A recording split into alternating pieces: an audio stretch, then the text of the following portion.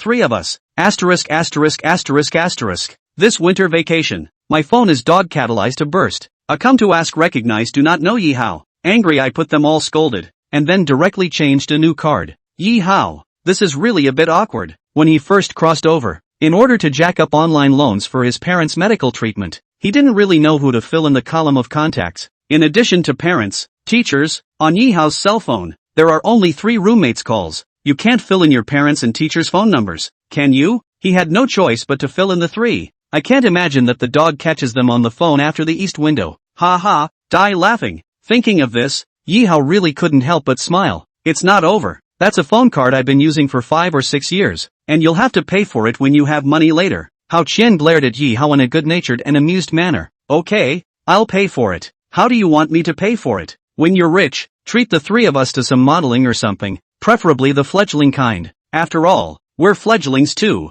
Yihao. It's true. A man is a boy until he dies. Women are always a topic that men can't get away from. Line. Fledgling not fledgling. Do not dare to guarantee. When I have money, I must invite you to play a heaven and earth. What cherry blossom stick big black horse. Whatever you play. Yihao inwardly swore. It was natural for him to repay the kindness of his 3 roommates. Chapter 26, Yihao's Hangover. After eating in the cafeteria, the 305-4 returned to the dormitory. Since each had previously drawn their favorite virtual star character, the trio continued to play the game. No, I have to jerk off. This Yang Mi black silk, it really makes me a bit unbearable. The words of his roommate, Superman Chen, embarrassed a few people to a batch. Though, that said, this was the dormitory, and it was also all boys, so they were not surprised by this sort of thing. But if you're gonna jerk off, don't say it, okay? Why don't you just quietly jerk it off yourself? Superman, to jerk off to the toilet, don't ing cover the nest, or the dormitory is full of your flavor. Disgusting. Hao Qian despised a glance. Superman, you're jerking off a little low. Why don't we watch a movie first and flirt? Vini 50 and I'll give you the site. Yang Jingtian joked. Asterisk asterisk asterisk asterisk off. What's the passion in watching a movie? You did remind me, though. Yeah, read the Cerberus novel first, flirt a little. After saying that, the enlightened Superman Chen directly opened a certain website, and then regardless of whether his roommates several people have any reaction, he began to audiobook listening. And, with the speakerphone on, and the sound maxed out again. Hey, I can't jerk off alone. You guys get some light too. It's better to be happy alone than to be happy together. That's what Superman Shen thought. Brother, come and get me. Ah, flax fall. No? What the is this? As the dormitory resounded with a filled dialogue, the few people in the dormitory were directly speechless. Brother Superman, you really are Superman. Let's just say, can we listen to the book with a headset? Who the hell can stand this in broad daylight? Yang Jingtian directly exclaimed in shock. Indeed, this kind of audiobook, and a Thirstonian novel. The dialogue, the voice, it's really better than watching a movie. Just ask any normal man, who can stand it? Not only could Yang Jingtian not stand it anymore, but Hao Qian also began to listen to the book while falling into an infinite reverie about his virtual star girlfriend, Lu Tianxian. However, Yi Hao was unmoved and, it wasn't that he was pretending to be a decent man, but he was so caught up in his agonizing thoughts that he wasn't distracted by outside circumstances. A few days ago, Yi Hao was thinking about how he should make money. After all, being adopted by Sister Yun, this was definitely not a long-term solution. In case one day, Sister Yun got tired of it or looked at another boy, he, Yi Hao, would have lost his financial resources, the expenses of a large family, not to mention his own face as a traveler. So making money, becoming rich, and changing the fate of the whole family is what Yi Hao wants to do the most. And this big summer country, with the previous life of China, basically no difference. Don't say anything about snubbing Papa Ma as a brother while he's green. Or maybe it's to get to know people while Boss Ray is not halfway through his business. In this world, the trajectory remains 2025. Papa Man is 60, and Boss Lay has long since made Rice world famous. That's why it's hard to start a business. Trying to curry favor with these richest people is even harder. Writing a novel. Yes, why didn't I think that I could write novels for money? Yi Hao suddenly had a flash of light in front of his eyes. If it wasn't for the fact that his roommate was listening to a series novel and reminded Yi Hao really hadn't thought about it. Of course, he wasn't going to write any thriller novels. That would be illegal. Brothers, take the liberty of interrupting. Yi Hao was slightly agitated and stopped a few people. What is it? Wait until the brothers finish jerking off first. Superman Shen hated Yi Hao. Who's happy to be suddenly disturbed when you're about to get a thrill out of listening to a surge novel? Yi Hao, jerking off is a momentary pleasure, but the body is a crematorium. I'm going to ask a few questions, and you guys can jerk off afterward. Yi Hao ignored a few people and continued to ask excitedly, do you guys usually read novels? Look, those who have been to college know that college life is tremendously boring,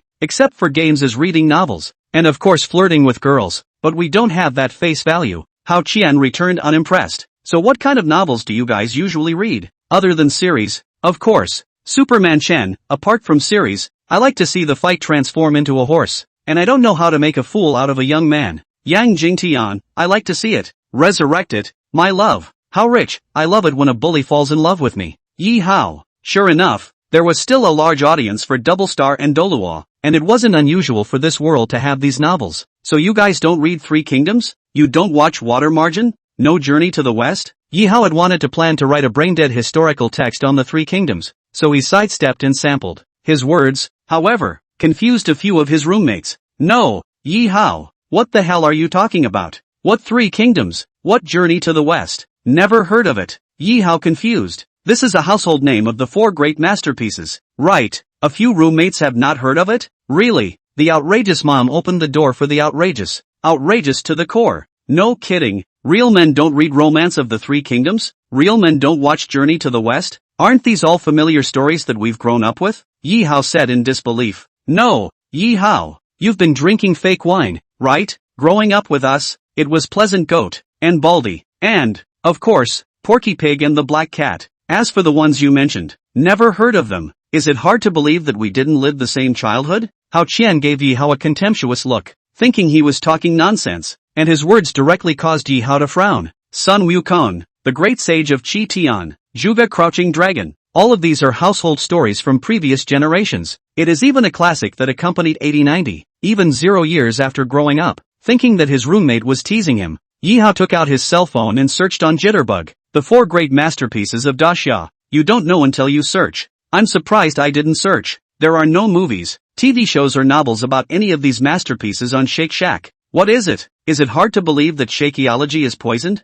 Yeehaw! Who doesn't believe in evil? Opens the recently hot artificial intelligence, DeepSeek. Again, similarly, even DeepSeek, which knows astronomy and geography, doesn't have the slightest information about the Three Kingdoms, Journey to the West, and other masterpieces. What's wrong with the world? Yeehaw opened the original body's memory again and, sure enough, even the original body's memories were pressed into oblivion of these masterpieces, the four great masterpieces of China, which elementary school students in a previous life knew, were not available in this dashia. Yeehaw laughed and understood what was going on. Historical disconnect. What the hell is this? What kind of historical brainwriting about the Three Kingdoms is this? Why don't you just copy the four great masterpieces? Sure enough, when God closes a door for you, He opens a window for you. Crossing over and being staggered into a home in debt was supposed to be the beginning of the end of the sky. But now, Yeehaw saw a ray of hope. Even if, one day, Sister Yun no longer encompassed him, he, Yeehaw, could still live a good life. Even when he was rich enough, why couldn't Yeehaw keep a few mistresses? Countless beautiful women.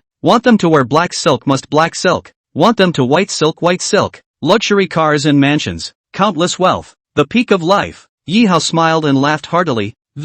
After more than a month of crossing over, he did live a little tired. For that broken home, his own dang crossover, to jack up online loans for his parents to cure the disease. He also has to earn money to support his family by working as a male technician in a footbath store and pleasing his female customers. Even when he was adopted by someone else, Yeehaw had to lick his face to please someone else. Oh, it won't be long before this fate. Yeehaw can change. There's no Goldfinger. There's no grandpa to help. All that cultural heritage accumulated in his previous life was Yeehaw's strongest plug-in. But, in spite of this thought, but then again, it's time to lay low, and meticulously develop first. Chapter 27, The Fairy and Royal Class Teacher. Seeing Yeehaw smiling happily, a few roommates had 100,000 reasons in their hearts. Yeehaw didn't jerk off, did you? No,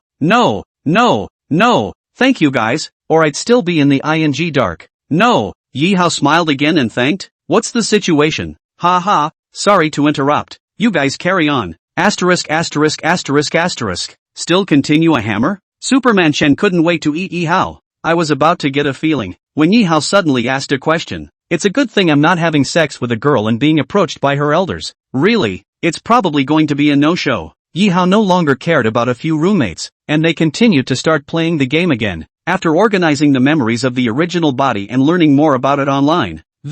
It was only then that Yeehaw realized that this great summer country was not a true historical break. Rather, it's a lot of history, drowning in dust. For example, we all know that the Great Qin Empire unified the Xia and laid the foundation for the Xia civilization in later generations. But it is not known why Great Qin died in the Second World. Also, for example, this daxia also knows that the Great Tang dynasty was in full bloom, but does not know why the late Tang declined. Even the poems and songs left behind by the Shang Tang, this world's daxia kingdom, surprisingly, knew nothing about them, and it is the Qing in modern times that are examined most clearly and understandably. You could say that the history before the Qing dynasty would really be just history to daxia. Knew it happened, but didn't know exactly what happened. Even if, in his previous life, Yeehaw, who was not a schoolmaster, had only studied an ordinary undergraduate degree, but as Chinese, with 5,000 years of cultural heritage, no one is uninterested in the passing of their old ancestors. Therefore, Yeehaw was glad that in his previous life, he disliked other subjects and favored history. He's memorized a lot of Tang and song poems, too, but there's no copyright on things like poetry and song, and you can't apply for a patent. It doesn't seem appropriate to make money with this. That's just going to have to be a novel. Since there's no such thing as the four great masterpieces here, what's the point of writing a historical brainstorming article when you can just copy the original? In a previous life, it goes without saying that the Big Four had a great audience, up to 99, down to just walking. No one is unimpressed. Yeehaw believed that this world was the same. These books would definitely shine. Thinking of this, Yeehaw decided to write the Three Kingdoms first. Of the four great masterpieces, Yeehaw was most familiar with the Three Kingdoms and Journey to the West. But the favorite,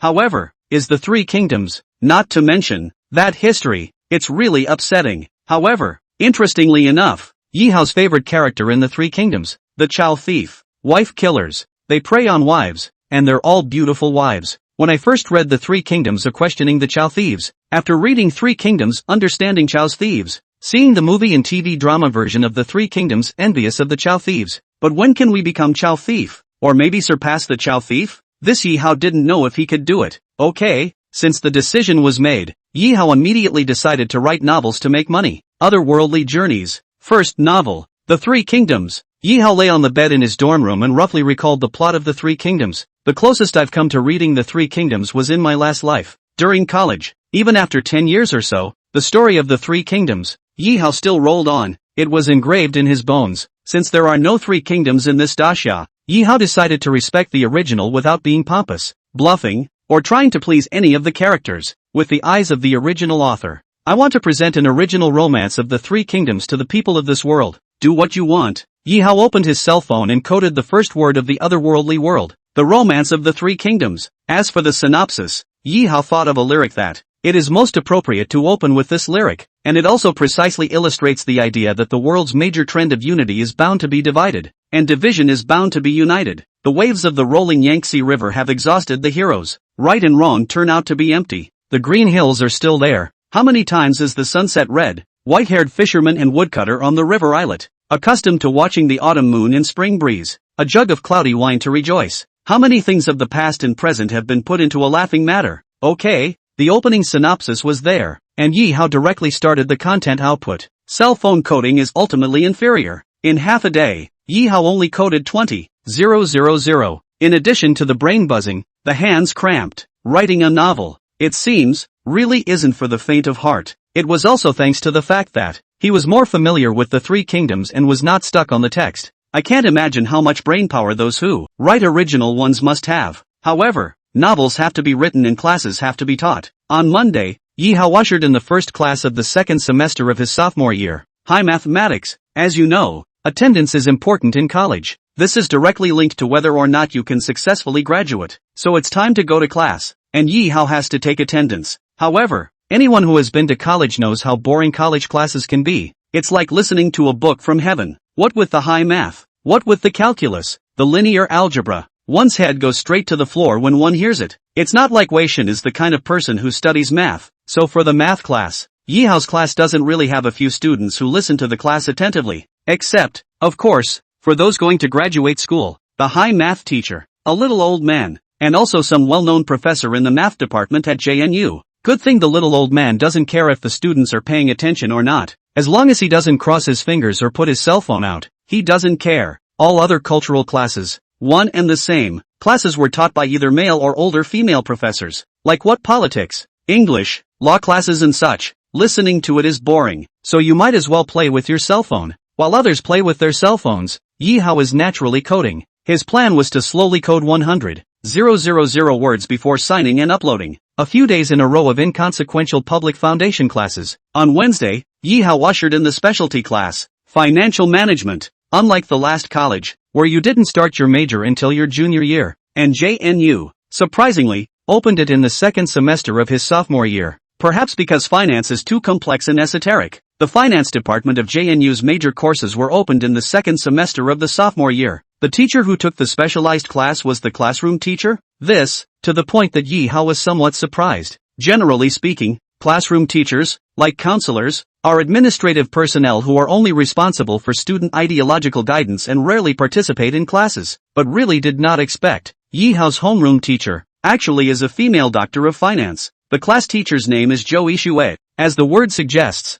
her skin is like snow, and she's tall. Like her counselor Song Weining, she is full of that intellectual beauty of Oriental women. This kind of temperament is different from Sister Yun's kind of flavorful young woman, and even more different from the kind of pure desire of school flower Xin Yue. It gives you the feeling of being very fairy and royal. Originally, I thought that none of the teachers of my class would be beautiful, either old men, or female professors, who were old and gray. Apparently the students were wrong. The stunning class teacher, who was personally attending the professional class of this class, for specialized courses, the vast majority of students, listen carefully, not to mention the fact that as students of this program, they will be working in related jobs in the future. But just by looking at the classroom teacher's slender legs, the students can't take their eyes off of them. However, on the contrary, Yi Hao does not intend to engage in finance as a profession after graduation. Learning that the history of this world is broken, relying on copying masterpieces, Yi Hao is enough to realize the freedom of wealth. He just wants to mix up a diploma to prove he's just a 985 graduate. Therefore, even if the absolutely beautiful homeroom teacher was personally attending the class, Yihao was still minding his own business, coding on his cell phone inside the drawer. His behavior, naturally, also caught the attention of the class teacher,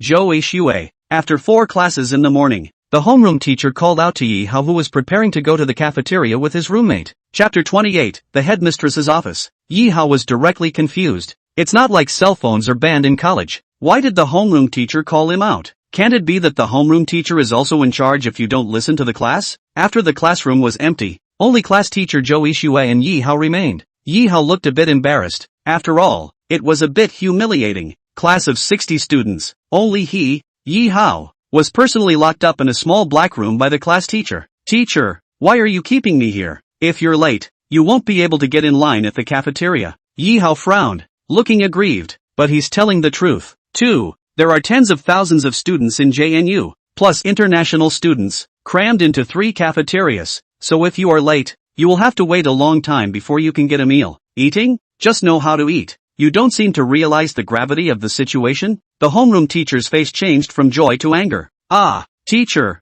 I just didn't listen in class, but I didn't interfere with your lesson, did I? How serious is this? Looking at the class teacher's slightly angry face, Yihao was a bit confused. If I remember correctly, your name is Yihao, right? The class teacher looked at Yihao, her beautiful eyes turning, but her anger was not reduced by half. But the homeroom teacher still knows his name? Yihao was a bit surprised. According to memory, from freshman year to now, this homeroom teacher has only appeared less than 10 times, and every time he appeared, it was either because of the bursary, or there was something to explain. But she also pays little attention to her class, as if he could tell what Yihao was thinking. The homeroom teacher said flatly, it's true that I can't name all 60 students in the class, but you, not being the class bully, are you questioning how I remembered your name? Can this woman read minds? It was really nifty to guess what Yihao was thinking. Yihao hurriedly nodded. Because, except for the schoolboy I will remember, you have a face, and you stand out in school, so the teacher remembers your name. Well, being praised by a big beauty like the class teacher, Yihao's heart was quite beautiful. But, Mr. Yihao, it's not enough to have a face. Mind you, in order to successfully graduate from JNU, you will also have to pass your major classes, and for your senior thesis, it will also be a specialized knowledge design. You don't give a damn about your teacher's first specialized class? What? Do you think the teacher didn't do a good job? Or are you confident in yourself that you'll be able to graduate by then? Seeing the class teacher getting angrier and angrier, Yihao felt quite sorry for people. Being able to be emotionally affected by her students, not to mention the classroom level, makes her a good teacher. Teacher, I'll give you the plain truth. In the future, after graduation, I will not work in this field, so you don't blame me for not listening to the majors. Yihao hurriedly explained and also hoped that the homeroom teacher would understand. But, Yihao's words, instead, made the homeroom teacher angry and laugh. JNU's finance department, among all the universities in the country, is among the best.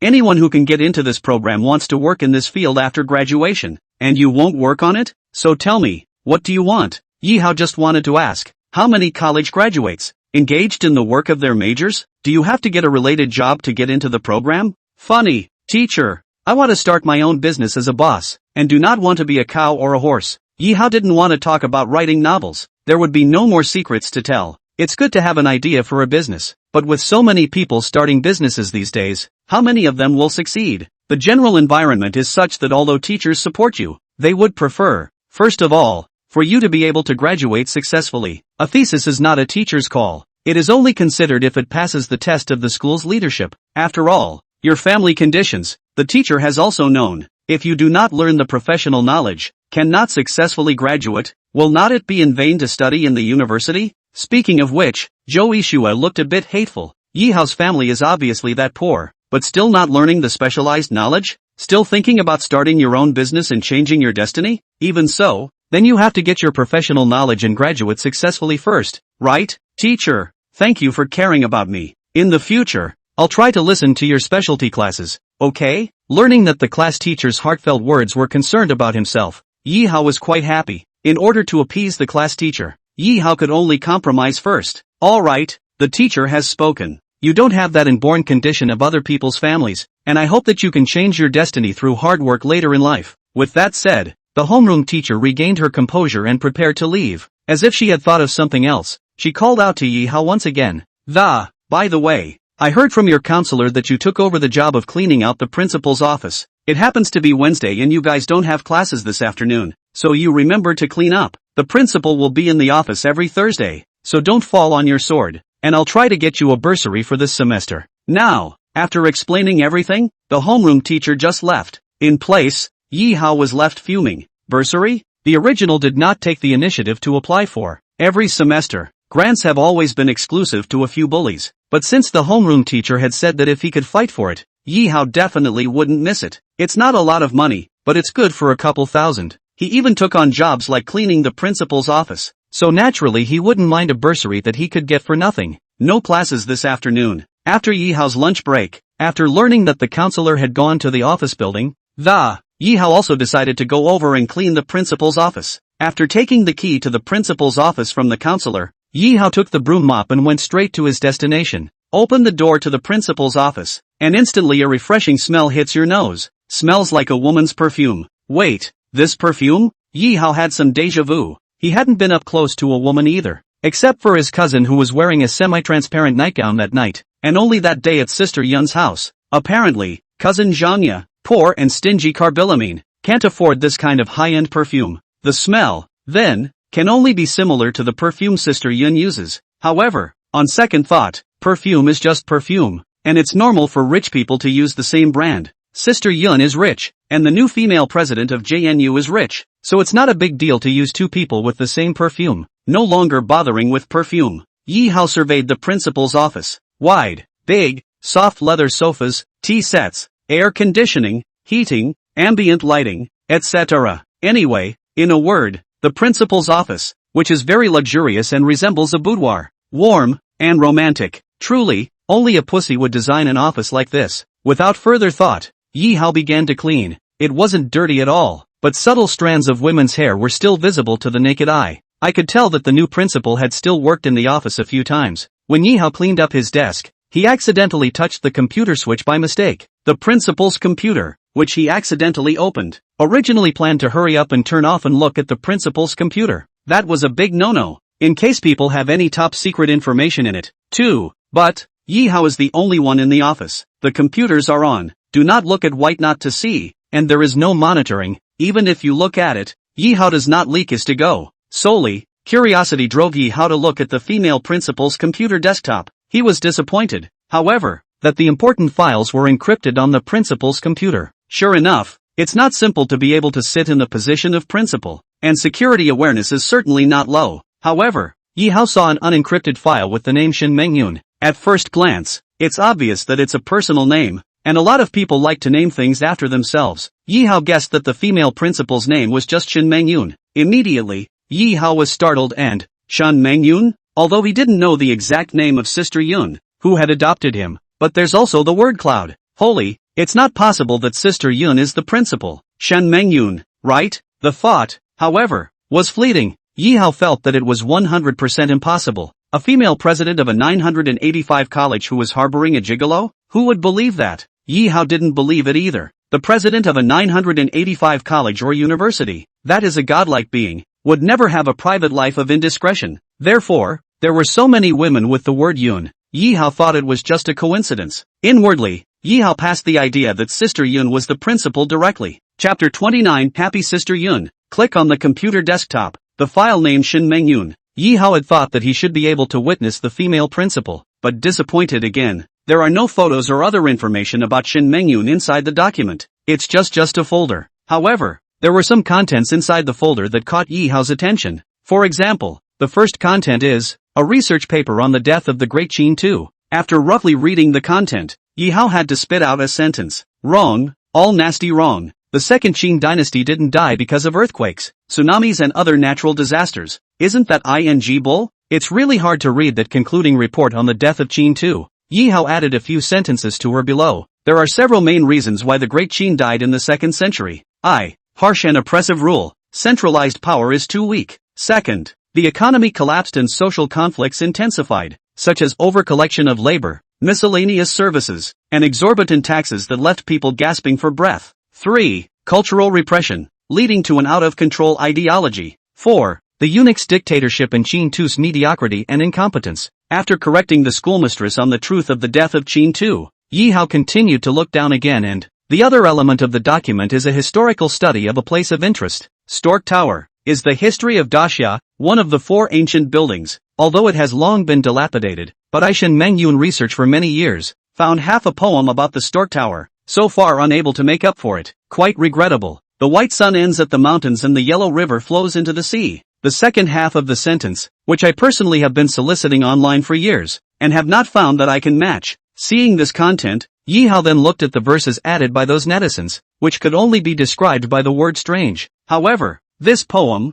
Yi Hao was familiar with it. Immediately, Yi Hao, who couldn't look away, added later that the white sun ends at the mountains and the yellow river flows into the sea. Wanting to see 1,000 miles, I'm going to go up a level. I can see that this female principal's academic research direction should be in historical research. On the desktop, there are also a number of academic reports on the humiliating Qing dynasty, as well as the humiliating modern times. Modern times, and even the Qing dynasty, is not a secret in Daxia. Its history written in the textbooks.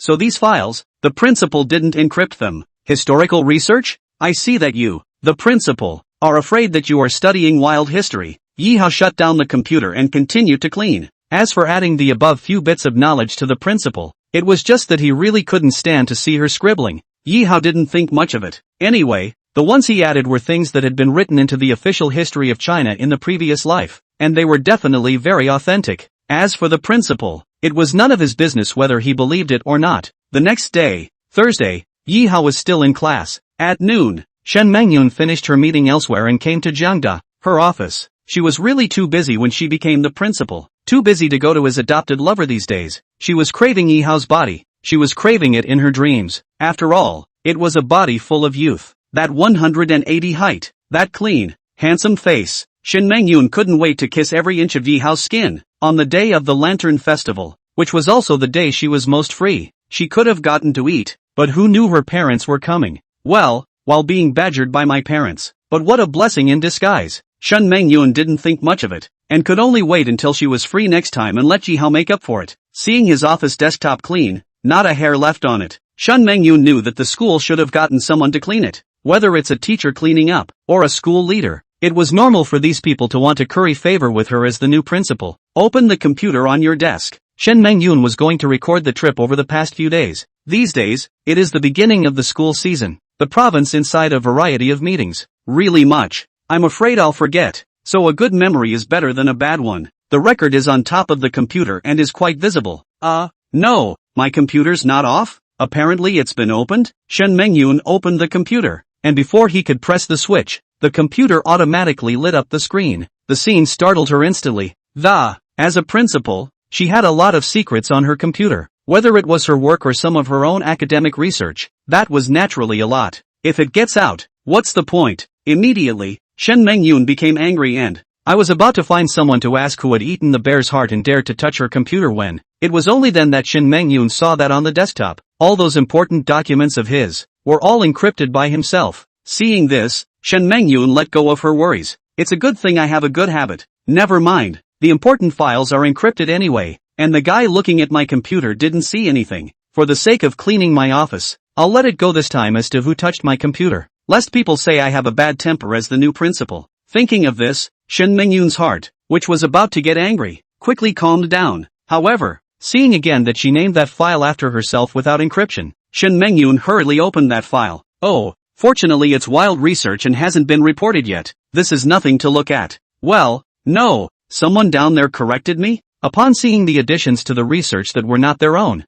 Shen Mengyun was directly shocked. The great Qin Empire, which died in the Second World. The people of Daxia have never been informed of the exact truth, which is why I guessed that it was because of natural disasters such as earthquakes, which drowned out history. But this man said that I was talking nonsense and gave back the correct solution? This last one, the dictatorship of eunuchs and the mediocrity and incompetence of Qin Tu. Eunuch, is it possible that it's Zhao Gao? I have studied the history of the demise of the great Qin for 3 years, and I have also learned from the clues that it might have something to do with a certain eunuch, but there is nothing that can prove my conjecture. Is it hard to believe that this man is giving really positive solutions? Continuing to look down, after seeing the poem of the stork, Shen Mengyun directly opened his mouth into an O shape. The sun is over the mountains and the yellow river flows into the sea. To be able to see 1,000 miles, you need to be able to see 1,000 floors. This second half, surprisingly, fits perfectly. Gee, it's hard to believe that this is the proper interpretation of the second half of the poem about climbing the stork. SS. Shen Mengyun blushed a little. If these are reported and ultimately corrected, she will have reached a new level of historical scholarship, though not so much as a promotion and a raise. Her current position as secretary and president of JNU was already the pinnacle of her life, but at the very least, her authority, in this field of historical research, will be greater than ever before. Who the hell is it? Came to my office? This man, it seems, is my blessing alas. Shen Mengyun could hardly contain his excitement. Originally, she was going to ask one of the other teachers who had touched her computer, but after thinking about it, she decided it was better to leave it alone for now. What if, for some ulterior motive, this man wanted to gain favor from her? Shen Mengyun naturally resented it, no longer thinking about the question of who this person was. At this moment anyway, Shen Mengyun was very happy and, whether or not the answer the guy gave was the right one. However, he had given Shen Mengyun a different research direction, and his own research on Great Qin would no longer be confusing. What do people do when they're happy? Nature will do as it pleases. Therefore, Shen Mengyun decided to call Yi Hao to accompany her to have fun. Certainly not in the office. She didn't want her little white boy to know who she really was. Immediately, Shen Mengyun sent a message over to Yi Hao. Brother, are you busy? Sister has something busy at the Lantern Festival. This time sister is free. Shall I meet you at the usual place? Yi Hao, who was listening to the lesson in the classroom, as soon as he saw the message sent by Sister Yun, he's straight up human numb. Chapter 30, I also crave my sister. Sister Yun wants to ask herself out on a date? Yi Hao naturally wanted to I'm sorry I didn't get to eat it on the Lantern Festival, but there's no way around it. He's in class at the moment. And, for the next 2 classes, it's the classroom teacher's specialty class. Yi Hao didn't dare to skip class. You just got a few serious words from your homeroom teacher yesterday, and today you're skipping her class? What will the classroom teacher think? Shaking his head, Yi Hao felt very sorry. Sister Yun, you said that if I'm not available, you won't force it, right? Yi Hao hurriedly sent this message over politely. Euphemism, naturally, is also afraid of offending the Golden Father. Well, it was said that way. But for this minute,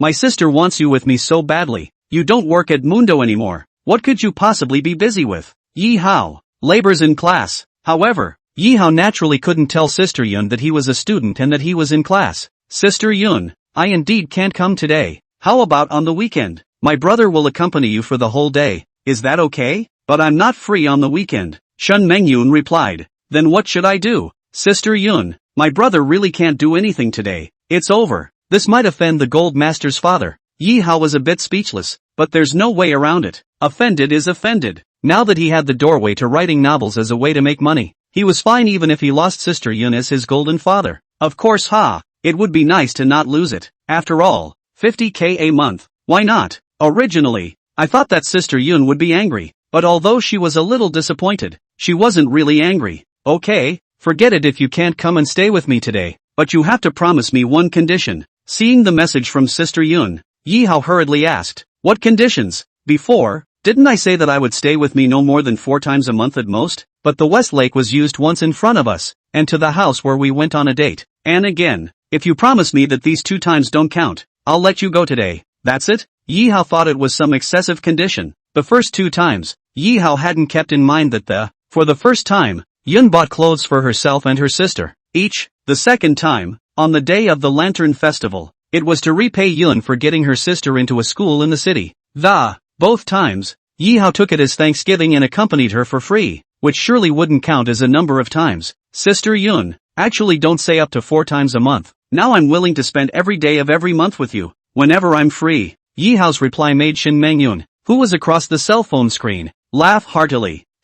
Stinky brother, you're not craving your sister, are you? What's the matter? On the Lantern Festival day, you didn't get to eat your sister, and you're itching to do so? Greedy or not she does not say. Anyway, last time did not have to eat. Yi Hao really some regret. Sis, of course I crave you. You're so good looking and have such a great body. People love people, and flowers bloom. Of course I crave it. Yi Hao's little mouth, so good at talking, so sweet that Sister Yun froze. Don't be poor. You're the only one who can talk, aren't you? Okay, you're busy, so I won't impose on you today. Someday my sister wants you to make it up to me tenfold. That's okay, right? Okay, Thank you sister for understanding. Having finally taken care of Sister Yun, Yi Hao let go of his worries. No, it's not a permanent solution, either. If Sister Yun kept putting it off every time she wanted him to accompany her, all the time when she was in class, the other Sister Yun would surely be unhappy too. What should I do? Yi Hao fell into a bitter thought. I can only tell Cloud when I see her again someday,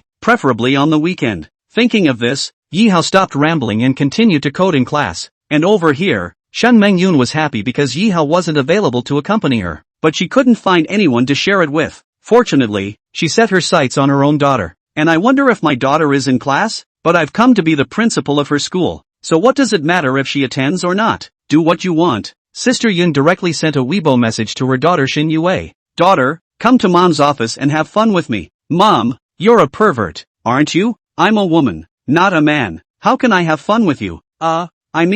Calling you over. I wanted to share with you my joy that I've made a new advancement. Academically. Well, congratulations. Going to your office won't be necessary. I don't want anyone to know that my mom is the principal. Know what I mean? Her daughter's sentence, not wanting others to know about their relationship, directly made Shen Mengyun somewhat speechless. She knows exactly what her daughter thinks. It's nothing more than the daughter trying to prove that she's a schoolteacher on her own, not because she has a principal mother. Xin Yue has been able to obtain a number of national scholarships every year by virtue of her status as an academic bully. She wanted to prove that being good-looking was not a vase. Well, since her daughter did not want to expose their mother-daughter relationship, Shen Mengyun naturally respected her choice. Alas, it's a failure to have joy and find no one to share it with. Shaking her head, Shen Mengyun was no longer obsessed with sharing. She continued to open her computer and began her academic research. Over here, Yi Hao's last 2 classes in the afternoon were the specialized classes of class teacher Zhou Ishui. Before class, the homeroom teacher informed of an incident.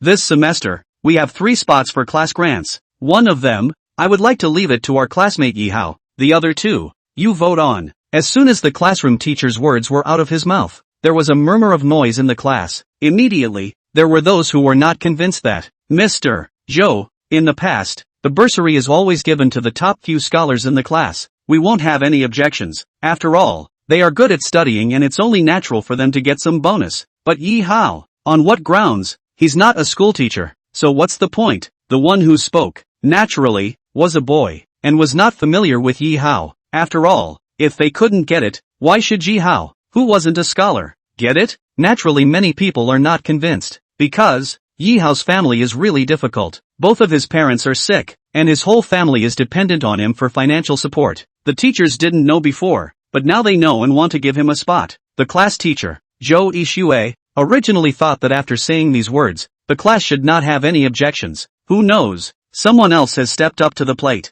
Mr. Zhou, is student Yi Hao's family in trouble? You should not be fooled by falsehoods. He, Yi Hao, uses a cell phone that is still a Huawei Mate 60 Pro Plus. Those who understand. The price of this cell phone, I'm afraid it must be 8,000 upwards, right? Who believes you when you say his family is in trouble? I'm still using a 3,000 plus cell phone. Isn't this more difficult for me than his family? Chapter 31, Together Sooner or Later. Holy, just outrageous. Yi Hao used the cell phone is indeed Huawei Mate 60 Pro Plus, but this cell phone is also just yesterday afternoon to buy, but also for the convenience of code words. Is there a direct correlation between a good or bad cell phone and your family's condition? These few who are against it, their family conditions are more than 10 times better than Yi Hao's anyway. It's nothing more than being jealous that Yi Hao, who is not an academic bully, can get a bursary, so he opposes it. Anyway, in their opinion, there's nothing wrong with giving it to a school bully, but to someone who isn't one, whether your family is good or not, it's none of their business. It's just against you,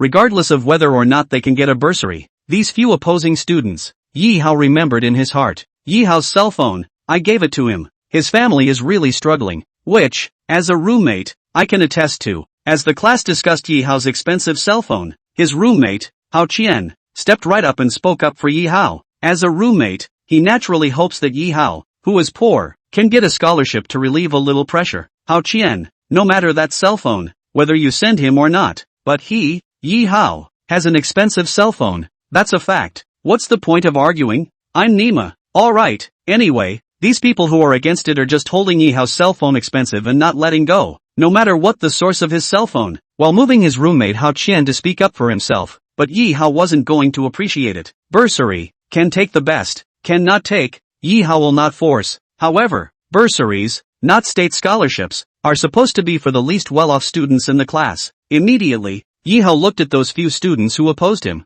I don't have much of a defense if you guys want to call it that. My cell phone is indeed over 8,000.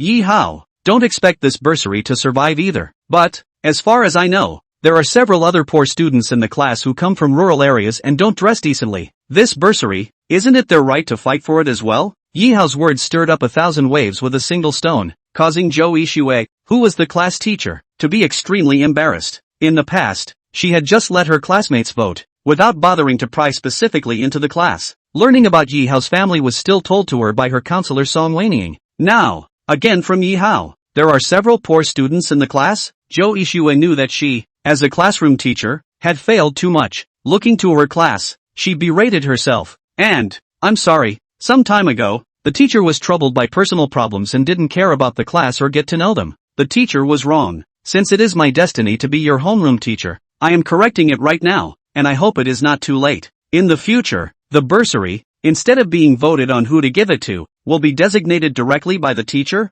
Of course, all will take care of the poorer students in the class. Zhou Yixue finished speaking, causing several poor students in the class to look at Yihao gratefully. In the past, the bursaries were underwritten by schoolboys, and even if they wanted to object, they were too small to do so. Now, Yihao's words allowed the class teacher to directly give hope to the poor students, so of course they had to be grateful to Yihao. Teacher, that spot for me, I can do without it. My family is really struggling, but I can handle it on my own. Bother to make sure it goes to the really needy students in the class. Yihao's words received nods from a large portion of the girls and poor students in the class. Girls are always sympathetic, so they support Yihao, and kudos to Yihao for his fearlessness. In the past, not much attention had been paid to Yihao, even if he was handsome, but he was withdrawn and didn't like to talk, so the girls in the class naturally wouldn't make a fool of themselves. But now, they felt that they were wrong. Although human Yihao was not a schoolmaster, but with a good heart. As a contemporary college student, grades are certainly the most important, but the three views, likewise, are important. Looking towards Yihao, the girls in the class thought he was even more handsome. However, Yihao had also made a few of the schoolboys who received various grants every semester very upset because of these few words. Yihao also knew that he would indeed offend a few people by saying this, but rather than schoolboys begging bursaries, Yihao prefers that they be given fairly and equitably to those in real difficulty. Even if the schoolboys have scholarships, they have to come and rob the poor students of their grants? How can that be? Anyway, between college classmates, except for dormitory roommates, after graduation, basically will not contact. This is the experience gained in the previous life. The universities are egoistic. Even if these schoolboys, in the future, might shine, it was none of Yihao's business, and Yihao didn't need to ask them. I support Yihao. Yihao is good. Teacher, Yihao has the help of our brothers in the dormitory, so you should do as he says and give the bursary to those who really need it. In the 305 dormitory, his roommate Hao Qian once again stood out and openly supported Yihao. Then, Superman Chen, Yang Jingtian, were not willing to be left behind and raised their hands to stand up for Yihao. Okay, we'll wait a few days for the teacher to investigate, and then the teacher will give an explanation as to who the bursary will go to. But rest assured, as long as they are truly poor students, they will have a chance. Poor students who don't get a bursary this time, the next time other grants are available, the teachers will make it up. The class teacher's words, which could not be refused, caused several schoolboys, and even those who were pleasing the schoolboys, to simply shut up. However, it was obvious that they had several more points of dissatisfaction with Yihao in their hearts, but there was no way. As fellow classmates, they didn't dare to do anything to Yihao, who called Yihao dormitory as how rich. This buddy, not to mention, word as its name, is really rich. The family has a mind kind of. Seeing him stand up for Yihao was enough to show that several people in the 305 dormitory must be very close. It's a boring college life. It's really boring. The same days are repeated every day. In addition to sleeping, going to class, and eating, Yihao is just coding.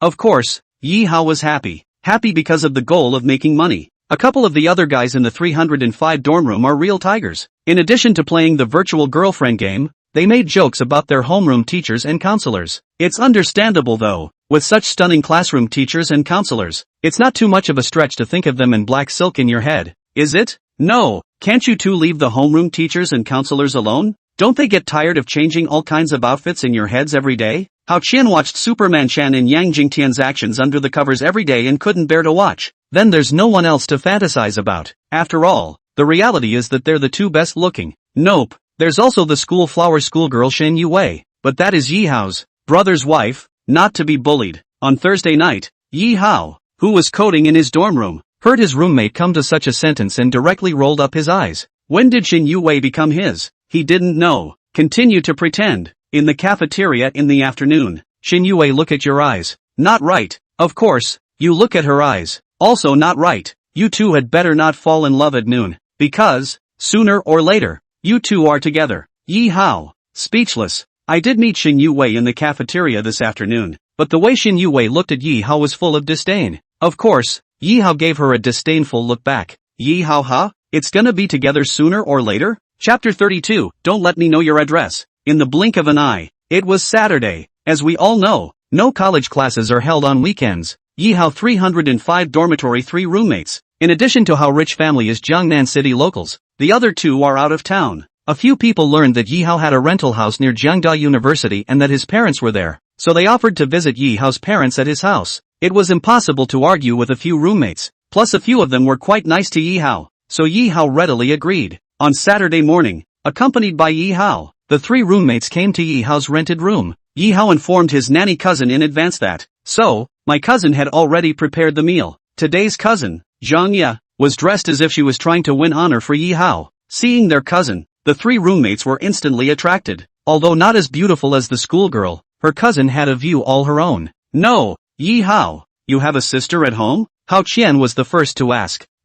Not my sister, my cousin. Yi Hao explained. Your cousin? Then why is she taking care of your parents and sister for you while you're at school? Is it hard? Cousins, born together? You and your cousin. It wouldn't be that kind of relationship, would it? Several people looked at Yi Hao with interest, wanting to know what the situation was. No, my cousin is the babysitter I hired. Wait a minute. Once they heard that it was the nanny Yi Hao had hired, a few people instantly flaxed and froze. In a big city like Jiangnan City, it's not cheap to hire a nanny. Looking at Yi Hao again, the 3 roommates were a bit confused. Is Yi Hao really poor? It doesn't seem so. Who else rents a ING house and hires a babysitter? With an 8,000 plus cell phone? Yi Hao. A weak question. How much is your cousin's monthly salary? Superman Chen asked. 10,000 inch. *******. Yi Hao. Give me back the meal card that the laborer charged you. The laborer will not live. At the expense of a few of us still thought that you were poor and wanted to help you alleviate some pressure.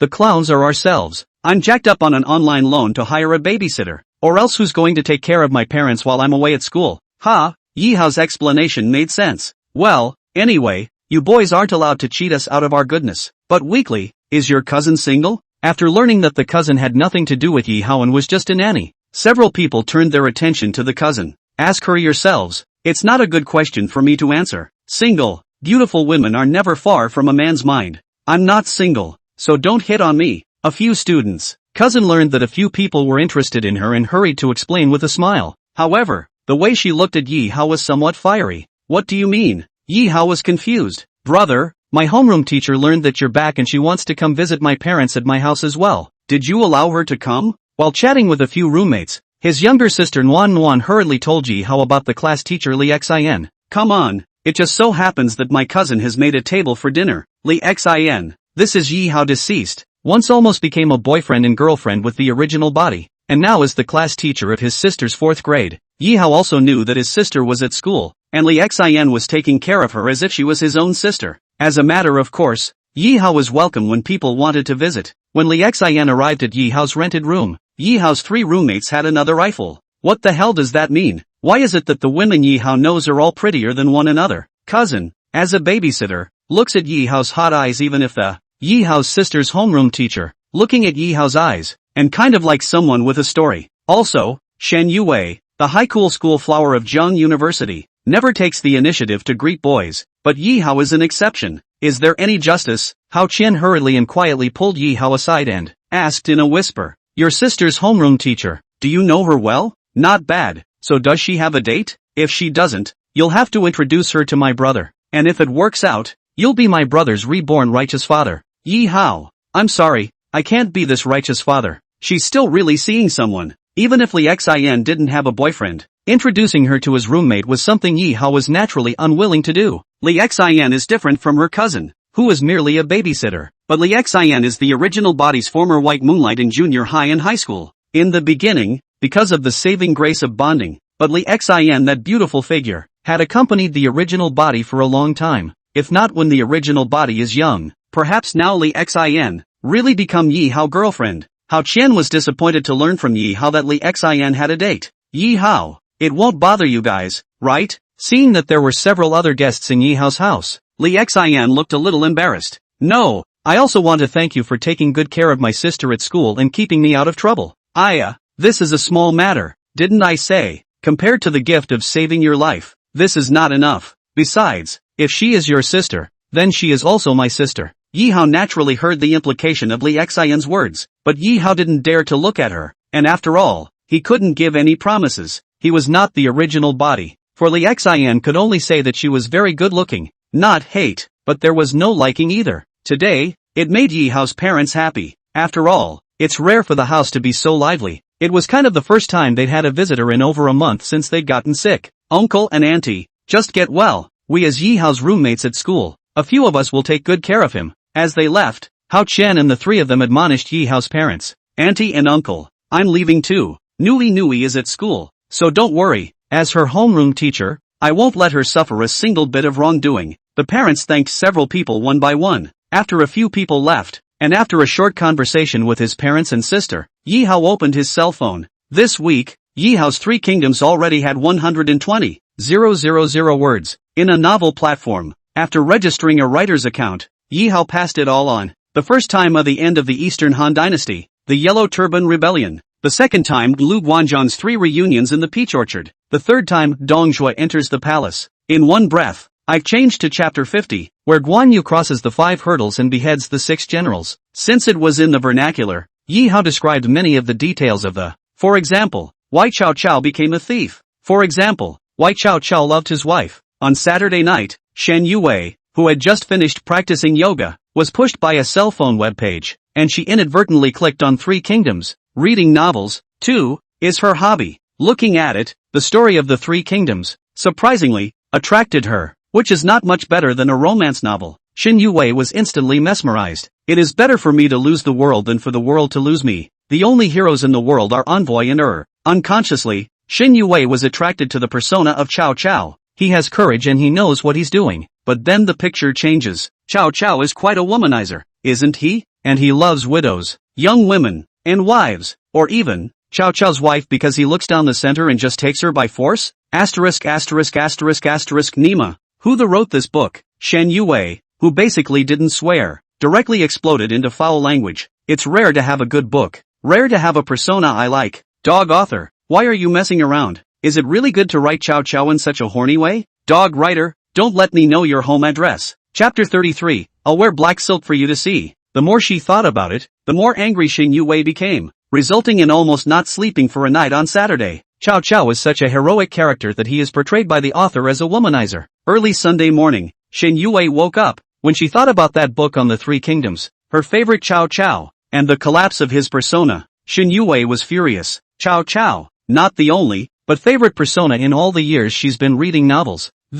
Since ancient times, beautiful women love heroes, even if Cao Cao was just a fictional character that the author had created within the 3 Kingdoms. At first, Shen Yue was attracted to this character, causing her to fall in love with the 3 Kingdoms. But why did the author write him that way? To portray him like a thief. Shen Yue, who was seldom affected emotionally by external objects, really became more and more angry the more she thought about it. Even if it's just a novel, can you at least not write nonsense? Liu Bei is a righteous man? Why should Cao Cao, the hero, be a womanizer? This persona, Shen Yue cannot accept a little. At that moment, clicking on the writer's homepage, Shen Yue was ready to leave a message to angrily scold the author. But after clicking on the writer's information, Shen Yue was surprised to find that the writer's homepage, the author of the pen name Haoren Zhengqi, that is, the author of the 3 Kingdoms, his location address, surprisingly, is in Jiangnan City? Oh, in Jiangnan City, that's good. Then I won't private message you to scold you for a while. This girl will trick you out first and then persuade you to change your book.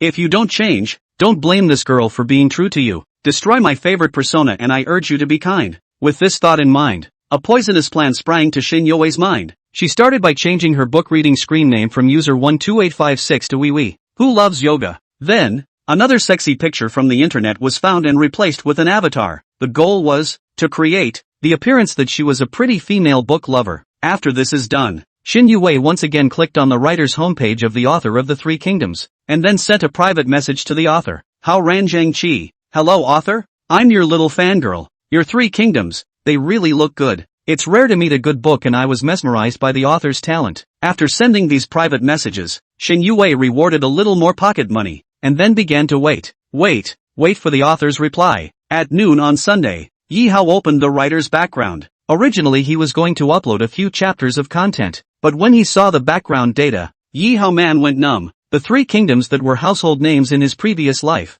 Yi Hao knew for sure that they would be on fire, but what he really didn't expect was that it had only been a day, and it was on fire. Comments $9.99 plus, catch up on $9.99 plus, reward $9.99 plus, private messages $9.99 plus. It's only been a day since the 120,000 word release was uploaded, and that's how many numbers there are. Yi Hao smiled. It seemed that he had chosen the right track for writing novels. Click on the reward page, though it's all dimes and dollars. But Yi Hao wasn't the least bit panicked. It had only just begun. He was sure that as the Three Kingdoms word count got up, there would be huge bounties behind them.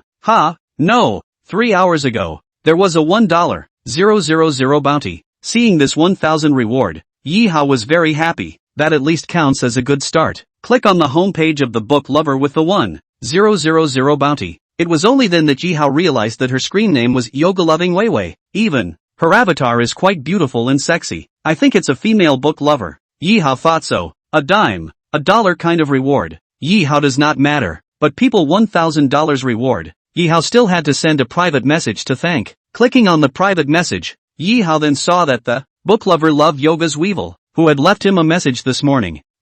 Little fan girl, really a female book lover. I just don't know if the avatar is in person, and not to mention, that avatar is quite enticing. After seeing the message from book lover love Yoga's Weiwei, Yi Hao hurriedly replied a few sentences. Thank you for enjoying the book, and thanks for the bounty. This book, it gets even better later. The message that Yi Hao replied to made Shin Yue excited for a moment. This girl has been waiting all morning for you to finally see a private message. However, $1,000 reward is just a reward. It makes you happy. This amount of money is just a lipstick for me. Small money. If you are willing to listen to me and change the book, this girl doesn't mind that she will continue to reward you later. Shin Yue thought so in her heart, but on his hand, he typed out a few more words. Author, as a little fangirl, I'd like to ask you out for a meeting. Is that okay? Originally, Shin Yue planned to leave a message right here, asking the author to overhaul Cao Cao's persona a bit, but after thinking about it, it's better to talk about it up here than to meet and talk about it. At least after meeting the author,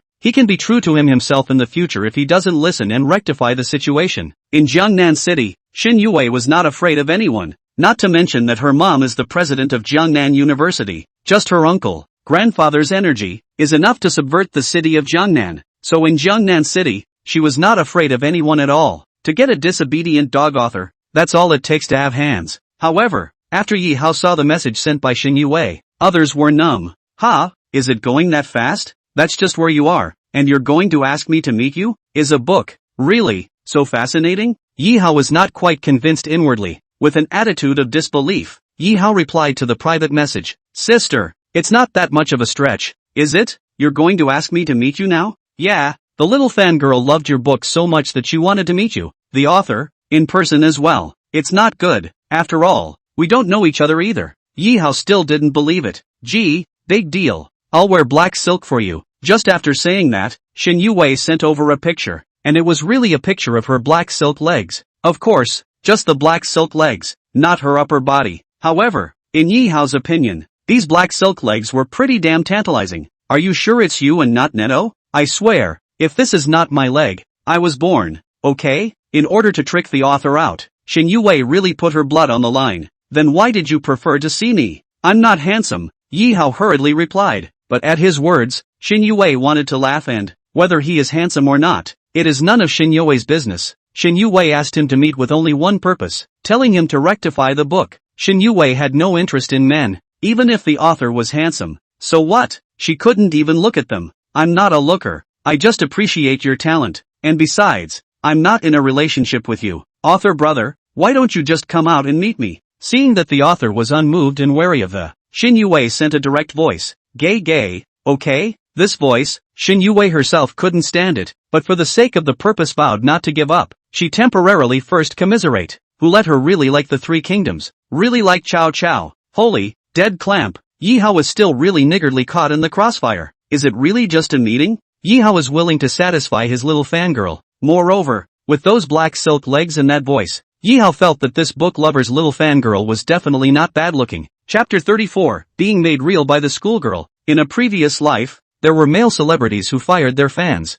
There are also male netizens who fry the powder. But netbook authors and female book fans? Yi Hao had never really heard of it. If this female fan was really good looking in person, plus if there was a chance, Yi Hao wouldn't mind being the founding father of the online writing world and frying the powder. Blah, blah, blah, blah, blah, blah, blah, blah, blah, blah, blah. Think wrong. People just want to meet the author. It's not like you're going to fall in love with the author. So what's the fanfare? Retracting his thoughts, Yi Hao asked, where are you going to ask me to meet? It's all right, the author's brother says so. Choosing his own location, Yi Hao was now completely relieved. Then that sentence you said, wear black silk for me. You won't lie to me, right? Yi Hao asked weakly. Of course not. Nima, Shin Yue understood. It is true that men love black silk. It seems that she was right when she said that she wore black silk for the author to see. Doesn't that just, well, draw the dog author in? Near JNU, there's a milk tea bar called Ching Leisure. Since you're a little fan of my books, the author's brother treats you to milk tea. People rewarded $1,000. A cup of milk tea only. Yi Hao naturally will not be stingy. Okay, I'll see you there then. After the appointment, Yi Hao washed his hair, combed his not very long hair, and sprayed a little hair wax on it. It made his whole person look more refreshed and handsome. After explaining a few things to his parents, Yi Hao headed towards the milk tea bar that he had made an appointment with. Since it's a weekend and it's near JNU, most of the people who come here to drink milk tea are also JNU students. However, it was overcrowded. There are hardly any empty seats. And when he arrived, half an hour after the appointed time, walking into the second floor of the milk tea bar, Yi Hao was about to find a seat when he noticed a beautiful figure by the window. It's none other than the school's flower girl, Shen Yue. It's not uncommon for schoolgirls to love milk tea. Moreover, Shin Yue was a Jiang University student, so it was normal for her to appear here. Shin Yue closed her eyes and tilted her head slightly, as if she was enjoying the gentle sunshine bathing her. Yi Hao didn't know her well, and all those things before had already passed, so he didn't intend to go over to greet her. Just kidding, with such a high and cold school flower, Yi Hao wouldn't make a fool of himself. Shen Yue, who opened her eyes, seemed to have seen Yi Hao as well, but she was expressionless and just glanced at her, with no intention of greeting her. Yi Hao found an empty seat that wasn't very far from Shen Yue and sat down. Then, he took out his cell phone and sent a private message to yoga-loving Weiwei, a fan of the book. I'm already there, on the second floor of the milk bar, and I'm wearing black casual clothes. After a private chat, Yi Hao recruited the waiter and ordered a cup of milk tea first and drank it by himself. Seeing the private message from the author, Shin Yue immediately looked left and right and, the second floor of the milk tea bar wasn't exactly small, but in the crowd, she didn't see a man in a black leisure suit that, except for schoolmate Yi Hao, Shin Yue naturally wouldn't believe that the author who could write about the Three Kingdoms would be Yi Hao, a schoolmate. Not to mention, the construction of the Book of the Three Kingdoms, the worldview. At the very least, one must have traveled thousands of miles, or read a lot of poetry, to write such a wonderful story. Yip ho? Forget it. Looking so juvenile, Shin Yue directly passed him over. The author of the book, in her opinion, would have been middle-aged, or at the very least, over 30 years of age.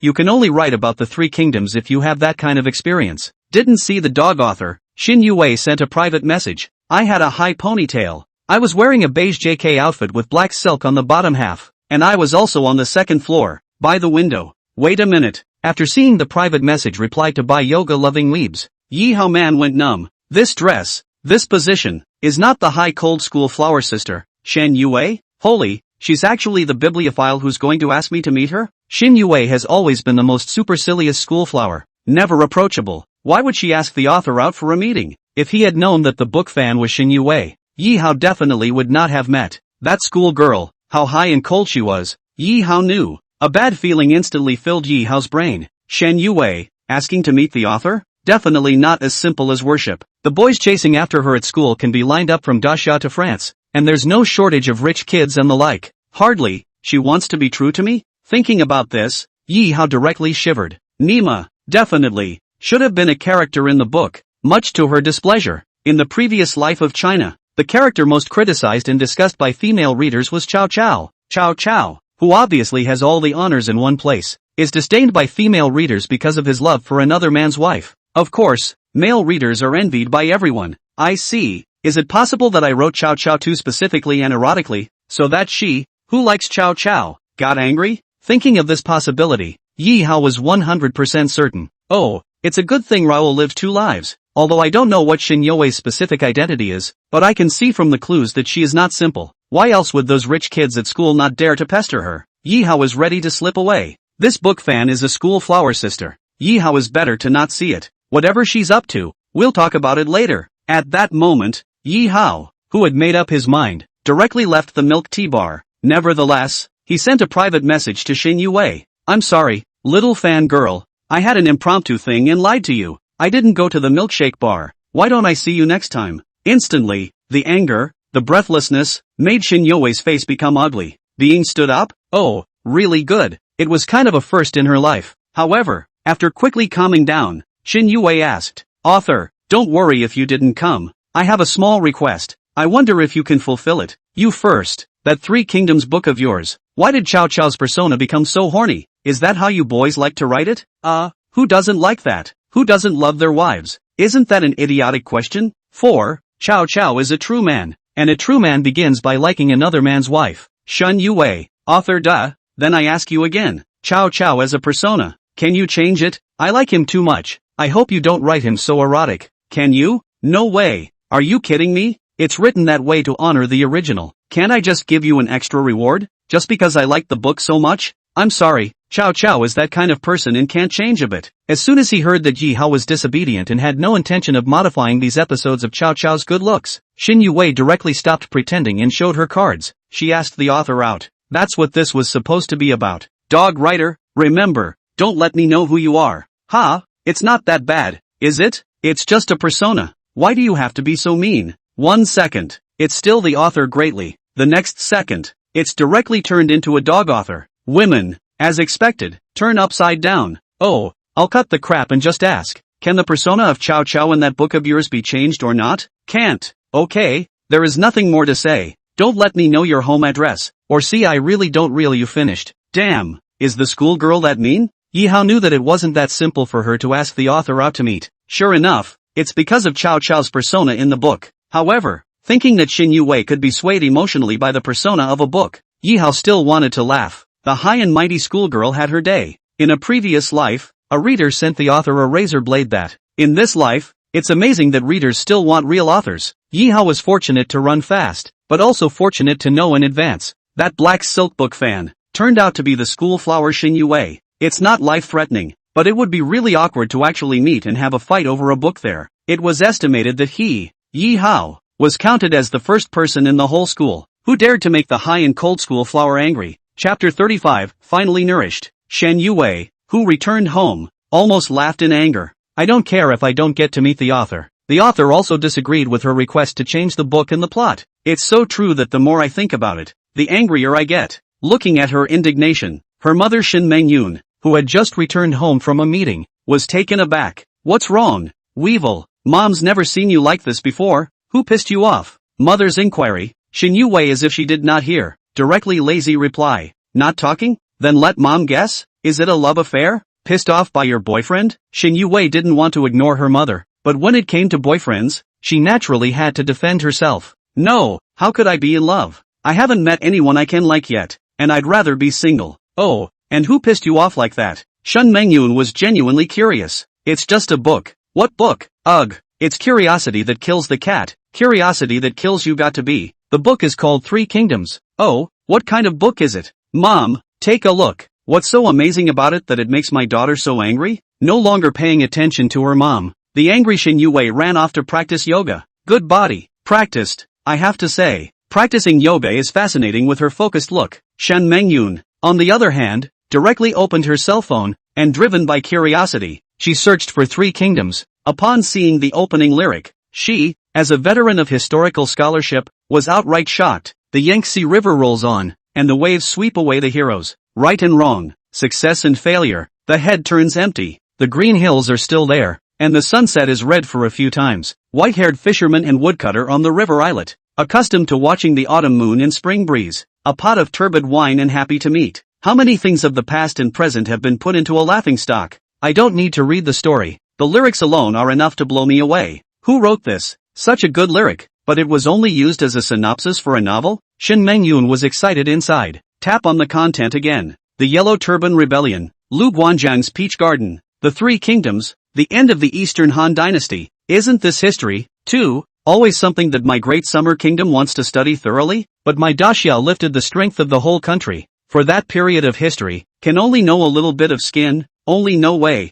Shu and Wu, three worlds. Is it hard to believe that this book, written during that period of time, is actual history? Thinking of this, Shin Mengyun seemed to have discovered a new continent. If this is the true history of that period, it will be a rare treasure for the great summer kingdom. This book, becoming a masterpiece, that's a given. Even this book, will make certain dusty history of the great summer kingdom slowly surface. The more she thought about it, the more Shin Mengyun became a little apprehensive and uneasy. It's excitement, it's euphoria, it's a dream. As a study of history, Shin Mengyun dreamed of knowing something that really happened in history. It was obsession. However, for the 5,000-year-old culture of daxia, the records that have been written down and passed down are like a drop in the ocean. Little is known. This, coupled with the small days of nation-raising wars in more recent times, has further made the history of what the Great Summer Kingdom once was unrecognizable. A great country, but cannot find out their own history, which is the humiliation of the Great Summer Country. More countless Xia archaeology, historical research scholars' humiliation.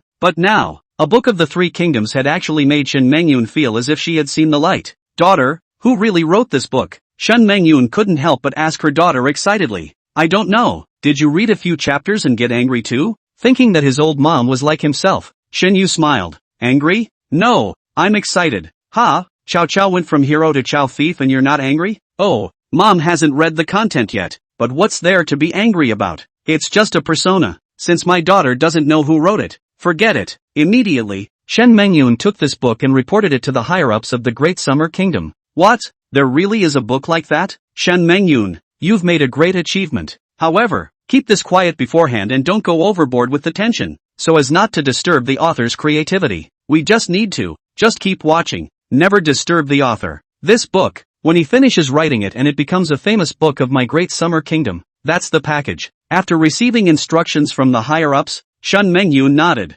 Mom, I want to be true to that author. Do you support it? Who told him to write nonsense? To take my favorite character and make him a womanizer? Her daughter's words startled Shin Mengyun. Nonsense, don't like it, you just don't read the book. If you go to the real author, mom will break your legs. Holy, Shin Mengyun's words startled her daughter. You're not kidding, are you? I'm the one who is your daughter, a dog author only. Shin Yue blanked her mother. Forget it, I'm too lazy to talk to you. Anyway, don't fool around. The person who wrote this book, it won't be long before he's sure to make a name for himself. Shin Mengyun had no doubt that with just this one book, as long as he finished writing it, that person would definitely gain both fame and fortune. No, Mom, is it that much of a stretch? It's just a web article. Shin Yue did not understand. You don't understand the gold content of this book, not to mention the importance of this book to my great summer country. Anyway, you are not allowed to fool around, not allowed to go to find the author trouble, or Mom can't save you. SS. Mother's words made Shin Yue not doubt in the slightest. However, even if she knew the author's address, Shin Yue didn't really want to be true to him.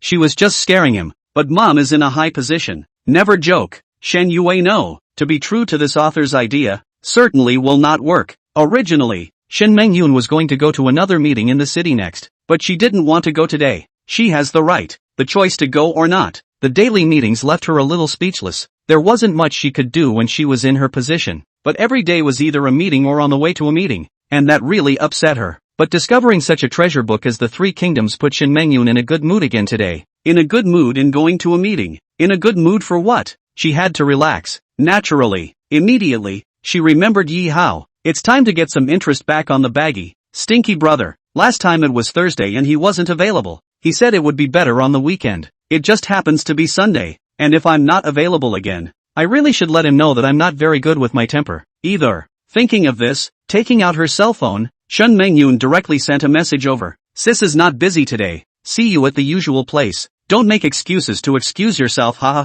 There's a limit to my sister's patience. Damn. Yi Hao speechless. He did not say anything also did not excuse I can't really go to class on Thursday. Sis, I'll be right there. Last minute, because the female fan was a schoolgirl, and the schoolgirl was mouthing off about not letting her know the address. This did make Yi Hao a bit depressed. Now, Sister Yun is here. It's finally time to get moisturized. Chapter 36, Pushing Down Shenmengyun, Jiangnan City, Century City, Chaoxia Court. Yi Hao took a taxi. This is exactly where the two had arranged to meet privately. Since he had been here before, Yi Hao was obviously light on his feet. After Sister Yun told him the password to go upstairs, Yi Hao went straight to the door. Knock knock knock. Yi Hao knocked on the door. Wait, sis is changing her clothes. Sister Yun knew that it was Yi Hao who had come. The house, her secret property, was unknown even to her daughter. Therefore, without thinking, Sister Yun knew that it was Yi Hao who had arrived. After a few more minutes, Yun came over and opened the door. When the door opened,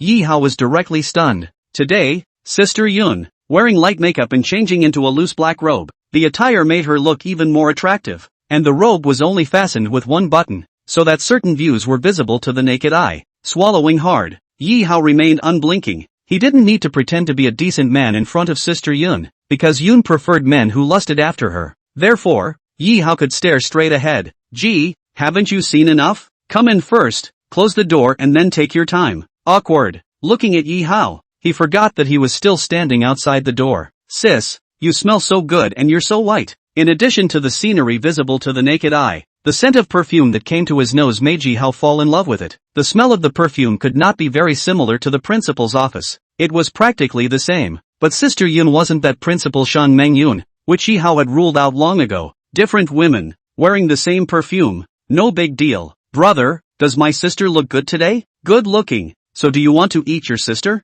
Think. Then why are you standing there stupidly? What am I supposed to do? The inexperienced Yi Hao looked a bit embarrassed by Sister Yun's remark. Shen Mengyun gave him a blank look, and then the corners of his mouth curved up in a curve that was seductive and sexy, and the corners of that mouth, as if AK was having a hard time suppressing that kind of thing. Yi Hao understood what Sister Yun meant, but before that, Yi Hao wants to hug it out. That said, he hadn't hugged a woman yet. After all, Sister Yun's body was really tempting. Without hesitation, Yi Hao directly stretched out his hands and embraced Sister Yun in his arms. Already honest, please spare me. Omit 10,000 words here. Yi Hao felt exhausted and it was already 3 hours later. Sure enough, after several consecutive high-intensity, Yi Hao's body, even though it was only 20 years old and very young, was somewhat feeling overwhelmed. There are no plowed fields, only tired oxen. Looking at Sister Yun, who still seemed as if she was lustful and had not had enough to eat, Yi Hao was slightly embarrassed. Sis, take a break. I'm really tired.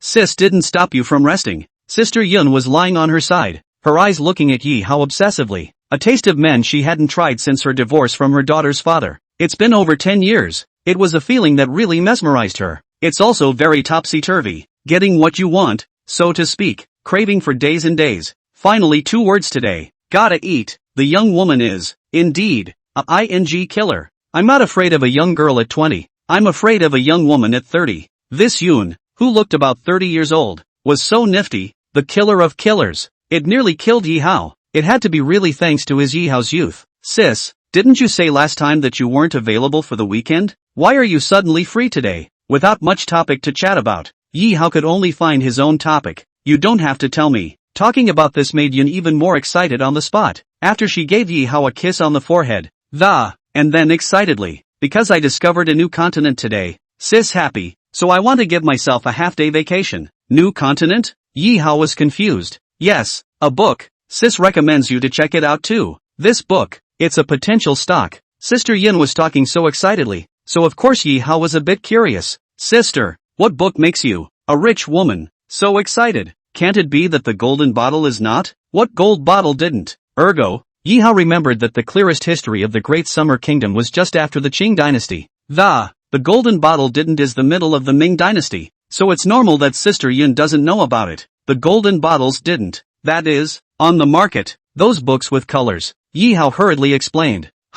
You mean, the series books? Sister Yun wasn't stupid. She understood Yi Hao's meaning in seconds. Yeah, did sis read that book so she couldn't stand it? Shan Mengyun, somewhat breathless, It was a bit awkward for her, as a college president, to be talking about this topic at the moment. Unconsciously, Yun's cheeks reddened. Seeing Sister Yun's reaction, Yi Hao was taken aback. Ah, did I guess right? It's really a book with colors, isn't it? Come on sis, recommend it. I have a friend who wants to see it too. What are you babbling about? Sis doesn't read those things. Sis reads the Three Kingdoms. You can go and read them too. Aha! Yi Hao smiled, feeling that this rich woman read her own copy of the Three Kingdoms? But a book on the Three Kingdoms, why get so excited? And give herself a half day off? What is this operation? Yi Hao does not understand. Also, it suddenly occurred to me that the schoolgirl's sister was going to be true to herself for the sake of the book Three Kingdoms. It's normal for a rich woman like Yun to like to watch, in the previous life, the audience group of the Three Kingdoms, on the contrary, did not distinguish between men and women,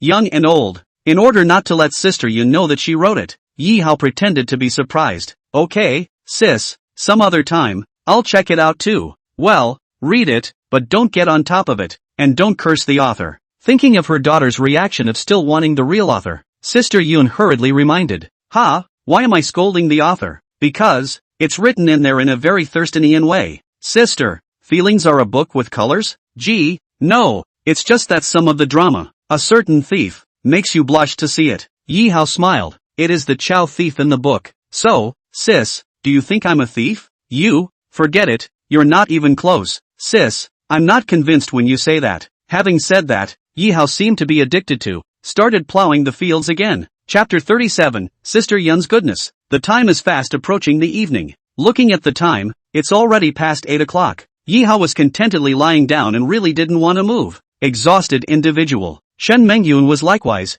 as if a deflated ball of leather, absent-minded. Sis, you're not pregnant with Yun, are you? Yi Hao didn't have a bottom in his heart, but still asked weakly. After all, he wasn't doing anything to be a safety hazard. If he really wanted the rich woman to get pregnant, Yi Hao couldn't afford to keep her. Whether or not he could afford to keep it was not a matter of concern first. Yi Hao didn't want to be stuck with a rich woman for the rest of his life. He will have other women in the future. He can't hang himself from one tree. But this is a question that Yun didn't answer directly. She's 45 and her relatives are dying to stop coming. Where's that function? If she could really have such handsome genes as Yi Hao, Shen Mengyun wouldn't mind. Laughing, Yun snickered. And, what would you do if you really had one? What else can we do? Let's just give birth. It had to be said that Yi Hao's acting skills, really nifty first class, his face full of what looked like a very serious expression. Once again one Shen Mengyun emotion. I was born before you were born, but you were born when I was already old. When she met Yi Hao 20 years earlier, she was only 25 years old then, at the peak of her face value. When she was young, she was no worse than her daughter. She felt that if she had met Yi Hao at that time, she would have gone after him regardless of everything. Even if she lost everything she had now, she would be willing to do so. But in the end, flowers bloom again and people are not young anymore. Not to think about it anymore. At least the current Shen Mengyun felt that she was happy. Round and round. Even though she's 45, didn't she still sleep with 20-year-old Yi Hao? Brother, hasn't anyone ever offered to adopt you before? Shen Mengyun suddenly asked. There were, but I turned them down. Those individuals, they were either fat, ugly, or old. Yi Hao did have a fat lady bring it up when he was working part-time at the Mondo foot bath shop. Obviously even if there was a shortage of money, Yi Hao was looking at the people, wanting him to serve fat, old women. Yi Hao couldn't get down. Then why did you say yes to your sister instead? Sister Yun, you are not knowingly asking. You are so good-looking, and your body is so good. Who wouldn't want to have something with you? TSK, this little mouth. Not only good skills, but also good words. Sister love it. Yi Hao. But then again, Sister Yun, you're really too good to me, since I was a child. Besides my parents, my sister, no woman has ever been good to me. Yi Hao didn't exaggerate. With Sister Yun knowing these days, Sister Yun is a boss. To him Yi Hao as a subordinate, it was really quite good. Don't be touched, haha. Sister doesn't seem to be treating you well either. Sister Yun, the fact that you let my sister stay and study that thing, and that you let her be exempted from all fees, that's a heavenly favor to me, and so on. Speaking of Yi Hao's sister, Shen Mengyun remembered. Last time, after she just ordered it, she didn't care about it afterward, so busy that she forgot about it. Since the old story was revisited, Shen Mengyun decided to learn about it. It's a good thing that I've only had to explain a few things about your sister to one of my friends, and surprisingly, I've even waived all of your sister's fees. Sister Yun, that friend of yours, he should be a big shot inside the education bureau, right? Well, sort of, but then again, If he's a big shot, he'll have to look me in the eye. Yi Hao was confused. Sister Yun's words were bullish. Almost spilling the beans, Shen Mengyun hurriedly explained. I mean, I'm in engineering, and I'm responsible for building some of the schools under the jurisdiction of their education bureau, and they still owe me money, so they have to give me face.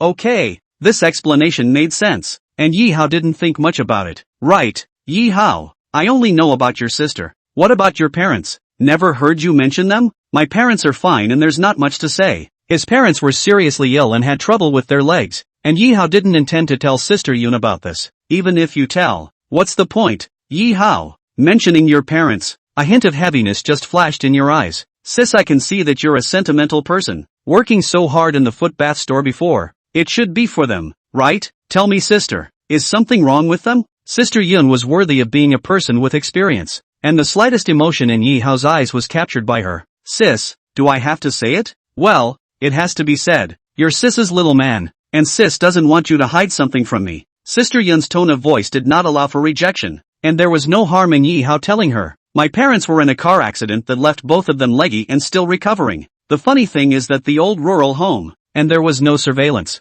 so the driver who hit him fled. For this reason, I also took out a lot of online loans and had no choice but to go to work in a footbath store to make some quick money. Yi Hao's words caused Shin Mengyun to fall into a moment of contemplation. Then she followed up with, is it just the legs now? Well, yes, the rest of the body. It's healed, but the injury misaligned the bones. This will have to be nursed slowly. For that matter, why didn't you tell me earlier? What does it mean? Yi Hao didn't understand. In this way, there is an orthopedic hospital in Gangnam City that is the most famous in the country. You take your parents there, maybe you can speed up the recovery. Are you talking about the Gangnam City Orthopedic Specialized Hospital? I've heard of it there, but the cost was too expensive, so I couldn't afford it and didn't go. Yi Hao shook his head. Of course he knew about that hospital. As the saying goes, there are specialties. However, due to the charges are too expensive, at that time the minimum to 1 million, and jacked all the online loans, Yi Hao can only jack 200,000, so directly give up to go to that hospital. You wait, I'll make a call, I'll fix it for you. After saying that, Sister Yun left the bedroom and quietly went to make a phone call. It was thought that Sister Yun had some secrets that she didn't want Yi Hao to know, and it was inconvenient for Yi Hao to eavesdrop. A few minutes later, Yun came back and, take your parents there tomorrow, the director of that hospital, I just given him the word. Sister Yun, then how much does this cost? Yi Hao was naturally willing to let his parents recover earlier, but the problem was that there was no money. Want money? Ask for what money? Your Sister Yun, I'll call him personally. He dares to charge money? I mean, their hospital, but also pour my money. I engaged in engineering, everywhere a little account. Very reasonable, right? Well, that's a perfect explanation too. With a half-hearted attitude, Yi Hao took down the call from Sister Yun. Sister Yun, then what should I say when I call him? If you directly say that your name is Yi Hao and that you're Sister Yun's person, he won't charge any money. Instead, he'll take you guys to the best medical equipment for healing. Sister Yun said this, in a cloudy manner. Yi Hao was even a bit skeptical that she was as simple as just being in engineering. First the leader of the education bureau, and now the director of the hospital. These big shots, but also have to give face to Sister Yun. Is it really bad for Sister Yun's money? So Sister Yun is really in engineering? Chapter 38, Hospital Director's Personal Reception. I don't think about Sister Yun's identity anymore, because no matter what her status, Sister Yun to Yi Hao, there is simply no evil intentions. Instead, time and time again, he helped him with things at home. This minute alone, Sister Yun's actions were enough to move Yi Hao. Sister Yun, why are you so nice to me? I'm just your little white boy. You go around selling favors for me. What can I do? Yi Hao was touched from the bottom of his heart. His own sister, his own parents. It's none of his Sister Yun's business, is it? But people, they didn't care. Less touching. Sis prefers practical action. Then how do you want me to act? You tell me. As long as I can do it, I'll go through fire and water. Cluck cluck cluck. It's not necessary. In the future, Sis just need to ask you to come over and work hard every day like today. This is considered repayment? Yi Hao was confused. Or what? Is it hard to believe that you're going to give yourself to me? Sis, it's not like it's impossible. Count on it. Sis doesn't want to hold you back. You're still young. We'll talk about these things later. Sis, make it sound like you're old. You're only about 10 years older than me at best, but in my heart you'll always be 18-inch. This kid, he's a real talker. However, Shen Mengyun loved it, but her age, almost double than Yi Hao. More can be when Yi Hao mom's age. Trying to act young doesn't help. Don't be poor. It's 9 p.m. You can go now. And it's time for sis to go home. Sister gives you 99 points for your performance today. Upon hearing that there were only 99 points, Yi Hao was really wronged. He could be said to have really gone out on a limb today. Half a day. 6 grooms. Just ask this intensity. Who else? Sis, can't you even give me a perfect score? Keep a point in case you're proud. Yoon said as she removed her nightgown and changed into her normal attire. Obviously, she's not going to spend the night here. She's leaving, while staying with Yoon's flavor. But Yi Hao knew that Sister Yoon was a busy person. Sis, before you go, can we still hug? Hug me if you want. Sis is yours and so are you. Sister Yoon had just finished speaking when Yi Hao directly hugged him. Not only a hug, but a deep kiss. The air, once again, smelled of hormones. But it was restrained by Yi Hao. Yoon also restrained herself. Well, little one, sis has to go. I have something to do in the morning, so you can see if you want to go back, or stay here. After saying that,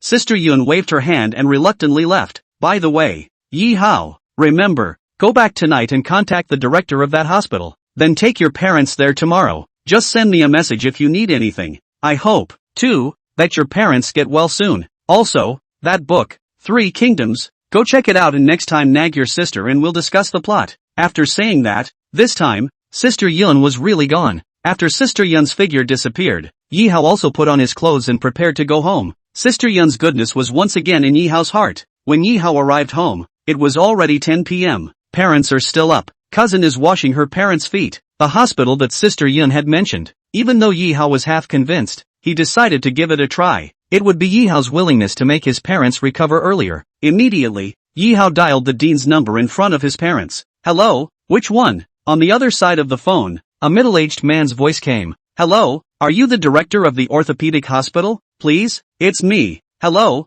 I'm Yi Hao, Sister Yoon's man. Yi Hao directly followed what Sister Yoon said and was the first to introduce himself. Oh, Mr. Yi Hao. Hello, Sister Yoon has already given me an explanation. Your parents' matter. It's wrapped up in me. You can just bring them over directly tomorrow. Holy, it's actually true. Sister Yoon didn't lie to herself. Then Dean, what about this matter of fees? Yi Hao still had to ask clearly. Fees? Mr. Yi Hao, you're joking. Sister Yoon opens her mouth once in a while. You're her person, and you're still talking about fees. Okay, thanks, Mr. Yi Hao. Your parents are leggy. If it's inconvenient, our hospital car can come over tomorrow to pick you up. That would be best. Thank you, Dean. You're welcome. I'll see you tomorrow then. Yi Hao made the call. It was on speakerphone. Naturally, I also wanted to let my parents know the good news. When the parents heard about it, they were outright confused. How? What hospital? The best orthopedic hospital that will get you all better sooner. SS. The parents laughed and cried. The parents had been nesting for over a month and had had enough. It doesn't matter if you are a loser. The main thing is that the pressure is all on your son and they have been in the middle of it.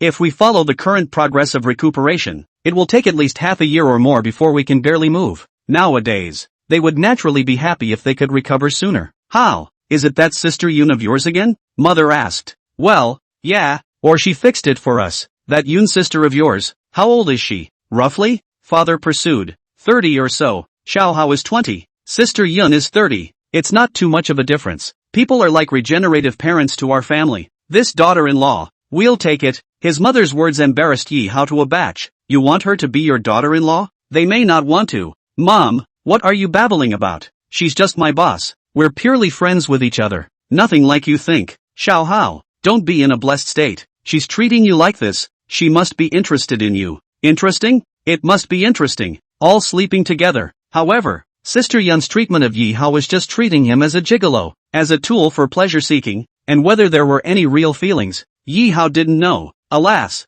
it's useless to think so much. Something for later. Ignoring the nagging of my parents, Yi Hao took out his cell phone. Messages were sent to the counselor and homeroom teacher to each take a leave of absence. Counselor Song whinnying, Yi Hao, your parents' matter is really a big deal as well. The teacher will grant you a leave of absence. Class teacher Zhou Ishue, the counselor can agree to it. I have no problem with it. Thank you, teacher. Yi Hao asked for 2 days off, and asked for more for fear that the counselor would not approve the leave. Besides, it's fine to have a cousin back there to take care of your parents, and she's paid a salary anyway. Brother, I also want to take a vacation. I also want to go to the hospital to be with you guys. Nui eagerly said. Nonsense, brother is in college. It doesn't matter if you take a vacation. What if you take a vacation and fall behind in your classes? But Nui Nui wants to know about her parents. It's okay, I have your homeroom teacher's phone number. I'll ask her to pass it on to you after I bring my parents for a checkup tomorrow. So don't worry about it, right? Oh, the following day,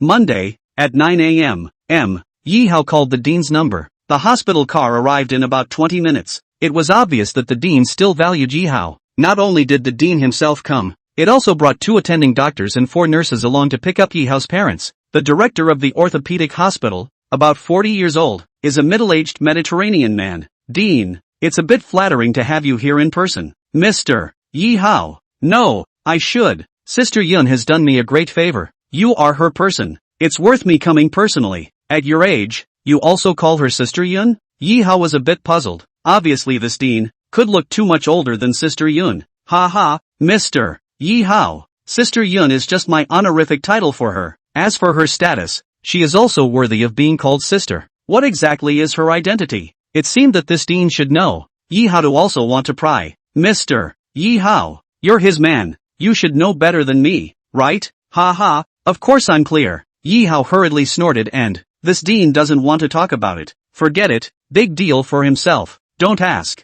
I think that Sister Yun should have specially explained it. Yuck, this may as well do everything, favoring certain secrets to prevent Yi Hao. Can't you see the light of day? That's right, Yi Hao is also guarding against others. At least, Sister Yun wouldn't know that he was a student at JNU. Chapter 39, A Chance Encounter with Senior Maybach. Gangnam City Orthopedic Hospital. As Cloud said, the dean will give the best medical care to her people. Sure enough, under the personal leadership of the dean, Yi Hao's parents were admitted to the most expensive and well-equipped ward of the orthopedic hospital. For free, of course. Mr. Yi Hao, your parents will stay here at ease for as long as it takes. Wait a minute, Dean, how that sounded a little off. Brother, this is a hospital. Who wants to feel comfortable staying here all the time? Is that how you talk? As if realizing he'd said the wrong thing, the dean smiled, after a slight embarrassment. I mean, don't you worry, your parents are at ease here and getting better. When their test results come out, our hospital will then give them the best treatment to ensure that they can return to normal in the fastest time possible. Well, that's more like it. What kind of cursed person stays in the hospital all the time? Okay, thanks Dean. There's no need to be polite with me. You're the one that Sister Yun personally opened her mouth to introduce to me. We don't need to be outgoing. Oh, well, then, Mr. Yi Hao, call if you need anything. I still have things to do, so I'll leave first. Yi Hao nodded, grateful to this dean. Of course, the one who's most grateful, that's definitely Sister Yun. All of this was brought to you by Sister Ring Yun. On the side, the nanny cousin was filled with envy when she saw the dean's very respectful attitude towards Yi Hao. At the same time, she was sighing in her heart. Coming to Yi Hao's house to be a nanny was really the right thing to do. Yi Hao's growth would definitely be unlimited. A big shot like the hospital director was so polite to him. Looking towards Yi Hao, her cousin's heart was filled with fire. Not only her cousin, but even the few nurses and doctors who accompanied her, could see how respectful the dean of the house was to this young man. Gangnam City Orthopedic Hospital, which is the most famous orthopedic hospital in the country. Normally, a big shot like the dean is more of a god than a dragon. But today, the dean himself went to pick up the patient, and waived all fees, and arranged for the most expensive medical facilities. Hiss, what it says. It showed that this young man in front of him was definitely extraordinary. Immediately, the 2 attending physicians, and the 4 female nurses began to talk to each other. Is he some kind of rich kid? Or is he a second-generation official from some bigwig's family? But it's not right. The 2 who are sick are his parents. They are plainly dressed, and they don't have much temperament, and they don't look like people in high positions. Alas, what do you care? Anyway, that young man, we definitely can't afford to offend him. In addition to mingling, another pretty young female nurse, He Jianing, had a different idea. She came to the hospital for half a year, has been in intern status, transfer assessment and so on, several times failed. It's not that she's incapable. Rather, the head nurse never gave her a pass because of her good looks. Anyone who has worked as a nurse in a hospital knows that the head nurse is the top dog for female nurses. The potential reason the head nurse wouldn't give her a chance to pass her internship test was that the son of the head nurse has been pursuing He Jianing. He Jianing, for better or worse, is the prettiest and youngest female nurse in the orthopedic hospital, and the son of the head nurse, who looks like the dependent defense. You want He Jianing to argue a relationship with Yatoa? No way. If it was not for the fact that it was too difficult to get into the orthopedic hospital, He Jianing would have resigned from her job long ago. Where else would she need to look at the head nurse's face every day? To cross the head nurse and go to the other leaders of the hospital to complain? This is obviously unrealistic. After all, the hospital leaders will not listen to her as an intern. Now, seeing the attitude of a hand like the hospital director toward the young man in front of him, He Jianing knew that this young man called Yi Hao could definitely turn her straight with a single sentence. Looking toward Yi Hao, He Jianing's eyes were a bit fiery, not only because he was handsome, but also because Yi Hao could turn her straight. I'm going to try to perform hard the rest of the way. Thinking about this, He Jianing began to breathe heavily. An hour later, the results of Yi Hao's parents' full body examination came out. When the attending doctor told Yi Hao that it would only take a month for his parents to get off the ground and recover as before, Yi Hao got excited. If you are in a rented room, it will take at least half a year, if not more than a year, to be treated with medication and a slow and careful regimen. Now that his parents only needed a month to be mobile, how could he not let Yi Hao be excited? Still, his parents and sister were Yi Hao's scales, and if they were well, Yi Hao would be well. Mr. Yi Hao, for the next month, your parents will be in our care, so go about your business as you should. You can rest assured with a couple of our nurses. Taking advantage of the gap between the doctor's absence, female nurse He Jianing finally had a chance to talk to Yi Hao. Only then did Yi Hao raise his head and look at the female nurse. Even if she was wearing a standard white nurse's uniform, the nurse's face value still belonged to a little bit of red among all the greenery, and her beauty was outstanding. Just like Xin Yue's kind, it is a unique beauty that can be recognized at a glance from the crowd. However,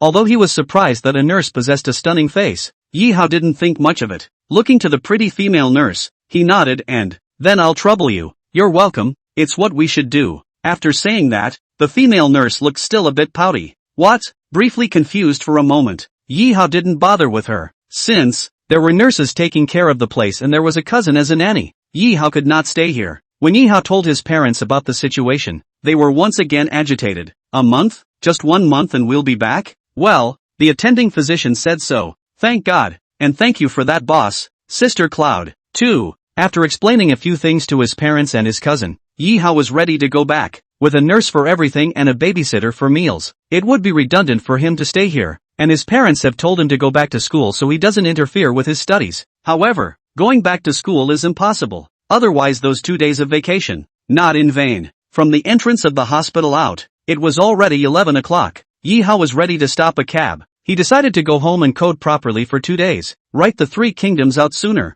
and you can make money sooner, too. However, not far from the hospital entrance, in front of a snack stall, a man seemed to recognize Yi Hao and called out to him. "Yip ho, student?" Looking at the sound, Yi Hao saw a fresh-faced, slightly handsome-looking boy. "It's Wang Zimo, the senior who drove a Maybach to chase after Counselor Song Weining, whom we met a few days ago." "Senior," Yi Hao greeted with a smile as well. "What? You're only a sophomore and you're skipping class? You really have the demeanor of your senior year." Seeing Yi Hao outside the school and it was morning, Wang Zimo naturally took him as a student who skipped class. College as well, always have to skip a few classes. Yi Hao laughed. Anyway, he wouldn't pull out his heart if he wasn't familiar with it. "Have you eaten yet, schoolboy? Come and get some. Eat, senpai. Enjoy your meal. I'm going to take a taxi back to school." "Wait, I'll give you a ride. I'm going back to school too." Wang Zimo didn't eat here, but chose to pack it. Today, he still drives a Maybach. Remembering what Wang Zimo said last time,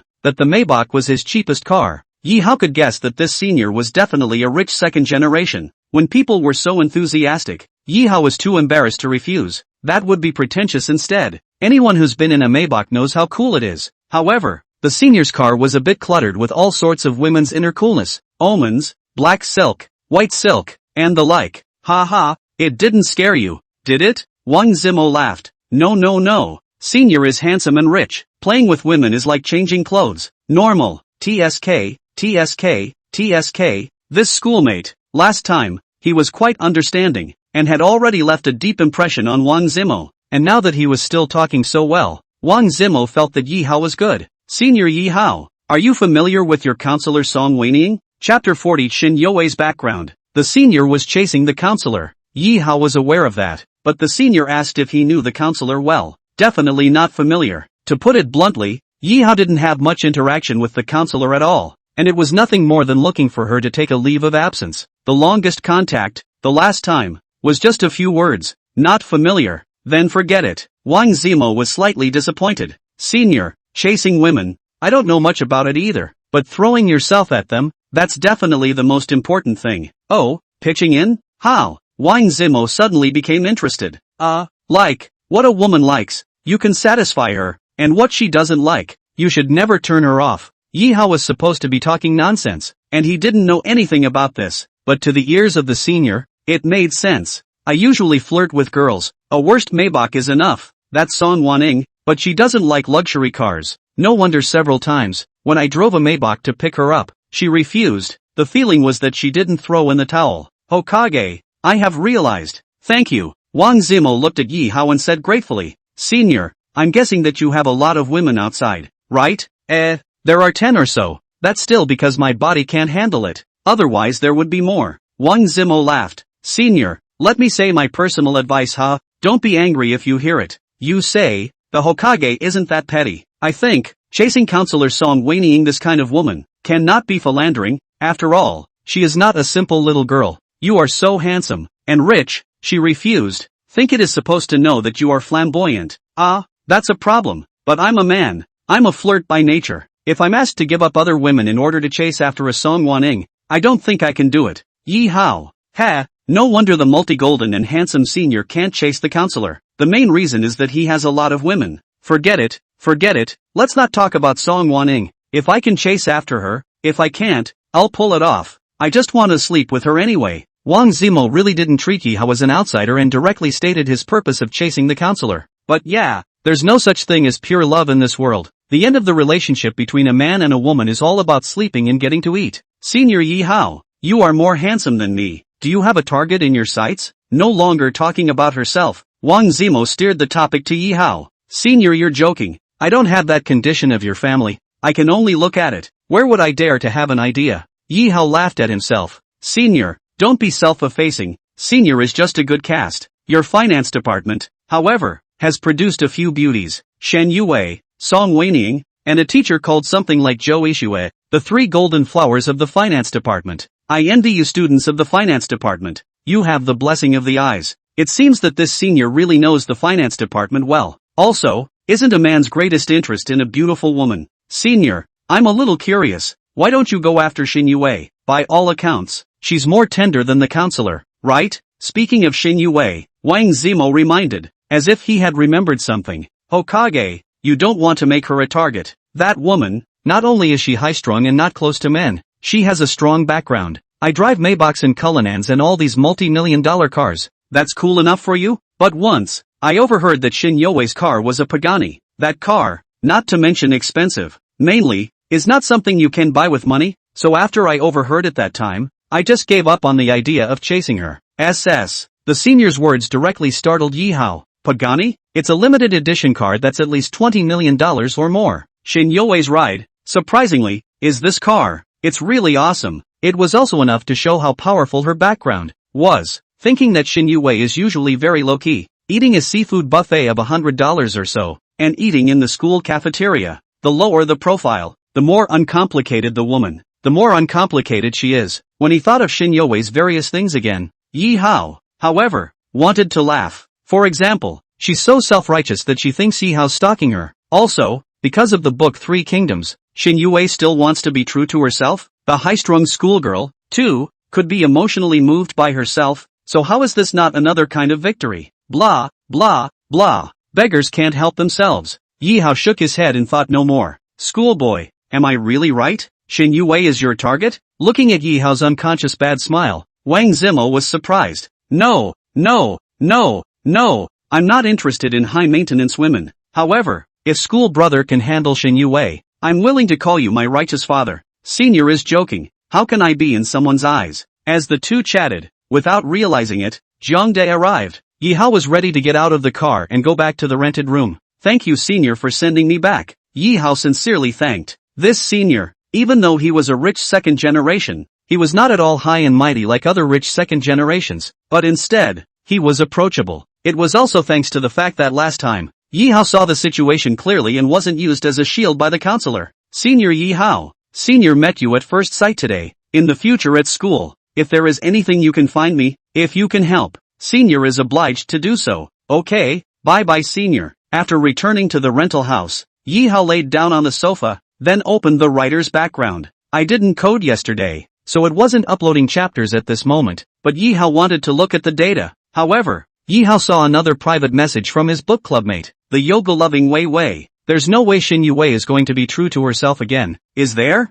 Thinking, Yi Hao clicked on the private message page. Surprisingly, Xin Yue's private message became polite. I'm sorry, author. I got emotional yesterday and was a little rude to you. As an apology, an additional 5,000 bounty has been given to you. I hope the author greatly. Don't be angry. Oh, I also don't really want to reel you. Just kidding. Yi Hao people numb. This is a joke? What on earth could have caused the titular high school girl to turn around? Yi Hao naturally didn't know because Xin Yue was warned by her mother. However, Yi Hao didn't think much about it. Anyway, Xin Yue didn't know that the book was written by Yi Hao, so whatever she did, it was none of Yi Hao's business. As for this 5,000 reward, Yi Hao laughed it off. It's not like that schoolgirl is short of money. In addition to seeing Xin Yue's private message, Yi Hao also saw many private messages. There were those who scolded him and those who encouraged him. For 10,000 readers, there are 10,000 Hamlets, and everyone's likes or dislikes are different. So a book,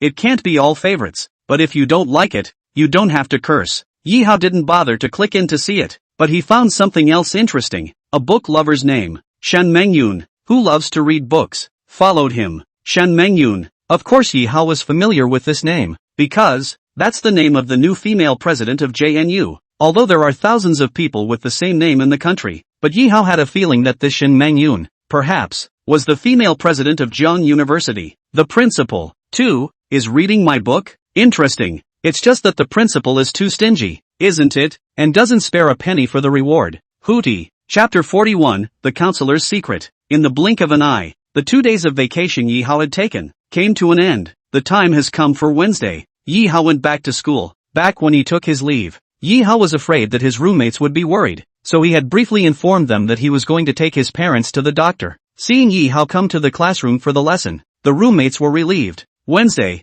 4 classes in the morning. All the class teacher Zhou Yishue's professional class. Before class, the homeroom teacher informed of an incident. Last week, I said that about the attribution of bursaries. After I talked to the counselor, after I talked to the school about the situation, for the 3 bursary places this semester, I'm giving the list. Yi Hao, Jupin, Lu Fugue. As I said, bursary places will be given on the basis of family conditions. These three of the poorest families in the class. As for some more, equally poor students, I will take care of the other grants next time. The homeroom teacher drew a round of applause just as she finished. The source of the applause was, naturally, the sympathetic girls, and the equally impoverished students. If it's like previous years, the bursaries, and other subsidies, are all taken by the schoolboys, and the poor students have no hope at all. Now it's good that the classroom teacher is personally in charge of this, showing that anyone who is truly poor has a chance. Teacher, Xu Ping and Lu Fugue, I agree, but Yi Hao,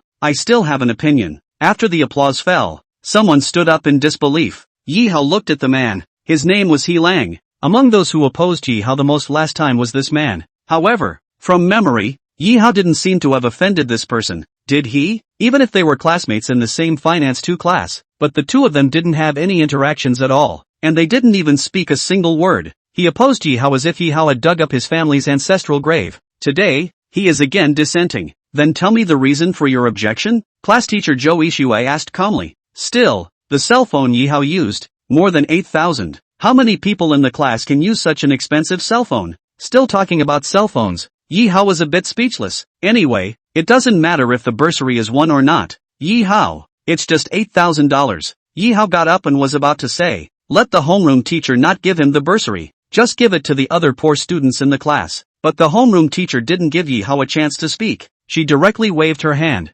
signaling Yi Hao to keep quiet. This student, objection overruled. Expensive or cheap electronics are not directly related to home environment. Student Yi Hao's family, indeed, is in difficulty. This is what I personally know. And, I've already submitted the list. I'm just informing you today, not discussing it with you. The class teacher's non-negotiable tone staggered Yi Hao. That's what a classroom teacher should be. A bully. In his heart, Yi Hao had more good feelings about the class teacher Zhou Yishue. It wasn't because the homeroom teacher gave Yi Hao a bursary, but because the homeroom teacher no longer cared about anything in the class like before. At least this time, the classroom teacher was fair. Zhu Ping, Lu Fugue, is indeed considered the poorest student at work. If Yi Hao was not a traveler, If Yi Hao had not been adopted by Sister Yun, his family's condition would have been worse than Zhu Ping and Lu Fuguwei. The opinion was not adopted by the class teacher, and He Lang's face was ugly as hell. Looking toward Yi Hao, his heart was filled with hatred, that look in his eyes, as if he had killed his father. Yi Hao skimmed up his mouth, expressing his innocence. Anyway, he didn't know why this He Lang student was so against him. Yi Hao was also too lazy to care. He Lang, this kind of small karami, did not enter Yi Hao's eyes at all. However, in addition to He Lang, a few schoolboys in the class looked at Yi Hao with some disbelief. Who dares to have an opinion when the homeroom teacher has spoken? His roommate, Hao Qian, saw the delicate atmosphere and he hurriedly stood up to speak for Yi Hao. Sure enough, as the richest student in the class, he still carries weight in this class. Immediately, both He Lang and the several schoolboys regained their composure. The classroom teacher's class. Yi Hao did not code words. Let's just do the homeroom teacher a favor or she'll lock him up again. Although Yi Hao had been listening to the class the entire time, he was actually pretending to listen. His eyes, which had been staring at Zhou Yixue, not to mention that the homeroom teacher's face was absolutely beautiful, and her body was nothing to sneeze at, especially with the skinny jeans she wore today. Not to mention, looking at it, Yi Hao even got lost in thought. Naturally, he thought of certain nasty things. Men, it's normal. Who made the homeroom teacher one of the 3 golden flowers of the finance department? In fact, not only was Yi Hao looking at the homeroom teacher, the boys in the class were also looking. Who let his class have a stunningly beautiful homeroom teacher? And who wouldn't look at her? Ahem. Being a little embarrassed by the boys in the class staring at her, Zhou Yixue deliberately coughed twice, and her face even had a slight blush. Soon, the 4 morning specialty classes were over, and Wednesday afternoon, no classes again, was comfortable. For the rest of the class, Wednesdays are the favorite because there are fewer classes. Yi Hao, however, still had a part-time job to do, which was to clean the principal's office. At 2 o'clock in the afternoon, Yi Hao, who got up from his lunch break, went to the school office building. Like last week, he first went to the counselor Song Weining and asked her for the key to the principal's office. Counselor Song Weining's office. She was the only one at this moment. However, Yi Hao knocked on the door several times, and the counselor didn't hear him. Seeing that the door was open,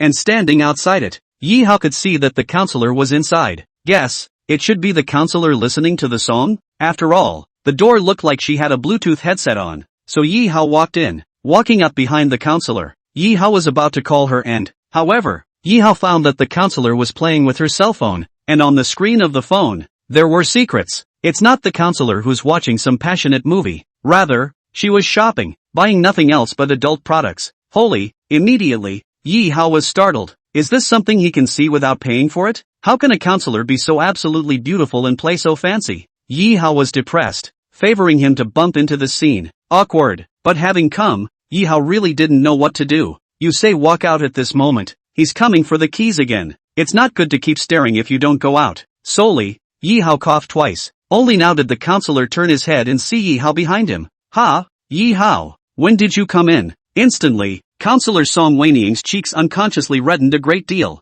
Teacher, I knocked on the door for a long time. You just didn't hear it. Yi Hao hurriedly explained. Ha, then what are you doing in my office? Teacher, it's time to clean the principal's office today. I came to get the key. Didn't you tell me to come over to you? Emotionally, the counselor is still forgetful. Oh, yeah, you didn't see the secret on top of the teacher's cell phone, did you? The counselor looked a little flustered and shy. Don't worry, teacher, I didn't see anything. Chapter 42 Shocked Principal Shen. Don't worry, teacher, I didn't see anything. Yi Hao hurriedly used his eyes to signal the counselor that her cell phone was on the table, and it hadn't even gone off the screen yet. Holy, that's embarrassing. Song Weining hurriedly turned off her cell phone. At the moment, she couldn't wait to find a crack in the ground. It's okay to have one's little secret discovered by a female coworker, but it was discovered by a student, a male student. It goes without saying how embarrassing this has to be. Student Yi Hao, don't tell anyone about today's incident, haha. Teacher please. Song Weining reddened her face and shyly begged. Teacher, didn't I tell you? I didn't see anything. Even if I see it, I won't talk nonsense. Yi Hao assured. Well, don't worry, teachers aren't like that. The teacher is just addressing a personal need as well. Blah, blah, blah, blah. Song Wanning is numb. Why does she have to explain? Explanation is instead a cover-up. Teacher, I understand. However, Yi Hao was also a bit curious about why the counselor, such a good-looking woman, didn't find a boyfriend. You know, with her face value, if she wanted to fall in love, I guess many people would be willing. For example, That Maybach senior Wang Zimo, isn't he chasing after the counselor? Doesn't a man smell better than that cold thing with no feelings and no movement? Alas, not a woman. So Yi Hao couldn't empathize. Then again, it was none of his business. Teacher, why don't you give me the key to the principal's office? If there's nothing else, I'll be there early to finish cleaning. Yi Hao doesn't want to waste time here. Yi Hao, you swear that you really won't tell the secret of your teacher? Teacher, I really won't say anything. Don't worry, Yi Hao, am not that boring. Okay, teacher trusts you. No longer dwelling on the fact that her secret had been discovered, Song Weiniang handed Yi Hao the key to the principal office. Only after Yi Hao went out did Song Weiniang slowly regain her composure. The office of the female principal. Yi Hao was here for the second time. On the tabletop, on the floor, you can still see some fine strands of hair. Yi Hao took a rag and cleaned them one by one. Well, the principal's office was lavish, but not too big. It's not much of a chore to clean up. Still as last time, Yi Hao accidentally pressed the switch again while cleaning the computer display. The result was that the principal's computer was, once again, accidentally opened by him. Yi Hao no longer had the apprehension that he had last time. The principal's computer, anyway, wasn't much of a secret. The important ones, she's encrypted. However, the last time Yi Hao had corrected 2 problems for the female principal. Yi Hao wondered if the female principal had believed it. Driven by curiosity, Yi Hao once again clicked on the folder named Shin Mengyun. The content from last time, such as the truth about what happened when the second Qing dynasty died, and the half-poem from the stork, has disappeared. Instead, the file named Shin Mengyun had an additional piece of content inside. The Yellow Crane Tower, like the Stork Tower, is one of the 4 great ancient buildings of Daxia, with beautiful and unique scenery and great historical significance. With my knowledge, the Yellow Crane Tower should be built in the Shang Tang dynasty. Legend has it that there are many poets of the Shang Tang dynasty, all for the Yellow Crane Tower mentioned poetry. However, since no written record can be found, those poems, too, have disappeared into history. Seeing this content, Yi Hao smiled again. What a bunch of bull ********. The Yellow Crane Tower is not from the Shang Tang period, but is a much earlier structure from the Tang dynasty. After thinking about it, Yi Hao decided that it was better to give this unmasked female principal the correct answer, and it didn't matter if Yi Hao believed it or not. Immediately, sitting in front of the computer, Yi Hao knocked out a few words that the Yellow Crane Tower was built in the 3 Kingdoms period by Sun Quan of the Eastern Wu. It became famous in the Tang dynasty. One of the most famous poems is called Yellow Crane Tower. Former people have already taken the Yellow Crane to go, and the Yellow Crane Tower remains empty here. The Yellow Crane never returns, and the White Cloud is empty for 1,000 years. The clear river is full of hanyang trees, and the grass is luxuriant on the Parrot Island. Where is the countryside at sunset? On the Smoky River. I feel sad. Poetry isn't worth much anyway, so it's cheap for you. The principal. Think of it as making a contribution to the study of Daxia's history. Thinking of this, Yi Hao was also enlightened. After turning off the computer, Yi Hao continued to clean. In accordance with established practice, Shen Mengyun will come to the school office 1 day a week, which is Thursday, so cleaning on Wednesday is perfect. At 9 a.m. On Thursday, Shen Mengyun came to the office. Seeing the office neat and clean again, Shen Mengyun was in a good mood. She hadn't even accounted for it, and these leaders of the school were still quite good at their jobs. At least they knew to clean her office. Since she got up late today, Shen Mengyun didn't have time to eat breakfast at home, so she had breakfast in her hand, bought outside the school gates. Taking out the milk, Shen Mengyun took a few sips while opening her computer to work. After clicking on her name to name that folder, Shen Mengyun instantly forgot to swallow the milk, and was so directly shocked that he sprayed the milk out of his mouth. Who is it? Touched my computer again? And, again, corrected the problem for me. Wait, the poem. My God, how does this poem fit so well with the Yellow Crane Tower? It's as if the Yellow Crane Tower is like a fairyland with this poem. Immediately, Shen Mengyun was directly shocked to know and inwardly couldn't even be bothered to eat breakfast. She hurriedly took out the phone and called the person in charge of the Yellow Crane Tower scenic area. As a senior research scholar of history, Shen Mengyun, the person in charge of the Yellow Crane Tower scenic area, has long been asked to help her. Must help them find a poem that can match the Yellow Crane Tower. The Yellow Crane Tower scenic area, of course, has been facing the country, seeking poems that, if it is adopted, a 500,000 RMB appreciation fee will be given, and you can visit the Yellow Crane Tower for free for the rest of your life. This small amount of money, Shen Mengyun naturally does not see it. She was calling because she wanted to let the person in charge of the scenic spot know that the poem they had so painstakingly sought had been found by her. Shen Mengyun, it's kind of like living up to the hype. Principal Shun, hello, what are your orders for calling me in your busy schedule? For Shen Mengyun, the person in charge of the scenic spot was naturally respectful. After all, people's identity, status, is not something that he, a person in charge of a scenic spot, can compare. I have the poem you asked me to help find. Ah, Principal Shun, you're not kidding, right? Do I need to joke with you? Shen Mengyun said with disdain. Principal Shun, over the years, netizens have written many poems for my Yellow Crane House, but none of them match this poem you found. If we are satisfied and accept it, we will directly give you $1 million. The person in charge of the scenic spot respectfully said, but he'd long ago become numb to for so many decades, the people of Daxia, who don't want to make money from the scenic spots. So here come countless people who think they have a gift for poetry, but the poems they inscribed for the Yellow Crane Tower were either unpleasant, cockamamie, or bland. In a word, the pressure does not reflect the dominance and beauty of the Yellow Crane Tower. So, none of the songs were able to be hired. As for today, hearing Shen Mengyun say that a matching poem had been found, and the man in charge merely laughed, and, if it wasn't for the fact that he was in Shen Mengyun's way, he wouldn't even want to take care of it. After all, enough disappointment saved up equals little hope. Chapter 43, Who Moved the Principal Computer? What the head of the scenic area thinks, Shen Mengyun naturally does not know. She only knows that if this poem cannot pass, then no poem in the world can match the Yellow Crane Tower. At that moment, Shen Mengyun did not talk nonsense. Listen, I'm going to read it to you and then send it to you. People in the past have already taken the Yellow Crane to go, and the Yellow Crane Tower remains empty here. The Yellow Crane never returns. The White Cloud is empty for 1,000 years. The clear river is full of hanyang trees, and the grass is luxuriant on the Parrot Island. Where is the countryside at sunset? The smoky river makes people sad. When listening to Shen Mengyun oral, the person in charge of the scenic area directly flaxen stayed. Originally, even if it was Shen Mengyun, a person of noble status, the person in charge of the scenic spot did not hold out hope. But who knows? Only this first sentence has already shocked the person in charge of the scenic spot to the point of no return. Not to mention the following sentences. Wonderful. So wonderful. It fits. It's too good to be true. Principal Shun, can you send me the text version? This poem, so perfect, through the legend combined with the reality. More appear my Yellow Crane Tower domineering, without losing the beauty. Shen Mengyun didn't talk nonsense, and directly sent the text version through the mailbox. Principal Shun,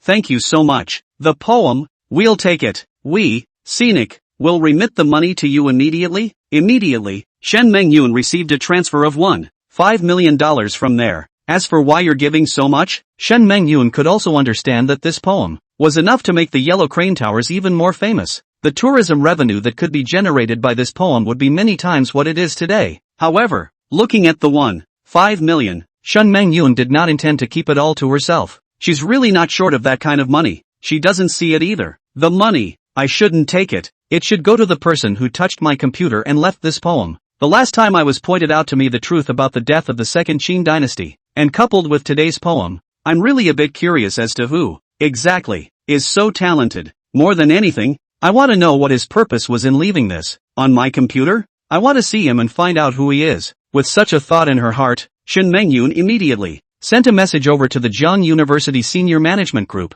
Who are you to have come into my office and touched my computer for 2 weeks in a row while I was away? When the top management of Zhangde saw the message sent by Shen Mengyun, they were all startled. Who's got the guts to touch the principal's computer? Dare to touch the principal's computer? And yet, 2 weeks in a row, they've touched the principal's computer? Immediately, there were people who immediately proved their innocence. Principal Shun, it's not me. I've been in Kyoto for a few days for a meeting, with photos to prove it. It's not me either. Principal Shun, I'm on a business trip to Yucheng, accompanied by 2 weeks of trip code screenshots as proof. Principal Shun, much less me. I'm in the lab at the back of the school, focusing on scientific research. The entire school hierarchy, all responding one by one, have proof of their alibi. Seeing this scene, Shen Mengyun frowned. Anyway, today she was determined to see this person. Immediately, Shen Mengyun politely said, do not be afraid, and be brave enough to admit that it is a good thing, not a bad thing, that I sought him out. Shen Mengyun is a little more aggressive. Instead, the tone of her words made the group of executives even more alarmed. As the saying goes, when things go wrong, they go wrong. The more Shen Mengyun was like this, the more it proved the seriousness of the matter. But seeing as how no one has come forward to admit it, Shen Mengyun was a little confused. Hardly, and not a school senior or school leader, but the others, Shen Mengyun wasn't familiar with them either. It also happens that her office has no surveillance. The floor of her office has no surveillance. She's not allowed to install surveillance. Naturally, because she's a woman and it's inconvenient. Since it's not you guys, you order it down and check it out for me. I must see. Today, the person who, 2 weeks in a row, came to my office and touched my computer. If I don't see that man today, I will search all of Jiangde and dig 3 feet into the ground to find him. Shen Mengyun was so stubborn that when she decided on something, she would never stop until she achieved her goal. At Shen Mengyun's command, this group of senior staff at the school all knew that this was definitely serious. They immediately relayed the principal's message to the colleges they were responsible for,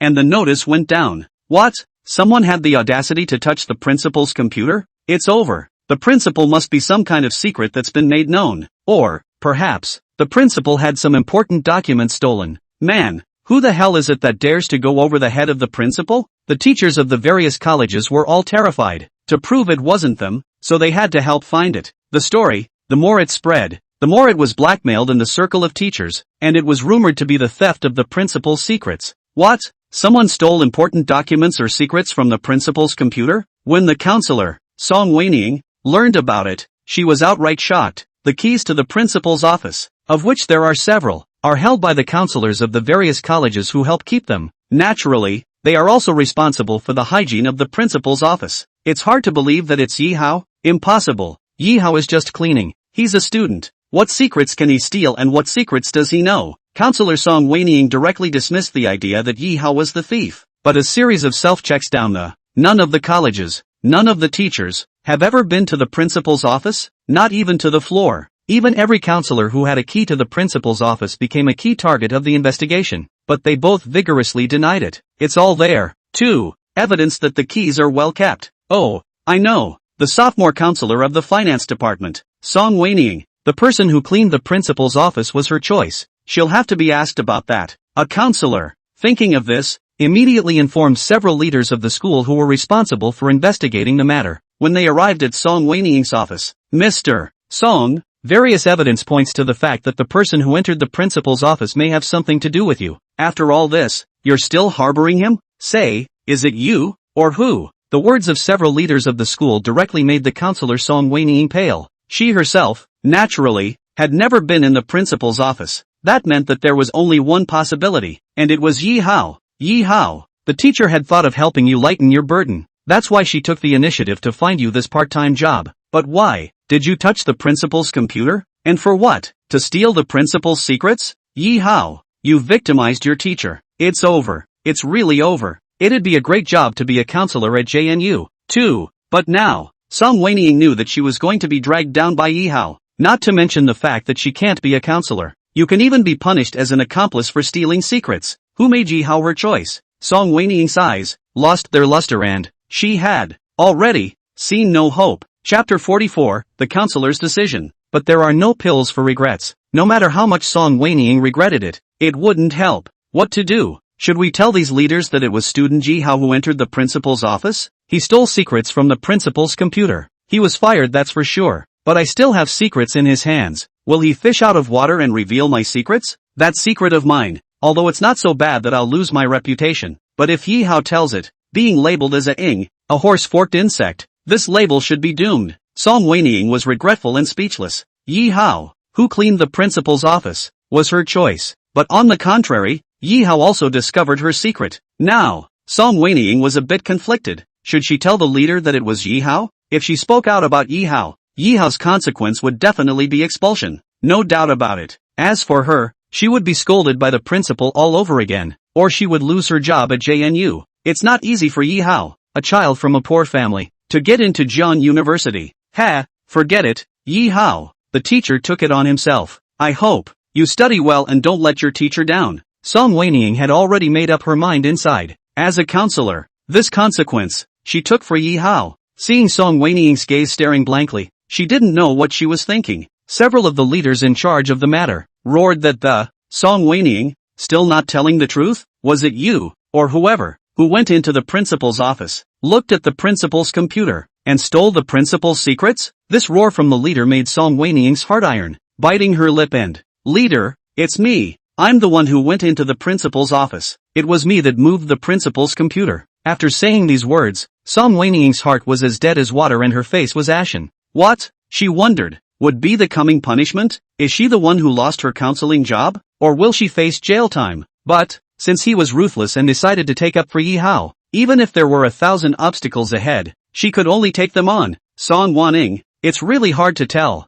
You're so good looking, but is a taker. How dare you even touch the principal's computer? How dare you even look at her secrets? Come on, come with us to the principal. Just like that, the counselor, Song Waning, was taken to the principal's office by several leaders. Knock, knock, knock. A leader knocked on the door of the principal's office. Come in, the door is unlocked. Only after a female principal's voice came from inside did one of the leaders dare to push open the door. Principal Shun, the person who touched your computer was found out by us. It's the counselor of the sophomore level of the finance department, Song Waning. Upon hearing this, Shun Mengyun then looked up and saw the pale-faced Song Waning. You guys, go ahead and get out. Song Waning stayed alone. I have something to ask her. At Shin Mengyun's command, several school leaders then left. From Principal Shun's calm face, they couldn't tell if they were happy or sad. Often, though, that calm is even more frightening. They also didn't know what punishment awaited Song Waning, but that had nothing to do with them either. After a few of the school leaders had gone out, Shin Mengyun looked at Counselor Song Waning and smiled. MS. Song Waning, right? Don't be afraid. Have a seat. Although it was the first time I came into such close contact with Principal Shin, but the counselor knew that anyone who could be a principal was not simple. But what does she mean? And actually smiled at her? Song Waning was 100,000 times confused in her heart. Song Waning wouldn't dare to sit down. After all, now that she was taking the blame for Yi Hao, she was tantamount to being a sinner. Principal Shun, I know you are angry in your heart, but, checking your computer, I really didn't mean to.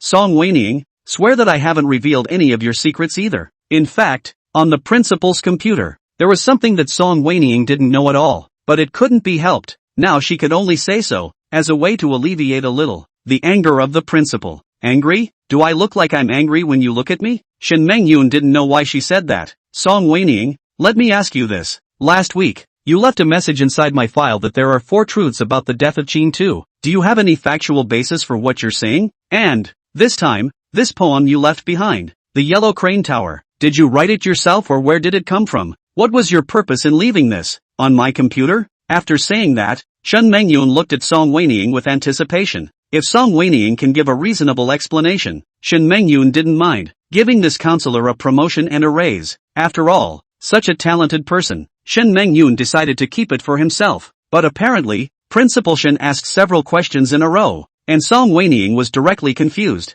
Principal Shen, what are you talking about? I can't understand anything. You don't understand? You're still pretending with me, aren't you? Shen Mengyun wanted to laugh. Song Weiniang, don't be formal or nervous. I'm not even mad at you for touching my computer. I don't have any secrets on my computer, either. Instead, you have studied history so thoroughly. I admire you. You know what I mean? Don't get it. Pressure doesn't get it. Okay, you're afraid there's a cat cake in your principal? She said some words that Song Weiniang didn't understand. For example, what great Qin died in the 2nd century? For example, what poem about the Yellow Crane Tower? Song Weiniang is just a counselor in an administrative unit and not a historical researcher. She knows a hammer to know. But principal, I haven't left anything on your computer, either. Song Weiniang hurriedly defended herself. She literally cried herself to death. The beautiful principal's words were so cloudy that it was really hard for her.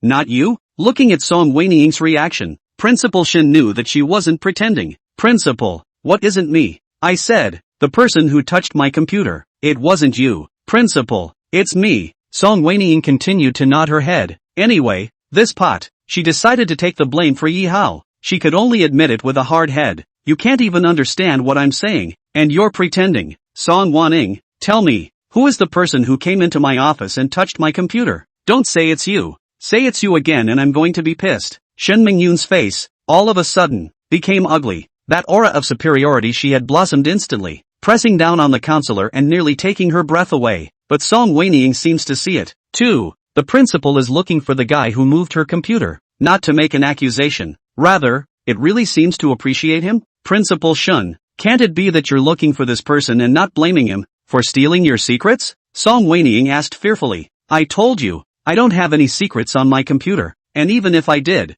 I've encrypted it in layers. I sought him out because I wanted to see him and to thank him. So, I don't know. What's your relationship with him, and why did you have to admit it for him? Principal Shun was speechless. Principal, then why do all the school leaders look so serious? I really thought that the person who touched your computer stole your secrets. Shun Mengyun. After a slight embarrassment, Shin Mengyun knew that it should be that she had problems expressing herself, so that these leaders of the school misunderstood her. Instead of stealing my secrets, I have a reward. So, you tell me, who is this guy? Chapter 45, The Class Teacher's Worry. Looking at Principal Shin's tone, Song Weining knew that she wasn't joking. It really wasn't an offense, but rather this person, perhaps, would even be rewarded by Principal Shun. Yi Hao, causing teacher to worry for you for nothing. However, your family is so poor, it would be good if you were rewarded by the principal. Thinking of this, Song Weining completely let go of her worries. Principal Shun, it's Yi Hao,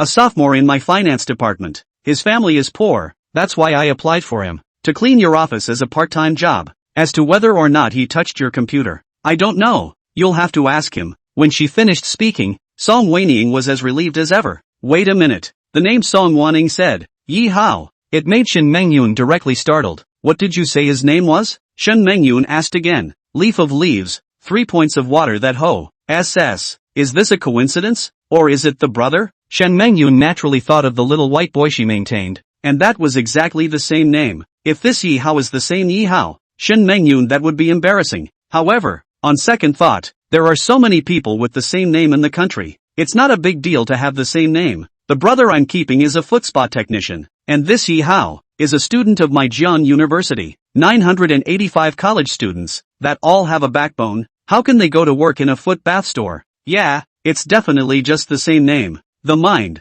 as it were, thought. Shen Mengyun quickly regained her composure. However, she still had to confirm that if this Yi Hao was that little white boy brother, Shen Mengyun wouldn't dare to meet him. The principal is harboring his own students? That's not ethical. Ahem. Mr. Song, do you have a picture of that student? I want to see first. What does he really look like? Principal Shun confused the counselor with this question. Principal, I don't have a picture of him. Oh, if not, then what is your relationship to him? And why do you take the blame for him if I'm the one asking for it? Headmaster, since he was the part-time candidate I picked, as his counselor, I also have a responsibility. Speaking of this, Song Weiniing's cheeks reddened slightly, and this was one of the main reasons. And another reason, of course, was that he had secrets in Yi Hao's hands. Song Weiniing was afraid that after Yi Hao was expelled, he would disregard everything, fish out of water, and reveal her secret. How can she still be a human being? How can she still maintain the persona of an innocent jade girl? That's fine.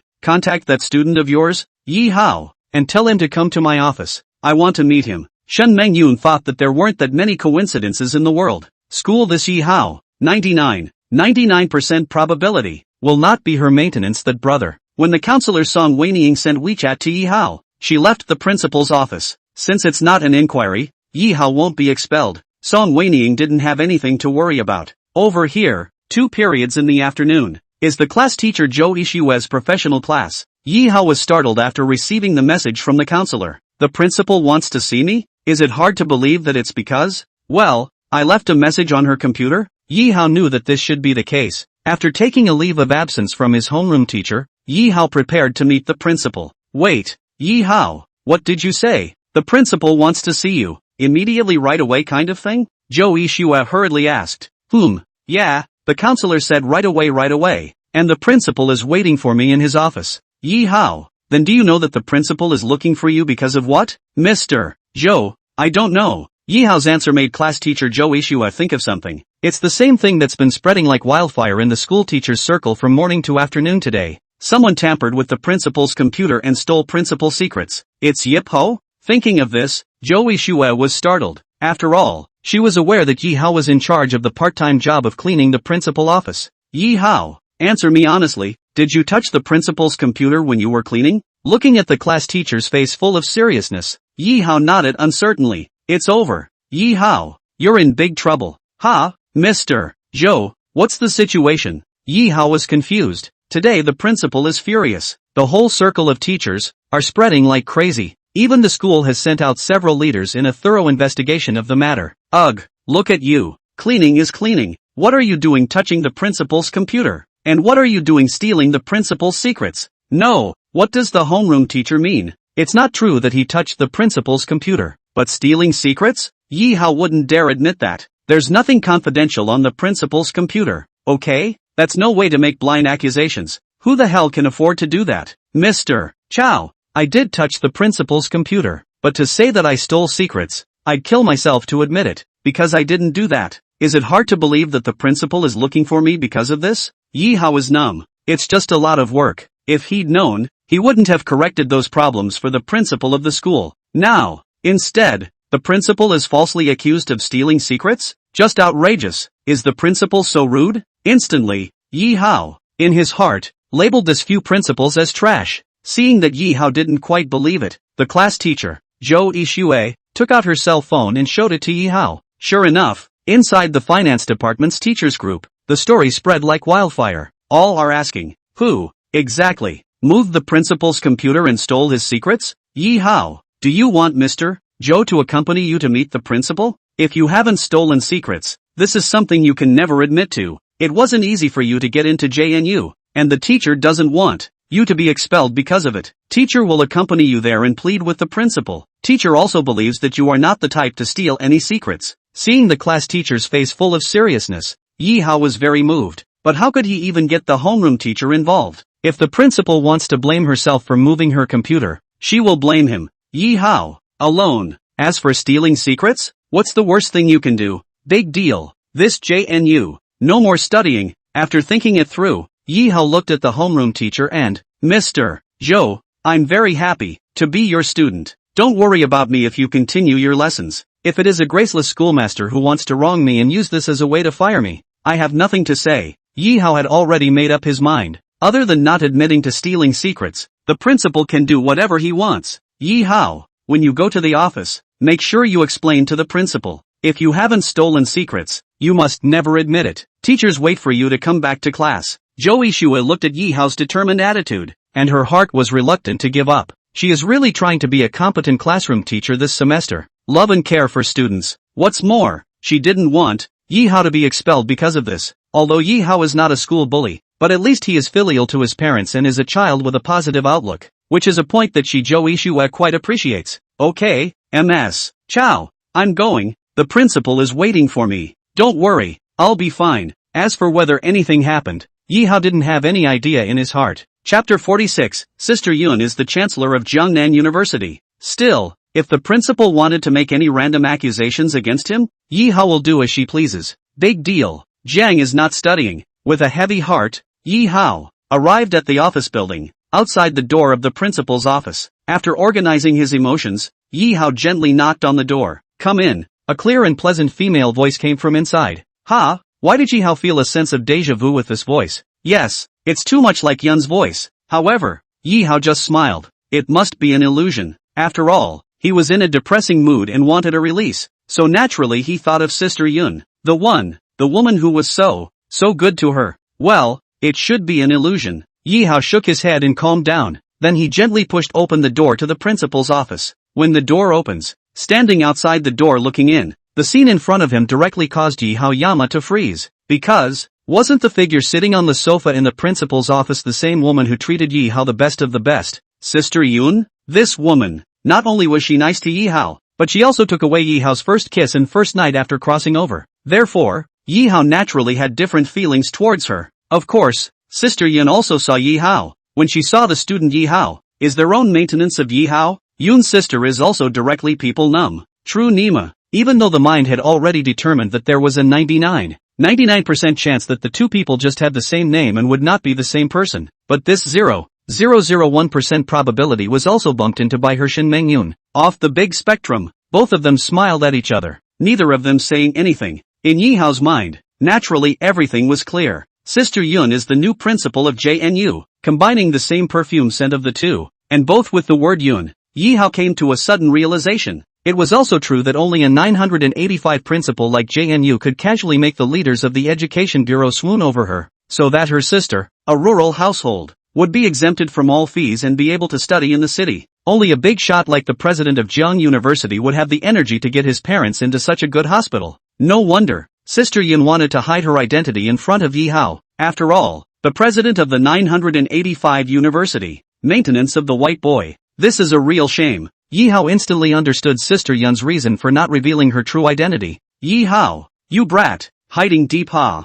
You're actually a student at JNU? It made me think, all this time, that you were a full-time male mechanic. Shen Mengyun snorted. She was no longer obsessed with the question of identity, and since this 0.001% probability was met by her, there was nothing to defend. Sister Yun, I also didn't expect that the new female principal of Jiangnan University would be you. However, remembering Sister Yun's flavorful body, the lustful appearance of how does that fit with a 985 college president? Unconsciously, Yi Hao smiled. Embarrassment, with a capital E. Shen Mengyun naturally knew what Yi Hao had thought of. Why are you still standing? Come in first and close the door. Shen Mengyun glared at him. Oh, right. Yi Hao then rushed inside and closed the door. Yi Hao, sis isn't pretending anymore. Sis is showing her cards. Sister is not some kind of engineering. Sister is Jiangnan University, the new female president. Shen Mengyun looked at Yi Hao and snickered. My brother also showed his cards. My brother is not some full-time male technician, but a sophomore in the finance department at JNU.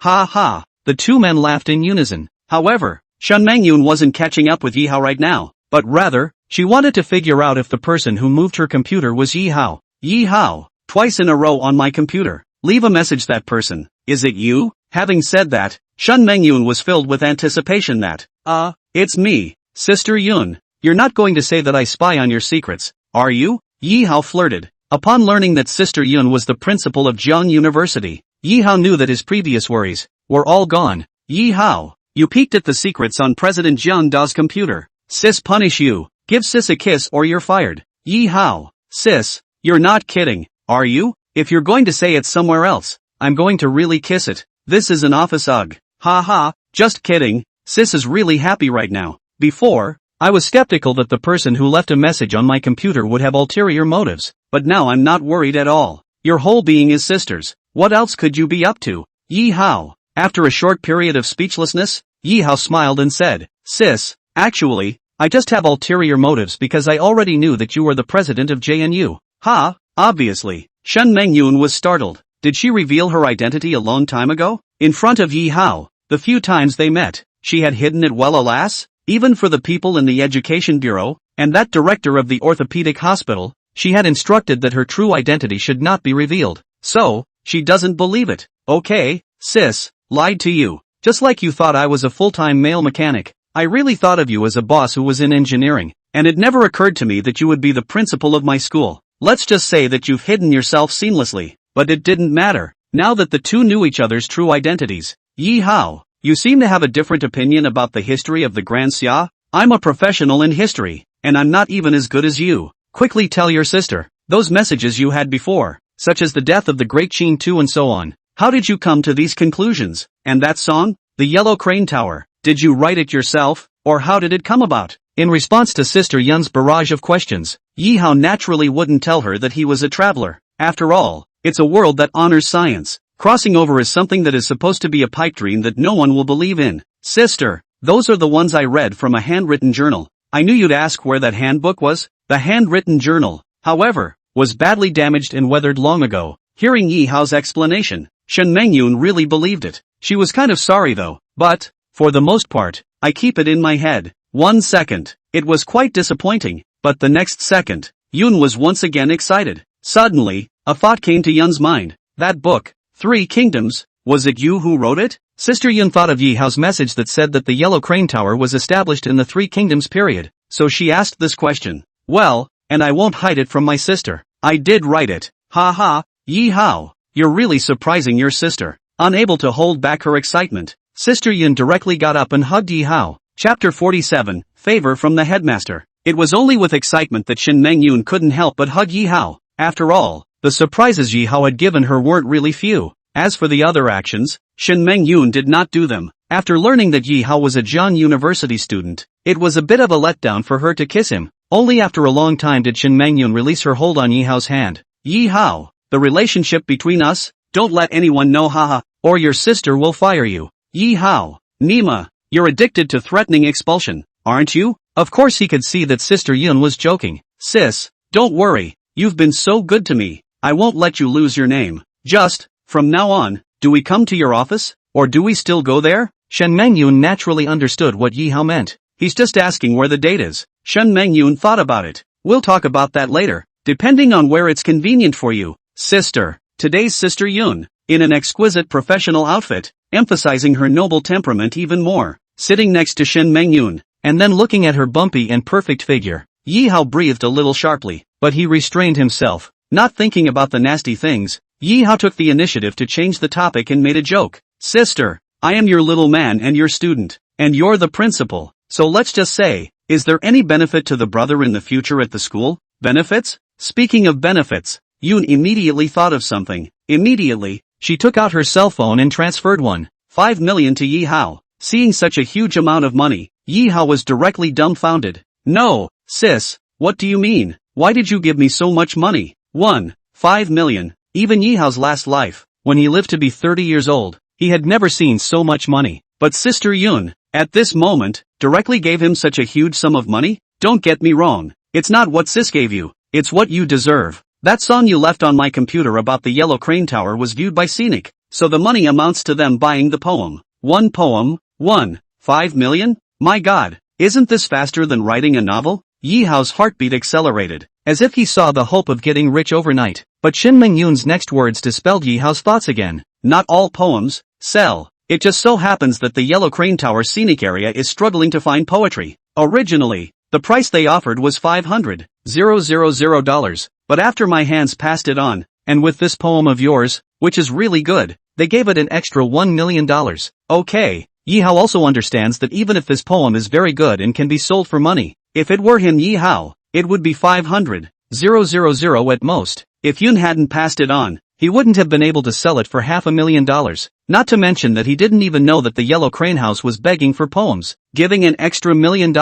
It was obvious that the other party had the idea of pleasing Sister Yun. Then why did you transfer all of it to me? Sister Yun, why don't I refund you a little bit? Yi Hao wasn't stupid, and the human feelings that should be there definitely couldn't be less. He was going to return half of it to Sister Yun, not to mention anything else. Sister Yun's kindness to him was worth Yi Hao pleasing her. Seeing that Yi Hao was about to give himself a refund, Shen Mengyun hurriedly stopped it. Sis isn't that poor. This amount of money, sis doesn't see it yet. It's just when your family needs money, so keep it for yourself. Sister Yun's plain words were not plain in Yi Hao's ears. Touched. Once again, I was touched by Sister Yun. In his heart, he could only make a silent note of Sister Yun's goodness. By the way, Yi Hao, in the future, you can also travel the Yellow Crane Tower for life. This is the promise given by the scenic spot. Free travel for life? This was dispensable to Yi Hao. It's not as painful as exchanging it for money. Okay, sis, I know. Yi Hao nodded. A renovated ancient building was just a building. Yi Hao had been there in his last life, and he definitely wouldn't purposely run there just for free. Didn't you just ask for favors? And your sister's student, and sister's principal, and between us, it's kind of fate. Sis will do you a favor today. After saying that, Shen Mengyun walked over to where her computer was and silently opened it. Seeing this scene, Yi Hao's mind went blank. When he said he wanted favors earlier, he was originally joking. It was hard to believe that Sister Yun was really going to give him favors. In Yi Hao's dismay, Sister Yun spoke again. Yi Hao, sit over here. Look at all these national scholarships. Which one do you see? Sis will apply directly to you. Wait a minute, state-level scholarships? Inema. Yi Hao man numb. A state-level scholarship that can be freely given to someone who is not a schoolteacher? Obviously, the answer is no. In order to not make things difficult for Sister Yun, Yi Hao hurriedly said, Sis, no, I'm just kidding. Besides, I have nothing to contribute to the country, and you can't break the rules just to give me a favor. When Yi Hao finished speaking, Sister Yun crossed her eyebrows and glanced at him. What were you thinking? Although the name is National Scholarship, it's not the state's money, it's my JNU's own money. Besides, who says you haven't contributed to the country? You've pointed me in the direction of some historical research. That's a contribution to the country. Also, your book on the three kingdoms that you're writing, when you're done, that's an important contribution to the country as well. So, this scholarship, you should take it. Unable to argue with Sister Yun, Yi Hao also stopped being pretentious. Between him and Sister Yun, there was no need for too much pretense. However, looking at the densely packed introduction of various scholarships on the computer, Yi Hao felt something not quite real. In a previous life, a scholarship? He couldn't even think about it. Of course, in this life, one wouldn't dare to think about it, much less think about it. But it's amazing how things work out. The person who maintains him is the principal, which he can't even refuse. The principal has to apply for a scholarship for him. Okay. In the end, Yi Hao randomly chose an amount of 20,000, which was also considered the worst category of scholarship program. Of course, more than that, Yi Hao didn't want to make things difficult for Sister Yun, the new principal. That's it? You're not taking me too seriously as a principal. Yi Hao didn't understand what Sister Yun meant. I mean, at JNU, I have absolute power, the hands-only kind. Are you looking down on Sister Yun as the principal by applying for a lowest grade? Chapter 48, with sis to cover you. Don't be afraid of anyone. Ha! Applied for the lowest grade scholarship and got scolded by Yun. Yi Hao was filled with black lines. Then, Sister Yun, I'll apply for this mid-range one. $50,000. That's fine, right? Yi Hao skimmed his mouth and looked at Sister Yun in an aggrieved manner. Can what?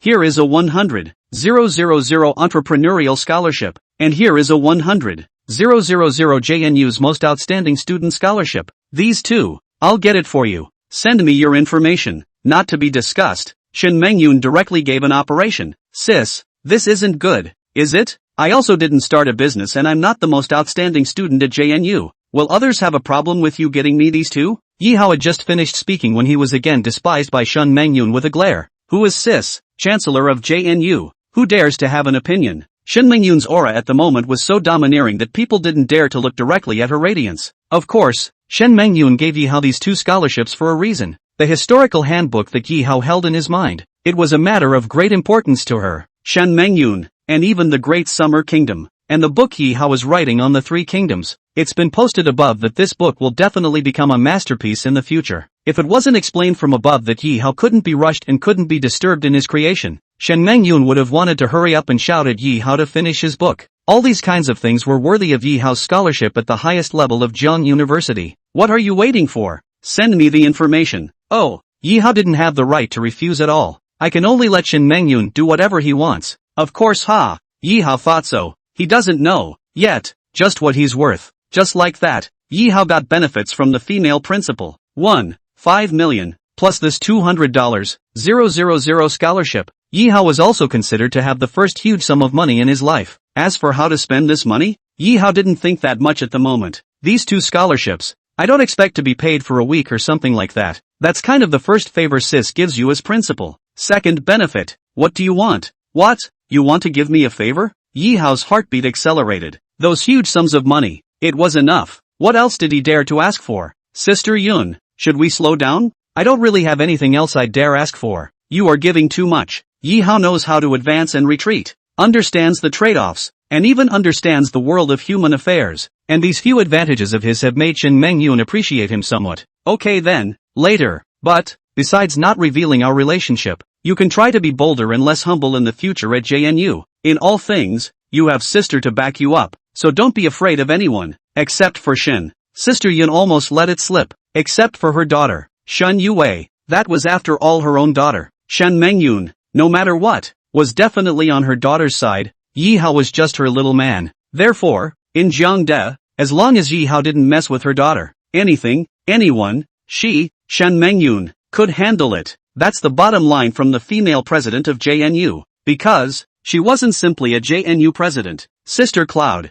beside Shin what? Of course it is, except don't mess with me Shin Mengyun. Speaking of which, Sister Yun did believe that with Yi Hao's character, he shouldn't mess with her daughter either. Her daughter was such a condescending person, as if anyone, in her eyes, was a disdainful sort. Therefore, her daughter and a child from the countryside like Yi Hao are fundamentally from two different worlds. Shin Mengyun did believe that between them, there should be no interactions. Sister Yun, why are you so nice to me? Inexplicably, Yi Hao was once again invisibly moved. Shin Mengyun really was the best person in the whole world, other than his family. To him, Yi Hao, if Yi Hao wasn't touched by such a person, he would have a problem with his three views. Before, I simply thought you were handsome and you lived well, but today, sis thinks you're wonderful, handsome and good. You deserve to be treated well by your sister. Handsome? Good looking? Yi Hao could admit it for the time being, but excellent, Yi Hao really didn't know. But Sister Yun had said so Yi Hao should just pretend that he was good. By the way,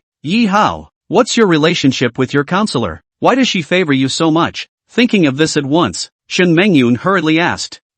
Counselor Song Waning? It's the relationship between the student and the teacher. She sided with me? How come I didn't know about this? Seeing Yi Hao's serious look, Shin Mengyun took the original story and informed Yi Hao. Originally, Today I searched for the person who touched my computer. And the school's leadership misunderstood me and thought I had some important secret stolen. And your counselor, in order not to give you up, voluntarily admitted it was herself. It's kind of patronizing, isn't it? After hearing Shin Meng-yoon's explanation, Yi-hao was clearly confused. The counselor actually defended himself? But why? Like himself? Yi-hao dismissed the idea. We're all adults and busy. Love at first sight? Forget it. Yi-hao didn't think that the counselor kind of woman would be a face value supreme. Otherwise she wouldn't have rejected Maybach Senior Wang Zimo. Oh, come to think of it, could it be that I've discovered the counselor's secret of purchasing fairy wands and other feminine products? Afraid to expose her if I get fired? That's why she came forward? Thinking about this, Yi-hao felt that this should be the reason. But no matter what, the counselor was able to do this. And in Yi-hao's heart, she added a few more points that, just like class teacher Zhou Yixue, it also added points in Yi-hao's heart. These two women, in the past, Yi-hao only thought that they were good looking, that's all. But this happened today, and the counselor, the homeroom teacher, have stood up for him. Seeing that Yi-hao was in deep thought, Shen Meng-yoon seemed to have made a decision as she whispered, Yi-hao, actually, sis doesn't want to monopolize you all the time. After all, you're not a full-time male mechanic, you're a 985 college student. You'll eventually run away. If one day you meet someone you like and she likes you, you graciously confess to your sister, and she sets you free. Shen Meng-yoon's words instantly caused Yi-hao to tremble inwardly. Sis, you don't like me anymore? Love it. Sis craves you. It's not like you don't know that. And why do you say that? Because, sis, I'm afraid that one day, you'll get tired of me. Sister, it won't be. Not to mention your status as principal, just your figure and face, I will never get tired of it. Yi-hao smiled brightly,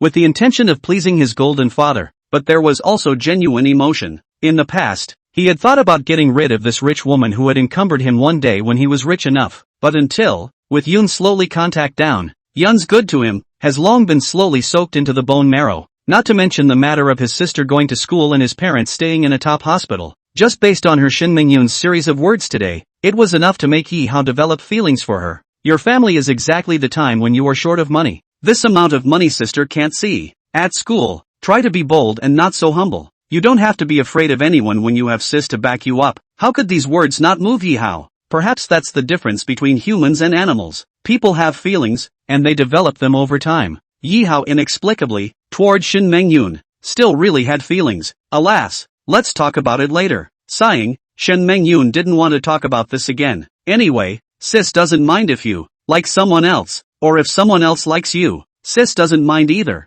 You're out there messing around with other women, but if you want to leave me, just tell me frankly, and I won't blame you for it. If you've had it before, you've had it for as long as you've had it. I don't know why Sister Yoon said those sad words. In order to prevent Sister Yoon from thinking nonsense, Yi-hao directly walked over and, from behind, hugged her. This sudden operation of the horse-forked insect caused Shin Meng-yoon to turn pale with fear. Chapter 49, When I'm done with my work, I'll be with you again. In addition to the hug, Yi-hao was about to continue his next move when he was stopped by Shin Meng-yoon. Shin Meng-yoon also knew what he wanted. Brother, today is not the day. Sis has to go to another meeting this afternoon. When my sister is done with her work, I'll come with you a couple of times properly. So that's okay, right? Shin Meng-yoon apologized slightly. Do you have to go? Yi-hao asked regretfully. If he didn't go, off his passion, Yi-hao really wanted to try it. Well, it has to go. Alright. Although Yi-hao was disappointed, Sister Yun's work was also important, so he didn't think much of it.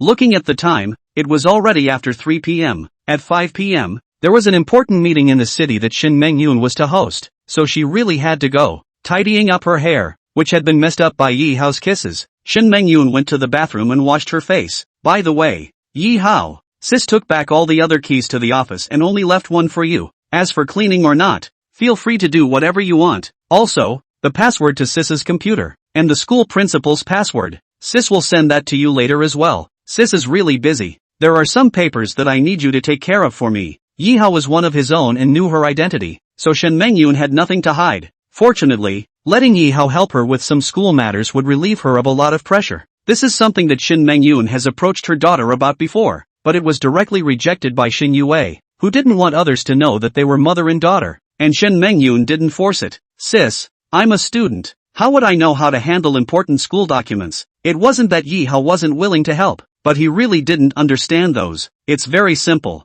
It's not a big deal. It's just that there are some documents that I need to approve and then give my approval or disapproval. For example, the principal's email. For example, certain school decisions. This, I believe with your 3 views, have the ability to judge, you can just help me deal with it. Of course, if there's really anything particularly significant, sis will take care of it herself. You being one of sis's most trusted people, if you're not willing to help sis will fire you. Nima, another dismissal at the drop of a hat. Yi Hao had heard this for the 3rd time today. Sis, I shouldn't hurt you if I'm dealing with something and it goes wrong. Should I? No, don't worry about it. Didn't sis say it? Let you help deal with it. It's all small things. Besides, everything has sis under the hood. You don't have to be afraid of anyone, of anything. It's enough to have Sister Yun's words. Yi Hao was willing to share a little for her. Otherwise, Sister Yun is busy every day. In addition to being busy at school, she is also busy outside. Yi Hao really can't bear it. However, there was another key question that Yi Hao had thought of. Isn't Sister Yun afraid of people knowing about their relationship?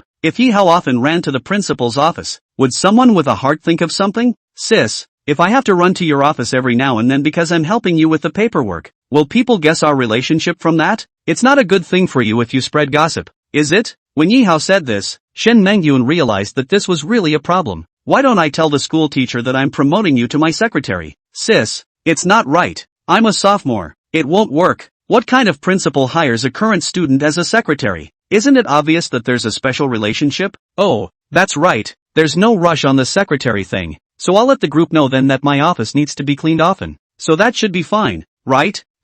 That's a good reason. Totally. Well, that's fine. We'll let them know when they find out. After arranging the clothes on her body, as well as applying a light makeup, Shin Mengyun is getting ready to leave for a meeting. You go back to class. Remember, come by more often when you can and help me with the paperwork. And don't give away our relationship, haha. After explaining a few things, Shin Mengyun left. Looking at Shin Mengyun's departing back, Yi Hao also closed the door to her office. Took a deep breath. Yi Hao felt unprecedentedly relaxed. Sister Yun, this rich woman who maintains him, is actually the new female chancellor of JNU. In other words, how many others, when they were students, they were able to have a relationship with the high and mighty principal? Blah blah blah, proud again. Yi Hao hurriedly calmed down, but Yi Hao knew that with Sister Yun as his backer, he could almost walk across the river in Jiangde. Of course, he wouldn't take advantage of Sister Yun's right to play any kind of groundhog, much less punish the strong and support the weak. He, Yi Hao, was no hero and would not pull out his sword to help him when he saw the road. All of this, it's none of his business.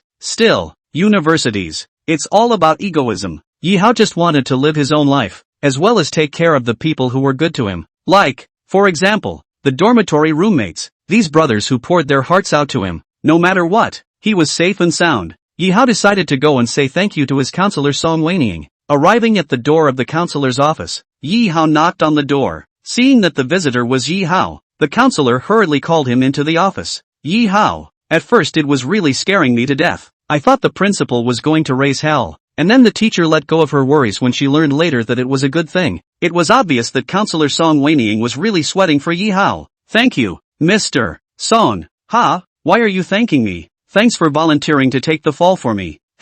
Don't thank me. That's not because you're my student and the candidate to clean the principal's office. You're the teacher I chose. The corners of the counselor's mouth rose slightly, revealing 2 shallow dimples and a smile. As to whether this was really the reason, Yi Hao did not look deeper. In short, no matter what the reason is, the fact that the counselor can take the initiative to come forward and take that unknown risk for Yi Hao is enough to show that the counselor is considered a good teacher. Teacher, don't worry, no matter what, that secret of yours, I'll rot in my heart. This matter is only known to heaven and earth. You know and I know. Before the counselor could say anything, Yi Hao had already left. When he came to the principal's office, the class teacher, Zhou Yixue, was still worried that after more than an hour, it was time to go back to the classroom and reassure the homeroom teacher. Back in the classroom, the homeroom teacher was still in class. Seeing Yi Hao return, the homeroom teacher hurriedly called him to the corridor. Yi Hao, what does the principal plan to do with you? Teacher Zhou, causing you to worry? It's fine, it's just a misunderstanding. Misunderstanding?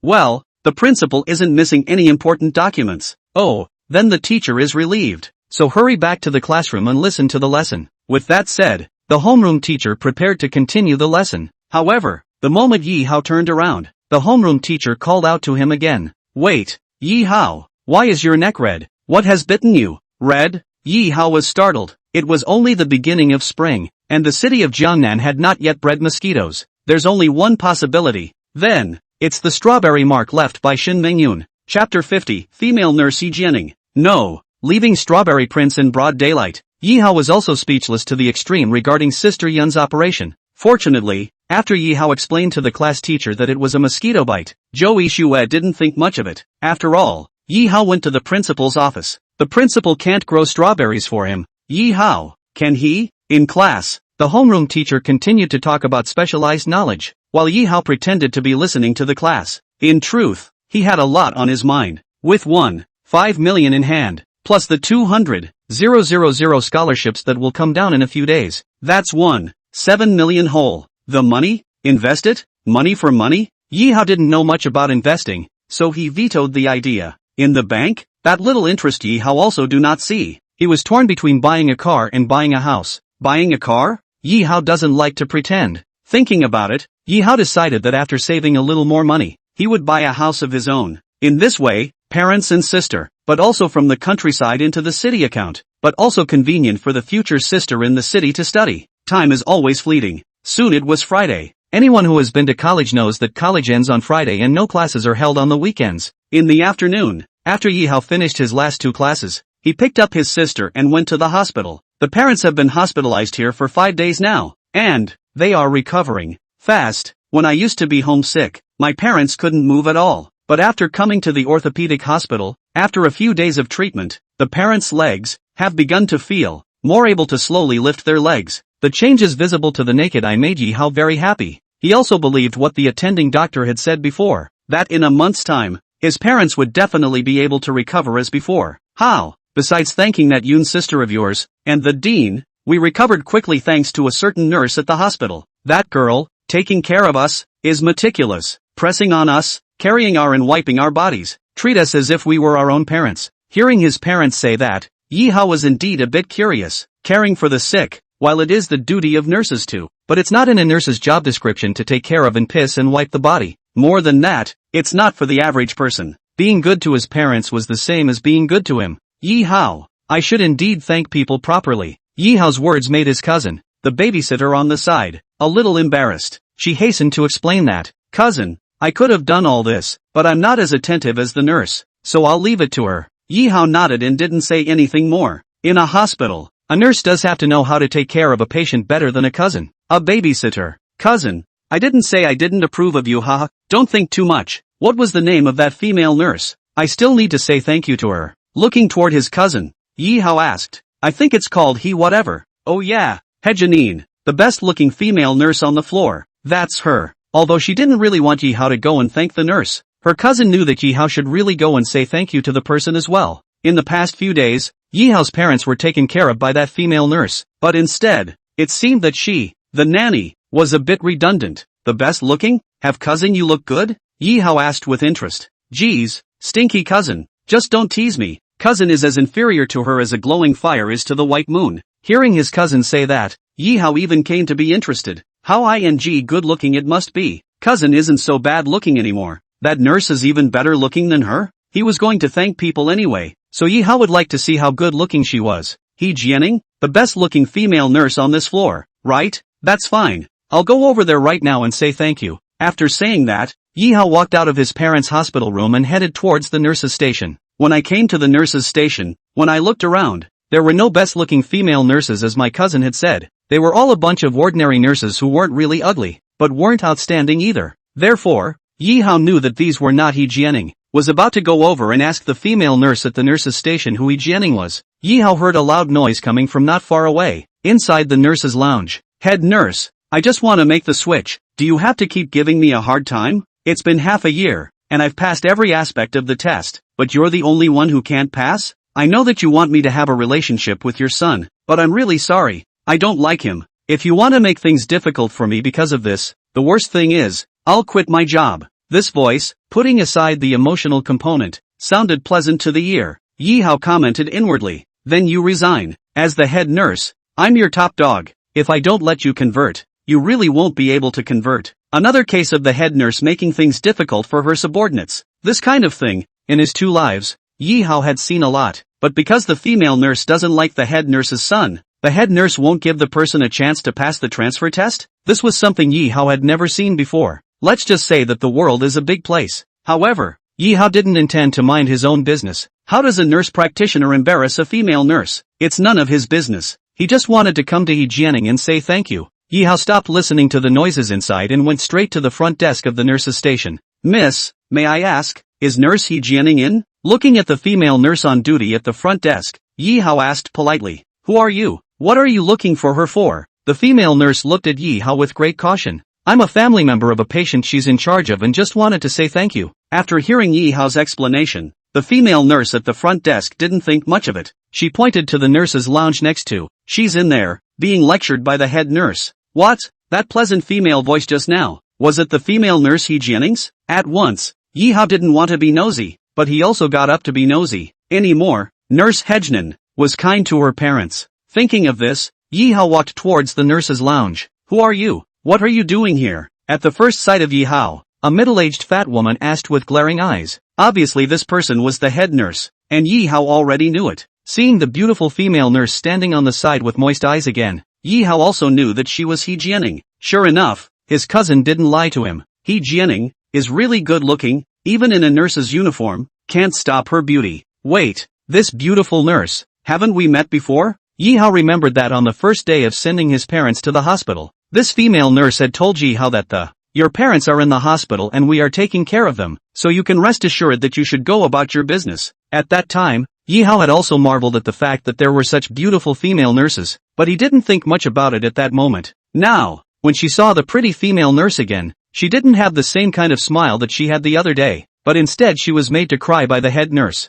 A million horses flashed inside. Yi Hao had an extreme distaste for this kind of head nurse who used her power to oppress others. Who's that? Who are you? Mute, I ask you a question. What are you doing in here? Don't you know that this is the nurse's lounge and men are exempt? It seemed that the person didn't take care of himself. The head nurse looked at Yi Hao with unabated anger on her face. I came to find her? Yi Hao pointed at He Jianing and said. At that sound, He Jianing looked up at Yi Hao and, after seeing Yi Hao for the first time, He Jianing knew that she was saved. Chapter 51, I like the way you are unruly and untamed. You came to see her? Who are you to her? The head nurse, a fat woman, looked at Yi Hao. I'm her patient's family. I came to thank her. Can't I? Yi Hao wore a teasing expression. Originally, it was none of his business, but it's none of his business if the head nurse gives He Jianing a hard time. Who called the man He Jianing? Who took care of his parents in every way possible? Yi Hao today still had to borrow Sister Yun's power to help He Jianing. Patient's family? Which patient's family? Why haven't I seen you before? The fat nurse practitioner looked at Yi Hao and fell into a deep thought. Which patient's family member am I? Do I still have to report to you? Yi Hao laughed. Even the hospital director looked at Sister Yun's face and treated Yi Hao respectfully. A head nurse only? Yi Hao didn't put it in his eyes. It's a bit of a fox and a tiger, but it's a skill to be able to borrow someone's rights. However, Yi Hao's tone angered the head nurse even more. Humph, trespassing in the female nurse's lounge. I don't care which patient's family member you are. You'll see if I call security or not and be done with it. After saying that, the head nurse directly took out her cell phone and dialed the hospital security. Mr. Yi Hao, you can go out first. This is indeed a place where men are not allowed. He Jianing looked at Yi Hao and said in fear, although grateful that Yi Hao came to help himself. But Yi Hao broke into the girls' lounge. Even if he had a close relationship with the dean, it was ultimately him who did the wrong thing. He Jianing's words made the head nurse freeze for a moment and, hey Jane, you just said, what's his name? Yi Hao. Which Yi Ho? The Yi Ho whose parents are in the most expensive ward. I'm Nima. The head nurse was startled. The other day, she didn't pick up that patient in person with the dean, though, but she wasn't stupid as the head nurse, and the fact that she could be picked up by the dean himself for a patient meant that the dean had to respect people as well, and the name of that patient's family member, the head nurse had inquired about, was called Yi Hao. But now, you've offended the one person the dean has to respect? Instantly, the head nurse had a complicated expression. However, to be able to sit in the position of head nurse, her emotional intelligence and IQ must be online. Immediately, the head nurse immediately changed from a complicated expression to a smiling face. So it's Mr. Yi Hao. Gee, you said so. I'm sorry Mr. Yi Hao. I didn't know it was you at first, so I was a bit heavy-handed. No, that's a quick ing turnaround, isn't it? Yi Hao was somewhat speechless. Matron, I still like you untamed. Mr. Yi Hao, you're joking. You're the one our dean personally received. How would I dare to be reckless in front of you again? Amount. Yi Hao had thought of borrowing the power of Sister Yun and the Dean for a bit to make a statement. But now, Yi Hao was all a bit difficult. Reach for the stars. On second thought, although he loathed this head nurse, she had no grudge against him. Well, after all, borrowing from others is not a permanent solution. Right now, it was better not to make enemies with anyone if you could before you grew up. Therefore, Yi Hao intended to leave it alone. However, Yi Hao definitely had to help He Jianing to the end in this matter. Nurse, since you know me, I'll cut the crap. Just now I was going to come and find Hejnan, but also heard your conversation. Can you not give her a hard time? It's not easy for her as a little girl who has been a trainee nurse for half a year. Before Yi Hao could finish his sentence, the fat lady head nurse immediately understood in seconds. Ha ha, since He Jianing is related to Mr. Yi Hao, I have to give face no matter what, don't I? I'll do her transfer immediately. Also, my son will not continue to pursue her in the future. Even afterward, I won't give her a hard time. In the head nurse's opinion, He Jianing's refusal to agree to her son should have something to do with Yi Hao. It was also true that Yi Hao was such a handsome boy with a background, not to mention a little girl like He Jianing. She, an older woman, liked it when she looked at him. So, the head nurse has figured out that, compared to his own flyboy son who was nothing, the human Yi Hao and He Jianing, indeed, were a much better match. Seeing that the head nurse was quite good at what she did, Yi Hao didn't have much to say. So, nurse practitioner, can I get He Jianing now? Mr. Yi Hao, be my guest. I'll go and do the formalities for her transfer. Before leaving, the head nurse glanced at He Jianing, her eyes somewhat complaining, as if to say, you're ing close to Yi Hao. Why don't you say so earlier? I'll give you a hard time if you say so earlier. However, He Jianing just smiled and, she didn't really know Yi Hao, either. Just after seeing Yi Hao's first day, the dean's attitude towards him, He Jianing was betting that Yi Hao can make himself cross the head nurse and turn straight. He was also betting on his own unfailing care for Yi Hao's parents. She knew that she had made the right bet. When the head nurse leaves, in the nurse's lounge, only Yi Hao and He Jianing were left. Mr.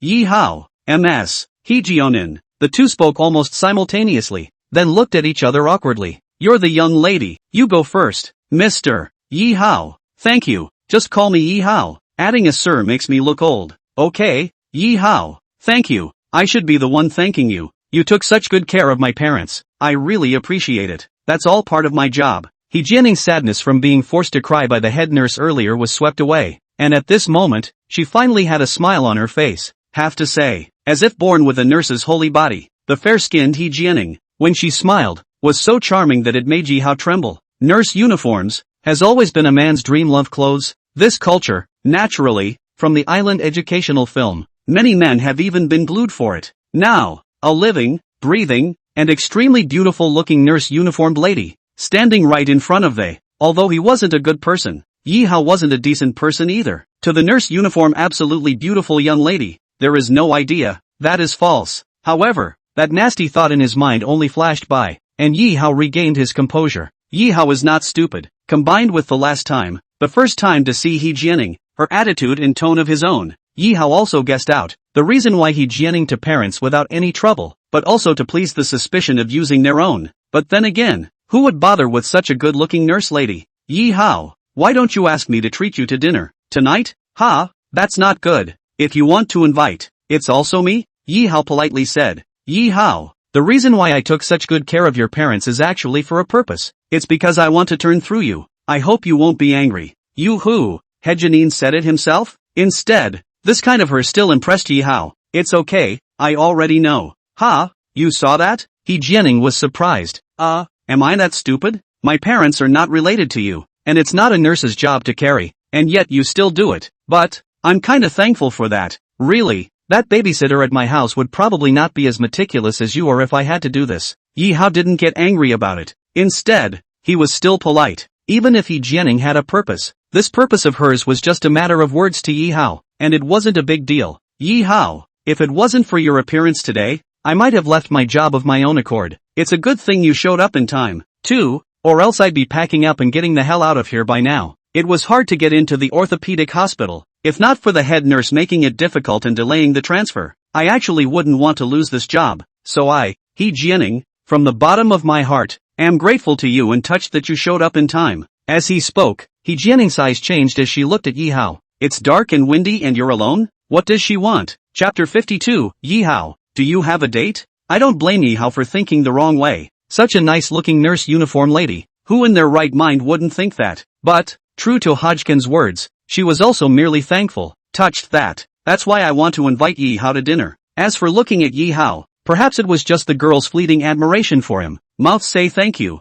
touched, but He Jianing didn't do anything else, and Yi Hao was disappointed inside. But it's normal. It's not possible that when a girl is touched, she has to give herself up, right? On the contrary, that kind of girl, Yi Hao would still be suspicious of the dryness. That's fine. You buy me dinner. I agree. After thinking about it, he had converted her and spared the head nurse from making things difficult. So this meal was fine. Not to mention, such a good-looking young lady. Who can refuse an invitation from a beautiful woman? Thank you, Yi Hao. I can get off work right this minute. Just wait for me to change my clothes. Sitting on the stool, Yi Hao nodded, but this sitting down action of his made He Jianing blush. What? No, brother, what do you mean? Is it possible to leave your pants unzipped again? Yi Hao hurriedly checked that. Almost forgot. I'm wearing slacks today and there's no zipper issue. Then why is He Jianing ashamed? Don't you want to buy dinner? I'm sitting here waiting for you. Why are you blushing? Yi Hao muttered inwardly. No, Yi Hao, how am I supposed to change when you're sitting here? Holy, I told you so. Yi Hao's embarrassing batch. The nurse's lounge. No wonder there's a sign posted on the door saying no men allowed. Since these female nurses will still change their clothes here. That's a bit of a mouthful. I'm not in the hospital often enough to think about that myself. Yi Hao hurriedly walked out. I'll wait for you in the hospital room. After saying that, Yi Hao went back to his parents' ward. Originally, Yi Hao had planned to call his younger sister, Nui, to join him for dinner. However, thinking that his sister would have to call out to her sister-in-law when she saw a pretty young lady with that broken mouth, Yi Hao still decided not to bring her, lest the little Nui embarrass the other He Jianing again. Cousin, later on you take my sister to dinner and I'll transfer the money to you. Ha, aren't you coming with us? Cousin asked. Didn't you guys ask me to thank that female nurse He Jianing? I thanked her, so I accompanied her to eat. Cousin, bah, stinking man, indeed. When you see a pretty young lady, you don't recognize her. Cousin, you don't want.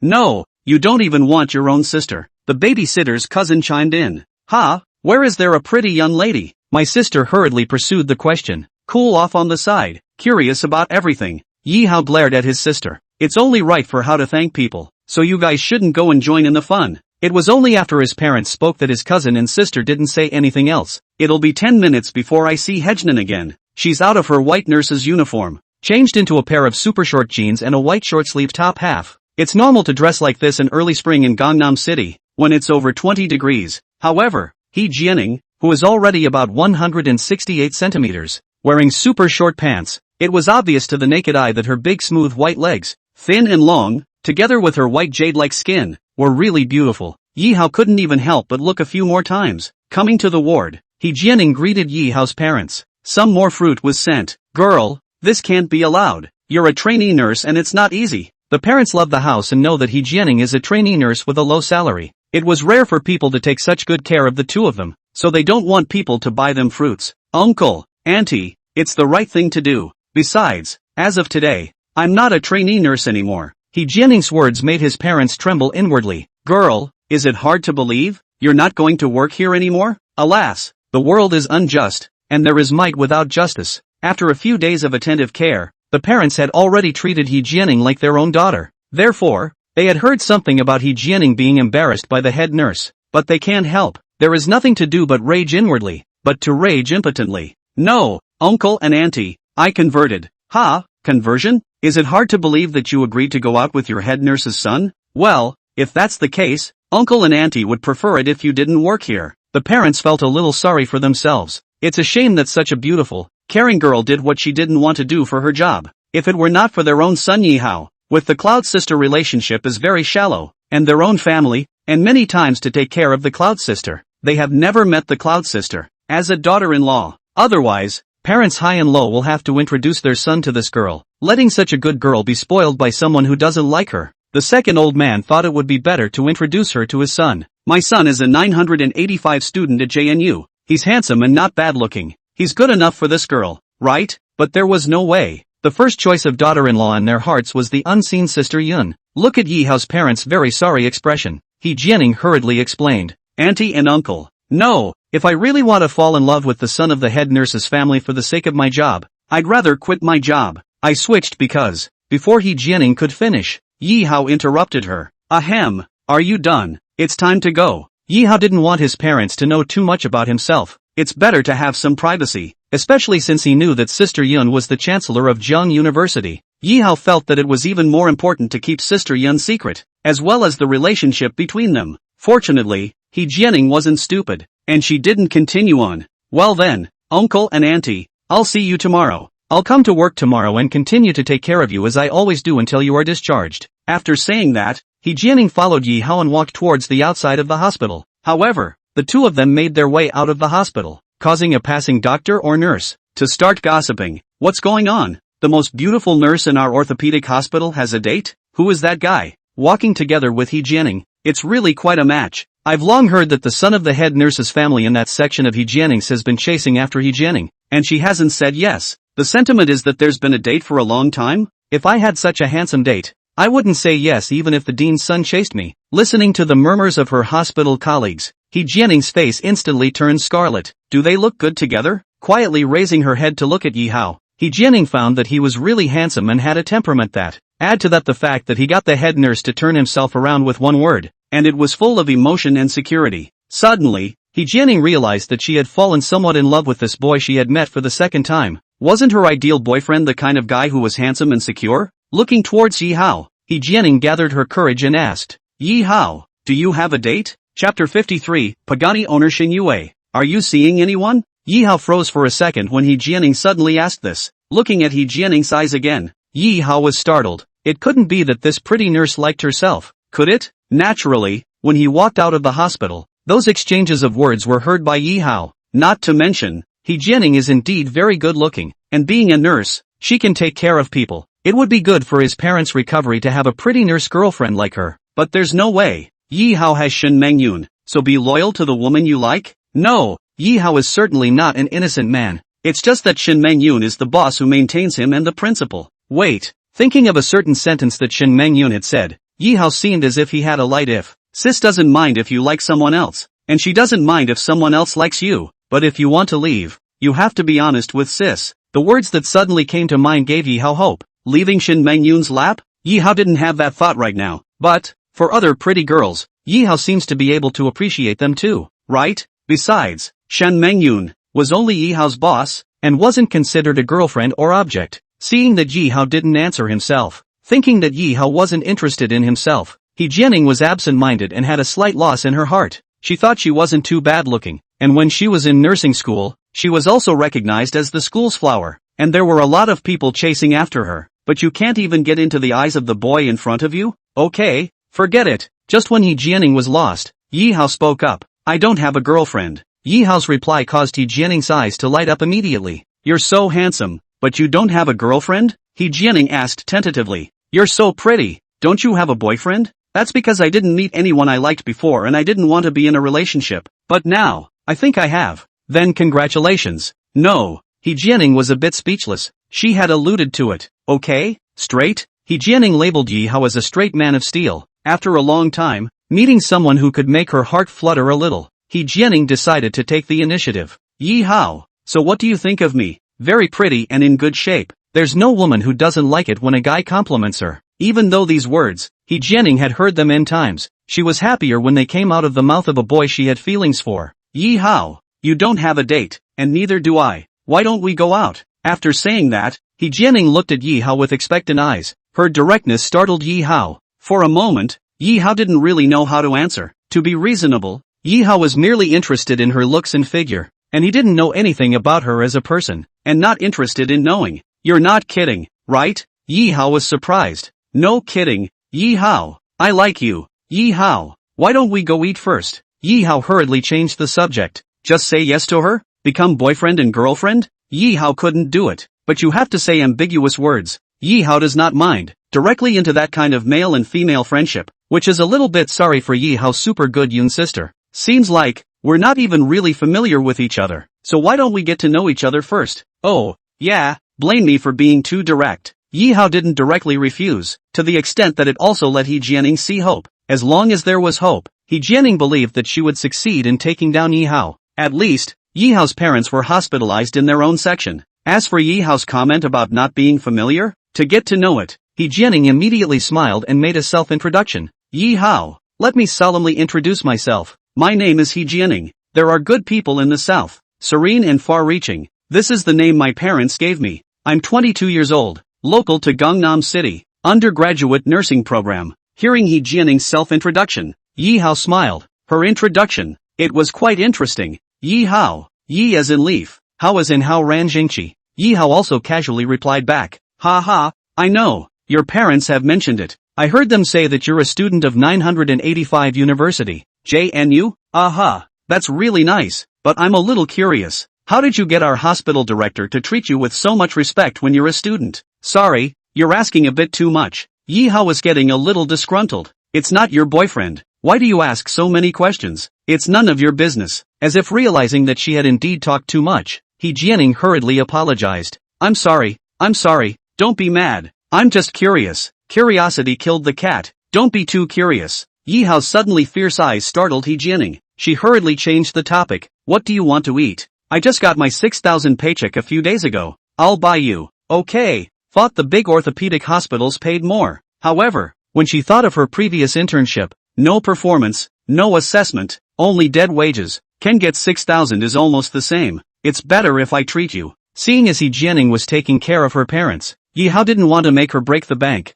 Currently Yi Hao has money in his hand. A meal is just money. No big deal. You please? Zundu? Do lemon. Want it or not? Yi Hao, you're so mean. Was it fierce? Yi Hao hadn't really noticed. Perhaps it was because He Jianing's question just now almost touched Sister Yun, so Yi Hao subconsciously had a pompous expression inside. Well, whatever you want to eat, it's on me, and I'll have to trouble you to take care of my parents some more in the future. Yi Hao looked at He Jianing, his tone gentler. Well, if you can be that close to our dean, I'm sure you're not too far behind, so I'm not going to be polite, huh? Aha. Yi Hao nodded his head in a gentlemanly manner. I want to eat. There's a steak. I haven't gone with a boy yet. Can you go with me? Line. The steak restaurant that He Jianing wanted to go to was about 5 kilometers away from the orthopedic hospital, and the two of them stopped a cab. Since it was a Friday, the next 2 days were off. So at night, the road conditions in Jiangnan City, unusually congested. You two are a couple, right? Don't worry, I know this road well. I'll give you a shortcut. The driver had said so, and Yi Hao had nothing to say. One can only mentally lament the fact that there aren't many honest cab drivers like this. Other cab drivers, not to mention shortcuts, don't give you a detour even if it's good. In the last second, Yi Hao was still sighing that the driver was a good person, but the next second, Yi Hao only heard a bang sound, and then, there was no more. The cabbie rear-ended it. Fortunately, the speed limit in the city is 60 yards, plus to rear-end that moment, the driver stepped on the emergency brake. The resultant tailgating was not considered serious, and Yi Hao and He Jianing, sitting in the back seat, were only bounced by inertia and were not injured. It's over. I'm done. I couldn't afford to pay for it even if I sold myself at a horse. After the rear-end collision, the cab driver was dying, because it wasn't some cheap car he rear-ended. Quite the contrary, it was a super luxury car, a Pagani. Tailgating a Pagani? Yi Hao was also directly dumbfounded. True to form, the line propagated by the PTB is not without merit. Better to wait 3 minutes than to rush 3 seconds. Tens of millions of dollars for a Pagani? The cab driver really couldn't afford to pay for it even if he sold himself. Just then, on top of the Pagani that was rear-ended in front of them, a stunning figure stepped down. She's wearing flat white shoes, a JK uniform coupled with black silk. The body is perfect to the core. Yi Hao at this time which had the mood to look at the legs. Looking up the black silk legs of the Yi Hao was startled as he saw a familiar face, the owner of the Pagani. Surprisingly, is Jiang University schoolgirl, Shen Yue. Chapter 54, Go to my house and wear black silk for you to see. Suddenly remembered the Maybach senior said. People Shen Yue's car is Pagani. Shen Yue exactly what identity? Once again aroused Yi Hao's curiosity. However, Shen Yue the first time, did not pay attention to the cab chasing her tail. She got out of the car and just looked at her ride and the severity of the damage. Even if it only blew out a taillight and scratched some paint, it would probably be astronomical to really fix. The cabbie had long since gone numb,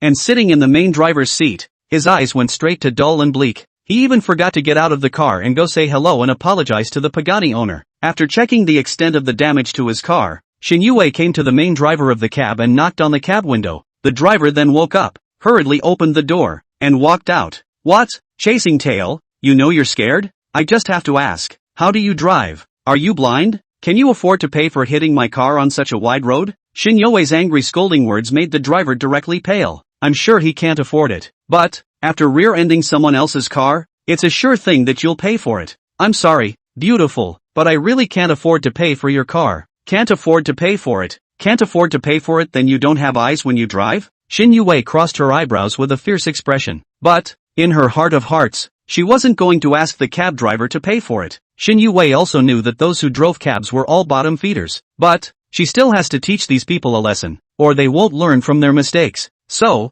she cursed a few more times. The driver was too pressed to say a word back. Yi Hao sat in the back seat and took it all in. The driver took a shortcut, rear-ended him again. The math was also for Yi Hao's convenience. Yi Hao did not know, this high cold school sister, exactly how much money to the driver to lose. He didn't know if he could make the driver pay less for the sake of being a student at Jiangnan University. Thinking of this, Yi Hao was agonizing over whether or not to get out of the car and go say hello to Shin Yue. But before Yi Hao could get out of the car, Shin Yue had already seen him in the backseat through the glass, and also saw He Jianing beside Yi Hao. Ha, this schoolmate, he's got a lot of luck with the sex. Ha, he had a pretty girl by his side at the cafeteria before, and now he has another pretty girl? But it's none of my business. Thoughts in his head, a flash of. Shin Yue looked at Yi Hao, becoming angry and laughing. Yi Hao pushed open the back door and walked out. Yi Hao, I don't have any karma with you anymore, do I? I saved your sister. You saved me. We've been even for a long time. I can drive a car home and get rear-ended by you in a cab?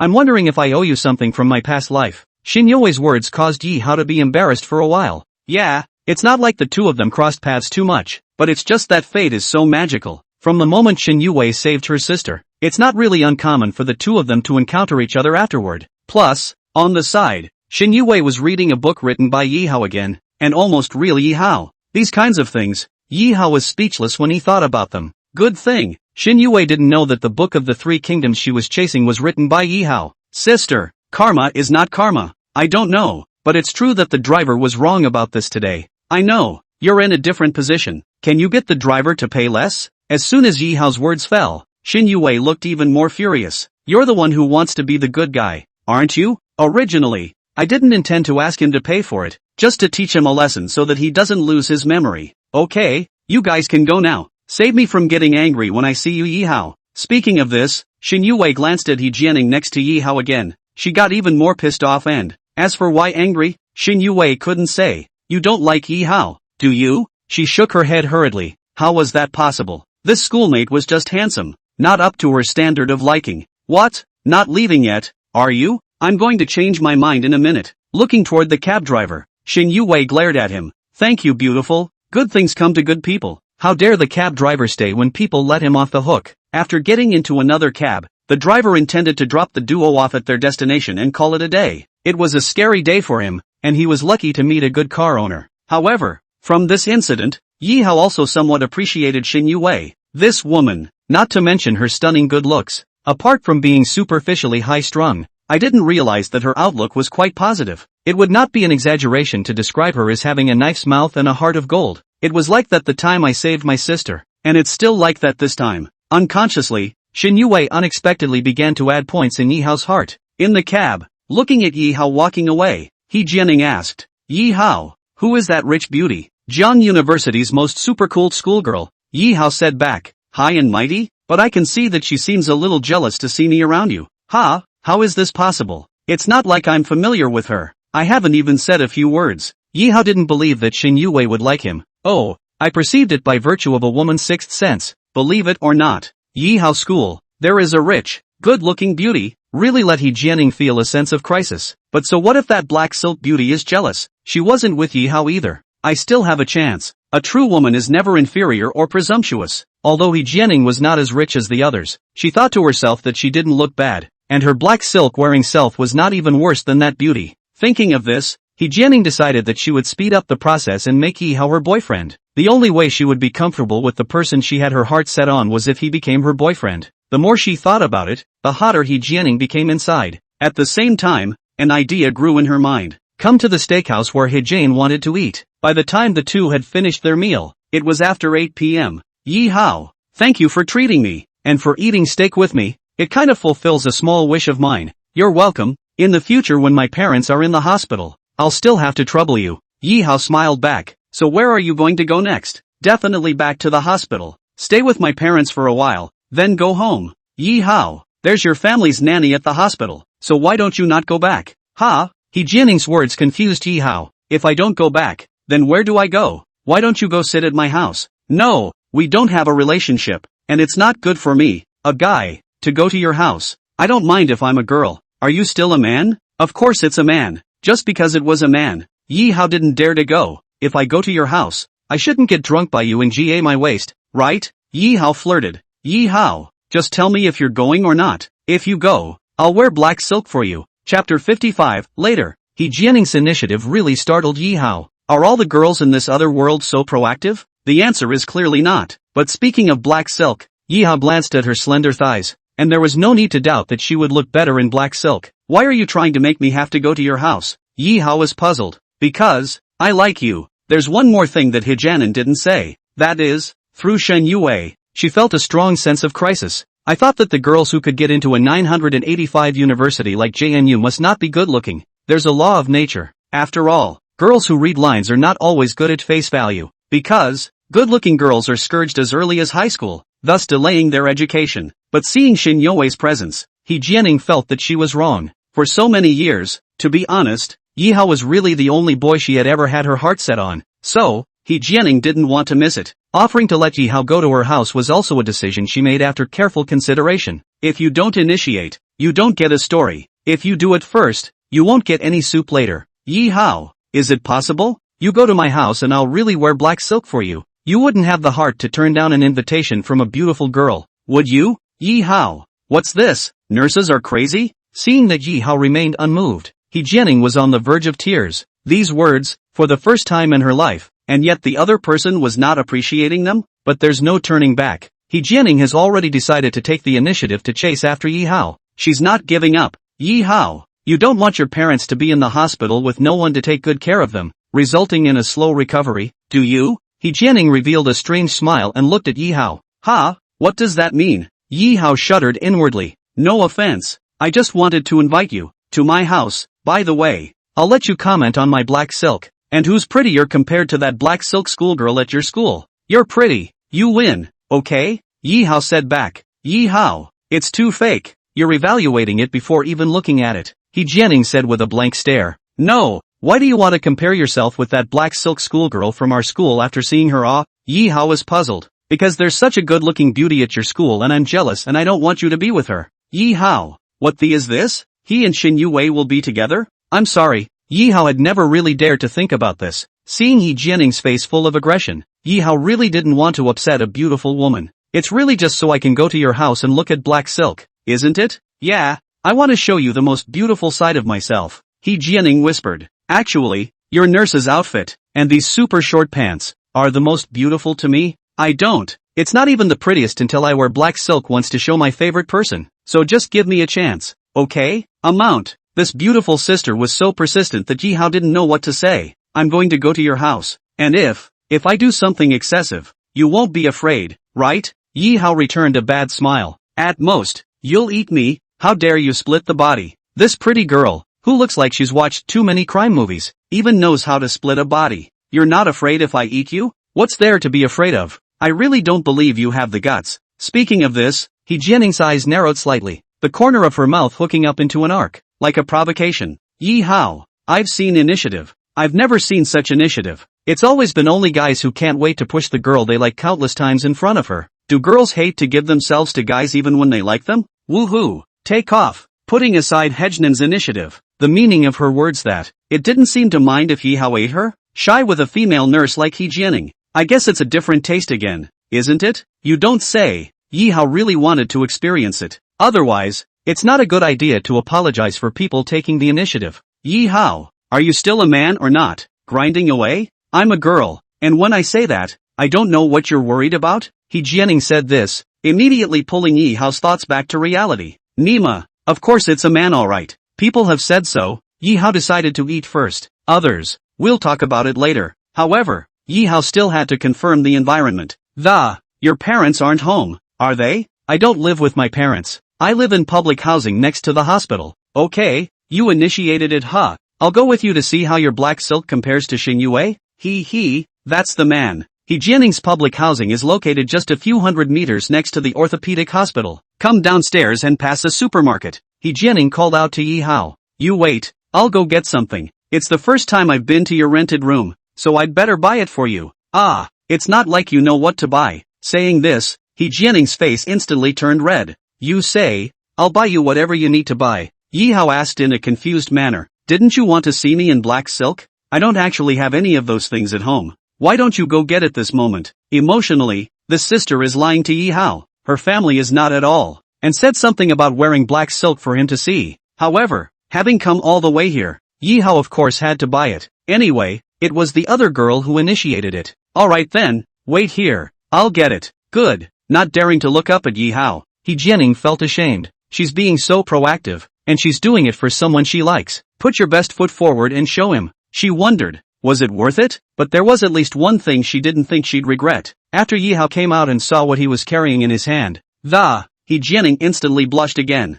No, big brother, said I just wear black silk for you. Why did you buy white silk? Yoga pants too? Don't you want to look your best? You'll have to wear them all and I'll make a comprehensive evaluation. Alright, there's nothing wrong with what Yi Hao said. Some people look better in white silk than black, and some people look better in yoga pants. Thought that's all there was to it. But after seeing what was intentionally hidden by Yi Hao underneath the black and white silk, He Jianning was startled. Wait, what the hell is Dorsey again? Studying medicine. Even if she hadn't been shy with a boy, she knew what that thing was. You're the one who said you weren't afraid I'd eat you. So, you're not lying to me, are you? He Jianning. Ouch. Shame on you. He Jianning instantly blushed and lowered her head, looking very shy. However, having bought it, you can't ask Yi Hao to return it? Although he didn't believe that Yi Hao really had the guts to eat himself. But what if Yi Hao really wanted himself? What should I do? Does one accept or agree? Chapter 56, Pushing Nurse He Jianning. He Jianning's public housing. One room,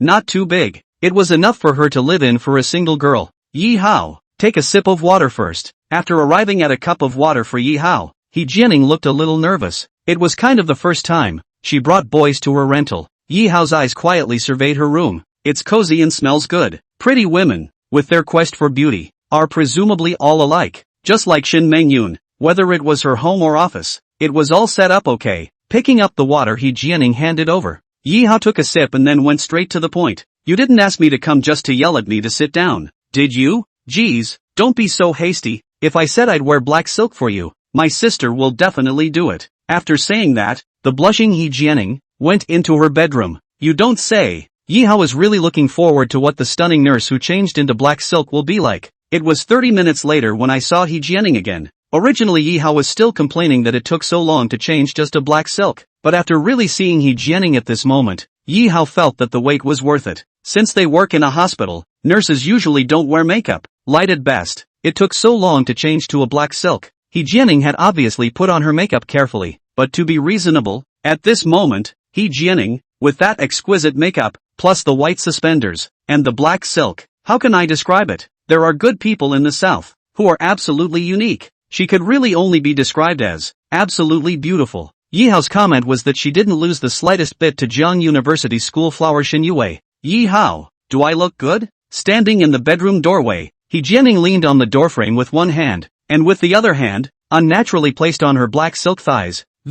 Her eyes, not daring to look at Yi Hao, were obviously shy. This was the first time she'd ever worn black silk, and although she'd looked in the mirror herself, but she didn't have a bottom in her own heart. She didn't know if this kind of her was considered beautiful, and if she could make Yi Hao's heart flutter. She also expected Yi Hao's answer. Good looking, really good looking. Yi Hao nodded his head and replied, but his eyes didn't leave that stunningly beautiful body for half a second. Hearing Yi Hao's words, He Jianning's heart was as happy and sweet as if she had eaten honey. So Yi Hao, how do you think I compare to that black silk schoolgirl from your school? You look good, I swear. Although Yi Hao felt that both black silk are similar, but high cold school flowers, he is not familiar with. Obviously the flirtatious He Jianning at the moment was better. Getting Yi Hao's affirmative answer, He Jianning was even happier. So, Yi Hao, can you promise to go out with me? If you promise to be my boyfriend, I'll wear black silk for you every day after work. She was too direct with this question. For a moment, Yi Hao didn't know how to answer.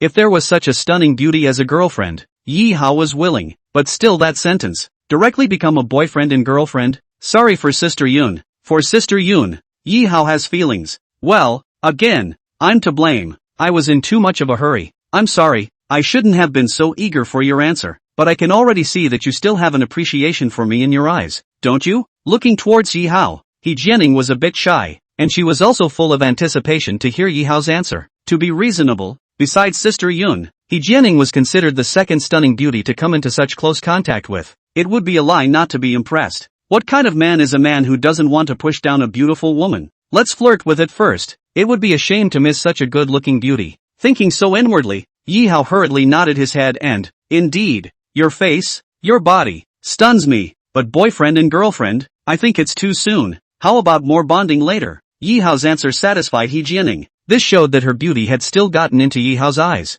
As long as she had a chance, that was enough. Black silk look. As for buying more white silk, yoga pants, Yi Hao is also embarrassed to shout people to change one by one. After all, not so familiar. If we get to know each other better, we'll have to let her change from one to the other. I've seen the black silk too, and you do have a beautiful black silk. It's getting late, so I should get going. Yi Hao's words caused He Jianing to panic a bit. Is this going away? It didn't seem to have lived up to her expectations. He Jianing also knew that if she wanted to capture a man's heart, it wasn't enough to just show it to them. After all, she was the one chasing Yi Hao. So, another bold idea came to He Jianing's mind.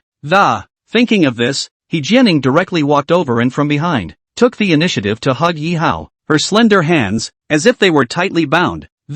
Being hugged by her like this, Yi Hao's mind instantly went blank. What's the point of pretending to be a decent guy when the girl is so forthcoming? You're not a ing man if you don't act like one. Solely, Yi Hao turned around and cooperated, stretching his arms out to meet her embrace. When Yi Hao's hand, after touching He Jianing's delicate and smooth skin, Yi Hao unconsciously reacted. Yi Hao, I want to try what a kiss is like. Is that okay? Good. He Jianing had just finished speaking when Yi Hao directly fulfilled her request. You ate a lot of garlic. Kissing and kissing. He Jianing suddenly came up with such a damning remark. Why don't I go brush my teeth? No, I like the flavor of garlic. After saying that, He Jianing continued, the temperature coming from He Jianing's body, as if it were a blazing fire. It ignited Yi Hao. The dry wood. Yi Hao's pants, too, began to take on an irregular shape. Where's the care in the world? It's not manly to turn down a girl who offers to come to your door. So, more than just hugging to their heart's content, the two, and kiss, to your heart's content. Even Yi Hao's hands, too, were beginning to be dishonest. It's not Yi Hao's first time, plus he's worked part-time at a footbath, so he's maneuvering, and he's very skilled. He Jianing, besides being shocked that Yi Hao knew so much, the first time she tasted the forbidden fruit, to the point that she felt very uptight. She loved the feeling of being on top. One might even say obsessed. She's never been in love, and this is kind of her first kiss. She hadn't tried it between a man and a woman, either, what it felt like, but at the moment, she was eager to try, for no other reason than curiosity. Besides, with a boy she liked, she had no regrets. Come to think of it, lying on Yi Hao's shoulder, He Jianing whispered, Yi Hao, why don't you let me try? Between a man and a woman? Are you sure? Yi Hao asked softly in her ear. Well, sure. It's not like you're going to get pregnant Yoon anyway. That thing you bought, you can't waste it. Don't worry, I won't hold you responsible even if you're not boyfriend and girlfriend. Waiting for her to say that. Where would Yi Hao care about that much? Picked her up straight away and headed for the bedroom. Chapter 57, The Question of Scholarships. It's like a first taste of the forbidden fruit. It's like a desire. He Jianing is such an abrasive little demon. Tossed Yi Hao for a full 3 hours. By the time Yi Hao was completely immobilized, the time was almost 12 p.m. What surprised Yi Hao the most was that He Jianing's techniques were surprisingly not inferior to Yi Hao's in the slightest. I'm a medical student. Normal, right? Yi Hao nodded. Indeed. The bright red blood mark on the bedsheet was enough to show that He Jianing was the first time. Yi Hao, thank you for letting me be a real woman. Here, I don't regret it. Originally, Yi Hao was not psychologically burdened. Safety measures were taken anyway, but on the contrary, He Jianing said this, which instead made Yi Hao very upset. Counting down, other than Sister Yoon as his boss, He Jianing was Yi Hao's first woman in the true sense of the word. There will always be some strange emotions for the first woman. She takes the initiative. She dares to love. She's stunningly beautiful. She wears black silk for herself, and so on. It's all in the words. Yi Hao didn't know what to say. He could only use his hand and gently stroke her forehead to express his affection. After a long time, Hejganin got up and, tidying up her messy hair and looking at Yi Hao, She looked as if nothing had happened to her. Yi Hao, it's really late at this moment. I won't keep you. Don't you want to go back to the hospital? Go quickly. From now on, I'll call you Jianing? Yi Hao didn't know how to address her. Yet, she was about touch 2 years older than herself. Calling her sister? Yi Hao cannot go down to the mouth. After all, there is already a Yun sister. Both. Whatever you call me, I love it. Yi Hao. That's fine. Janine, I'm really off but don't worry, I'm not the kind of person who eats clean and wipes his lips. Yi Hao didn't dare to promise anything, but with these words, it was a promise in disguise. Don't get it into your head that I volunteered. Besides, I'll thank you if you turn me around. Alright, get out of here. Otherwise the aunt and uncle would have thought you had done something. Not going back for half a day. Jianing's understanding once again impressed Yi Hao. However, his parents had called several times to urge him to have a meal, and he hadn't eaten well all night. Getting dressed, Yi Hao waved his hand and left Jianing's rented room. After Yi Hao left, Jianing said shyly, so this is what it feels like between a man and a woman. It's still a real crowd pleaser. From now on, I'm kind of qualified to interject on topics discussed by my co-workers, right? It was close to 12 p.m. when I got back to my parents' hospital room. After a few simple explanations with his parents and cousin, Yi Hao carried his sleeping sister on his back and went back. On weekends, Yi Hao didn't go to the hospital to accompany his parents. With his cousin there and the hospital nurses, Yi Hao was relieved. There was another reason why Yi Hao didn't know how to face Jianing. One can only take one step at a time. She also believed that Jianing was a sensible woman and would not tell her parents about them. In the 2 days of Thursday and Friday, Yi Hao didn't write a novel and didn't update it, so he had to make it up over the weekend. Luckily, Sister Yun was also busy and didn't ask Yi Hao to go over to accompany her. In 2 days, Yi Hao, off and on, wrote 80,000 words. This speed, naturally, is due to familiarity with the Three Kingdoms, the story of the Three Kingdoms, and he's written almost 200,000 words so far, and the book comes to Liu Bei's 3 visits here, when Yi Hao uploaded all the words in a single bound. Inside his private message, so many people sent their gratitude. Big brother, you finally updated. Thanks for the Big Brother update. After waiting for you for 3 days, do you know how I spent 3 days? Big Brother is domineering. 80,000 words more in one breath. Bullish.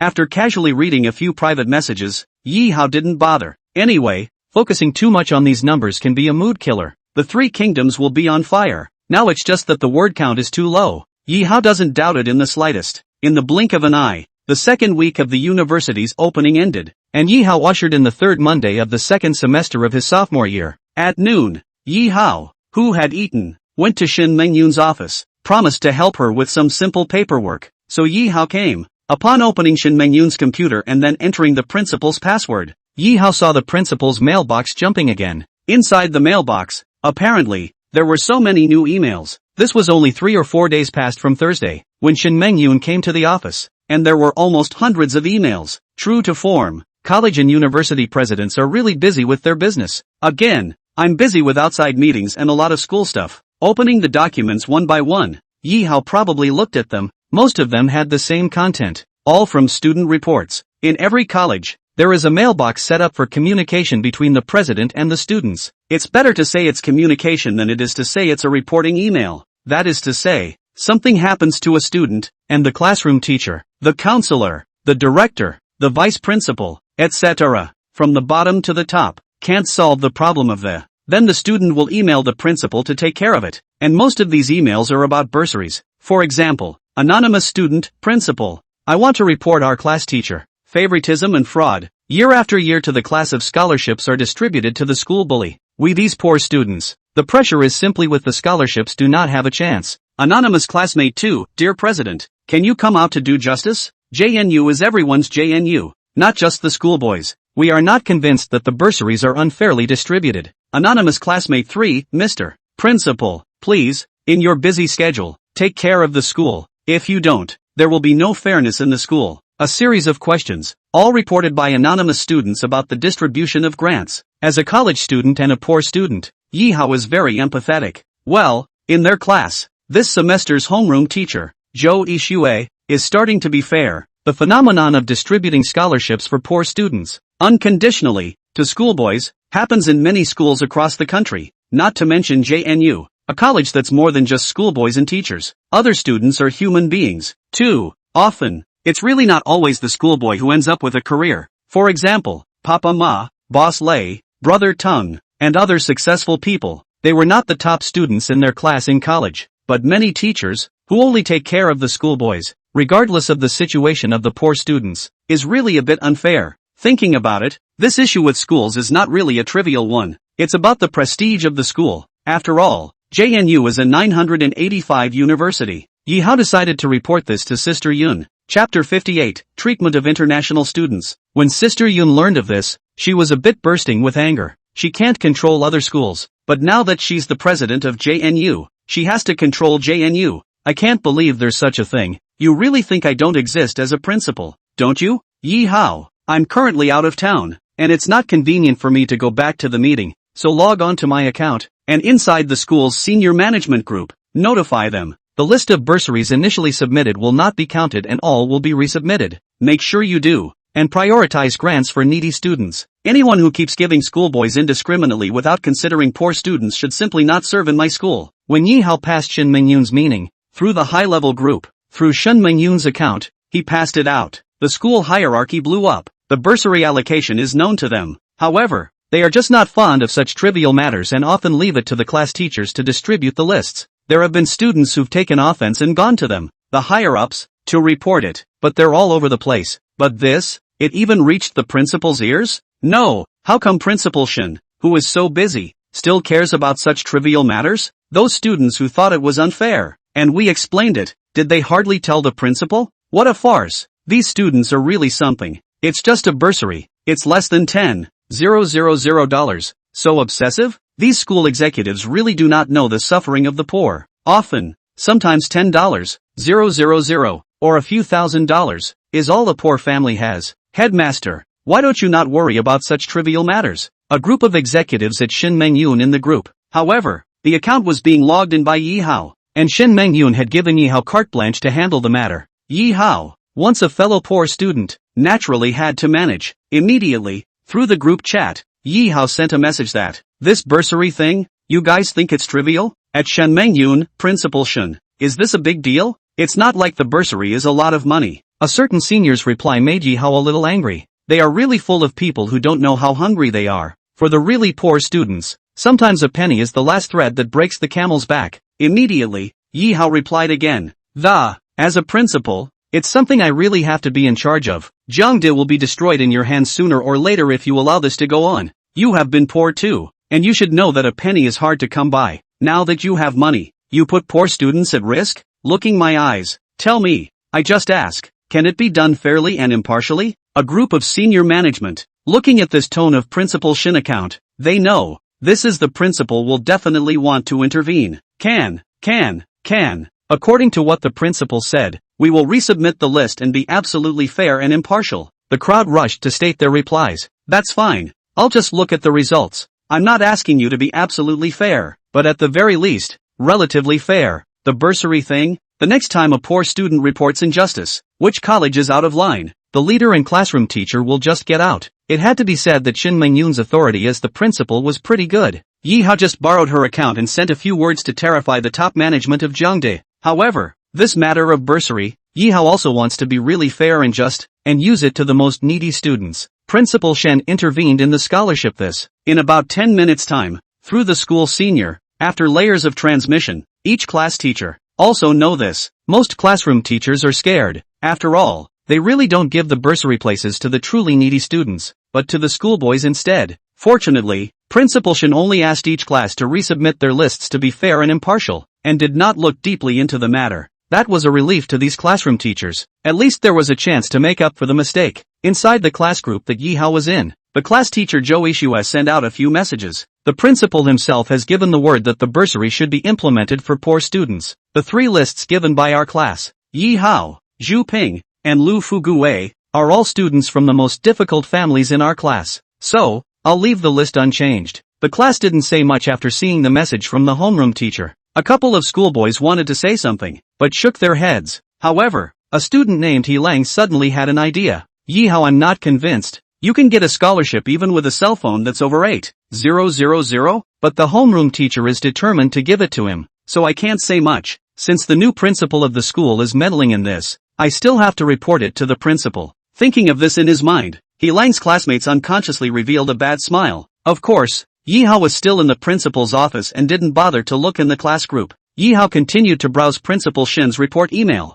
In addition to reporting the bursary issue, Yi Hao also saw a couple of other special emails. It's reporting on international students, and not anonymously like the bursaries. These are direct reports with real names. Student 1, Principal, hello, I am a Jiang University student. I would like to ask you, why foreigners who come to study in my Jiang University can enjoy rich treatment, while our native students in the country of Daxia can only rely on themselves to fight for everything? Student 2, hello Principal, we are from Daxia and JNU is Daxia's JNU. I would like to ask why we are kneeling to foreign students. Student 3, new Principal, I have been reporting the treatment of international students every year, and my previous letters of report have been sinking like a stone. You are the new Principal. I hope you are a good principal with a sense of family and country. These several real name letters have Ji Hao people. Jiang University, there were international students, and there were quite a few of them. This Yi Hao was aware of. The more international students there are, the higher the status of the school. Can international students be treated well?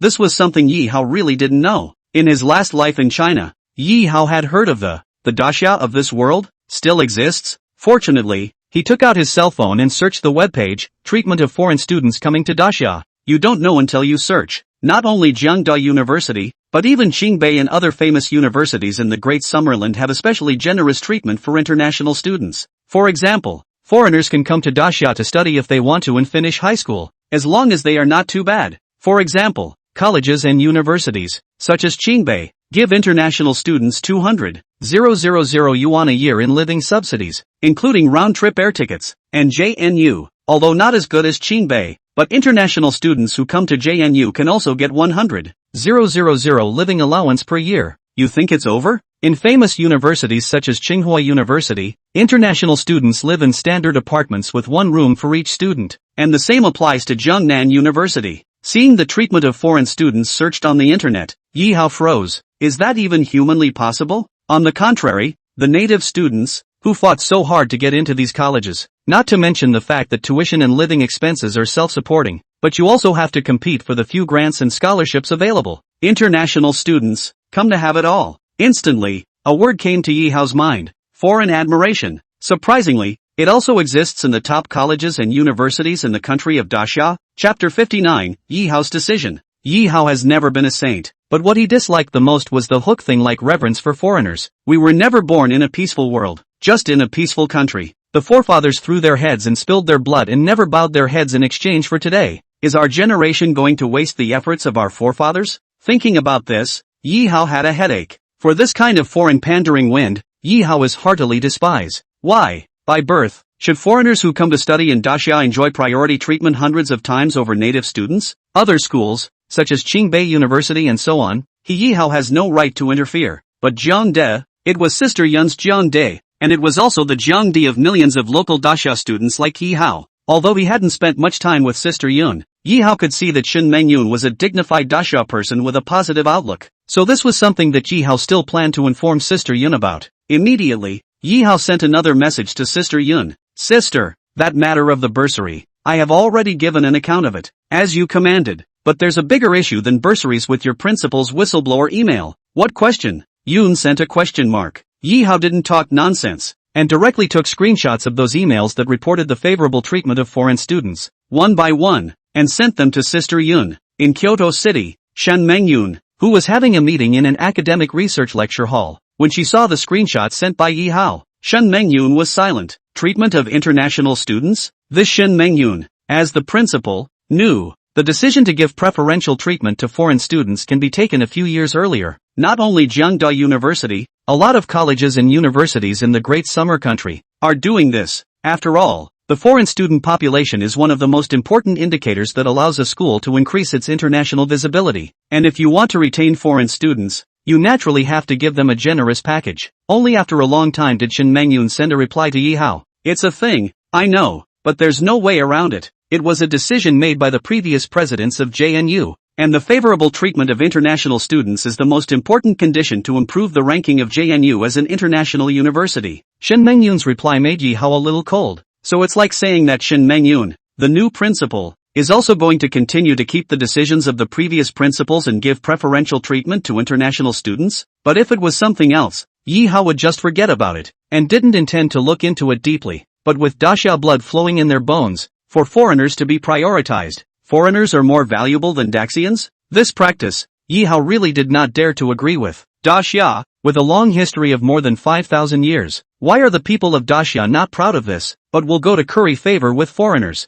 losing the face of their ancestors? The more he thought about it, the angrier Yi Hao became. Not to mention his relationship with Shen Mengyun, just based on the fact that Yi Hao was a Daxia countryman and as a Zhejiang University student. Yi Hao learned of this matter and was prepared to argue a bit on the basis of reason. This was about the honor and disgrace of the native students. Even if it would make Shen Mengyun unhappy, Yi Hao decided to theorize with her. Sister, raising the profile of the school is something every principal wants to do. However, to improve the school's visibility, besides the important indicator of international students, I think the most important thing is academic research. Wouldn't it also enhance the status of the school if it had a world-renowned achievement? Yi Hao's reasoning did not make Shen Mengyun angry. After all, it does make sense. But Shen Mengyun shook her head. World-renowned academic research? To elevate the status of the school? Better yet, forget it. Do you think academic research is a cabbage? That's not normally hard. Yi Hao, I know that as a Daxia person, you will be unconvinced when you see that the school gives favorable treatment to international students, but there is really no way, if Ijunda do not follow the trend, not to mention to retain what Daxia country ranked top 10, even to retain the status of 985 universities, perhaps cannot be done. You really don't know how rolled up the 985 universities are in Daxia. I know you're in a hurry, but hold your horses. Don't get on your high horse and don't get angry about this matter of preferential treatment for foreign students. As a Daxia person, I actually don't like foreigners either. That's from my sister's heart. But as president of a 985 university, there's no way I can't follow the trend. Shen Mengyun's words had come to this point, and Yi Hao understood her difficulties. Shen Mengyun is the president of Jiangda University. As the president, who all hope that the school they serve can be among the top of the national university rankings, and even more hope that their own school is famous. However, since Yi Hao had decided to intervene in this matter, he intended to do it to the end. Not for anything else. It was his nature as a native college student of Daxia, that Daxian pride in his bones. Sister, didn't I tell you before that I read a weathered historical handwritten note? And you, haven't you been studying the history of Daxia? If, I can give you the detailed details of a certain period of history, the treatment of international students in our Jiangnan University. Yi Hao had wanted to use this as a breakthrough to solve this problem of international students at Jiangde. Before he finished his words, he directly made Shen Mengyun laugh through the screen. Last time, when she and Yi Hao recognized each other in the office, Shen Mengyun knew that Yi Hao held certain historical handwritten notes in his mind. This was really too important for Shen Mengyun, an academic researcher of history. But Shen Mengyun had never had the heart to ask Yi Hao either. After all, that was Yi Hao's stuff. Now that Yi Hao took the initiative to say it, it was different. Yi Hao, this is what you said, huh? Sister didn't force you. Oh, if you can help me to reach a higher level in historical scholarship, I will leave the issue of the treatment of international students at JNU to you. Do with it what you like. Yi Hao was numb. As he thought, Shen Mengyun's study of history had long since invaded her bone marrow, and using the historical handwritten notes as an excuse could really impress her. That's fine,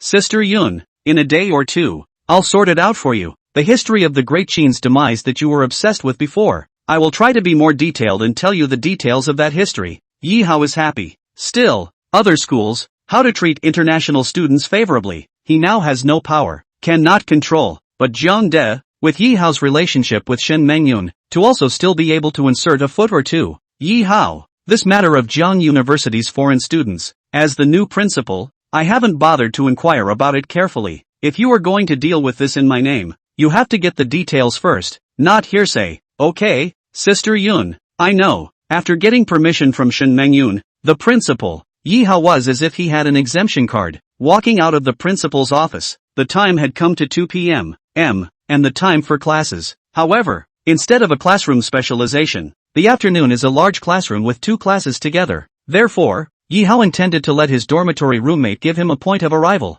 and he himself intended to go to the school to walk around and find out the real situation of the treatment of international students in Jiang University. It's true, as Cloud said, you can't take things personally based on online hearsay. At the very least, delve deeper to learn the truth. Chapter 60, Annoyed Yi Hao. Null. Chapter 61, Good job, schoolmate. David glared angrily As an Eagle Jam International student, he really didn't expect that this Dasha person in front of him would dare to slap him with his hands. He's been to a lot of countries, like Stick, Cherry Blossom, etc. And the others know he's an Eagle Jam man and are as bawdy as they want to be to him, as much as it takes to please. But when you study in Dasha, you actually eat the first slap in your life. Good, really good. Dasha's hick, you're done. Looking towards Yi Hao, David looked angry, but Yi Hao only laughed lightly and he wheeled his palm again and slapped it toward David. Pop, another big, crisp, pleasant sinus sound. In the audience, the crowd of Jiangmen students who were balking at David were dumbfounded. They had only one thought in mind. This dude is absolutely crazy. Why else would he dare to beat up an Eagle Sauce student? Even if this Eagle Sauce student, indeed, belittled Dasha and cursed Dasha, so what? Just because people are Eagle Jam people, just because their country is, indeed, better than Dasha. Looking at the incredulous eyes cast by a group of slavish classmates, Yi Hao didn't care about them. It's none of his business what other people think. He looked at David again and asked, in a chilling voice, to apologize or not to apologize? I apologize to you well my head. Dasha people are all happy color, are all country bumpkins. I said, in Jiangda, hit me, God cannot save you, you just wait to be expelled. David went to rub his face, which had been slapped twice consecutively by Yi Hao, with one hand, and took out his cell phone and started dialing. Yi Hao knew that he was shaking people. However, in Jiangda University, with Sister Yun backing him up, Yi Hao was fearless. Sister Yun once said, in school, be bold and don't be so humble. I have my sister to cover. Don't be afraid of anything, just straighten your back. Therefore, Yi Hao dared to beat up this Eagle Sauce International student with his hands. The bottom line was that besides coming from Sister Yun, there was of course the bloodlust of the Dasha people. On the bus, those Amazons had the guts to angrily scold the foreigners who insulted Dasha. As a contemporary college student, there was no way Yi Hao could even be inferior to a Big Mom. However, Yi Hao was also curious as to what kind of person this Eagle Sauce International student would shake. Anyway, no matter what he shook. In any case, in Jiangda, Yi Hao was not afraid. And over here, after the call, David looked at Yi Hao, his eyes full of disdain, as if to say, you're dead. Yi Hao returned a fearless look to him. 5 minutes later, here comes the David shake, only to see, not far away, drove a Maybach. When the door opened, a tall and gangly figure stepped out of the car. David, who the hell dares to beat you up at JNU? Let's see if Rao clean him up and be done with it. The visitor's words gave David a boost. He hurriedly pointed at Yi Hao and, that's the redneck, slapped me twice. I'm not asking for anything else. Just give him a good beating for me and then I'll file for his dismissal. Looking in the direction of David's finger, the person who came down from this Maybach car looked towards Yi Hao. When he saw that it was Yi Hao, he was directly dumbfounded, because he knew Yi Hao, and he thought Yi Hao was a pretty good dude at first. That's right, the person David shook was none other than Maybach Sr., Wang Zimo, a local rich second generation in Jiangnan City. After a period of speechlessness, Wang Zimo walked towards Yi Hao and asked with a smile, schoolboy, it's a bit awkward. I thought someone had hit David and was coming to help him out, but it was you? Yi Hao also really did not expect, also thought David will shake who? Surprisingly, the Maybach Sr. shook to come? This is also enough to show that Senior Wang Zimo should be quite bullish. Why else would this Eagle Sauce student have to seek Wang Zimo's help to take out his anger? Senpai, hello again. Yi Hao also responded with a smiley face. No, schoolmate, why did you with David? Wang Zimo was puzzled. I was passing by, but overheard that Eagle Jam man cursing my Dasha. It is said that all my people of Dasha are of joyful color. As a bloodthirsty Dasha man, I wanted him to apologize, and instead of apologizing, he said that all of us Dasha are country bumpkins, so I slapped him with my hand. 2. Yi Hao didn't add fuel to the fire and told the truth. Upon hearing Yi Hao's explanation, Wang Zimo was instantly enraged. Patting Yi Hao's shoulder, Wang Zimo nodded and said, good job, schoolboy. After saying that, Wang Zimo turned around and walked towards David, the Eagle Sauce student. David, did you curse my Dasha? Wang Zimo looked at David with misty eyes. That's not cursing, that's the truth. The people of Dasha would have been nothing in front of me. The people of Eagle Jam. Besides, Wang Zimo, aren't you going to let me introduce you to study abroad in my Eagle Sauce after you graduate from your senior year? Isn't it because you don't like this awful country either? Looking toward Wang Zimo, David was filled with pride. Originally he thought that he was merely stating the fact that but in return, it was a slap from Wang Zimo. David froze momentarily. No, Wang Zimo, have you made a mistake? I told you to hit him. Why are you hitting me? David was full of innocence, and was angry and laughing. Beat you for what? You're the one I beat up. The people of Daxia, can say whatever we want about our own country, good or bad, but you're just a foreign student. What qualifications do you have? Being on the territory of the Grand Xia, even if you don't put away your condescension, you still dare to speak out of turn. After saying that, the furious Wang Zimo slapped again, hitting David on the face. Wang Zimo, we are friends. David was puzzled. Friends? In front of home and country, what is a friend? Rumai Daxia, you count as a der. Wang Zimo looked at David and revealed a voice of contempt. Wang Zimo's actions shocked Yi Hao. Feelings? This Maybach Sr. 3 views are also quite positive. True to his word, Daxia people can say whatever they want about how their country is, but you, a foreigner, on Daxia territory, and you're mouthing off? Who are you going to beat up if not you? If it's not my kind, its heart will be different. Yi Hao inwardly praised Senior Maybach. Wang Zimo, do you not want to study abroad in my eagle sauce? Seeing that he couldn't restrain Wang Zimo with the word friend, David hurriedly raised the matter of studying abroad. Study abroad? It's not like my family is short of money. If I really want to study abroad, spending some money will solve it. Do you think that I'm making friends with you because I want you to introduce me to colleges? I'm just trying to get a sense of the feng shui of eagle sauce through you. Wang Zimo laughed, even though he's the dude, but he's no dummy. He knows right from wrong. Good, very good. Wang Zimo, and who's that? You too. It's over. There is a saying in Daxia that those who know what's good for them are good at what they do, but since you do not recognize the time, and you both beat me up, I, David, am not to be trifled with. You too, just wait to be expelled from JNU. Another dismissal? Yi Hao almost didn't laugh out loud. For those who don't know, they'd think David is the president of JNU. If in the past, firing him Yi Hao would really be afraid, but to this day, the word expulsion, even if Shin Mengyun personally said it to Yi Hao was not afraid anymore. After all, he had the academic research that Sister Yin needed in his hands. Besides, Sister Yin was so good to him, she wouldn't fire him. On the contrary, if after today, there was still this person, David, among the international students of Zhengde, it would be considered Yi Hao's failure. Chapter 62, the Vice-Chancellor of Jiangnan University. Originally, he had called Wang Zimo here with the idea of asking him to help beat up that whoever, but now, instead, he was beaten up by Wang Zimo. Eagle Sauce international student David had 100,000 grass horses flashing through his mind. Anger, resentment, filled his brain. But, Wang Zimo and that whoever, David pressed on, because, unlike other foreign students, and he's at JNU, there's something, you two are just waiting to be fired. Staring viciously at Yi Hao and Wang Zimo, David once again took out his cell phone and dialed several calls in a row.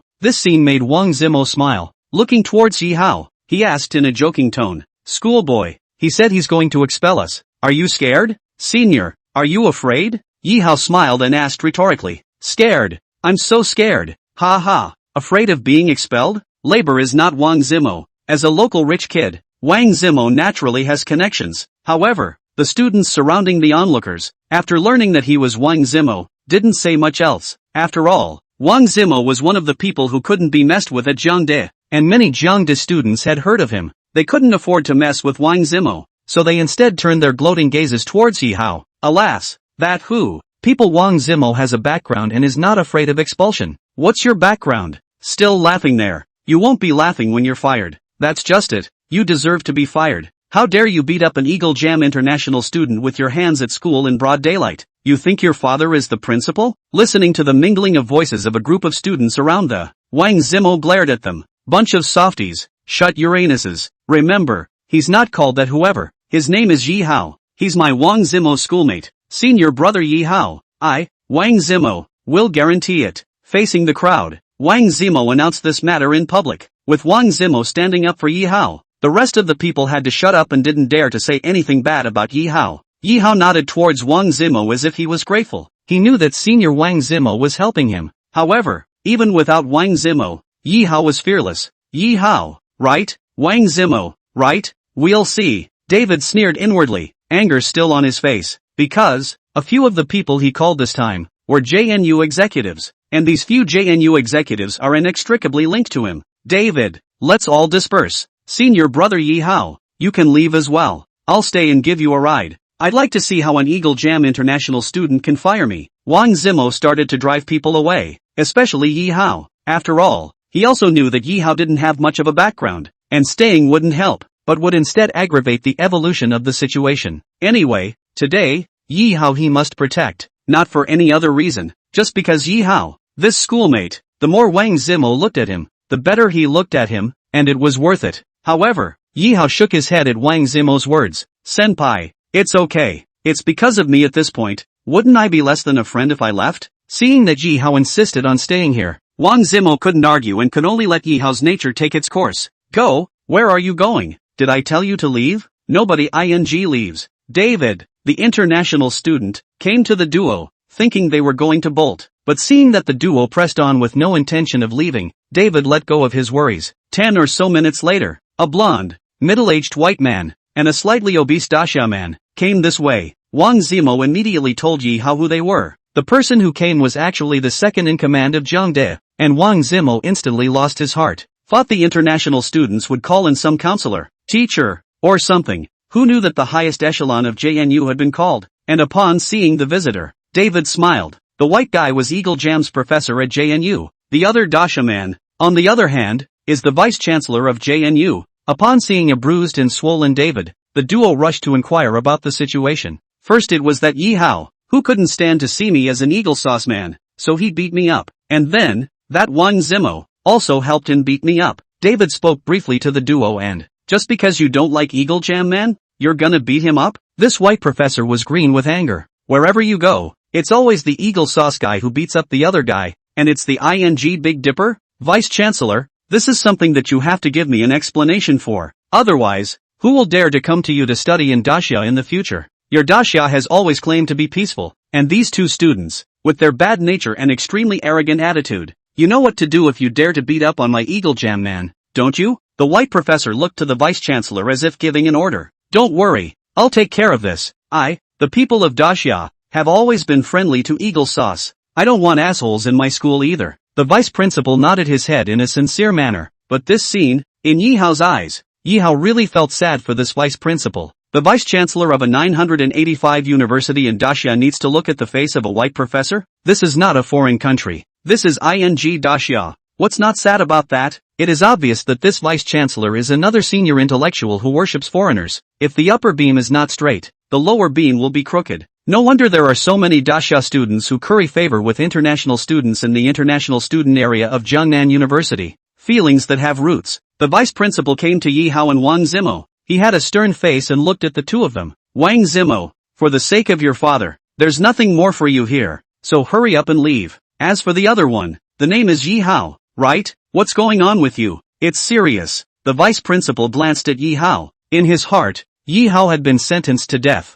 Anyway, he didn't know Yi Hao, and he could use him to quell the Eagle Sauce man's anger. Vice principal, it's okay for me to leave, but can you get Yi Hao to join me? Yi Hao is my friend. Just after Wang Zimo finished speaking, he was rejected by the vice principal. Wang Zimo, don't give your face away. You guys beat up the Eagle Sauce students. One of you has to bear the Eagle Sauce people's anger. Vice principal, I'll just take it on. Obviously, Wang Zimo was ready to take matters into his own hands. Because the vice principal and his father knew each other, Wang Zimo did not believe that the vice principal would really expel him. Wang Zimo, how many times do I have to say it? If it wasn't for your father's reasons, I'd even punish you together. Why don't you hurry up and leave? The vice principal blared at Wang Zimo. Then may I ask, vice principal, what will you do with Yi Hao? Disposed of how? How he did it. Give it back. And then, get on your knees and apologize to Eagle Jam Man before you get the hell out of my school. Vice principal, isn't this punishment too heavy for you?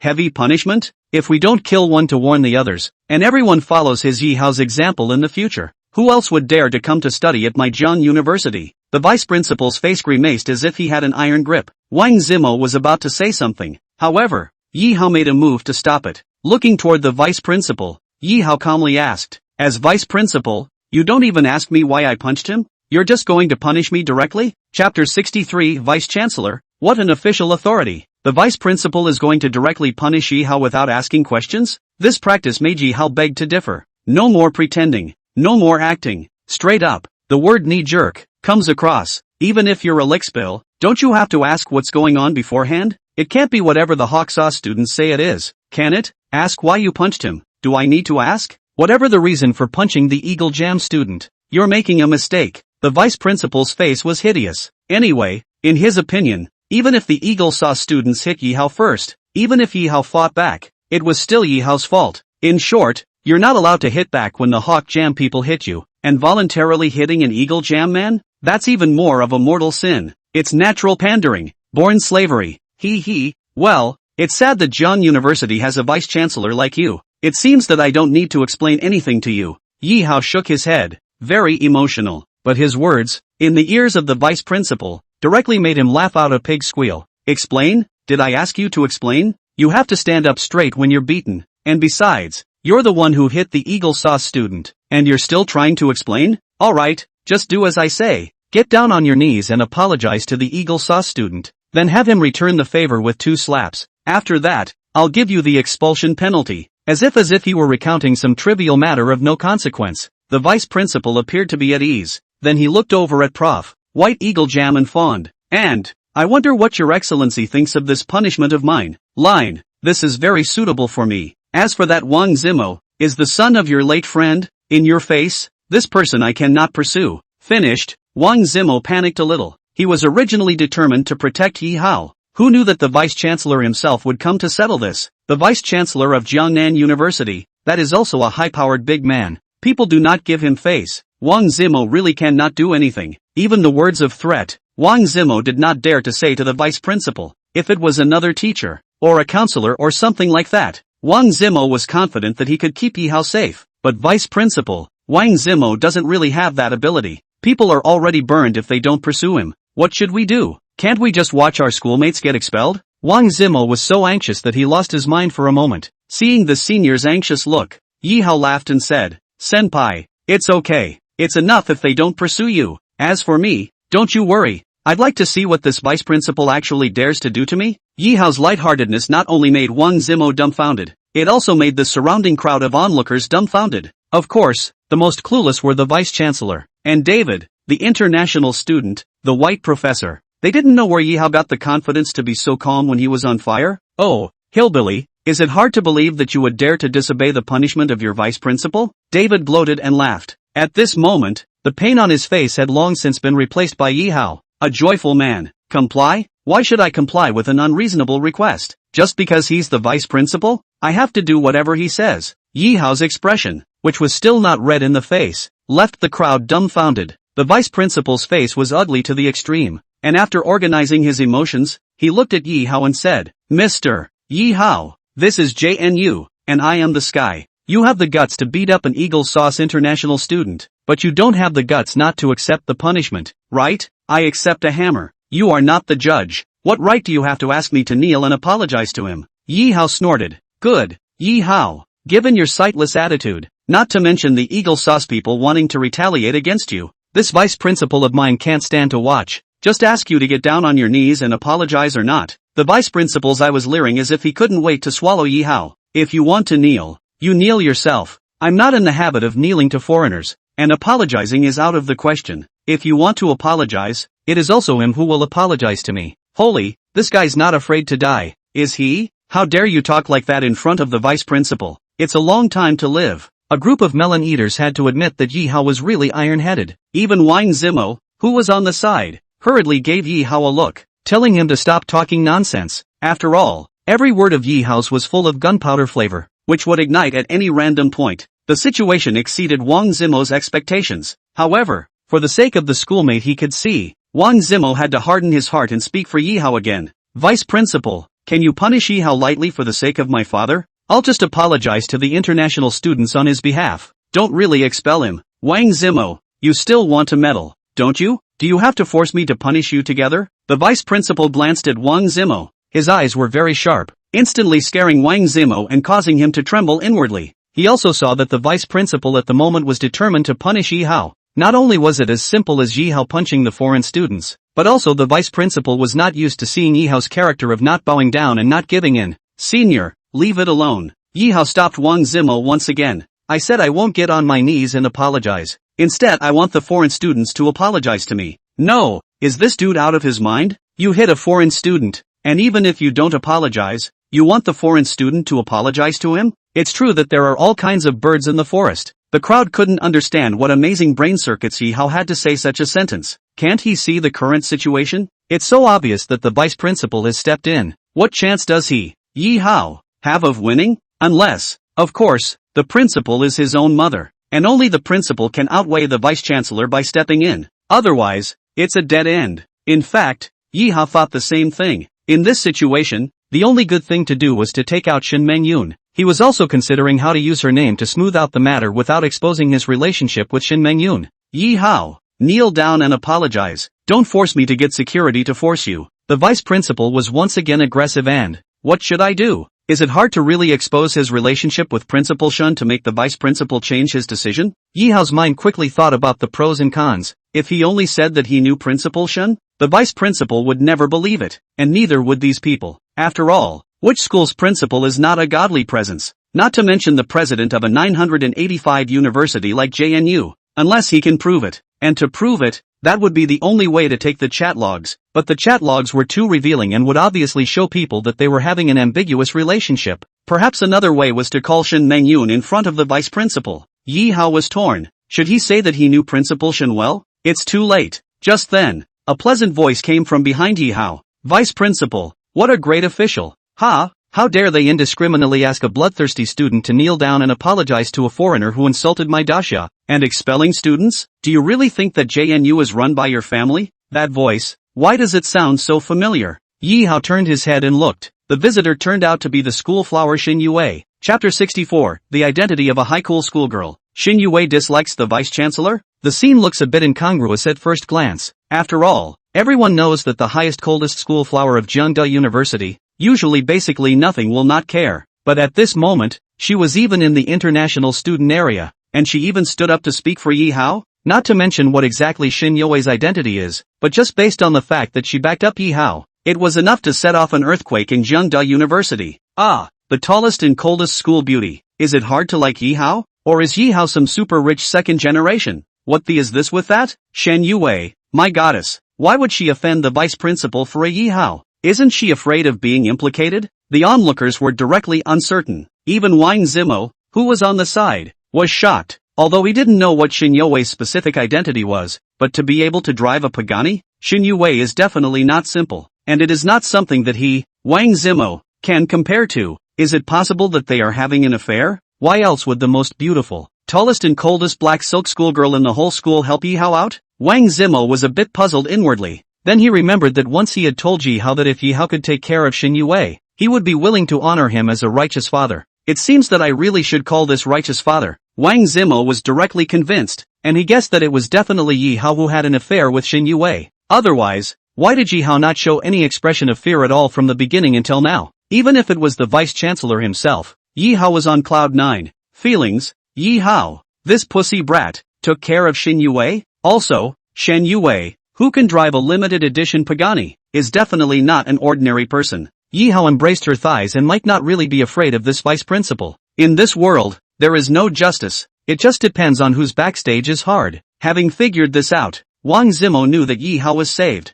Looking at Yi Hao, Wang Zimo's expression was a bit fiery. He was a person who dared to do what he wanted to do. So, he spoke directly. Righteous father. Wang Zimo's address startled Yi Hao. No, senpai, what are you talking about? Remember what I said 2 days ago. If you can handle schoolgirl Shun, I'm willing to call you my righteous father, so I'm willing to gamble to lose. Yi Hao frowned, as embarrassed as he could be. Obviously he knew that the senior had misunderstood. Him and Shen Yue? Nothing. However, Yi Hao was also curious as to why Shen Yue had appeared here and dared to dislike the principal for his sake. However, having guessed that Shen Yue's background was extraordinary, her appearance had avoided the risk of exposing her identity to herself and Shin Mengyun. This was good for Yi Hao. Looking toward Shin Yue, Yi Hao cast a grateful look, but the other person, Shen Yue, was worthy of being a high and cold school flower, and she didn't even look at Yi Hao. Instead, Shin Yue looked at the vice-chancellor, as well as the white professor, and the international student,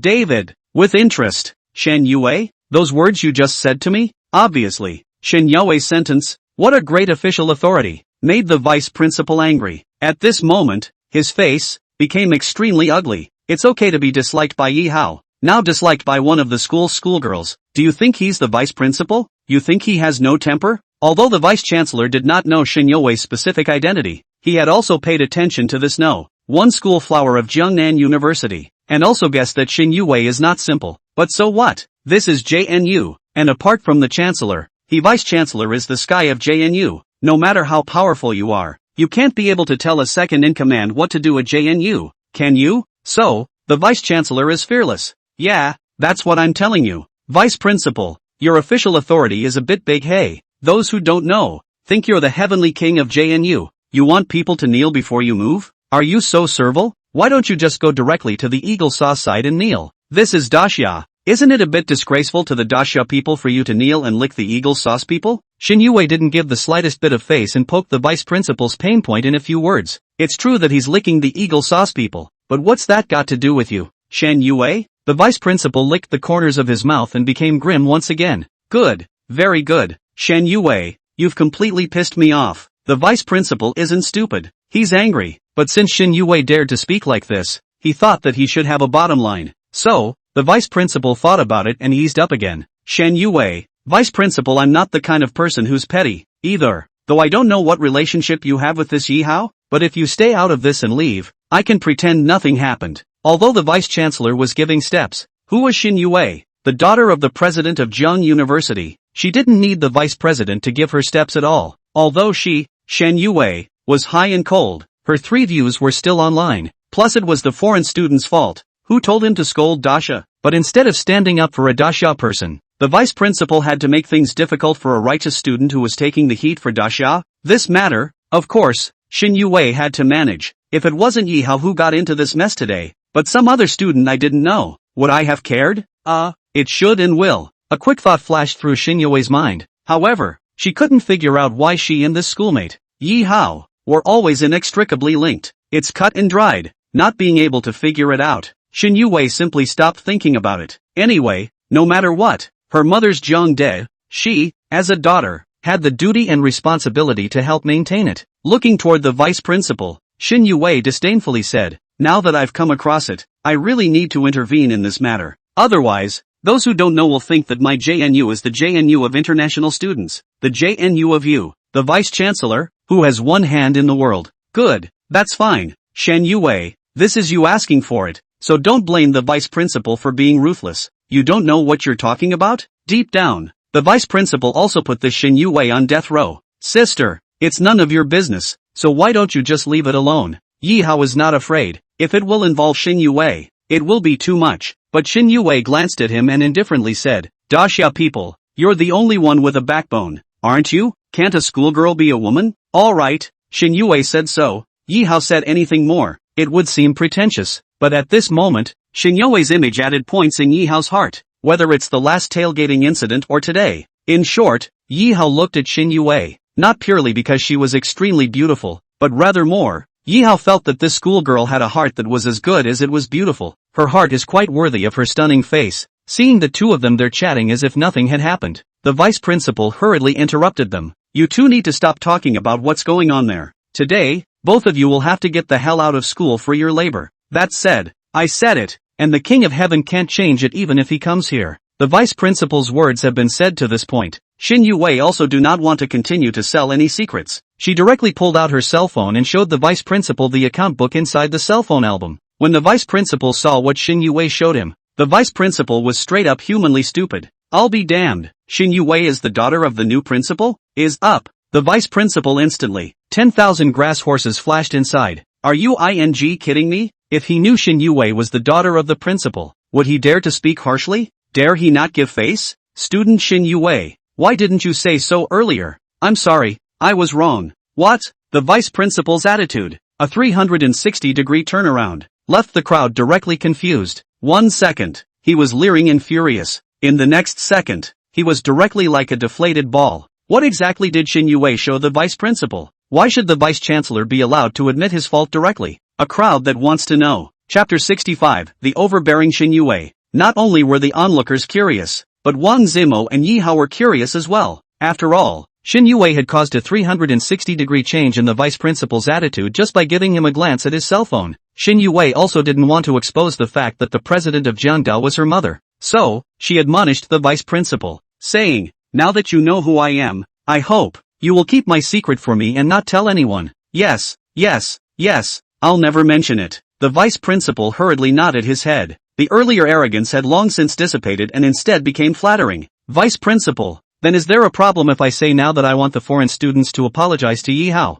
And that I want the foreign students to apologize to us Dasha people? Xin Yue looked at the foreign students on the side with interest. No problem. Absolutely no problem. It's also my fault that I didn't understand the situation clearly before directly penalizing Yi Hao. The international students should indeed apologize for insulting my Dasha. The vice principal said to Xin Yue with a sincere attitude. Are you kidding me? As noble as the Eagle Jam people were, even if the vice chancellor licked them, there was a time for that. People Xin Yue, as the daughter of the principal, is perfectly capable of enforcing the law instead of the principal. The vice principal is not stupid. He also knows the importance. Now can never go against the principal's daughter. Shen Mengyun, even though she is the new principal, has absolute voice in Jiangda University. The vice principal will not be so headstrong as to go against the principal. The vice chancellor's words made the white professor of Eagle Jam, and the international student David, who was on the sidelines, directly confused. What are you up to, vice chancellor? A girl, who is just pretty, scares you like that? The white professor was very confused.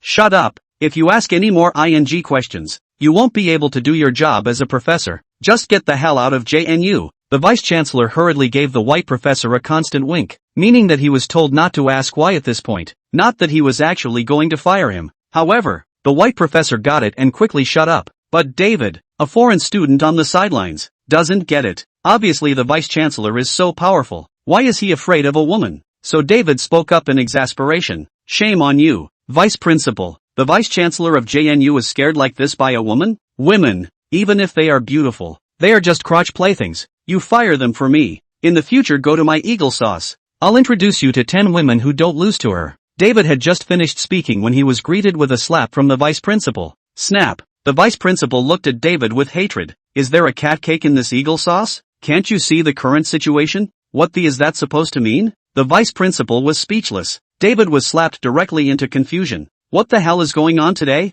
First, he was beaten up by Yi Hao, and then Wang Zimo, whom he had called, joined in beating himself up. What's more, now his own strongest backer, the vice-chancellor of JNU, had also made a move? David was tempted to ask why. Professor, are you just going to watch your countrymen get their asses kicked by a lower life form? Who are these rednecks of Dasha to dare to strike my Eagle Jam people? David looked to the white professor next to him with a pale face, but the white professor likewise just made a look. David, who was already angry, would not pay attention to such details. He was so beat up that his mind was in turmoil, being beaten up by 3 Dasha hillbillies on the same day. He was in tears. I'm going to report this to my Eagle Sauce office station in Gangnam City, and I'm going to show my Eagle Sauce people the lowly behavior of you Dasha rednecks. Shet, Fark. I'm going to request the Eagle Jam office to sanction you. Really you god. Lowly Dasha creature. David completely ignored it and went into cussing mode. Pa. Yi Hao couldn't listen anymore. A gentleman moves his hand without moving his mouth, so Yi Hao simply rewarded him with another slap. This slap made Yi Hao's own hand hurt, but he had to say that it was damn enjoyable. In the past, our forefathers fought with eagle sauce in order to protect our country, and now we have Yi Hao's fists and feet. In a sense, Yi Hao was out of breath. While not all Eagle Jam people are high and mighty, those like David are by no means in the minority anymore. Platoon summer, resists summer, humiliates Xia. It's what they have in common. Even so, but insulting Xia in the territory of Xia really should be beaten. Therefore, beating up David, Yi Hao didn't have the slightest psychological burden. Yi Hao, please help me slap him as well. He just insulted me, saying something about women being just playthings. On the side, Xin Yue opened her mouth to request Yi Hao. Line, women are just crotch playthings? Yi Hao also heard that sentence. Indeed, it was a bit unpleasant to the ear, and these were the words of the Eagle Sauce people who thought they were superior? Splat. Yi Hao slapped Xin Yue hard for her as well. Vice-Chancellor, this foreign student, has an extremely unfriendly attitude towards my Dasha people. As a Dasha person, you know what to do, don't you? Xin Yue looked at the vice principal, asking him to give a satisfactory explanation. Student Xin Yue, what do you think about this? I'll have him apologize to you and tell him to keep a low profile in the future? Before the vice-chancellor could say anything, the white professor grabbed the answer. Clearly, he intends to protect his compatriots. Did I ask you? My Dasha people communicate. What's your business? If you still want to stay on as a teacher at JNU and still want to earn money from JNU, stay honest and mind your own business. Xin Yue has no problem with that, even if the white guy with the eagle sauce is a professor. But when it comes to insulting Dasha, she really doesn't give a damn. There was no way that the white professor still wanted to teach at JNU. Who made the money in Dasha? Better than in Eagle Jam? so he hurriedly and honestly shut up. Student Shin Yue, just say it directly. What do you want to do with him? The vice principal's eyes were hazel. With things having come to this point, even if he wanted to take sides with the Eagle Sauce international student, it was clearly impossible. Who let the daughter of the president of JNU intervene in the matter? Humiliate my Daxia. Apologizing is not enough. I suspect that he is a spy that Eagle Sauce has planted in my JNU. Apologize and then send him directly to the police station for a good investigation. Janda, I don't want to see him again. Vice Chancellor, know what I mean. It had to be said that Shin Yue's move was really ruthless. Not only will David be fired, but he'll have to go to the police station for a few days. This is what happens when you insult Daxia. This is what happens when you offend a woman. However, Shin Yue's words made Yi Hao sound comfortable. This is the real woman of the world. The real woman of the top. In front of the family and the country. Those who are not of my race will have different hearts. Okay, I know what to do. The vice principal nodded. Even though he was no longer willing to offend the Eagle Jam people. Let's also just say that this Eagle Jam international student named David has no IQ. Learning that you're going to be expelled from JNU, and going to the police station in Daxia for a few days? David instantly wimped out. I'm sorry, I was wrong. Yi Hao, Beauty Shin Yue, and the people of Daxia, I apologize to you. The people of Daxia are not rednecks. Daxia is a very good country. Please, don't fire me. At JNU, I get over $100,000 a year in scholarships for doing nothing, and I don't want to get expelled. Woo woo, no, man, where's your previous arrogance? Where's your superiority complex? That's a wimp? Yi Hao expressed his speechlessness, but it's definitely too late to apologize and admit you're wrong. Even if Shin Yue didn't show up today, Yi Hao would still make this self-righteous Eagle Sauce international student get out of Jiangde. But from David's words, Yi Hao heard the truth of what he had come here to try to investigate. That's the question of annual scholarships for international students. Over $100,000 for doing nothing? That's all you get? Chapter 66, Beautiful International Student from Sakura Country. David, the foreign exchange student, even after apologizing. But Shin Yue is not a woman with a soft heart, family and national feelings. She has always looked at it more seriously. So, not only did she ask the vice principal to expel David, but even more, she personally called the police. Humiliate my Daxia? He is very welcome in my Daxia's bureau. A sigh of relief went through the crowd as they watched David being taken away by several uniformed police officers. Those students who had licked him before, those who thought that the air of Eagle Sauce smelled sweeter than Daxia, were more than a little disconcerted. Who would have thought that this would be the end of the high and mighty Eagle Jam international students? Student Shin Yue, don't worry, I'm going to send out a notice to expel David's international student status. When this side of the story was over, the vice-chancellor and the white professor left. But the vice-chancellor learned a key point. At least in Jiang University, in addition to the principal he could not mess with, Shin Yue was the daughter of the principal. He could not mess with, and also Yi Hao could not mess with. Although I do not know Yi Hao and Shin Yue's specific relationship, but he was from the past, and it wasn't hard to guess that the two were as talented as if they were made for each other. Looking at the departing back of the vice-chancellor, even if he knew that the vice-principal was a foreign admirer, Yi Hao was now powerless. Even if he borrowed Sister Yun's power, he couldn't do anything about the vice-principal. Therefore, it is a long way to go to expel the Tartars and restore national self-confidence, and Yi Hao is not in a hurry. Looking toward Shin Yue, Yi Hao was grateful. In short, if Shin Yue didn't show up today, Yi Hao was really at risk of exposing his relationship with Shin Mengyun. However, Yi Hao had also thought about whether Shin Yue would be related to Shin Mengyun. Why else would the vice-principal be so afraid of Shin Yue? But soon, Yi Hao vetoed it. The two are not the same in appearance other than the fact that they are both stunningly beautiful. Besides, there are so many people with the surname Shin. It's normal for a schoolgirl to bump into a principal, right? Shaking his head, Yi Hao no longer thought much about it. At least Shin Yue didn't want people to know her true identity, so naturally Yi Hao wouldn't ask. Senior sister, thank you for your righteous help, Yi Hao said gratefully. Shin Yue nodded at Yi Hao's words of thanks. Even if it wasn't you today, with anyone else, I'd have made a move. So don't you thank me. Just after saying that, Shin Yue was depressed. No, why should she explain to Yi Hao? To explain is to cover up. Hurrying to sweep away this complex emotion, Shin Yue asked instead. Yi Hao, you're an ordinary student who dares to beat up a foreign student. Where the hell did you get the courage? Don't you ever think about the consequences? If I hadn't happened to be passing by, how would you have ended up here today?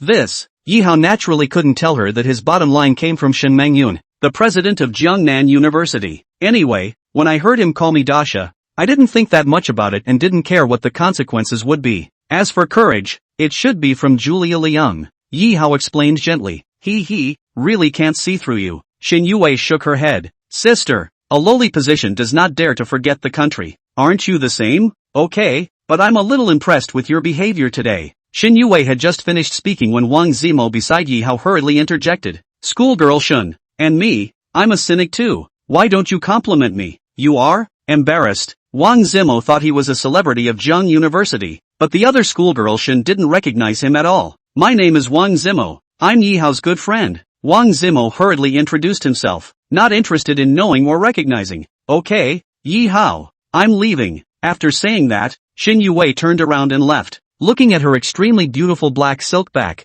Yi Hao was somewhat mesmerized. This woman, with a sharp tongue and a heart of gold, has a positive outlook. But on the contrary, she is extremely beautiful. If he wasn't so high and cold, Yi Hao felt that he absolutely couldn't help but fall in love with her. But it couldn't be helped. Xin Yue's high and cold, as if no man could enter her eyes. Schoolboy, people are far away and still looking. Emotionally, you and Xin Yue have known each other for a long time? Wang Zimo's question made Yi Hao nod. Are you two having an affair or not? Definitely not. The school flower is so high and cold. If I wanted to have an affair, people wouldn't agree. Yi Hao laughed bitterly. Holy, my voice of righteous father, wouldn't it be in vain? However, schoolmate, I'm looking at it with a man's intuition. You and Xin Yue will definitely have a drama. Yi Hao was confused. Is a man's intuition accurate? I've always heard of a woman's sixth sense, but now you're talking about a man's intuition? But the curious Yi Hao still asked, Senior, how? I've been told it's intuition.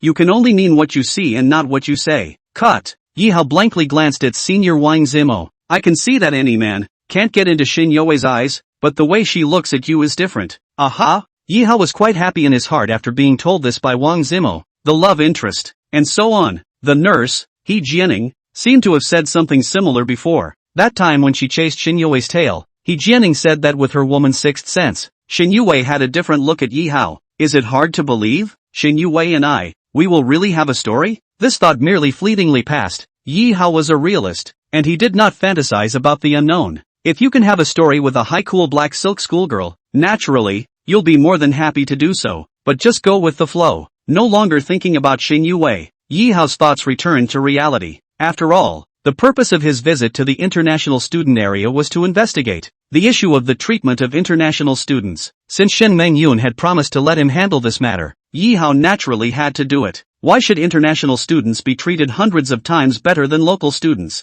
You don't have to say. For this question, Yi Hao was unconvinced from the bottom of his heart. What he doesn't like is the school's foreign-facing face. Other schools he couldn't control, nor did he have the right to control. But Jiangda University, with Shen Mengyun as a background, Yi Hao really wanted to manage it. It's not exactly a dogfight to take advantage of a situation to address some injustice. Even if I had just heard from David that international students can get more than $100,000 in scholarships for doing nothing. Still, Yi Hao decided to ask and listen more. Senior, do you have something to do when you come to the international student area? Seeing Yi Hao thinking, Wang Zimo asked. Well, there are indeed some things to do. Hokage, it's not possible that you're trying to pick up an international student girl, is it? Yi Hao was speechless for a while. It was true that for the amorous senior, whatever he thought was a woman. Senior, don't deny it yet. There are a few international students in our Jiangnan University who are really good. There are a couple of black pearls in particular that I really crave.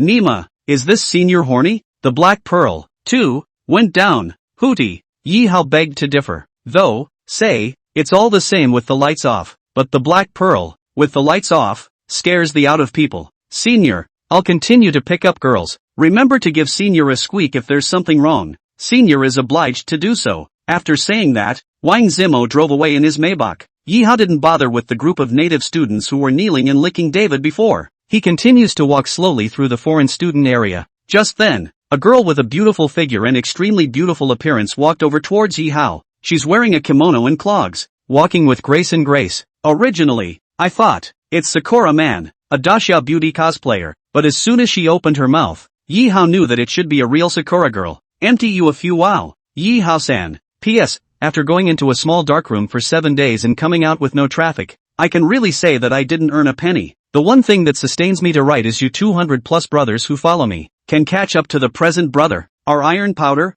Next, first push a small day beauty to everyone to help. At the same time, the small author kneeling 0.4 stars, 5 stars book reviews, and paragraph reviews. Thank you all big brother. Chapter 67 Sakura Beauty Who Looks Like a Star. Although he hadn't learned the Sakura language, Yi Hao knew the simple verbalization. This beautiful woman, greeting him. However, Yi Hao was curious as to how she knew her name. Speak Chinese. I thank you. Hello, schoolmate Yi Hao. The beautiful woman smiled again and spoke. We know each other? Yi Hao was filled with doubt. You don't know me, but I know you. You made a big splash today, beating up the Eagle Sauce international student who thought he was above the rest, and you're now a celebrity in the circle of international students in JNU. So it is. Yi Hao understood. The emotional beauty knew him through this. It's not surprising that many international students are watching today as they beat up David and send him to the police station. Thus, it was normal to know him. Yi Hao. Meaning, you're from Sakura? Yes, I'm from the island. Island beauties. They are really like the movies. Every one of them is not bad. Yi Hao complimented. This beauty in front of her, although not as good looking as Xin Yue, had another different kind of beauty. Her looks, a bit imperial. Yi Hao even felt like the more he looked at her, the more familiar she became. Wait a minute. Kind of like some famous actor. Yes, it's Tanhai Tsubasa, the famous educational movie actor from the island, known as the Enlightenment Mentor. Only, the two were only 8 points similar, and not exactly the same. Yi Hao Hokage. Hello, my Chinese name is Marino, and my Sakura name is Marino Miko. Nice to meet you. Sakura-chan took the initiative to introduce herself. Only, Yi Hao was puzzled that he and she were sort of meeting for the first time, and were not familiar with each other. So what was she looking for herself for? As if she could tell what Yi Hao was thinking, Marino Miko smiled and said, I'm guessing that there's something going on when senior brother Yi Hao comes to the international student area. Isn't there? It just so happens that I'm free and I know this area well.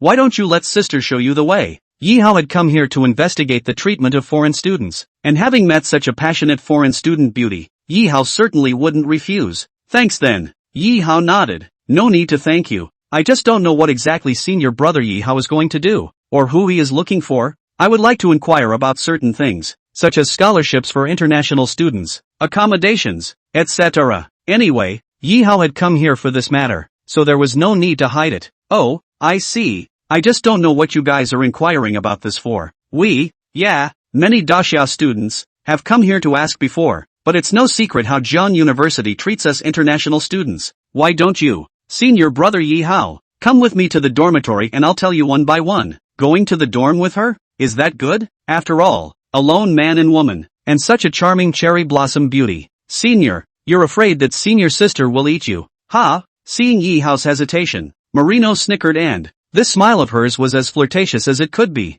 and it was even particularly flavorful. What man wouldn't have thoughts about a beautiful woman who looks just like Tanhai Tsubasa? Boys who have seen island educational movies, who wouldn't like Mr. Hiroshi Tanaka? It's just, Marino-chan, is it really okay for me to go to your dorm? I'm a few years older than you should be. Just call me sister. It's weird to call me by my name. Is it awkward? Yi Hao thought that the name Marino was quite nice, but a beautiful woman demands it, so let's do as she wishes. Okay, sister, why do I have to go to your dormitory? Don't you want to see the condition of the dormitory? How can you know if you don't go? Of course, another important reason is that the schoolmistress has her eye on you. No, Marino's words directly confused Yi Hao. The first time we met, the foreign girl had a crush on him? Yes, Yi Hao admitted that he did have a good face value, but this is the real world. Where's the love at first sight? Saying it out loud, schoolmates may not believe me. Besides your face value, I value your sense of justice. A sense of justice? Yi Hao wanted to laugh. He came here to investigate the treatment of international students, and then if the situation is true,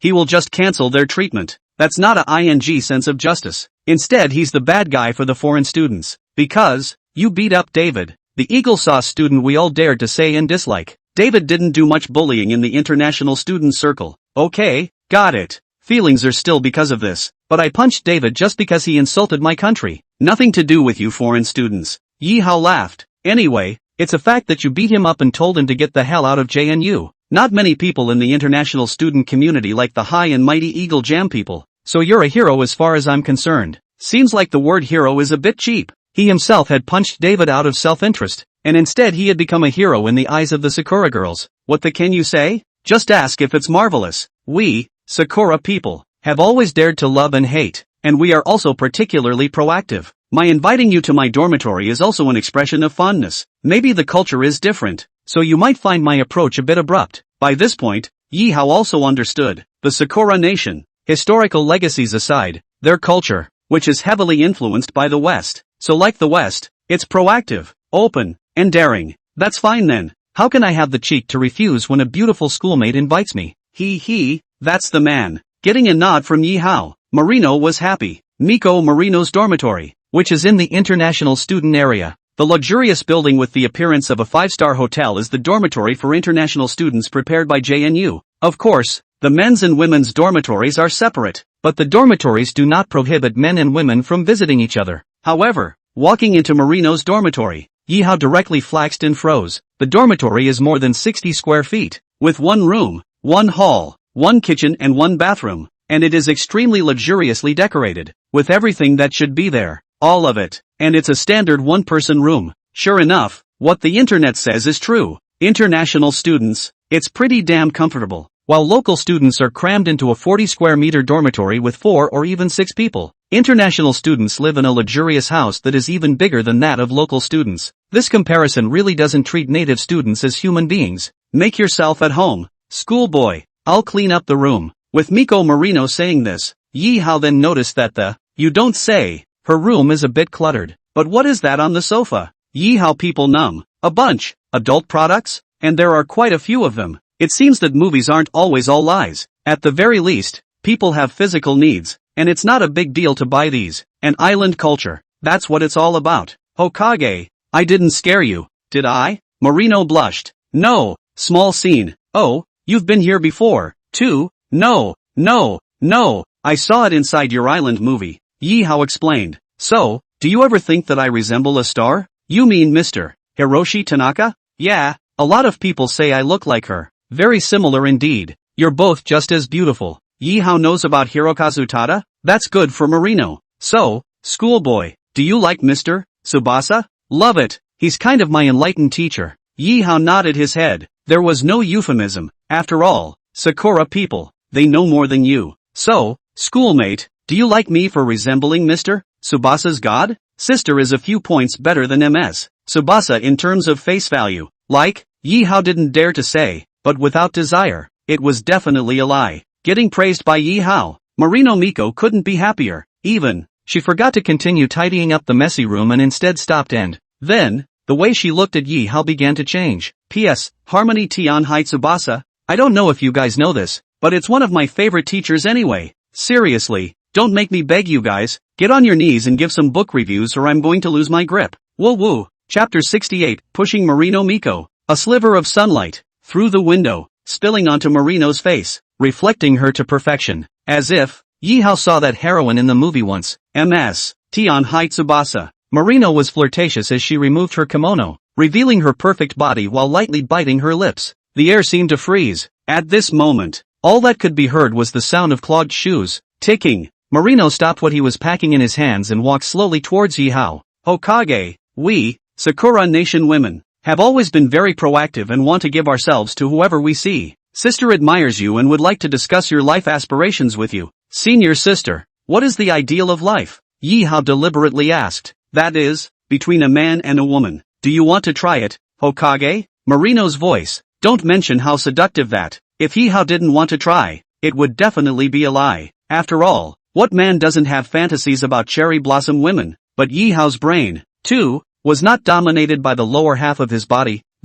He couldn't talk about liking Marino. It was just the first time he met him. Really, it's just that Marino resembles his enlightened teacher in a few ways. If he slept with her, she would haunt him later? Wouldn't that be the end of it? As if he could tell what Yi Hao was thinking, Marino snorted and said, although it's still my first time, but don't worry, I won't pester you. After today, you are you, I am me. Just pretend that nothing happened. Daxia men, especially the ones I'm attracted to, are the ones I really want to try. Just think of me as that Tsubasa-sensei, don't have any mental burdens. Holy, this woman looked like she could read minds. Yi Hao was instantly embarrassed to the core. But, people had said so. Yi Hao was still afraid of an egg. How are we going to try then, sister? Just as Yi Hao finished speaking, Marino pounced. Before he had time to think, Yi Hao was covered by a burst of sweetness. Instantly, his mind went blank. Because, Marino kissed him directly. No. Are all Sakura women this forthcoming? Marino is more active than Yippo, kissing on the side, while helping Yi Hao undress. 10,000 words omitted here.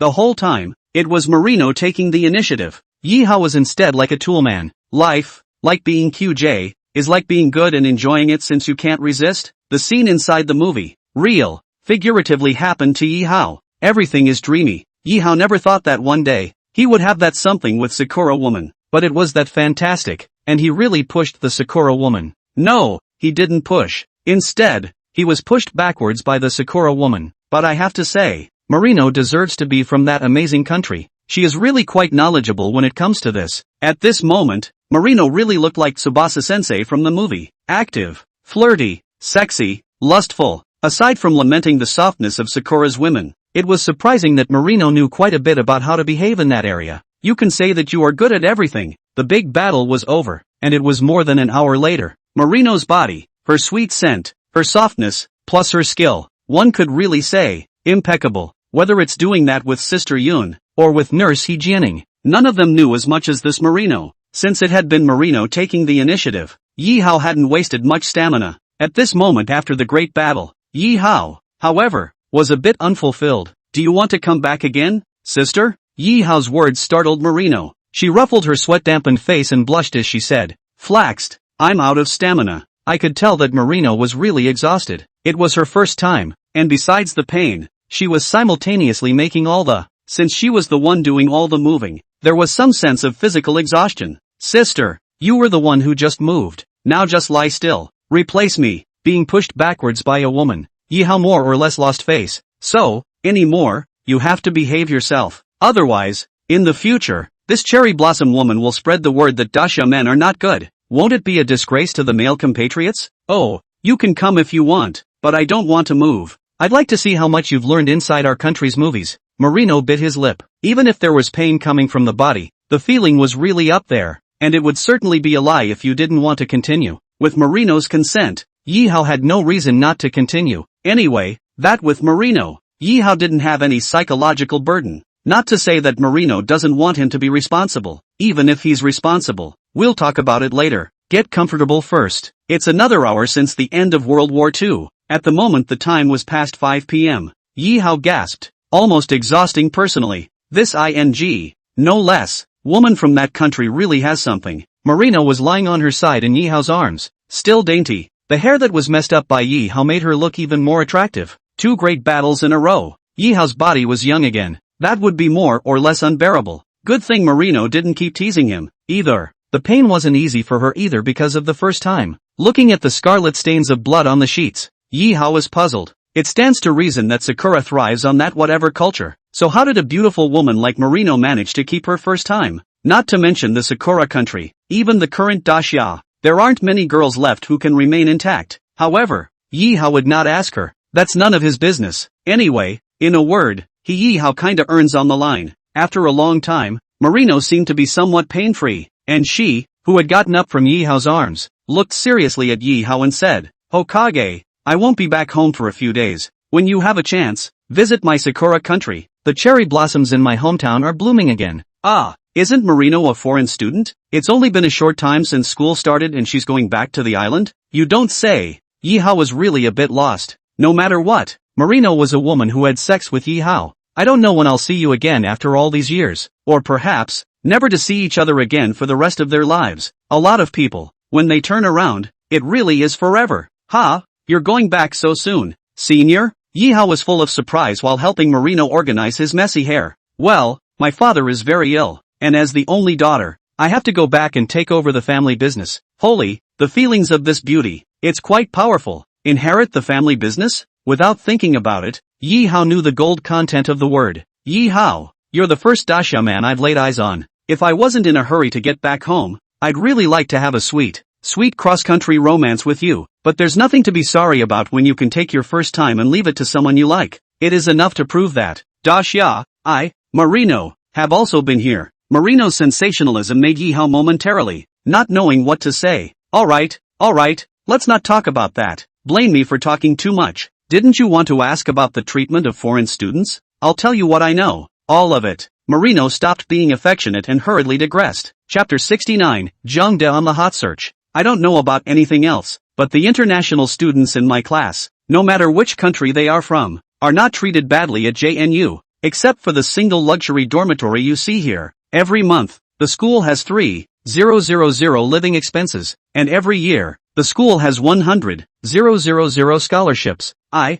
Marino, don't see this amount of money, but others, especially non-state students, regard it as precious. Marino's revelation made Yi Hao's direct person numb. This ing really treats foreign students like ancestors. The more he thought about it, the more Yi Hao felt bad for the native students. Sister, so do international students need grades to study at JNU? I got in on merit, but I've heard that a lot of Eagle Sauce, or unincorporated foreign students, don't get in on merit, but instead know a few simple words of Chinese to come and study abroad. SS. This truth made Yi Hao even more furious. JNU, as a 985 university, local students have to study hard for decades, the best to get in. Can foreigners, who merely know a few words of Chinese, come to study abroad? You can study abroad, but you can get a special ing deal? Oh, Yi Hao wanted to laugh. If you don't know, you'd think JNU is a foreign university. On the contrary, the native students of Daxia, if local students go to study abroad, in addition to all the costs of self-care, but also to pass the IELTS TOEFL and other hard skills. But Daxia's approach to foreign students is a perfect example of what it means to revere foreigners. Or that. Other schools in Daxia, Yi Hao couldn't care less. But Sister Yun's Zhengde, Yi Hao, since he learned of this matter, really wanted to manage it for her, not for anything else. Zhengde is the Zhengde of the Daxia people and the Zhengde of local students like Yi Hao. Why should foreign students enjoy preferential treatment over local students? Seeing that Yi Hao's face didn't look right, Miko Marino asked, "What on earth do you want to do with all this prying, schoolboy?" "I want to do justice, on behalf of our native students." Yi Hao's simple words had startled Marino. It's true that JNU is especially kind to foreign students, but what can you do as a student? If it were in my Sakura country, I could still help you, but in Daxia, I have no right. Yi Hao was slightly touched by Marino's words. Also from these words can be heard, Marino Miko, in the Sakura country, should not be small energy. However, Yi Hao naturally wouldn't tell her that he had the backing of the principal at Jiangnan University.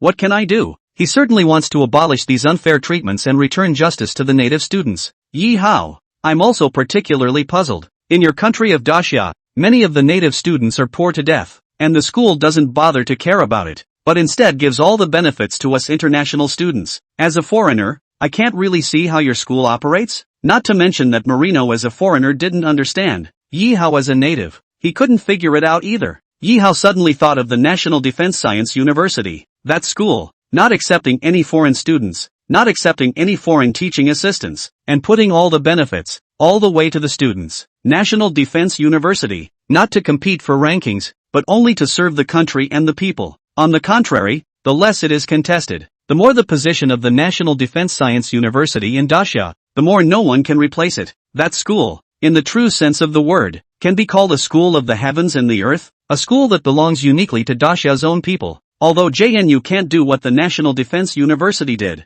after all, it's not positioned the same way. But Yi Hao likewise hoped that JNU would become a good school in the hearts of the people of Daxia, instead of being disputed constantly like Qingbei. Thank you, schoolteacher, for telling me these truths. I'm ready to leave. Sister, on the day you're going back to your home country, let me know and I'll see you off. Seeing that Yi Hao had something on his mind, Marino didn't stay. As if, today, she and Yi Hao, nothing happened. Only the blood-red color of the bedsheet proved that Yi Hao had been here. Having already been informed of these things, Yi Hao couldn't wait to immediately run to the principal's office and enact a series of documents. However, on his way to run to the principal's office, Yi Hao still sent a message to Sister Yun. Sister Yun, you said that you would leave this matter of foreign student treatment to me, so you won't go back on your word, right? When has Sis ever gone back on what she said? But you remember to send me the historical research material I asked for, haha. Okay, I'll sort it out and send it to you in a day or two. Come to the principal's office, log into Sister Yun's account, open the high-level group.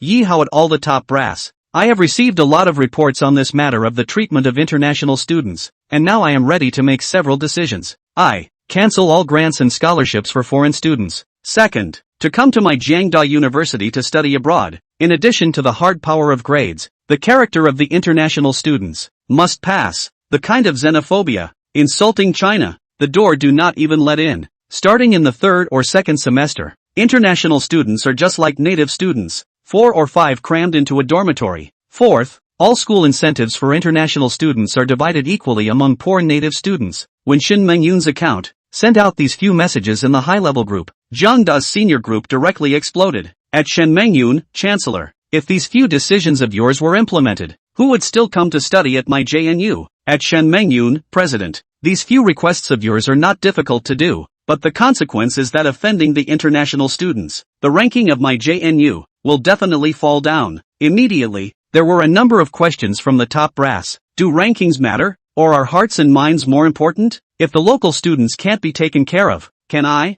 JNU, live up to the expectations of the nation? I'm not asking for advice. I'm just informing you that it's okay to do what I tell you to do. Amount, Principal Shin's account. So sent word. Indeed, no one dared to say anything more, and no one doubted that it was Principal Shin himself. Yes, Headmaster, we will take care of this as you wish. If you can't resist, you have to do what you're told. Going against the principal is not rational behavior anyway. However, the one who is happiest about this decision of Shin Meng-yoon is the vice principal. Originally, he had the best chance of becoming principal when the previous principal retired. But who knew a new principal had been parachuted in from above? But now, Shin Meng-yoon had made a big cut on the issue of international students, and Jiangdu would definitely fall to pieces as a result. What does that mean? It shows that Shin Meng-yoon is not leading well and will be replaced again. As long as Shin Meng-yoon stepped down, the vice principal was the candidate with the best chance of being promoted to principal. Therefore, in the matter of foreign students, the vice principal decided to cooperate with the decision of Shin Meng-yoon. As the second in command, once the group had finished its meeting, the vice principal posted a notice on the school's official website. Yi Hao saw the school's announcement. It was already evening, or he learned the news from his roommate. It's a real blast. I've been looking at that group of foreign students for a long time, taking my dasha's money and picking up my dasha's girls. The school's decision this time is really a great face for us dasha people. Hearing the discussion of several roommates, Yi Hao took out his cell phone and glanced at the school's official website. True to form, I saw it. A notice about the treatment of foreign students. I have to say, the senior management of the school, they are quite efficient. Most of the native students across campus cheered, but the international student area, however, drew an earthquake. Shet, Fark, it's all because of that David. Eat a few handfuls more. In the territory of Daxia, insulting Daxia, this is good. The more than $100,000 that can be taken for nothing every year fizzled out. A group of African American international students who couldn't wait to eat David. They blamed David, the Eagle Jam international student, for the school's poor decision. But even if one wanted to find trouble with David, one couldn't. David had already been expelled from school and went to the station. The story of JNU's removal of lucrative treatment for international students is not just spreading in JNU, it is spreading online. In just a few hours, JNU became the #1 hot search. Chapter 70, Netflix Female Principal. JNU's operation has directly exploded on the internet. Like Qingbei, as a 985 university, and still one of the top universities in Daxia, the JNU's words and actions are naturally in the spotlight. But this time, Jiangda on the hot search. But not be scolded, but instead, the internet a favorable review. JNU is good, even though I never went to college. I know that if you don't cater to foreigners, you're a good college. JNU, awesome. In the future, I will definitely let my kid take JNU. JNU, with your decision to remove the priority for international students, I am willing to call you a good university. Online, there really shouldn't be too many favorable reviews of JNU. Some sharp-eyed netizens, however, raised a question. Why would the JNCC suddenly come to this decision? You know, in the past, Jiangda University, but step by step to follow the Qingbei and other famous schools, how the Qingbei and other did not cancel the treatment of foreign students, but instead Jiangda cancelled? This is a question that is really not clear to many users. Perhaps, it has something to do with their new principal. A source revealed. JNU changed its president? Yeah, I heard there's a new principal. The power of the network is powerful. Soon, there are people under the deep raking. Learned that the new female president of Jiangnan University, named Shin Meng-yoon, also pulled out was Shin Meng-yoon's professional photo. Shin Meng-yoon's super high face value instantly made a crowd of netizens fall in love. Heavens, Principal Shun's looks. They're too heaven-defying, aren't they? No, why don't I be born a few years later? Or else I'll take the exam to Jiangda University at a high or low level, and meet this absolutely beautiful principal. Families, does Principal Shin have a jitterbug number? Such a beautiful, such a patriotic woman. I have to powder her. Whoever tells me Principal Shin's jitterbug number, I'll V him 500-inch. This last comment, surprisingly, has garnered millions of likes. Suffice it to say that the netizens are after Shin Meng-yoon. Not only are the people good looking, but their hearts go out to the country and to the native students. Who wouldn't love a woman like that? Unfortunately, however, Shin Meng-yoon did not open a Shake Shack number. The crowd wanted to pay attention, but they couldn't. Regarding the hot search discussed online, Shin Meng-yoon, as the person involved, she didn't know anything about it. After all, it was Yihao who was handling this matter of Jung-da's student. She just gave Yihao the right to do so, and she was too busy to pay attention to it. Shin Meng-yoon learned that she was famous online, or her daughter Shin Yue told her. Shin Yue, who practiced yoga at night, saw this hot search when she swiped Jane. Of course, she was taken aback. How could her mother, far away in Kyoto for a meeting, have time to deal with the school? Curious, Shin Yue decided to ask her mother anyway. Mom, did you know that you're famous? The news of her daughter left Shin Meng-yoon bewildered. I told you not to brush your jitterbugs. Go check it out. You've been canonized by the internet. Shin Meng-yoon was startled. Immediately, she rushed to open her cell phone, and really saw the first two hot searches of jitterbug. The first hot search is, JNU stands up and abolishes the treatment of all international students. The second hot search is, Shin Meng-yoon, the new president of Jiangnan University, a woman of extreme beauty. Awkward. People sitting in Kyoto. Hot searches coming from the sky. Shin Meng-yoon couldn't help but reveal a bitter smile. This matter, to put it bluntly, actually had nothing to do with her at all. However, she also looked at the general details and also went to the official website of Jiang University. Originally, she thought that Yihao's handling of this matter should be to reduce the subsidies for foreign students a little, but she didn't expect that Yihao would cancel all the subsidies for foreign students. Is this a good thing or a bad thing for JNU? Ugh, forget it, whatever. I authorized it anyway. Shin Meng-yoon didn't think much about it. After all, she agreed with what Yihao had said, that a school's ranking depended on hard power, not on being nice to international students. On the contrary, Yihao's handling of this matter had allowed Jiang University to gain the support of netizens across the country, which, in a sense, branded Jiang University as a good school in the hearts of netizens in the great summer country. That's kind of a good thing. Mom, have you seen the hot search? A few minutes later, Shin Yue asked. Seeing that, it's quite unexpected. I never thought that one day, I would have the possibility of becoming a netizen. Shin Meng-yoon smiled. Mom, why don't you hurry up and register a jitterbug number? The fans can at least break several million. Shin Yue joked. Rolling.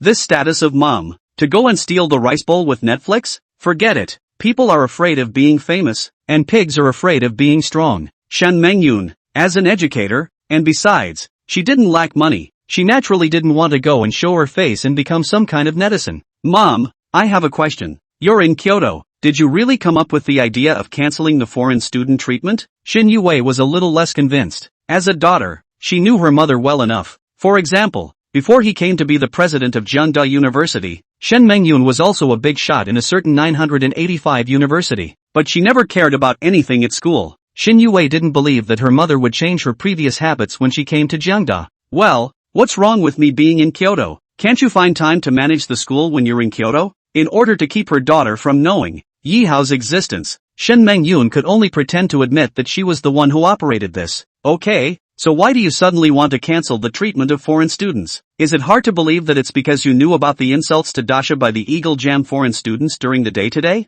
Originally, Shin Meng-yoon didn't know about this at all, but hearing her daughter say that a foreign student insulted Dasha, Shin Meng-yoon instantly became interested. Daughter, be specific with me. It's an Eagle Jam international student named David who called all of Dasha a lecherous color, and then a student named Yihao beat him up, and then, David invited out the vice principal to expel Yihao. When he heard that Yihao had beaten up the foreign students, the vice principal wanted to expel Yihao. Shin Meng-yoon was startled. Yihao? Which Yihao? It's just a little bit handsome. It seems to be the second class of the sophomore year of the finance department. Sure enough, it's that Yihao from Shin Meng-yoon. At once, Shin Meng-yoon was furious. Vice principal? How dare you fire Yihao? Shin Meng-yoon thought so inwardly. Then what happened afterward? Shin Meng-yoon hurriedly pursued the question. Then, I couldn't stand to watch, and borrowed your name to make an appearance and shock the vice principal, and sent the foreign student to the station and expelled him as well. After Shin Yue finished speaking, Shin Meng-yoon didn't hear what she wanted to know, so she continued to pursue and asked,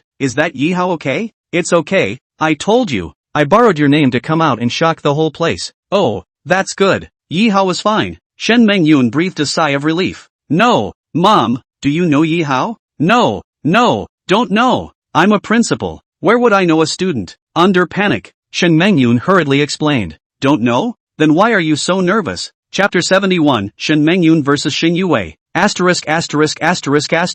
Through the screen? My daughter can also feel that she's nervous about Yi Hao? Shen Mengyun was really startled. It seems that caring is not enough. In the future, never again in front of your daughter. Reveal the traces, or else your smart daughter will definitely see what's going on. Thinking of this, Shen Mengyun regained her composure. Yi Hao is fine as long as he's fine. Otherwise, she would definitely have a million reasons to clean up the vice principal.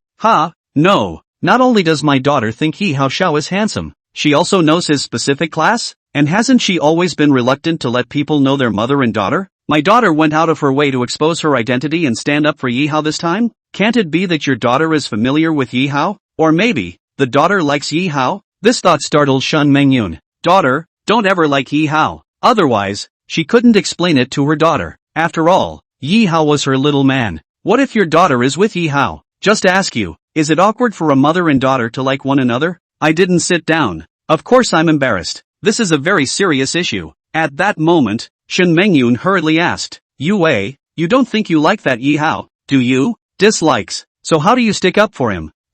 This matter, if I were anyone else I would have stood up for him. After all, it's about the honor and disgrace of Da Xia, Xin Yue hurriedly explained. Xin Yue had also asked herself, if it had been someone else instead of Yi Hao, would she have helped? She didn't really have a clear answer in mind. Young Wei, Zun do fake do? What Zun do fake do? I mean, are you really not familiar with the one called Yi Hao? Really don't know him well, just met him once or twice. You know someone's name after meeting them once or twice? Just know people's specific classes?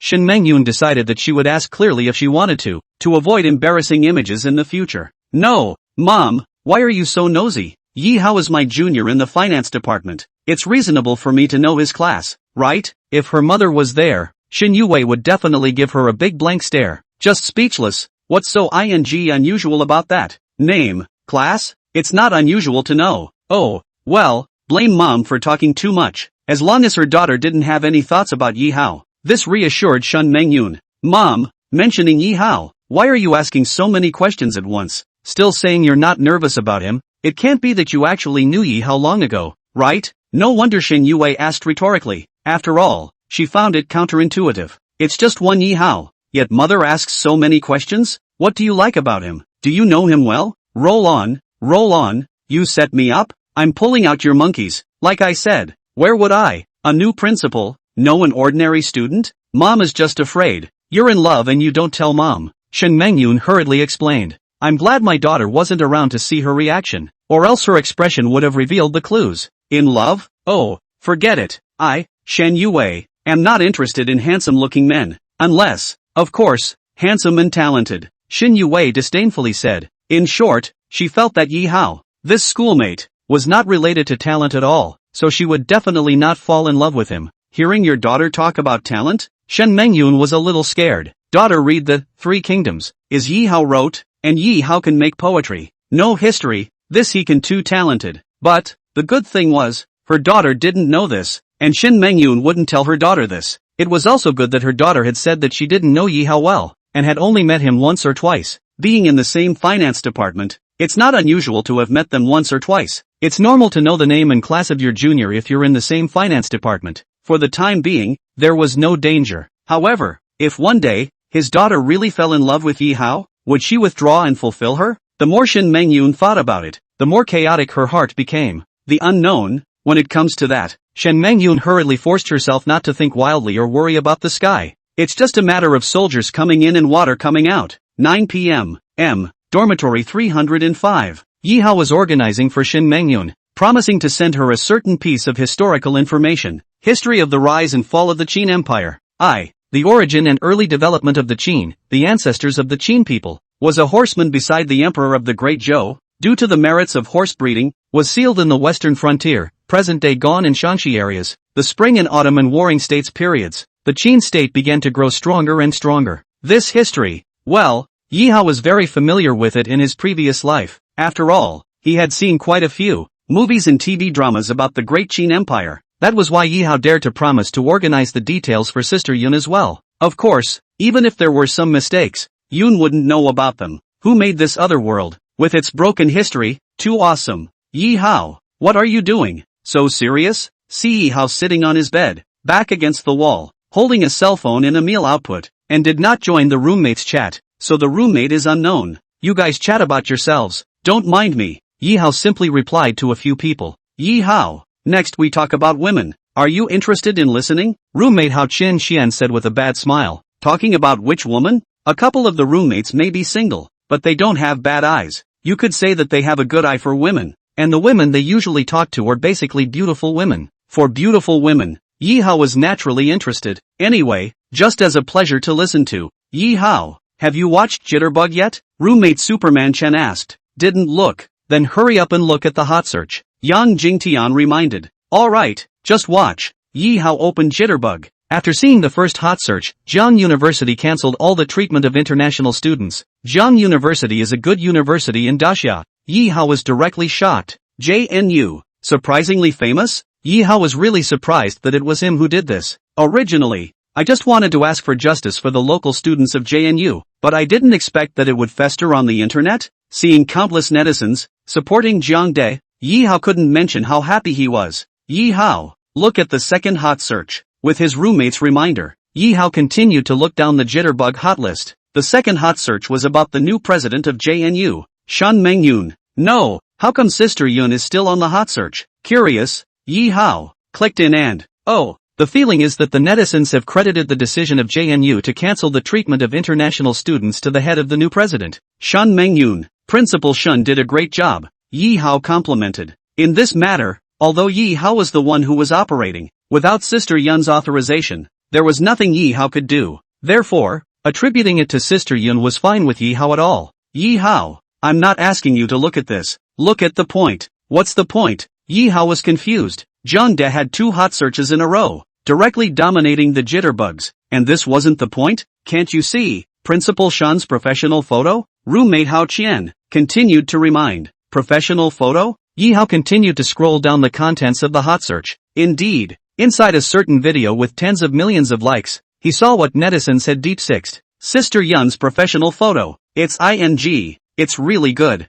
Yi Hao had to admit. Yi Hao, aren't you part-time cleaning the principal's office? Have you seen Principal Shan's real face? Does she, in fact, look as good as her professional photos? Chapter 72, Returning to Mingdu Footbath Restaurant. It was no secret that Yi Hao cleaned the principal's office, a part-time job that the counselor had secured for him. Many of the students in the class know that, but today, the woman the roommates were discussing turned out to be the new female president of JNU, Shan Mengyun. The professional photos of Sister Yun, who was deep penetrated on the Shake Shack, are indeed beautiful and show Sister Yun's temperament, but the professional photos, compared to Sister Yun's real life, are not really as good as the real thing. I've been in contact with Sister Yun for almost a month now. Sometimes she's serious, sometimes she's flirtatious, but either way she is beautiful. Yi Hao, we're roommates, aren't we brothers? Of course, a few roommates helped Yi Hao charge his meal card, by daily necessities and so on. Yi Hao had long treated a few people as brothers. If you are a brother,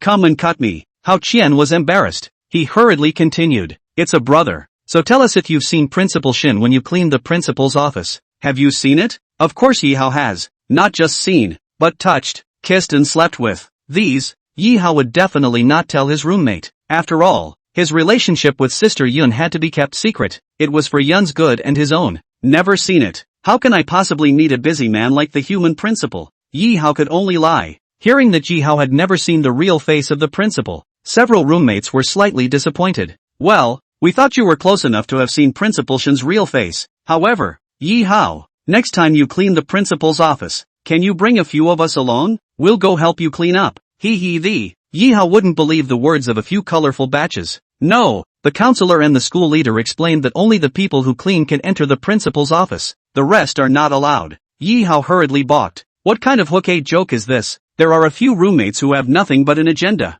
The principal's office is so tightly controlled? That must be. 985 Jiangda President. You think it is an ordinary cabbage? Of course, you have to limit the people who enter the office. Yi Hao's explanation didn't make a few of his roommates say much, and it would have been true. So Yi Hao, the principal's office, is there anything else? For example, stockings underwear socks worn by the principal can also be. No, I've seen perverts. I've never seen such a pervert. Directly, Yi Hao was left dry and speechless. After seeing Principal Shun's professional photo, it's really too beautiful. There's no doubt that she's definitely a young woman ceiling. So, there's nothing wrong with admiring the personal items she used when you can't meet a big shot like the Jedi headmistress? Superman Chan licked the corner of his mouth, revealing a yin and yang expression. Nasty. What are you guys thinking? The principal's office, not the principal's private chambers. Why would there be any of that stuff? Just outrageous. A couple of roommates jerked off. I think. Stockings and underwear. Even if there really is. Yi Hao, that is also their own collection. Blah, blah, blah. Even if you don't collect it yourself, then you won't give it to your roommate. After all, no matter what, Shen Mengyun is also Yi Hao's woman. No, it is the female boss. Female boss. Even so, Shen Mengyun had an extraordinary relationship with Yi Hao. So how could others get their hands on it? Roommate? Brothers? Neither. Yi Hao, if there is one, you have to keep an eye out for it for me. Even if it's a sock worn by the principal. If you can get it, I, Superman Chen, will immediately V500 you. No, why are you few so perverted? Yi Hao couldn't figure out how a few people had mimicked the principal. Not perverted is not a man. Principal Shen such a high position of power, and looks absolutely beautiful woman. Who do not want to masturbate? Hao Chen gave Yi Hao a blank look. Make it sound like Yi Hao is a decent man. But Yi Hao wanted to laugh. He didn't really need to mirth. After all, he's really doing it. It's not like we haven't done it before. Or else, it's better for you guys to masturbate to big stars Yang Mi, Hotba, and Lu Tianxian. Yi Hao laughed. Ugh, a few of her AI videos, we're all tired of watching them. They're fake and unrealistic. It's still better to have a realistic beauty. Not wanting to broach the subject of Principal Shen with a few more roommates, Shen Mengyun, in Yi Hao's heart, is a taboo, a red line. Yi Hao didn't want a few of his roommates to discuss her, even if it was a simple mirth and joke. Yi Hao didn't want to. Mentioning women. Yi Hao then thought of it. Last time, he promised his roommates that when he had money, he would invite them to get high. And seemingly, it had been a long time since he himself had seen the No. 6 technician of the Dream Capital footbath shop, Su Wenting. Thinking of Su Wenting, this existence that was also a teacher and a friend, and having spent more than a month together at the Mondo footbath shop, Su Wenting, whose face value and figure belonged to the top class. If Yi Hao didn't have any thoughts, it would definitely be a lie. Only, at that time, Yi Hao was poor and only wanted to make money to support his family, and did not have any nonsense. But at the moment, it was different. No matter what, Yi Hao had millions of savings in his hands. If I call out to Suwinton to give me a massage, it should be great, right? The more I think about it, the more exciting it gets. Immediately, Yi Hao had a decision. Brothers, since you want women, why don't I treat you to a foot bath tomorrow afternoon after class? Yi Hao's words surprised a few of his roommates. Yi Hao, forget it, take care of your family first, don't waste any more money on us. We definitely won't refuse when you're rich. A few roommates were worried about Yi Hao being poor and didn't want him to break the bank. I've made a small profit on the side, so I can still afford to treat a few of you to a foot bath. Yi Hao naturally couldn't tell them that he had millions today. Zundu fake doo-doo. If you're rich, we're not going to feel sorry for you, Hao Qian hurriedly asked. Really, tomorrow brother will take you to the kiln. Ha ha, then we're not polite. That said, I've never been to a footbath store when I grew up, Superman Shen said excitedly. That's fine. A couple of you go to bed early tonight, tomorrow afternoon after class. But first things first, mechanic number 6 is mine. The rest of you pick and choose as you please. People Yi Hao treats, naturally they have priority. So the roommates, a few of them, didn't object. With Yi Hao's tranquilizer, a few of the roommates quickly entered dreamland. Yi Hao remained, organizing the information to be sent to Sister Yun. The following day, Tuesday, the time is fast approaching the afternoon. Just after class, a couple of roommates approached. Yi Hao, what you said last night, you can't be lying to us, right? Of course not. Let's go. Shop the kiln. Mundo Footbath has a casual lunch for its customers, so naturally, they go there to eat. Eating while enjoying a massage, you can't say that Yi Hao had never experienced it. Stopping a cab, Yi Hao several people, went straight to Mingdu. Technician number 6, Su Wenting, I'm here to take care of your business. Yi Hao was already brainstorming what kind of experience it would be for Su Wenting, a stunning beauty, to give him a massage. Chapter 73, for Technician No. 6, Mundo Footbath, more than 40 kilometers from JNU. Yi Hao also didn't send a message over to Su Wenting beforehand, just as a surprise for her. Anyway, today, not only did he want Su Wenting to give himself a massage, but Yi Hao also wanted to order the most expensive items and add bells to her. It's kind of taking care of her business. After all, when he was once in Mengdu, Yi Hao was also indebted to Su Wenting for teaching him skills and techniques. After 40 minutes or so, the cab arrived in front of the Mundo Footbath, still in the middle of nowhere, as usual.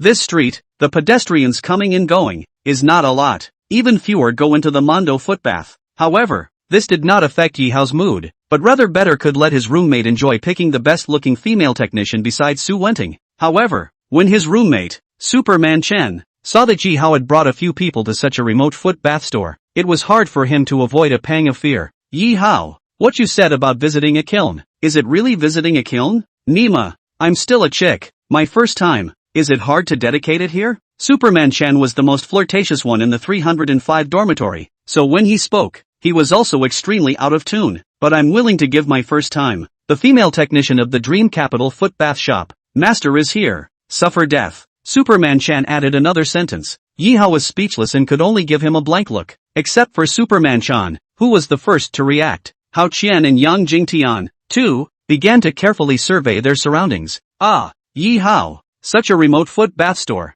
It can't really be a kiln, right? Yi Hao, I'm a fledgling, too. Yang Jingtian also began to pretend that he was afraid afterward, but then, following Superman Chen's example, he added, however, today, my brother will reluctantly take the first big step in life, starting with being a real man. Nima, what two talents? However, his roommate, Hao Qian, didn't horse fork the bugs like the duo did, and he was puzzled that, Yi Hao, this place is so remote, it can't really offer special services? Let me be clear, I only massage, I don't do anything else. Although I am also a fledgling, I am more afraid of getting sick. Hao has a rich family. If he really wants to sleep with a woman, he can do it in many ways. So naturally, he wouldn't waste his first time. Here, seeing that all three had misunderstood, Yi Hao hurriedly explained. It's a little out of the way, but it's a regular foot bath. I came to work part-time over winter break, and the female technicians here, there are a few pretty ones. That's why I brought you guys here to enjoy yourselves. So it is.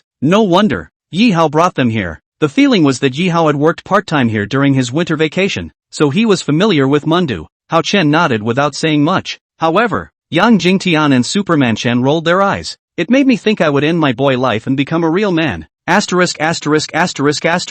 What a waste of expression. Superman Chen complained. However, on second thought, even if it's a regular store without that special service, it's not bad to enjoy a massage from a beautiful technician. Led by Yi Hao, the few people walked into the Dream Capital. Just as I walked into the front desk, I heard the voice of the receptionist lady. Welcome, sir. How many? 4. Yi Hao said back. Looking at Yi Hao's voice, the receptionist lady was startled. Yi Hao, it's really you. Yi Hao? Yi Hao nodded towards the front desk lady, not really familiar, but recognizing. Boss lady, Yi Hao is here. The front desk lady hurriedly shouted out as if she was informing the boss's wife. What?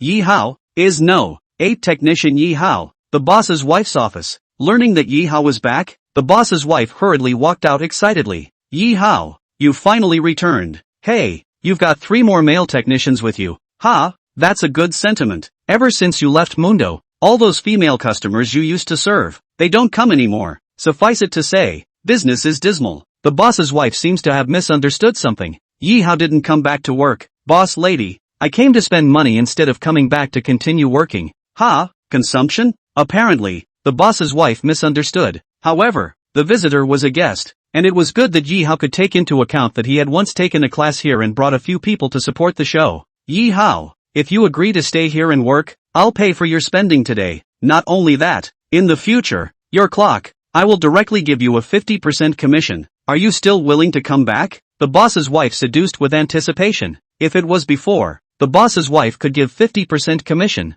Yi Hao could earn at least 30,000 to 40,000 a month. But now, excuse me, it's not that he's looking down on 30 or 40,000, but he's got a better way to make a living. Do nothing, just do Sister Yun. You can get 50,000 every month too. Besides, there's more than just the money that Sister Yun wraps up these days. Boss lady, I'm a customer now, and if you say those words about coming back to work again, I don't intend to spend any more money here. Okay, Yi Hao doesn't want to come back. So forget it. The boss's wife was also a know-it-all and stopped talking about it. Yi Hao, so which technicians are you going to order when you come to spend money today? I'll order number 6. Su Wentin. The 3 of them, give the menu their choice. Su Man Ting? Yi Hao's words made the boss's wife become gloomy all of a sudden. Yi Hao. I'm sorry, technician number 6 Su Wenting is not here. What? Not anymore? Yi Hao was startled and then looked at the boss's wife's demeanor. Yi Hao snapped. I mean, she left Mundo and doesn't work at Mundo anymore. If the boss's wife didn't explain, Yi Hao would really think the wrong way. But Su Wenting is no longer in Mundo? Yi Hao was a bit lost. He had originally come here today for Su Wenting. She, then, went to which store? Yi Hao hurriedly pursued the question. This I don't know. The day after you left Mundo, Su Wenting resigned. The day after you left Mundo yourself? Yi Hao remembered that on that day, he had even invited Su Wenting to dinner in order to thank her. But at first, Su Wenting didn't tell Yi Hao that she also resigned. Su Wenting was such a beautiful woman, but she willingly came to work as a technician in Mengdu, and Yi Hao knew that there was a story about her. Well, Su Wenting didn't tell Yi Hao that she quit her job, so maybe she had a secret too. Yi Hao no longer continued to pursue the question. Yi Hao, you left your job. Su Wenting also left her job. You two are the two major signboards of my dream capital. Your departure has caused Dream Capital to lose quite a few of its old customers. You could say business is slow. So, I was looking forward to your return every day. Ugh, let's not talk about it. Su Wenting is out of the picture. Why don't you get a different mechanic? Yi Hao came to spend money in Mengdu, not because he had worked here and was nostalgic for old times. Instead, he came to take care of Su Wenting, the business of this beautiful woman who was also his teacher and friend. In Mengdu, except for no. 6 Su Wenting, other female technicians, Yi Hao could not look at them. So, with Su Wenting all gone, Yi Hao didn't intend to massage here. Might as well go to a more upscale foot spa. Seeming to see Yi Hao's budding desire to retreat, the boss's wife hurriedly greeted. Yi Hao, Su Wenting is gone, but the boss's wife is here. If you don't mind, boss lady, I'll give you a massage. Do you think it's okay? The owner's wife of Mengdu Foot Bath Shop, in her 30s, was not absolutely beautiful, but she was still charming. You need a body to have a body, and a face to have a body. You don't have to say. Her face and body are enough to be 80% of the young women. Looking at her Cheongsam outfit today, the S-shaped curves, displayed to the fullest, can also be considered a proper beauty. Chapter 74, the boss's wife of Yundu with a charming style. Just that the charming boss lady of the Mundo Footbath was going to give Yi Hao a massage herself. What the is going on here? Yi Hao is puzzled. Is it because business is slow in Mundo? Or does the boss's wife have an ulterior motive? Anyway, you don't miss the good ones. You don't miss the bad ones. The boss's wife, who was not good or bad, was okay if she gave herself a massage. The Daxamites, always been a fan of 4 words. Come all the way. You can't go home empty-handed. The owner's name is He Mingdan, a poorly acquired name, but it doesn't detract from her figure and face value. Since sister He wants to give me a massage herself. I'm not polite. It's voluntary, haha. Looking towards the boss's wife, Yi Hao smiled. Sister, I did not open a footbath store before, but also a footbath hours 2.5 years of practice. Sister's technique is not bad. Usually other people want me to massage at a high price. I'm still not willing to do it. The boss's wife knitted her brows and smiled, her face showing all the flavor. Okay, then I'm blessed to be able to experience the services of the boss's wife for myself. Yi Hao didn't make any pretense and directly agreed. In the end, the 3 roommates, each ordering a female technician they could see. Yi Hao, on the other hand, went with the boss's wife to the 15th private room. When certain male co-workers of the former Mundo learned that the boss's wife personally served Yi Hao, a crowd of people were straight flaxen and frozen. Originally, they thought that Yi Hao had come back to steal their rice bowls, so no one took the initiative to greet him. But they learned that Yi Hao was only here to spend money, so they let go of their worries. But,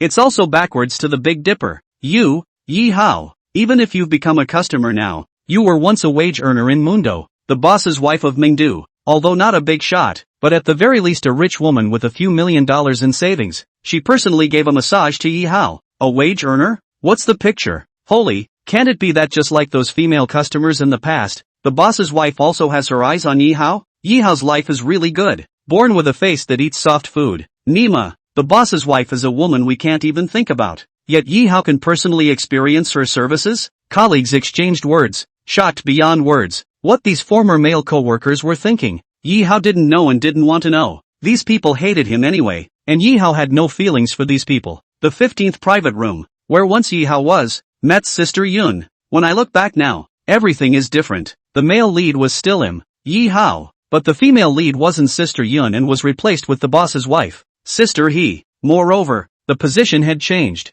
and now it was Yi Hao who was lying down and enjoying himself. The owner's wife's technique. not to mention the skillfulness of the. It could even be said that she really appeared to have been born massaging the sacred body. Strength, softness, everything just right. Yi Hao, you came specially for Su Wenting. You don't like her, do you? It's also true that once in the dream capital, the two of you were as talented as a pair, as if you were born for each other. Middle-aged women. No one is immune to gossip. So while giving Yi Hao a massage, the boss's wife chatted. Yi Hao shook his head. Liking Su Wenting? Naturally, it wasn't considered liking. Only, Yi Hao was a person who knew how to be grateful. Once when he was working part-time in Mengdu, Su Wenting was considered a friend to him. So, coming to Mundo is just to take care of a friend's business. Sister stop it, don't touch down. I don't know when the boss's wife, Mingdan, her hands pressed and began to be evil. It directly gave Yi Hao a fright. Ben had changed into the foot bath store's special loose clothes. The boss's wife's hand, as if into no man's land, went straight to a certain forbidden area of Yi Hao. By Yi Hao's words, the boss's wife did stop moving and didn't continue. What's the matter, Yi Hao? You're scared when your sister serves you? Nima, it's not a matter of being afraid. That's Yi Hao's no-go zone. Is it appropriate for you to touch me like this? If you don't know, you'd think your dream is all about irregular foot baths. No, sister what on earth do you want with this? I wouldn't have stayed and continued to work at Mondo anyway. Yi Hao guessed that the boss's wife's willingness to personally come down and give herself a massage should be to keep Yi Hao. Fortunately, Yi Hao might as well speak directly and save the boss's wife from wasting her expression. Oh, you think sis serves you personally to keep you? Sis isn't the kind of person who forces herself on people. Listening to the boss's wife, she came down to serve Yi Hao, not to keep him? So what's the point? Yi Hao was confused. Don't ask so much first, just ask if it's comfortable for sis to give you a massage. Comfortable? Of course it's comfortable. This Yi Hao really doesn't mince words of praise. The owner's wife, who deserves to be a footbath starter, is really good at what she does, especially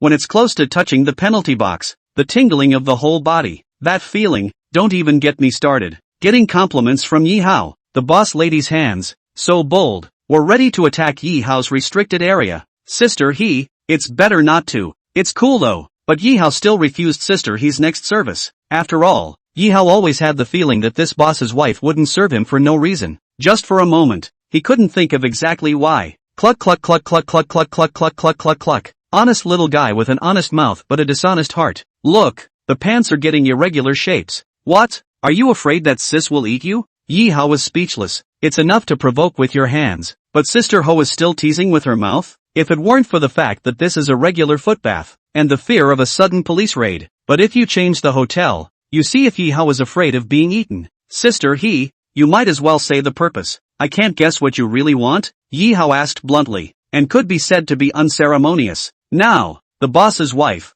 Mingdan, was not really able to continue pretending. Yi Hao, sis does have something to ask you. I'm sorry, sister I'm a countryman with no power. What can I do to help you? Yi Hao balked. Honestly, I don't know this boss's wife very well, so why should I help her? Don't think it's okay to moralize just because you come in for a little special service. Besides, Yi Hao isn't a big shot. What can he help? Yi Hao, this matter that sis is begging you for has nothing to do with status or whether you are a rural person or not. This is something that you can really help with. Speaking of which, the boss's wife was actually a bit shy. Her cheeks also began to blush crimson. What? Is it hard to believe that the boss's husband can't satisfy her? So, she wants me to satisfy her? This thought was born in Yi Hao's heart. He felt that 80 to 90% of the time this was possible. Otherwise why did the boss's wife shy away instead as she spoke? But with a married woman, Yi Hao would never dare to take that risk, or else you won't know how to die. It happens too much on TV. In reality, guessing and confused,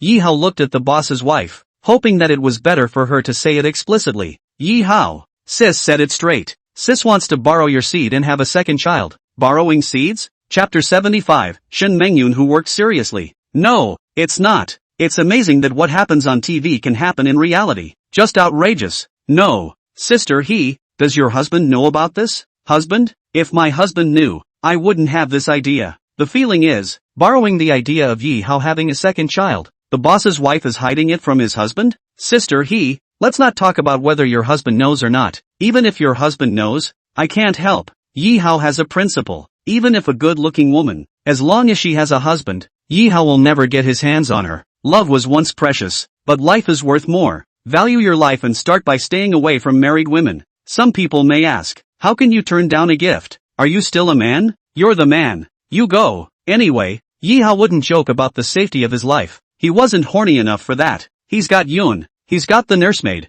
He's got Miko Marino, the foreign exchange student, all these women who've had sex. If Yi Hao wanted to, he could have gone to the female nurse He Jianing and to Marino Miko, the boss's wife, who was far less colorful than a few others. Forget it. After all, he's not really a chow thief, and he doesn't have the same power of life and death as a chow thief, and he's not in the same era as a chow thief. There's no shame in staying away from a married woman. Sister I can't help with this. Find someone else. Yi Hao directly refused. Yi Hao, I'll add money. I'll give you 200,000 when it's done. Actually, I had that thought when you were in Mundo. Your face, I really like it. That's why I dream of having a beautiful baby. If I don't have a baby, the older I get, the less chance I'll have. I can't even pay more. It's not a matter of money. It's a matter of ing principle. Besides, the boss's wife's husband didn't even know about this? Yi Hao wouldn't dare. Yi Hao, you really don't want to think about it? Aren't you short of money? Undeterred, the boss's wife continued to seduce. Don't think about it, can't help a bit. Find someone else. Still, it was the same sentence. Even if he was short of money, Yi Hao wouldn't joke with his life. Moreover, nowadays, he wasn't really short of money, and this kind of big thing that was life-threatening, Yi Hao would never touch it. The boss's wife personally gave Yi Hao a massage for a different purpose. Now, having learned of her purpose, Yi Hao decided to terminate her massage. It's better to stay away from this kind of right and wrong. As for whether the boss's wife was looking for someone else, it had nothing to do with Yi Hao. When a few roommates finished their massages, Yi Hao paid and left directly. It's impossible to add bells without Su Wentian. Before going to Dream Capital, Yi Hao had already sent the information he had compiled to Sister Yun. From the history of Great Qin's birth, to the death of Great Qin II, Yi Hao had organized tens of thousands of words, and it also took him almost a day and a night. Kyoto City, a historical research office. Shin Mengyun stayed here alone for more than an hour, because she was going through, word by word, the historical information Yi Hao had sent, and then combining it with her research, comparing them one by one. Shen Mengyun, who was working seriously, would definitely gasp if anyone saw her because she was really beautiful. However, Shen Mengyun pressed on, sometimes sitting sideways, sometimes standing. Great Qin's ancestor, who started out by raising horses for the emperor of Great Zhou. We do have evidence of that. Yi Hao sent it, and it's only word for word. Yi Hao not only posted a vernacular text, but also a literary text, the Great Qin Fugue. However, it is a pity that this Great Qin Fugue has only a few lines. Endeavoring the aftermath of the 6th dynasty, invigorating the long strategy and dominating the world, swallowing the 2nd Zhou and destroying the vassals, and fulfilling the supremacy and controlling the 6th harmony. The more he read on, the more nervous Shen Mengyun became inwardly, because it seemed that the truth about the history of Great Qin was, step by step, surfacing. Regarding the history of that part of the Great Qin, Shen Mengyun, research for many years, has not been too much progress, but at this moment, Shen Mengyun's heart was beating a little faster. Daxia cultural heritage, to the beginning of the Great Qin, the car with the same track, books with the same text, the unification of weights and measures, for the later generations laid the foundation of the Great Unification. Therefore, the study of Great Qin, all the history scholars in the country of Daxia, look at the more important. The senior management of Daxia, moreover, has high hopes for this. Today, Yi Hao sends historical documents that are extremely informative. I, alone, have limited knowledge. It is better to have a conference where all scholars can discuss together. Thinking of this, Shen Mengyun aided everyone in the Great Qin History Research Workgroup. At all, get to the conference room quickly. I have important research to report and explore. Seeing the message sent by Shen Mengyun, many scholars in the direction of historical research disdained it. Shen Mengyun, what kind of gray machine are you up to? Kyoto is not your Jiangde. You don't have the right to call us when you want. What? After becoming a Netflix principal, you call us to a meeting and we have a meeting? Besides, what significant progress can you, a woman, make? It's true that unlike Jiangde, there are so many of these people in Kyoto who are on par with Shen Mengyun. Some of them, too, are big shots from prestigious schools like Qingbei. So Shen Mengyun really didn't have the right to order them yet, and they used that tone of voice with a sense of complaining. For example, Shen Mengyun's Jiangda University, cancel all the treatment of international students, so that Shen Mengyun became the most beautiful president in the hearts of netizens, so that Jiangda became a good university in the hearts of netizens. On the contrary, other schools, such as Qingbei, were scolded by netizens instead. You, Shen Mengyun, go against most colleges? Who will be happy with you? Besides, They didn't believe that Shin Mengyun could have a major breakthrough in a certain part of history in just one day after a meeting yesterday. Seeing all these high and mighty men, a little grumbled. Shin Mengyun shook her head, while she smiled and, originally, I wanted to invite you to explore it together, so we can all make progress together. In that case, I won't bother to look at your faces. I'll report it directly to the top of the country. Thinking so in her heart, Shin Mengyun also did it directly, taking the documents Yi Hao had sent over. Shin Mengyun arrived at the office of a certain high-ranking person in Kyoto. This high-ranking person specializes in the study of Daxia's history. In terms of historical academics, he was counted as the #1 authority on Great Xia. Upon seeing Shin Mengyun, who knocked on the door and came in, the senior management was filled with doubts. Shin Mengyun, is something wrong? Leader, I have here a historical document about Great Qin. Please take a look. No need to look. You Shin Mengyun, if I remember correctly, have been studying the history of Great Qin for several years now, and it can be said that there is no progress at all. What? Do you think that this information of yours today can make me see the light of day? The executives, in their 70s, were not kind. Leader, if you don't watch it, you will definitely regret it. Regret? Shin Mengyun, are you the authority, or am I the authority? Shin Mengyun, if there's nothing else,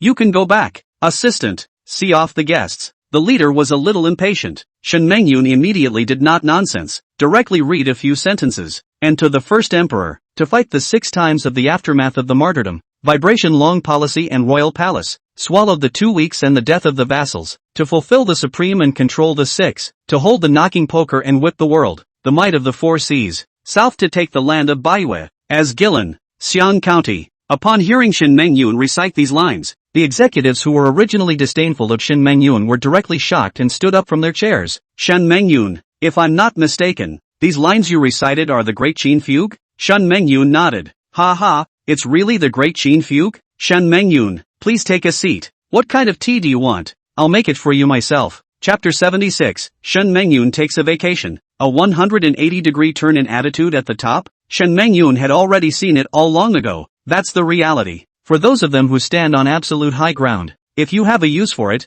then he will smile at you. On the contrary, without value, people won't even look at you. Shin Mengyun, as the president of Jiang University, was not enough to look at in front of these absolute big shots. Therefore, Shin Mengyun understood the ways of the world, and she did not show a single bit of displeasure. Xiao Shana, don't stand, sit down. 1 minute, he called Shin Mengyun, and this minute, Xiao Shun was all over him. It was good that Shin Mengyun had gotten used to it long ago, and without pretense, she sat down on the couch across from the executives. Xiao Shun, drink Wyashan Mother Tree Dahongpo, or Golden Melon Tribute Tea? The high-ranking old man looked at Shin Mengyun with a smile on his face. The attitude has to be as compassionate as possible, and these 2 types of tea in his mouth, even if his status was like Shin Mengyun, he couldn't get too many of them. These 2 kinds of tea, both are several million a caddy. Expensive is the second. The main thing is that there is a price without a market. As far as Daxia was concerned, those who could drink these 2 types of tea were the topmost big shots in Daxia,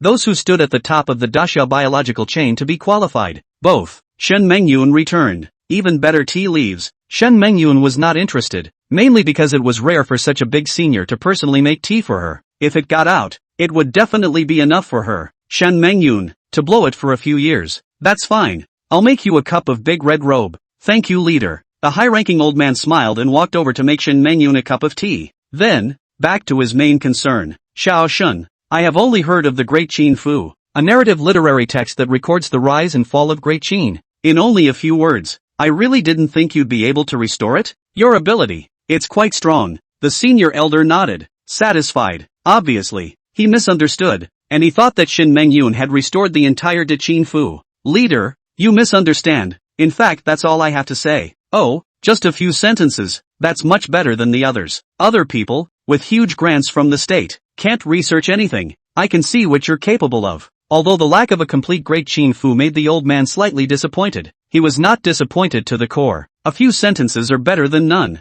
These, each and every one of them, are extremely important documents in the history of Daxia. Leader, the incomplete De Qin Fu is not important. I am reporting to you that I may have learned the history of the rise and fall of the entire De Qin Empire. What? The entire history of the rise and fall of the Great Qin Empire? Shin Mengyun's words caused the old man to be startled once again. If it was really as Shin Mengyun had said, then regarding the submerged history of Great Qin, Daxia would be able to write it into the history books. History books? Over the years, have only had Qing, modern, and contemporary histories, and nothing more long ago. It's a shame for the dacha people. After all, the whole of a great country, the history of their own country, cannot figure out? More or less people will be criticized. Xiao Shun, you can't say that nonsense. Leader, take a look first. Shen Mengyun didn't talk nonsense, and directly sent all the documents that Yi Hao had sent her to the old man, with the surprise of the remnants of the great Qin Fu. Even if the old man was half-hearted, he still opened the file forwarded by Shen Mengyun. Leaders, for all their faults, have always sought rigor for historical scholarship, so there was no room for sloppiness. From his assistant, after taking over a pair of old-fashioned glasses and putting them on, the old man began to look at it seriously. Word for word, he read it all. After the old man had roughly finished reading the complete historical introduction after more than 10,000 words, he fell into deep thought. It took a long time for the old man to bring his thoughts back to reality. Wonderful, really wonderful. It turns out that the great Qin Empire, too, has gone through the efforts of countless people before it was finally greatly unified. However, it is also a sorrow for great Qin to die in the second age, the old man commented directly. Then, he looked at Shen Mengyun and asked, Xiao Shun, this document, is it the result of years of your own research? Looking at the leader's solemn expression, Shen Mengyun was startled. Ah, leader, is it difficult to match your research? Right on the money, even. This document, in simple words, tells a complete historical story in a straightforward manner. It also makes up for a lot of the gaps in my research. Hearing these words from the leader, Shen Mengyun was relieved. As long as it lines up with the leader's research, it's fine. Shen, although this historical document of yours has shocked me, I'm going to go over it again,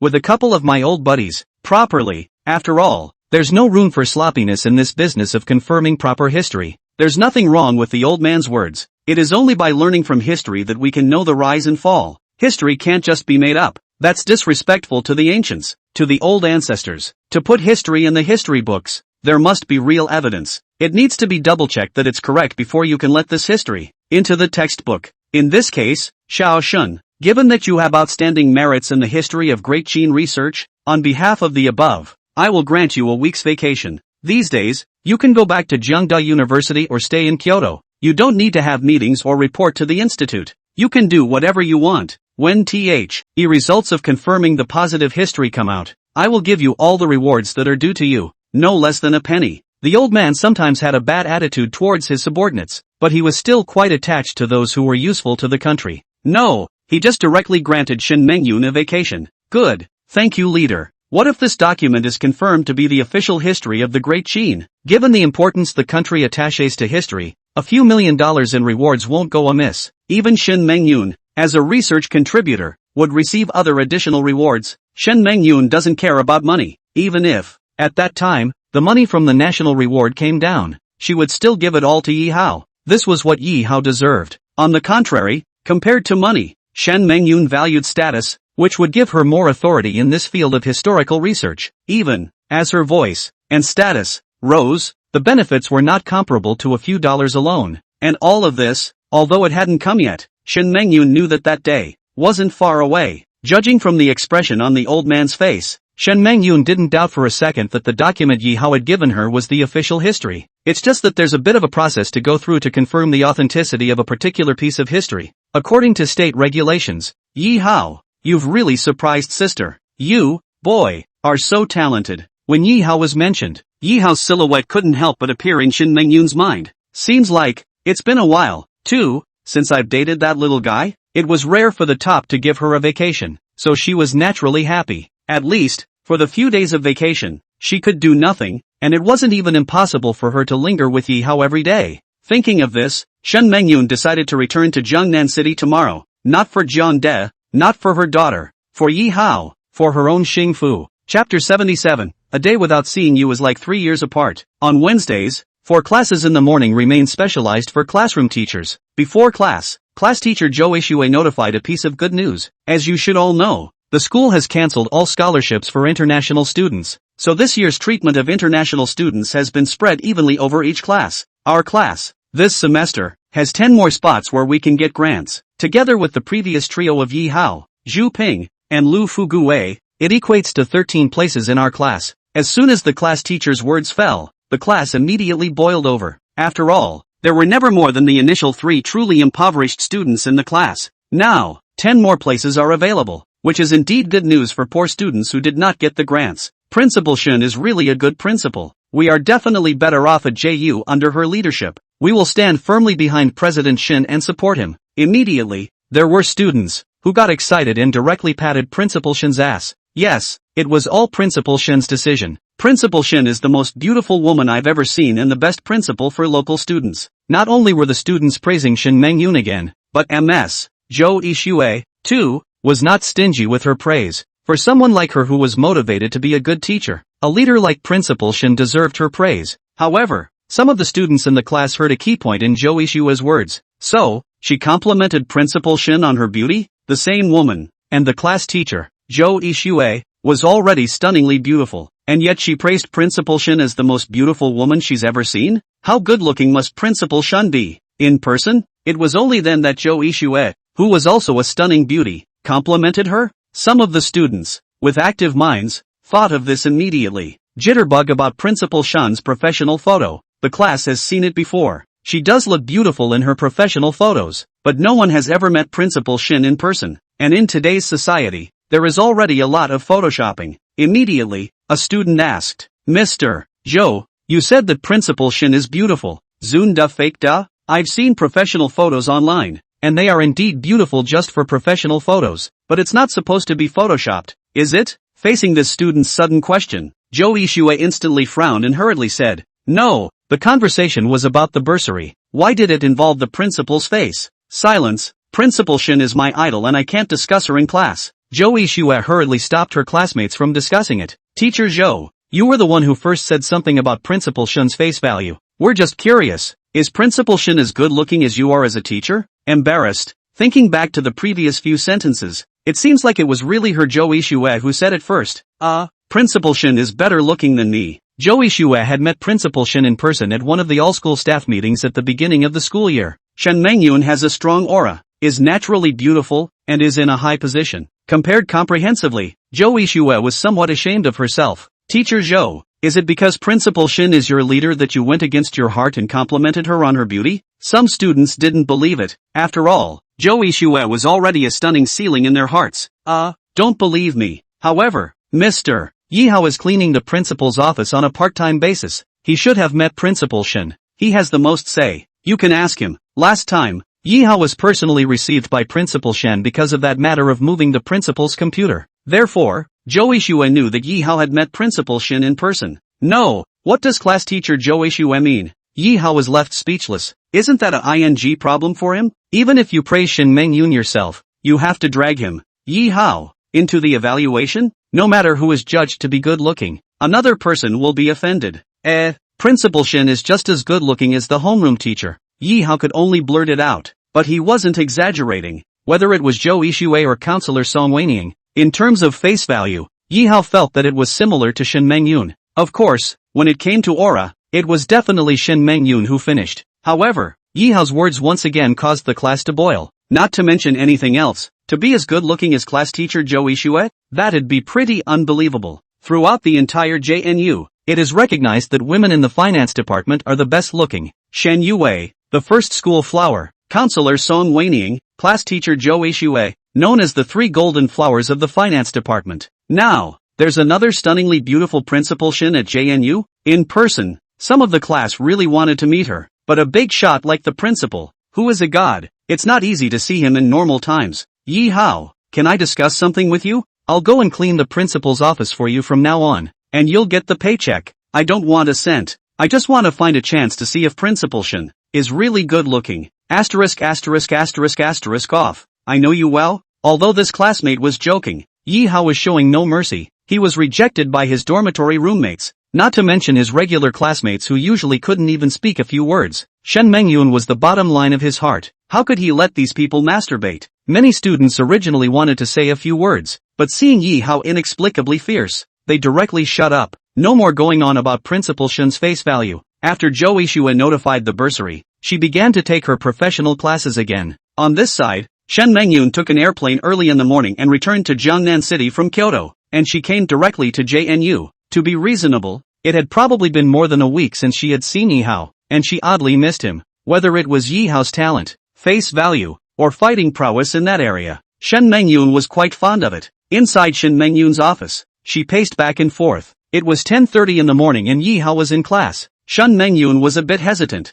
Should she ask Yi Hao to come to her office immediately? Will this hold him back in school? Nope. I'm the president of JNU. He's my little man, and he doesn't seem to need to listen to the lectures at all. So who dares to give him a hard time? One day's absence was like 3 autumns. Shen Mengyun really wanted to see Yi Hao immediately. At that moment, she stopped holding back and directly sent a message to Yi Hao. Sis went back to JNU. Sis is in the office. Is it convenient for you to come over? Convenience. Yi Hao returned 2 words. Even if it's a classroom teacher's specialty class, and even if she promised her classroom teacher that she would listen well in her class. But compared to Yoon, listening to lectures is not important at all. Even if he didn't listen to the lectures, Yi Hao didn't worry about it. Academically, with Sister Yoon as the principal, nothing is a problem. In order not to disturb the class teacher's class, Yi Hao excused himself to go to the toilet and skipped directly from the back door of the classroom. He came straight to the principal's office. Yi Hao also had some feeling that one day's absence was like 3 autumns. Today, Sister Yoon is still as beautiful and charming as ever. Yi Hao just walked into the office.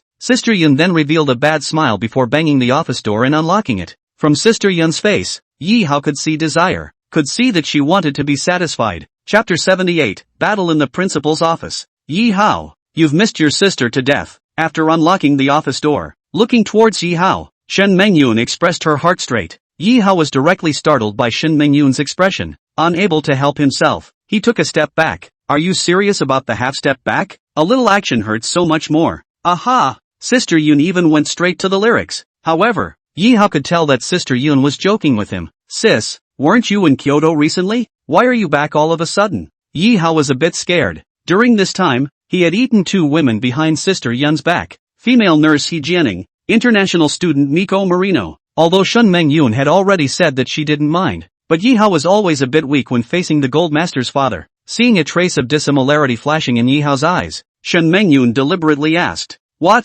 You don't want your sister to come back? How could I? I can't wait to get tired of you every day. Yi Hao hurriedly replied in the affirmative. Oh, then you're going to get what you want. Because, up there, they gave my sister a vacation. 7 whole days. These days of vacation, sis can finally rest. I really don't want to do anything. It was obvious that the exhaustion from work had made Shen Mengyun a bit lackluster. Yi Hao hurriedly comforted. Since it's rare for the above to give you a vacation, it's time to have a good rest and rest. I haven't finished yet. Shen Mengyun blanked Yi Hao. I am not wanting to do anything, but just want to. Just think, sis, what's on your mind? You do not speak in a daze.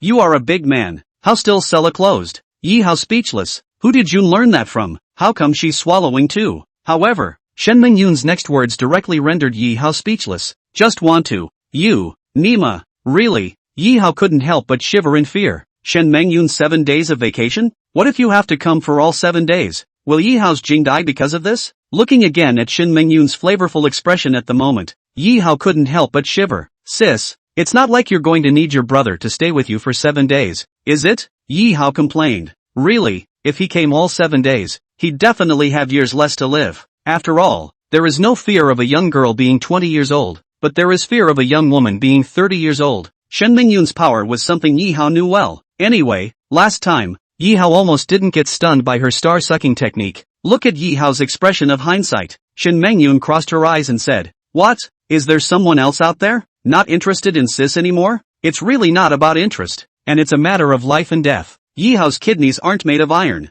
They will definitely run out of strength. Sis, how dare I have an affair behind your back? Don't worry about that. I'm on lamp hair 4. Yi Hao hurriedly explained without blushing. Anyway, just don't let Sister Yoon, the golden father, suspect him of cheating. Ha ha, just kidding. Look at you in a hurry. If you really have an affair, it's a blessing. You're in the prime of your life. And as sis said before, don't mind, but just don't get a virus at a young age. Shen Mengyun changed her gravity and became cheerful. Then she said again, Yi Hao, why don't you accompany sister to relieve her hunger once first, okay? Sister, you mean, here? Yi Hao was startled and, after all, this is the sacred principal's office. It's always a bit out of place. Yeah, I was on vacation and could have not come to JNU, but I came to the office for your convenience. Then I have to thank sister for being understanding. Yi Hao flirted. Understanding or not, I don't know, but at the moment, my sister wants to go AWOL. After saying that, Shen Mengyun began to act. With her hands, she came straight for Yi Hao's clothes. Yi Hao stood still and was cooperative. After removing Yi Hao's jacket, Shin Mengyun also removed her own jacket, showing the bottom shirt underneath. The long-lost Sister Yun's figure once again surfaced in front of Yi Hao's eyes at close range. As always, it is visible to the naked eye. Yi Hao too okay, this time, he was eating women. But Shen Mengyun was different. She had been hungry long ago, especially since having a relationship with Yi Hao. The taste of manhood, Yi Hao's power, and Yi Hao's youthful body.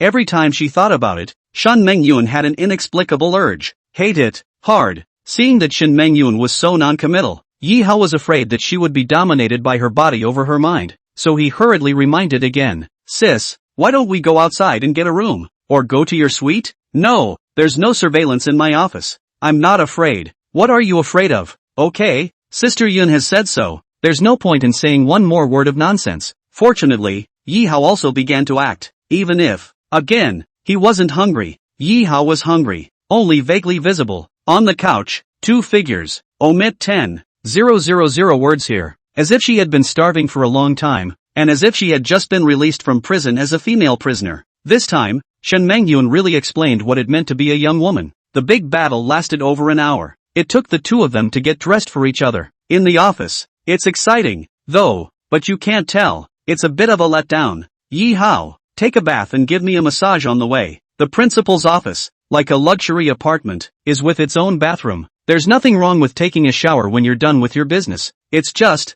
this Mandarin duck bath? Yi Hao was a bit shy. After all, he hadn't taken a bath with a woman yet. But, the boss commanded. Yi Hao had to follow. While enjoying Yi Hao's service, Shen Mengyun asked, Yi Hao, I have good news and bad news. Which one do you want to hear first? Although he didn't know what Sister Yun wanted to say, Yi Hao still chose to listen to the good news first. The good news is that the document you sent me, about the complete history of Great Qin, with a 99% probability, will be expropriated by the state, and it won't be long before it's written into the textbook. Oh, it's indeed good news to be expropriated by the state. Yi Hao smiled. Daxia was already historically broken, and this could be considered his Yi Hao's indirect contribution to Daxia. When it's finalized, I'll give you every penny of the state's prize money. No less. Sister Yun, don't. That's something I wrote to you. It's an exchange with you by taking the matter of handling the treatment of international students. Yi Hao was understanding of the human condition. Without Sister Yun, even if he turned in the history about Great Qin, he would definitely be coveted by others. This was the reality. So, a reward from the state? Then Sister Yun should take it too.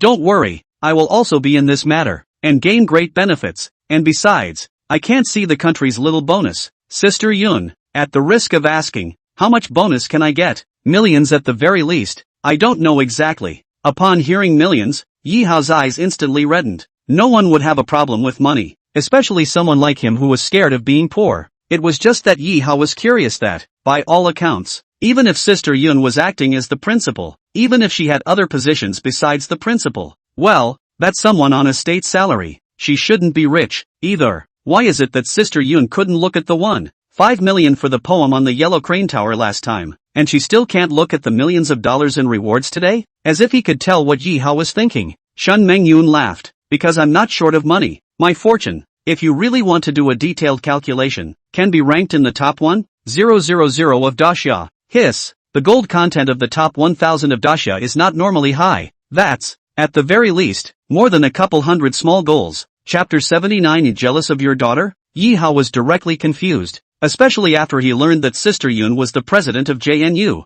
He thought about the fact that Sister Yun was rich and a wealthy woman, but it won't be rich. After all, public officials, everywhere will be restricted. But Sister Yun's wealth can be ranked in the top 1,000 of Daxia? This was really close to blinding Yi Hao's eyes. True to form, poverty limited his imagination. It's also true that Sister Yun is in a high position of power. Those who flatter her and curry favor with her will definitely send gifts. But, isn't that just corruption and bribery? Suddenly, inwardly thinking about this, Yi Hao directly people were not good. Looking down at Shin Mengyun, who was being served by her massage, Yi Hao hurriedly said, Sis, why are you telling me this? Is this something I should hear? What are you thinking about fart eating? I'm just telling you that Sis doesn't lack money. Don't think too much. Originally, Shen Mengyun was facing downwards, but at this moment, she turned her head and blankly glanced at Yi Hao. She could probably guess what Yi Hao was thinking. Then she added, Sis is not corrupt and bribe-taking. Sis is making decent money. No, big brother, you're a public official, making serious money. And you're worth the top 1,000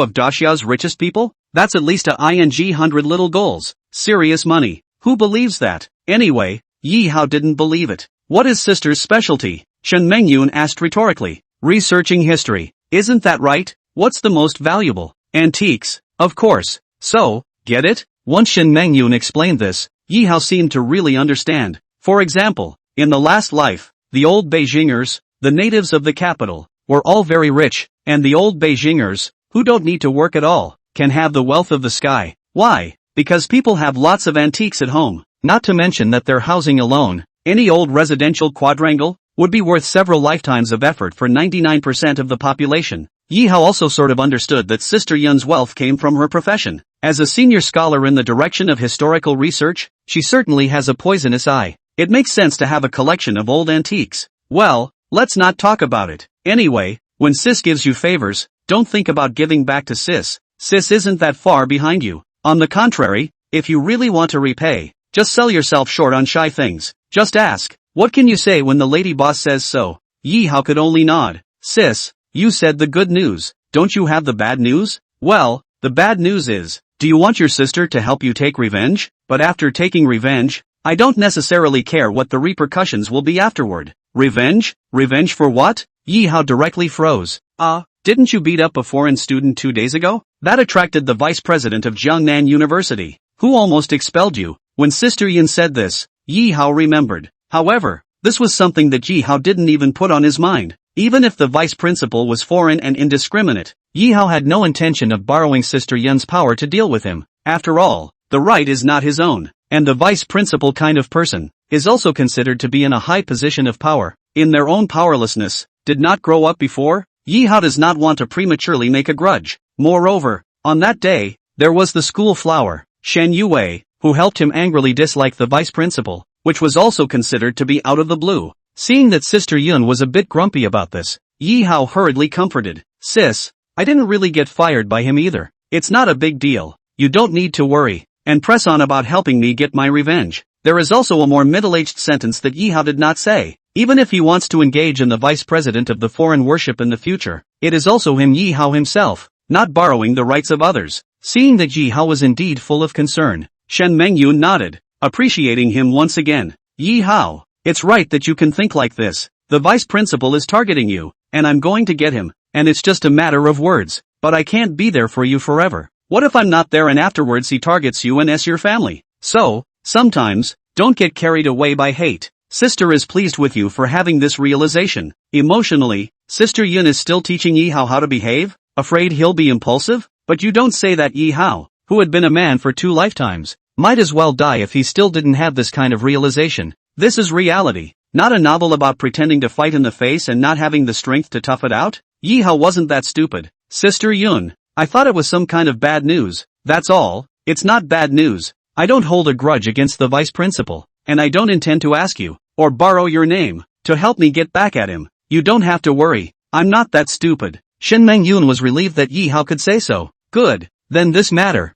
I don't care, haha. Anyway, it's still the same sentence. In Jiangde, there's Sis to back you up. You don't need to be afraid, just right. Aha, thank you Sis for worrying about me. Yi Hao said back. Then let's not talk about these things. I'm on a rare vacation, so enjoy it. Yi Hao, your hand. Can you use a little bit of force? You forgot that sister is very strained. At Shen Mengyun's request, Yi Hao added a little more strength. Ouch. You were told to step it up, not to whack your sister. Wanted my sister's old life, didn't you? Shen Mengyun screamed in pain. Sorry, sis, didn't grasp it. Yi Hao hurriedly explained. No, you used to be perfect beyond reproach. What? You're not a technician in a footbath, so you're rusty? When Shen Mengyun asked this, Yi Hao was embarrassed to the extreme, because, well, he just briefly wandered off. After all, when the vice principal was mentioned and the matter of violently beating up the foreign students was brought up, Yi Hao thought of Shen Yue. Are you thinking of something else? Shen Mengyun suddenly came up with a sentence.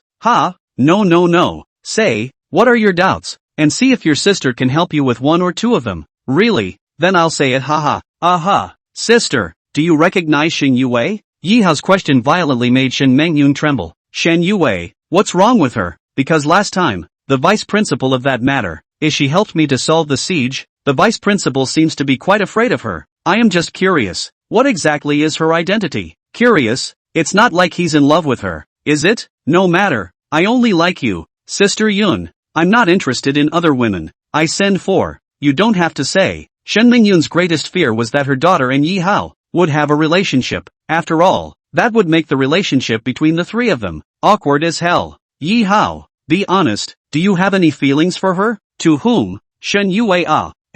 No, she's as high and cold as a block of ice. Who would ask for trouble? Yi Hao explained. That's good, Shen Yue. I don't know her, but I've heard of her. Her background should be unusual, so it's normal for the vice principal to be afraid of her. Shen Mengyun hurriedly lied. Then she added, anyway, you are my little man. I forbid you to like Shen Yue. I can understand if you like other women, but accept her. What is that supposed to mean? If you like other women, Sister Yun has no objection, but you just can't like Shen Yue? Sister Yun, I thought you didn't know her? Is it hard to believe that you know each other? Or is it that you have some kind of relationship? No, because her last name is Shen too, and she's pretty too, and I'm jealous, okay? Chapter 80, First Steps to Power. Principal's Male Secretary. Shen Mengyun didn't want to say anything more about Shen Yue for fear of revealing herself if she said too much, so she hurriedly changed the topic. Yi Hao, I have another decision I want to discuss with you. Didn't I mention before that I wanted to promote you to be my secretary? Now,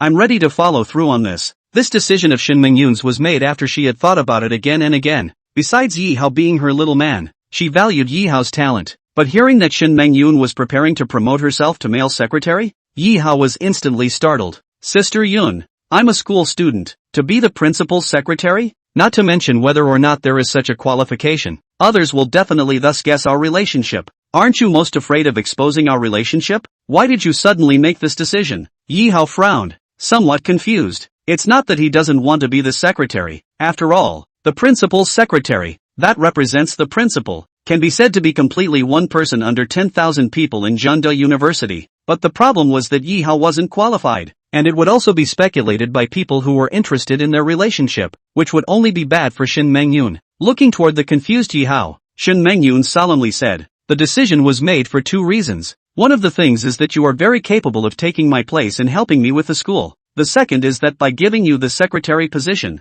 you'll be representing me, and no one will mess with you at school. Like, for example, when you become the principal's secretary, a jumper like the vice principal will give you face. After hearing Shen Mengyun's explanation, Yi Hao was somewhat moved. Emotionally, the main reason why Sister Yin made this decision was because she wanted to protect Yi Hao. 985 Principal Secretary. Real power can be greater than the Vice Chancellor. After all, the secretary can represent the principal. But touched as he was, Yi Hao also had to think of Sister Yun. Therefore, Yi Hao seriously said, Sister Yun, a student like me, if I become your secretary, others will definitely guess that we have an extraordinary relationship, which is not good for you. Hearing Yi Hao's words, Shen Mengyun smiled instead and, in the past, I did have some fear of our relationship being exposed, but then I thought, it's not like we're doing anything unseemly. I'm divorced and unmarried, and you're single and unmarried, and we're not breaking any moral rules, so why do we have to be afraid of being exposed? Ha! Sister Yun said that, to the point where it really made sense. After all, between them,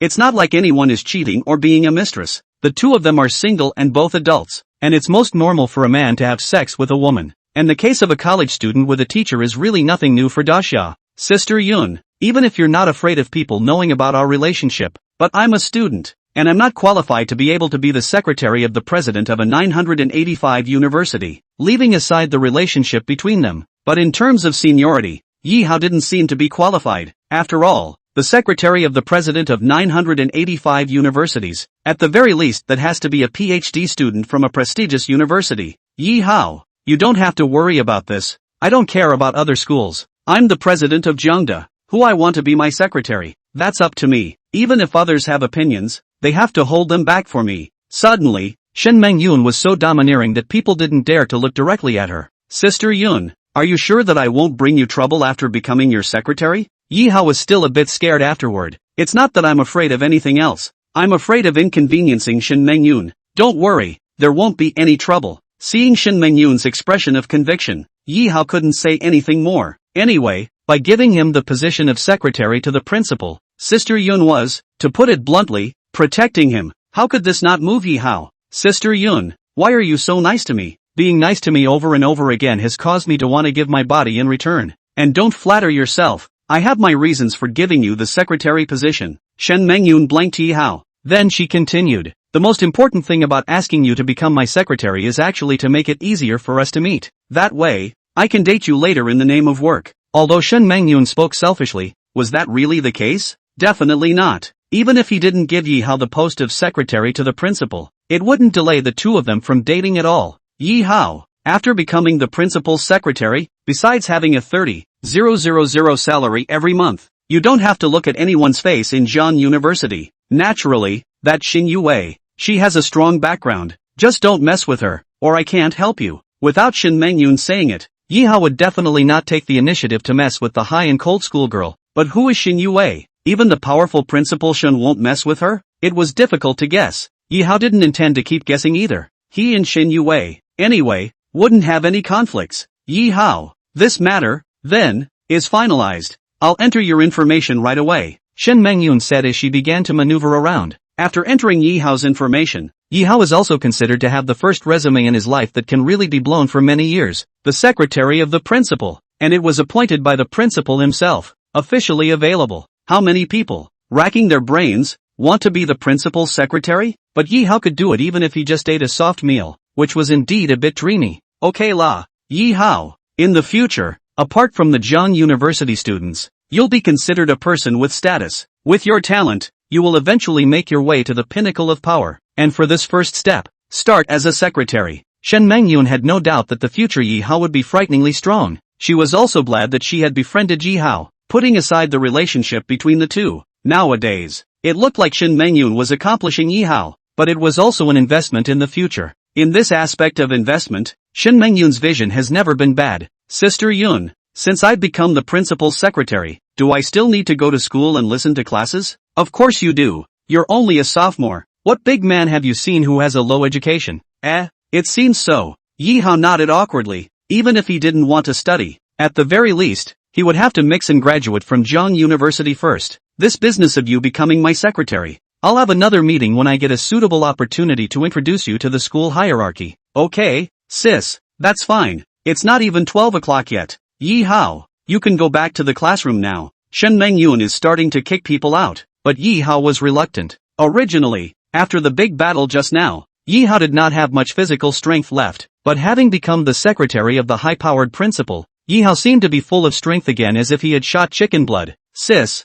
I'm here now, and it's rare that you're on vacation, so why don't we keep coming back a few more times? I'm feeling full of power at this moment. Another 300 rounds of battle would be fine. Shen Mengyun, don't be anxious, sis has 7 days of vacation. This is only the first day, a one-time squeeze. Dry. You, the back of the day how to do? Chapter 81 Farewell to Miko Marino. Alright, kiddo, save the stamina for next time. It's time for you to go to class, and I'm getting ready to leave the office. Not only did Shen Mengyun rush Yi Hao to class, she wasn't going to stay in the office either. Sister Yun, aren't you on vacation? Looking at your gloomy expression, it's not possible that the above is going to call you to a meeting again, right? Looking towards Shen Mengyun, Yi Hao couldn't help but ask. I'm not going to a meeting, but I have some personal business to take care of. Having said that it was a private matter, Yi Hao was not in a position to ask too much. He was just a little lover. Anyway, it's already happened once today, and Yun still has 7 days of vacation ahead of her, since the two had just taken a shower together. So Shen Mengyun's body, there were still water droplets visible to the naked eye. The water droplets were like pearls, dotting Shen Mengyun's skin in a very beautiful way. Yi Hao took the bath towel and went to gently wipe her off. Inadvertently, Yi Hao's hand, touching a certain place, it made Shen Mengyun instantly go a little on top again. But, naturally, she restrained herself. Kid, sister wipes her own water droplets, and you straighten yourself up. Not to be denied by Yi Hao, Shen Mengyun took the bath towel. After quickly drying off most of the water droplets, she rushed to get dressed again. Alright, I'm off. Remember to go to class after you change. After saying that, Shen Mengyun directly left the principal's office. Looking at her departing back, Yi Hao didn't think too much about it, and he, who quickly changed his clothes, stayed a few minutes after Shen Mengyun left, and also went out of the office on his hind feet. There's about 20 minutes to go before the 4 Wednesday morning classes are over. Having skipped all the classes, Yi Hao naturally wouldn't go back to the classroom, but besides the classroom, the dormitory, Yi Hao seemed to have no place to go. No, suddenly, Yi Hao remembered something. In the morning, international student Miko Marino had sent a message to Yi Hao that she was going to return to Sakura Country this afternoon. On Monday, Yi Hao had said that he would see her off on the day she returned to Sakura Country. After all, no matter what, she, Marino, was also a woman who had had sex with Yi Hao, although he couldn't talk about liking her. But Marino's temperament, full of island flavor, coupled with her initiative and her skill, could still make Yi Hao have a few good feelings for her. Yi Hao hurriedly took out his cell phone and once again looked at the message sent by Marino in the morning. Good thing, Miko Marino is on a 5 p.m. flight back to Sakura Country, and it's just under 12 o'clock, so it's not too late. Yi Hao hurriedly sent a message over to Marino. Sister, are you still at JNU? I skipped class and wanted to buy you dinner as a sort of farewell to you. After receiving Yi Hao's message, Marino Miko, who was packing her things in the dormitory, smiled happily. In the morning, she sent a message to Yi Hao, but did not receive any reply from him. Marino thought that's what Dasha men do,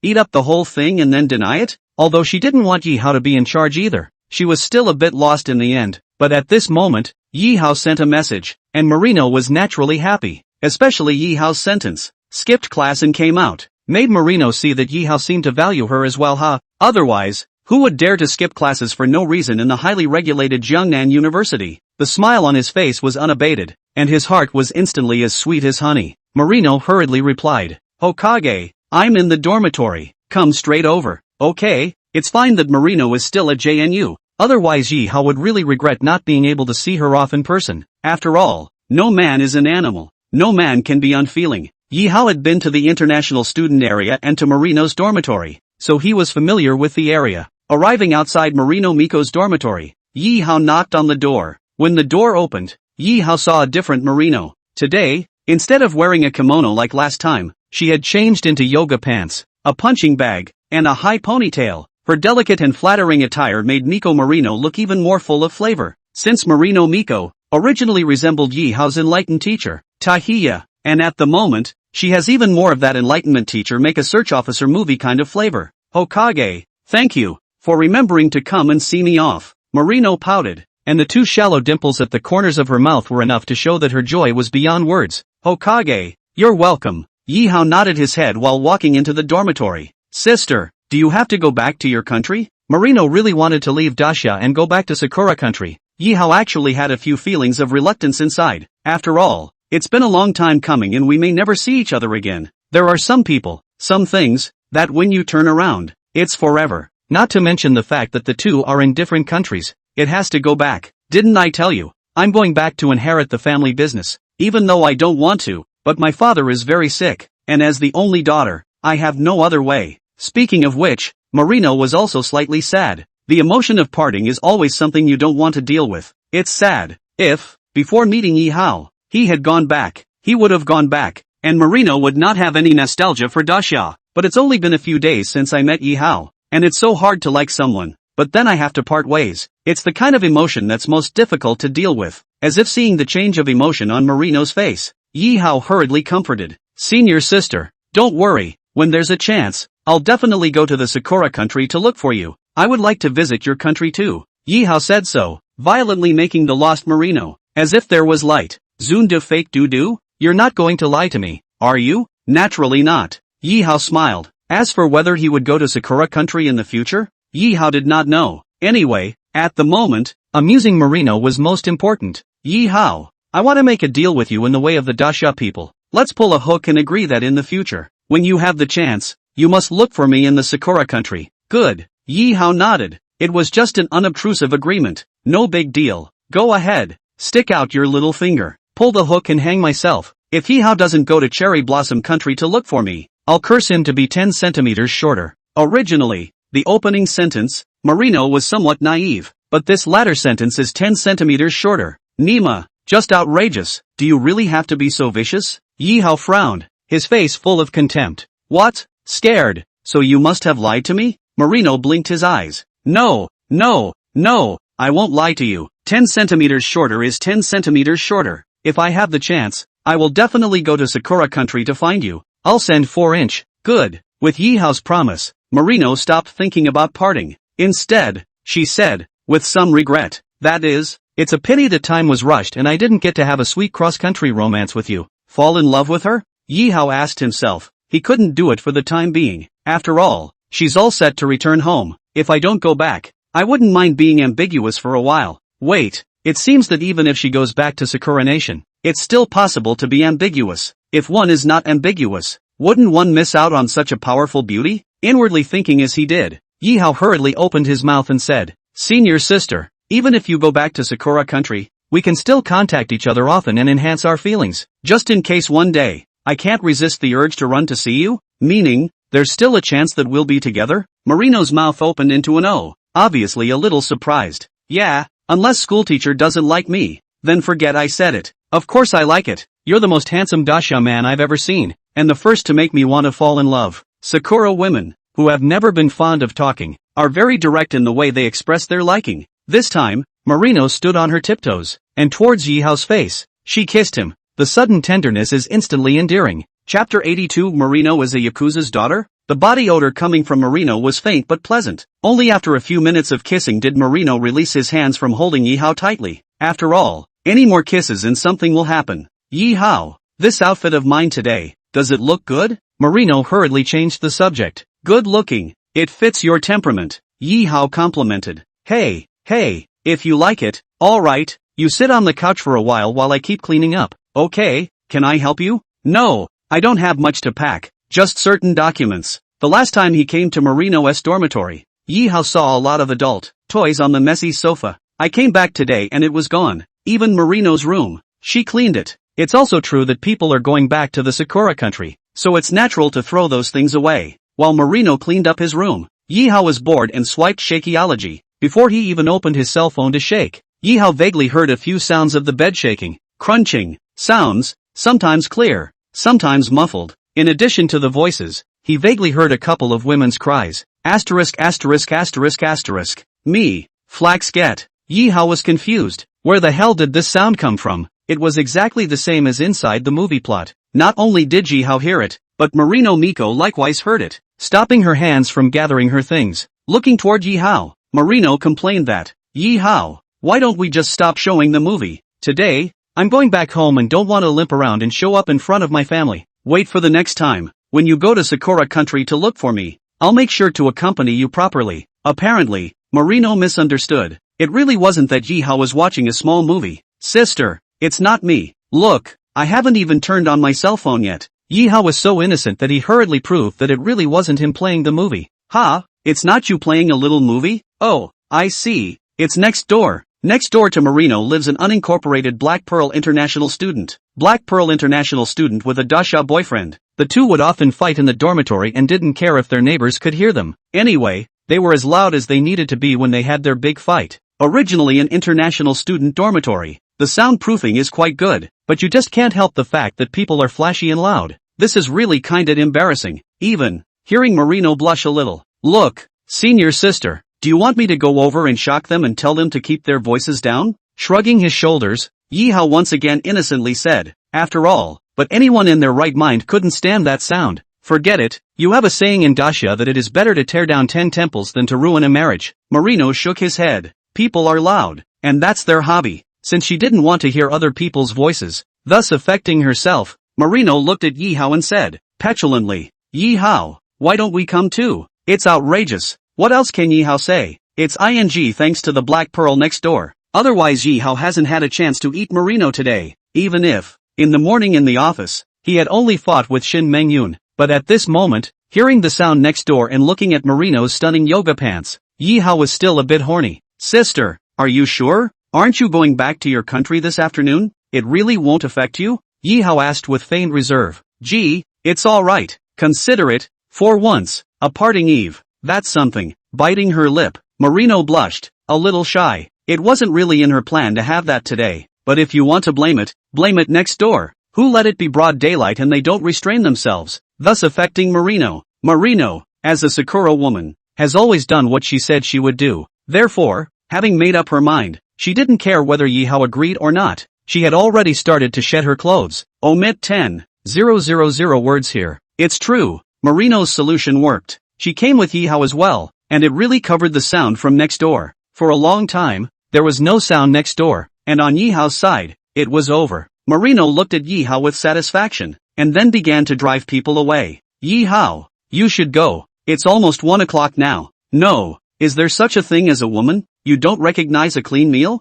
Yi Hao was speechless. She was the one who wanted to come. It's not like Yi Hao wanted to come. What the hell? He's even giving an expulsion order. Sister, at this hour, shouldn't we have dinner together and then I'll take you to the airport? Yi Hao, no need. If I hadn't done the errand before, I would still have time to eat with you, but it's too late now. Yi Hao was confused. The 5 o'clock flight. It was still less than 1 o'clock at this moment. It was also completely too late to have a meal and then go to the airport. Besides, the international airport of Jiangnan City is not far away from Jiangnan University, which is only about 30 kilometers. Yi Hao, my housekeeper is at the hotel outside of Jiang University. He'll pick me up at 1:30 and accompany me back to Sakura country. I don't want him to know that I've dedicated myself to you. Once he heard Marino say that, Yi Hao was directly dumbfounded. Is it the butler or not? Or whoever you are? Instantly, Yi Hao was still a bit jealous on top. Marino mouthed off about liking Yi Hao, and this, originally, did not want to tell Yi Hao, but was afraid that Yi Hao thought too much. Marino seriously said,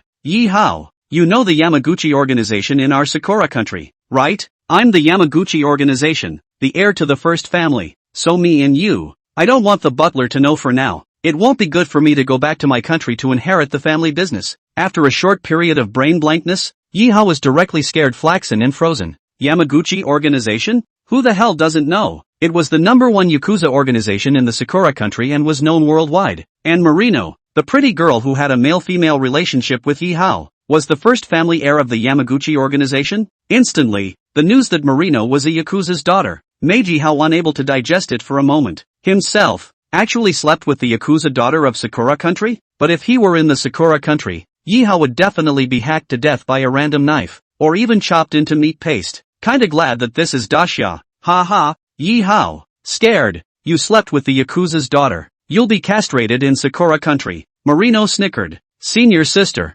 Excuse me, I'll go then? Yi Hao also flirted. This was Dacia, and Yi Hao wasn't afraid. However, Yi Hao had to admire. No wonder Marino had said before that when she returned to her country to inherit the family business and stabilize her power, if Yi Hao went to Sakura country, Marino could make him struggle for a few 100 million years less. Since people have that power. After all the fun and jokes, it's time to part ways. Looking toward Yi Hao, Marino reluctantly said, Yi Hao, I will wait for you in the Sakura country. The cherry blossoms in my hometown are really beautiful, and I wish you could visit them too. If there comes a day when you can't make it in Dacia, you must look for me in the cherry blossom kingdom. You, then, have a woman waiting for you. Marino stirs up the emotions and makes it hard to resist. I will, and will definitely look for you. Yi Hao nodded his head and promised. Anyway, it's not a bad idea to say yes and flirt first. As for whether it will go, we'll talk about that later. Alright, Yi Hao, it's time for you to go. Without Marino having to say much, Yi Hao knew that he definitely wouldn't be able to send Marino on the plane today. As he was saying goodbye, Yi Hao didn't hold back and kissed Marino again, then waved his hand as he left the international student dormitory building. Marino's identity, although in terms of Dacia,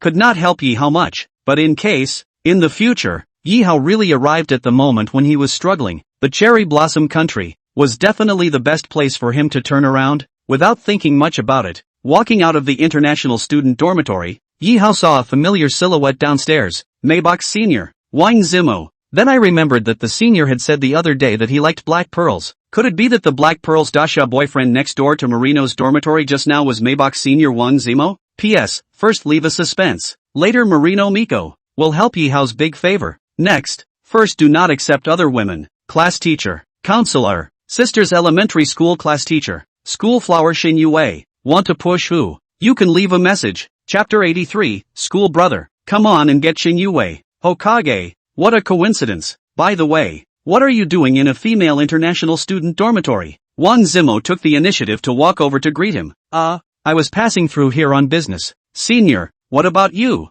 Yi Hao smiled back and walked towards Wang Zimo. I've come to see the Black Pearl students to discuss life. Speaking of which, Wang Zimo appeared to be quite proud. Sure enough, Yi Hao guessed correctly that the Black Pearl's Dacia boyfriend next door to Marino was really nasty. The Maybach Senior Wang Zimo. Although he didn't know how the Black Pearl looked like, but with Yi Hao's Dacia people's aesthetics, the more beautiful Black Pearl, Yi Hao couldn't appreciate it. I have to say, Senior Wang Zimo, playing with real flowers. Schoolboy, seeing as you're disheveled, you're not cheating here too, are you? No. I was really just passing through. Engaging foreign students was just that. Nothing to show off for Yi Hao. Besides, given Marino's status, it was better to try not to let outsiders know that she had been slept with by Yi Hao. Otherwise it would have to be passed back to the Sakura country, and perhaps it really wouldn't be good for her to inherit the family business. Wang Zimo didn't think much about it. After all, like Yi Hao, there weren't too few Daxia students who passed by here in the female international student dormitory every day. Wang Zimo,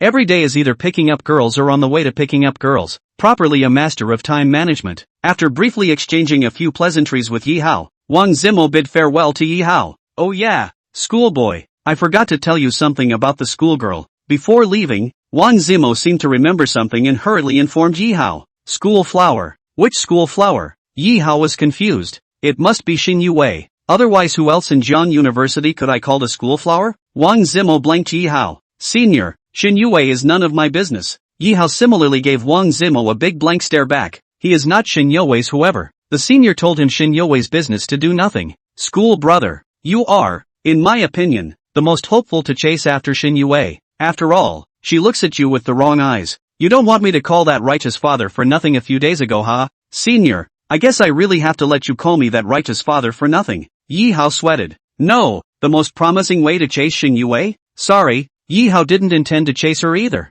Yi Hao could clearly remember that Shin Mengyun had informed him in the morning not to mess with Xin Yue, and Yi Hao was not allowed to like Xin Yue, though not for fear of disobeying the Golden Father by doing so, but with Xin Yue's high and cold energy alone. Yi Hao couldn't raise his interest. A woman colder than ice. Going after her? Isn't that asking for trouble? Seeing that Yi Hao was full of concern, Wang Zimo had a big expression of hatred. Schoolboy, are you still a man? Xin Yue is the white moonlight in the hearts of how many JNU boys? You've got the best chance of catching her. Don't you want to try out what it's like to be a high school girl? Yi Hao was speechless. Who wouldn't want to try that kind of beauty? Who wouldn't want to get their hands on her? The problem was that Yi Hao wasn't arrogant enough to think that he had the strength to chase after Xin Yue. The best hope of catching her? Oh, there's a saying that the greater the hope, the greater the disappointment. Yi Hao didn't want to go and lose that face. Taking the initiative to chase a woman is impossible. But Yi Hao doesn't mind if someone else pushes back. Real men, as always, let others come after them. Seeing that Yi Hao pressed on, Wang Zimo sighed. Ugh,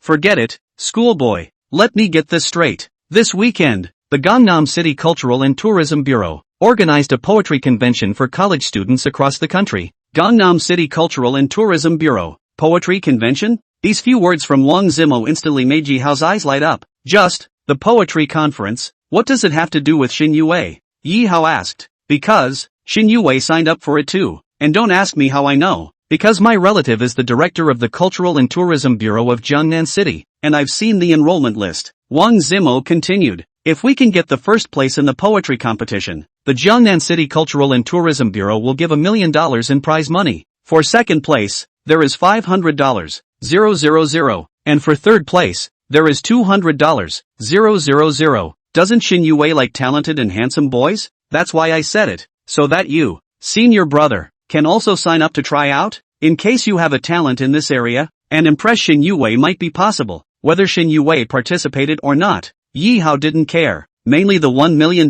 prize for first place? This number did make Yi Hao's heart flutter. Still, Yi Hao was afraid of being poor. If he could get his hands on this 1 million bonus, plus the national reward that hadn't come down from Yun's side, Yi Hao could probably have a few million in hand, so he could buy a villa that way. Yi Hao dreamed of buying his parents a house of their own in Jiangnan City. When you buy a house, if you have money, you naturally prefer villas. The more he thought about it, the hotter Yi Hao's heart became. Seniors, is it too late to enroll? Yi Hao hurriedly asked. It's not too late, it's only Wednesday today, and registration closes on Friday, Wang Zimo truthfully informed. Okay, thank you senior for telling me this. I've decided to sign up to try it out as well. Yi Hao nodded his head, grateful. Yi Hao, it's fine for you to sign up to try, but it's best not to put too much hope in it. After all, there are too many people who signed up, and, just for example, Qingbei, Zhefu, and so on, there are quite a few high achievers from these top universities who have also enrolled. It's safe to say that this weekend, the big summer talent, gathered in Jiangnan City, the competition will definitely be fierce. Wang Zimo informed Yi Hao of all that he knew.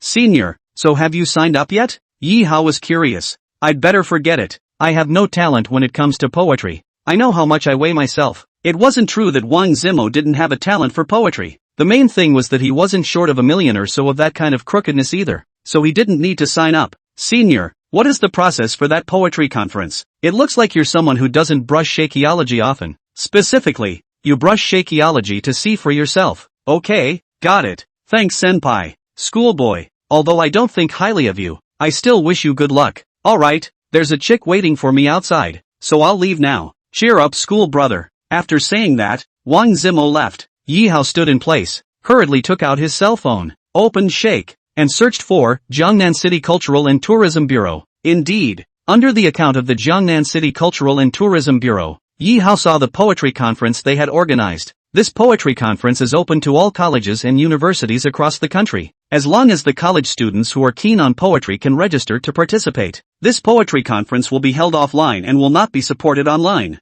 3. Title of the poetry contest to be announced on the day of the event. 4. After reading about the general process, as well as the requirements, Yi Hao could sort of understand a generalization. However, in the messages below this event, Yi Hao saw some arrogant and frivolous comments. For the poetry contest, Tsinghua, will book the top 3 places, and all other schools will get out of the way. Tsinghua, you don't put me, Peking University, in your eyes. Peking University, would also like to say that we have contracted the top 3 places. Well, Qingbei has arrogant capital. After all, Qingbei has always been the top 2 colleges in Daxia. But Yi Hao wanted to laugh. This was composing a poem. It wasn't a comparison of school fame. Whose poetry takes the top 3 spots? Also everything is not yet known. Chapter 84 Meeting Technician Number 6 Su Wenting again. The Daxia Cultural and Tourism Bureau, which has always been very rolled up. For example, the directors of certain cultural and tourism bureaus have personally gone out to make promotional videos. Then there are the directors of cultural and tourism bureaus, who have become internet celebrities. Therefore, it is understandable that the Cultural and Tourism Bureau of Gangnam City, which is open to university students all over the country, is organizing the poetry conference. Taking advantage of this poetry conference is equivalent to publicizing the city of Gangnam to the whole country again. Jiangnan has always been a tourist destination. Therefore, the Civic and Tourism Bureau is willing to pay for it.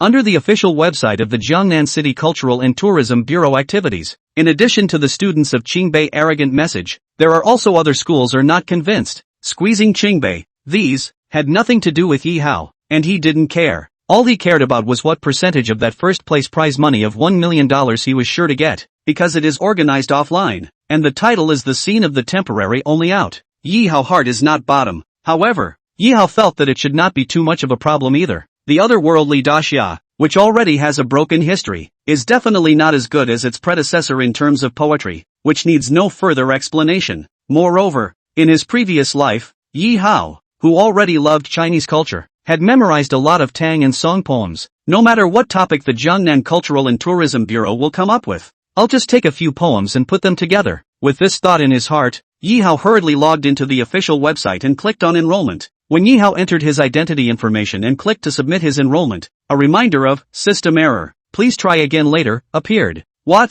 Nima, it's just a matter of enrollment, and the system of the Jiangnan City Cultural and Tourism Bureau exploded? It's not hard to imagine how hot this poetry conference was. There are absolutely countless people who have signed up across the country. Some people enter for the prize money, some for the fame, and some as a pure hobby. Like, Xin Yue signed up too? Yi Hao knew that she definitely wasn't doing it for money. After all, would Xin Yue, who could drive a Pagani, like money? But Yi Hao was a bit confused. If there was no limit on the number of people, students enrolled in colleges and universities all over the country, swarmed here, could Jiangnan City accommodate so many people? Not to mention the question of whether or not Jiangnan City could accommodate it. That venue of the organizer alone definitely couldn't accommodate college students from all over the country. Forget it, registration closes on Friday anyway. There's still 2 days left. I'll submit my registration later. Now that the system was exploding and couldn't enroll, Yi Hao wasn't in a hurry. On Wednesday afternoon, Yi Hao didn't have class. Normally at this point in the afternoon,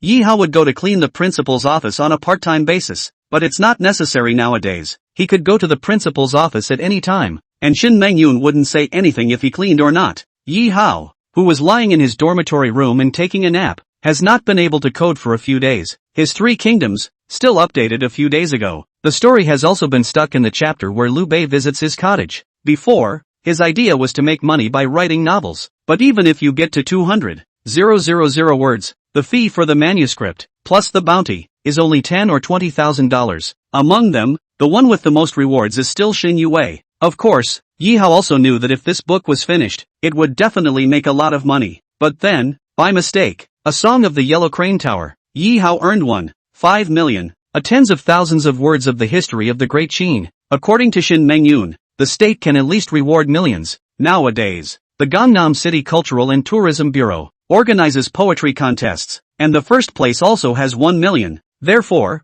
Yi Hao became lazy, and he didn't want to code at all. He would finish the story of the Three Kingdoms, but Yi Hao could only write it slowly, and he was in no hurry now. Let's make those quick bucks that we can in front of us. First, therefore, lying on the bed in the dormitory, Yi Hao's mind could not help but think of the Tang poems and song lyrics that he had memorized in his previous life. What exactly will be the topic of this poetry conference? Gangnam City Cultural and Tourism Bureau? Whether it was about flowers, plants and trees, or about spring, summer, fall and winter, Yi Hao had each memorized a few poems out. Anyway, no matter what topic the Jiangnan City Cultural and Tourism Bureau comes up with, Yi Hao can't afford to be a sewing monster and just put these poems together. And no one knows that he is a plagiarist and a sewing monster anyway. Time came to Wednesday night. Yi Hao submitted his enrollment again, and still failed to do so. What the hell is going on? Did the Civicus enrollment system explode? Yi Hao was a bit skeptical. Brothers, try and see if you can sign up for the poetry conference of the Jiangnan City Cultural and Tourism Bureau? Yi Hao looked to a few roommates who were playing games in the dormitory and asked them to try and see if it was a system explosion or not.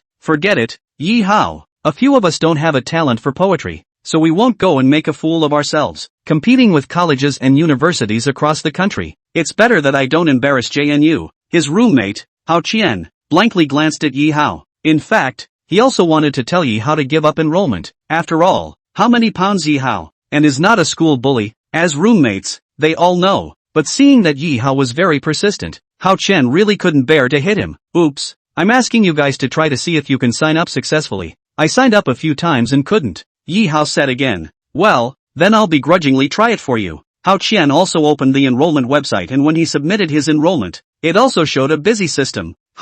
No, Yi Hao. It's not the system that's wrong. It's the fact that people's cultural and tourism bureaus have modified the conditions. When I saw a certain news story, my roommate Superman Chan reminded. Modified the conditions? Yi Hao was startled. Well, see for yourself. After being reminded by his roommate Superman Chen, Yi Hao really saw it. Another note. Due to the number of applicants, the activity is too hot, resulting in the registration system crashed. Now this event, make the following adjustments. For each college, the maximum number of applicants is 3. 2. Participants, school-based, one-time list of entries, submitted to the official website of the Gangnam City Cultural and Tourism Bureau. 3. Other conditions remain unchanged. Seeing this note, Yi Hao man went numb. There's a ing limit on the number of people? 3 per school? But no matter what, Yi Hao was definitely going to compete. That $1 million prize money, Yi Hao had to go for it. Only, instead of online registration, the list of entries will be submitted offline, on a school-by-school basis, in one go. As the principal's secretary, this was something Yi Hao could really intervene in. Immediately, Yi Hao sent a dissipation to Sister Yun. Sister, that poetry activity of Jiangnan City Cultural and Tourism Bureau, I want to participate. Participate, and if you don't say so, I have the idea of asking you to participate. After all, the bonus is not bad. I have high hopes for you. Shen Mengyun replied. Originally, Shen Mengyun did not care about this matter, but naturally, the event was held in Jiangnan City, and Jiangda was located locally in Jiangnan City. As the principal, Shen Mengyun naturally hoped that the school students would be rewarded for the activities held on the mainland. For Yi Hao's talent, Shen Mengyun was not worried at all. If he could compete, Shen Mengyun felt that getting the first place prize money, it was a package. By the way, Yi Hao, our school has 3 entry lists, the various academies. Those who wanted to sign up for the competition were tallied and sent to me, but I didn't have time to bother with that. Just as well, just make the decision on the remaining 2 candidates besides you. I don't expect them to win anyway. Shen Mengyun handed over the 3 lists that determined Zhang De to Yi Hao to deal with. Seeing the dense list of statistics that Shen Mengyun had sent over, Yi Hao took a rough look at it. Among them, the School of Finance. In addition to Xin Yue, there are hundreds of people enrolled. In Yi Hao's class alone, there were more than 10 people enrolled. Obviously, other people Yi Hao was not familiar with. In contrast, Yi Hao was also more willing to let Xin Yue participate. Therefore, Shen Yue's name? Yi Hao reserved it for her. Yi Hao, Shen Yue, one more to go. Yi Hao picked inside the dense list again. The poetry conference, obviously the people from the College of Arts and Letters, are going to be a bit better at it. Therefore, Yi Hao's gaze ended up resting on top of the list of the College of Arts again. Su Wenting? Freshman class 3 of the College of Arts and Letters? When he saw this name, Yi Hao was startled. This Su Wenting? Could it be the one he knows? The monumental No. 6 technician Su Wenting? If so, then she's also a student at the university? Chapter 85, Face Value is Justice? Regardless of whether or not this freshman sister of the College of Arts and Letters is the same Su Wenting that he knows, who is also a teacher and a friend, just because of the same name, Yi Hao also decided that he would give the last entry spot to Su Wenting. After making sure, Yi Hao directly sent the list of Jiangda University to Shen Mengyun. After seeing the final list Yi Hao sent, Shen Mengyun was somewhat speechless in her heart. Shen Yue? My daughter also wants to go to the poetry contest? It's not like she's short of money. What's the point of her going along for the ride? At the same time, Shen Mengyun wondered, with Yi Hao's talent, would he attract his daughter by shining brightly at the poetry conference? That was her biggest concern. Still, if her daughter had secret feelings for Yi Hao, Shen Mengyun would feel embarrassed. After all, mother and daughter, looking at one? This will absolutely blow up to the max. After thinking about it, Shen Mengyun couldn't just cancel her daughter's name, so she still decided to discuss it with her daughter and ask her not to get into this mess. Immediately, Shen Mengyun sent a message over to her daughter. Yue, why don't go to that poetry contest on the weekend? You're not short of money. Let other students have the chance. Okay? I don't. I also want to go and fight for JNU. In the wiki, Shen Yue replied so. No, this isn't a national-level poetry conference. What honor can you fight for Jiangda? Shen Mengyun was a little curious. Mom, didn't you see the comments on the top of Shakeology? What comment? Certain top colleges and universities of others have said that this time, they are going to bag the top 3 places. Even if we, Jiangda University, are the local school of Jiangnan City and have the host advantage, we are not enough to look at in front of absolute strength. Just speechless, those colleges and universities. Shen Mengyun naturally guessed it. Wasn't it because JNU cancelled the treatment of international students and got favorable comments from netizens who instead scolded those schools of theirs? Therefore, those colleges and universities, towards Jiangda, naturally have some hatred. Daughter, even if you want to honor the school, are you gifted in poetry? Shen Mengyun still wanted to persuade her daughter to give up. Having Yi Hao there was enough to crush those schools that supposedly hated Jiangda. Of course there's talent. You just don't know it. Ha? You still know how to compose poems? Obviously. Shen Mengyun was startled. You're only busy with work, and you don't care about my other interests. Besides practicing yoga, besides loving to read novels, I also love poetry. Is there a problem? Shen Yue said so. Shen Mengyun really felt a bit guilty. Also, as a mother,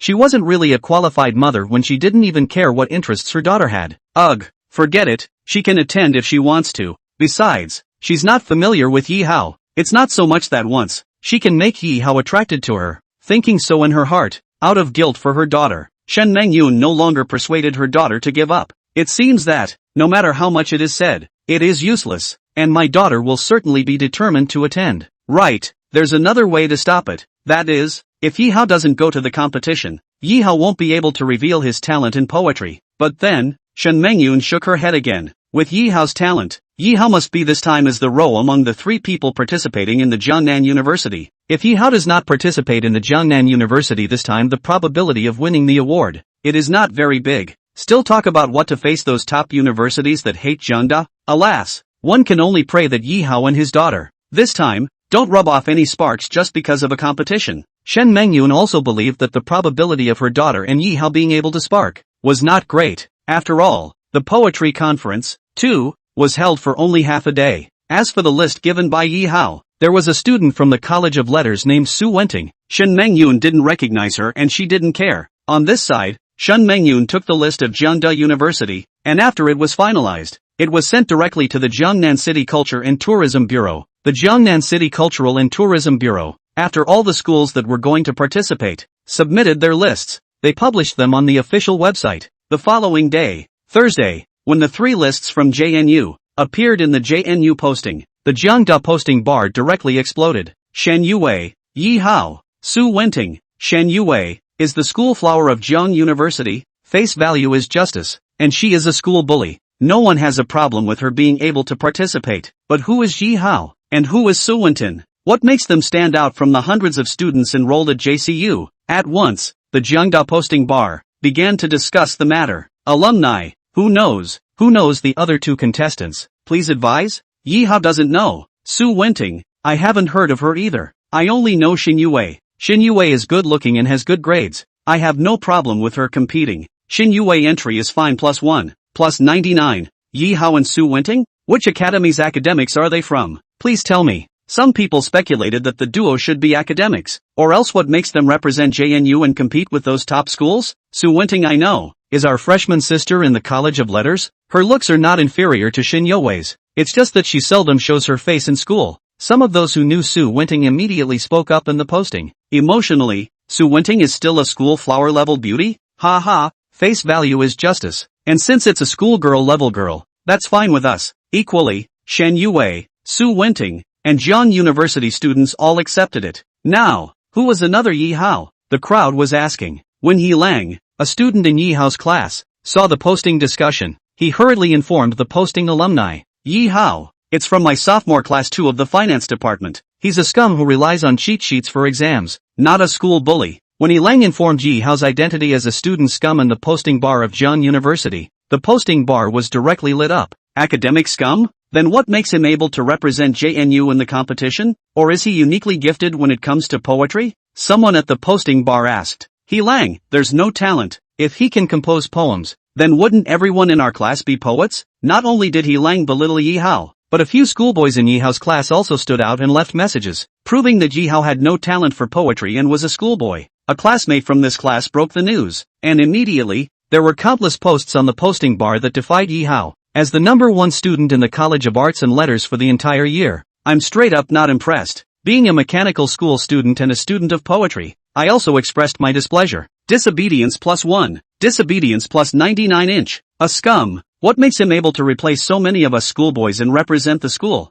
Who the hell submitted this list? Is this man blind? Yi Hao saw the posting discussion, or his roommate told him. Yi Hao didn't want to explain or argue about the fact that many students were not convinced of him. These little caramels couldn't get into Yi Hao's eyes. The list is what he confirmed. He can enter whoever he wants. What can you do if you don't? That's his right at JNU. Yi Hao liked it, the way others looked at him and couldn't do anything about it. These people, they call themselves schoolmasters? What a bunch of, they think they're on? They think they'll be able to win for JNU? That they'll be able to crush strong opponents like Qingbei? Over here, first year College of Arts and Letters, girls dormitory, Su Wenting, we all applied. Why did you get picked by the school in favor of you? Pick on what the hell? Su Wentian was a bit confused. Naturally, it's a qualification for the poetry contest. Ha, Zun do fake do. I've been chosen? Su Wentian was taken aback when she saw the list and confirmed, again and again, that it was herself. Su Wentian's heart raced. How can it be possible that I, a scum,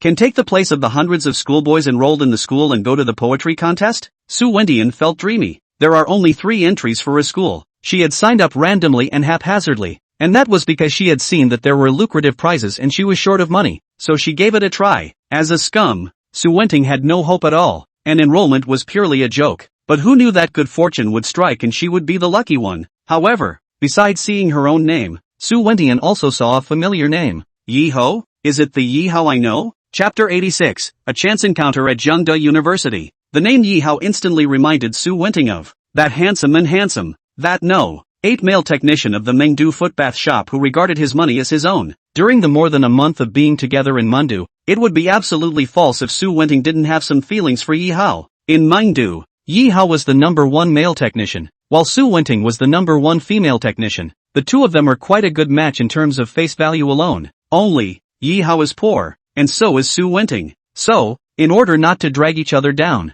neither expressed emotions while in Mundo. It's all about treating yourself as a friend. Yi Hao, are you okay? I haven't heard from you since I last saw you. Should we, perhaps, not see each other again? In fact, that time when I ate near JNU, you asked me why I was familiar with JNU. I didn't dare to tell you because I am a student of JNU, and 985 college student, working in a foot bath? I have a hard time with that too. Thinking about Yi Hao, Su Wentian thought a lot, but then, she shook her head, letting that pining emotion sweep away. She and Yi Hao should be drifting apart from each other in the future. After all, she, Su Wenting, was a Jiang University student. Yi Hao, on the other hand, was merely a male technician. Even though Su Wenting didn't mind Yi Hao's status as a technician, time was a medicine. If not contacted, even the best relationship would be diluted until they were strangers. Although she saw the familiar name, Su Wendian did not intend to send a message to ask Yi Hao. After all, Daxia people, there are too many with the same name. Moreover, Su Wendian didn't think that this Yi Hao would be the same Yi Hao she knew. As for, why did she become the lucky one, becoming one of the 3 major representatives of Zhengda? Su Wenting couldn't figure it out and stopped thinking about it. When Xin Yue saw the school's entry list, she was also confused. Besides her, Yi Hao even entered the competition. I don't suppose he's into poetry, too? I don't think so. As far as I know, he's just a finance scum. Yi Hao, since you're also competing on behalf of Jiang University, I hope that you won't drag my Jiang University down. Just don't disgrace my Jiang University. The mind, as it were, thought. Xin Yue didn't bother to ask how Yi Hao was able to obtain the list. The National University Poetry Conference organized by the Gangnam City Cultural and Tourism Bureau, though not a national event, but Chen Mengyun still attached some importance to it. For one thing, this is an event held locally at Jiangnan University, and as a local university, it is natural that it should not lose face. Secondly, on the Jitterbug network,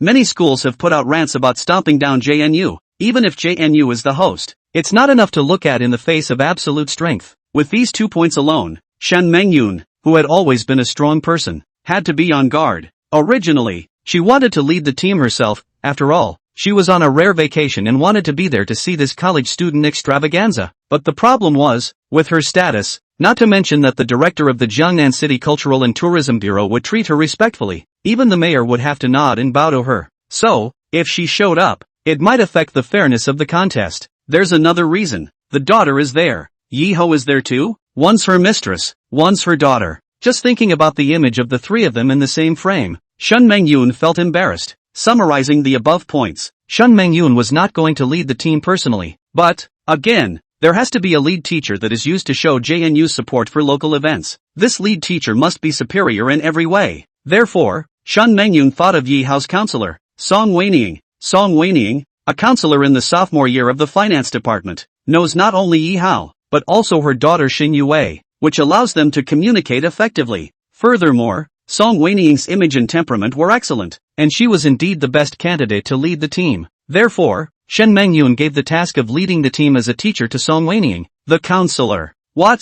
Principal Shen personally gave me an assignment? I definitely have to perform well. Song Weining couldn't be happier after receiving the instructions. After all, Principal Shen is a great person high above her command. As a subordinate, naturally have to do this beautifully. If it was usual, an ordinary counselor like Song Weining would not have much of a chance to get close to the principal. Thinking as she did in her heart, Song Weining couldn't mention how happy she was. Looking at the list, Song Weining was also startled. Xin Yue is a schoolteacher, and there's no excuse for being able to qualify for the competition. This one called Su Wenting is from the College of Letters. The College of Letters' specialty is Daxia literature. It's nothing strange for her to compete to. But, Yi Hao, how did he qualify for the race? The counselor was a bit speechless. As her student, she naturally knew roughly how much weight Yi Hao had. Oh yes, Yi Hao is cleaning the principal's office on a part-time basis, so maybe that's why he's familiar with the principal. So the principal is letting him see the world. Maybe, having figured this out,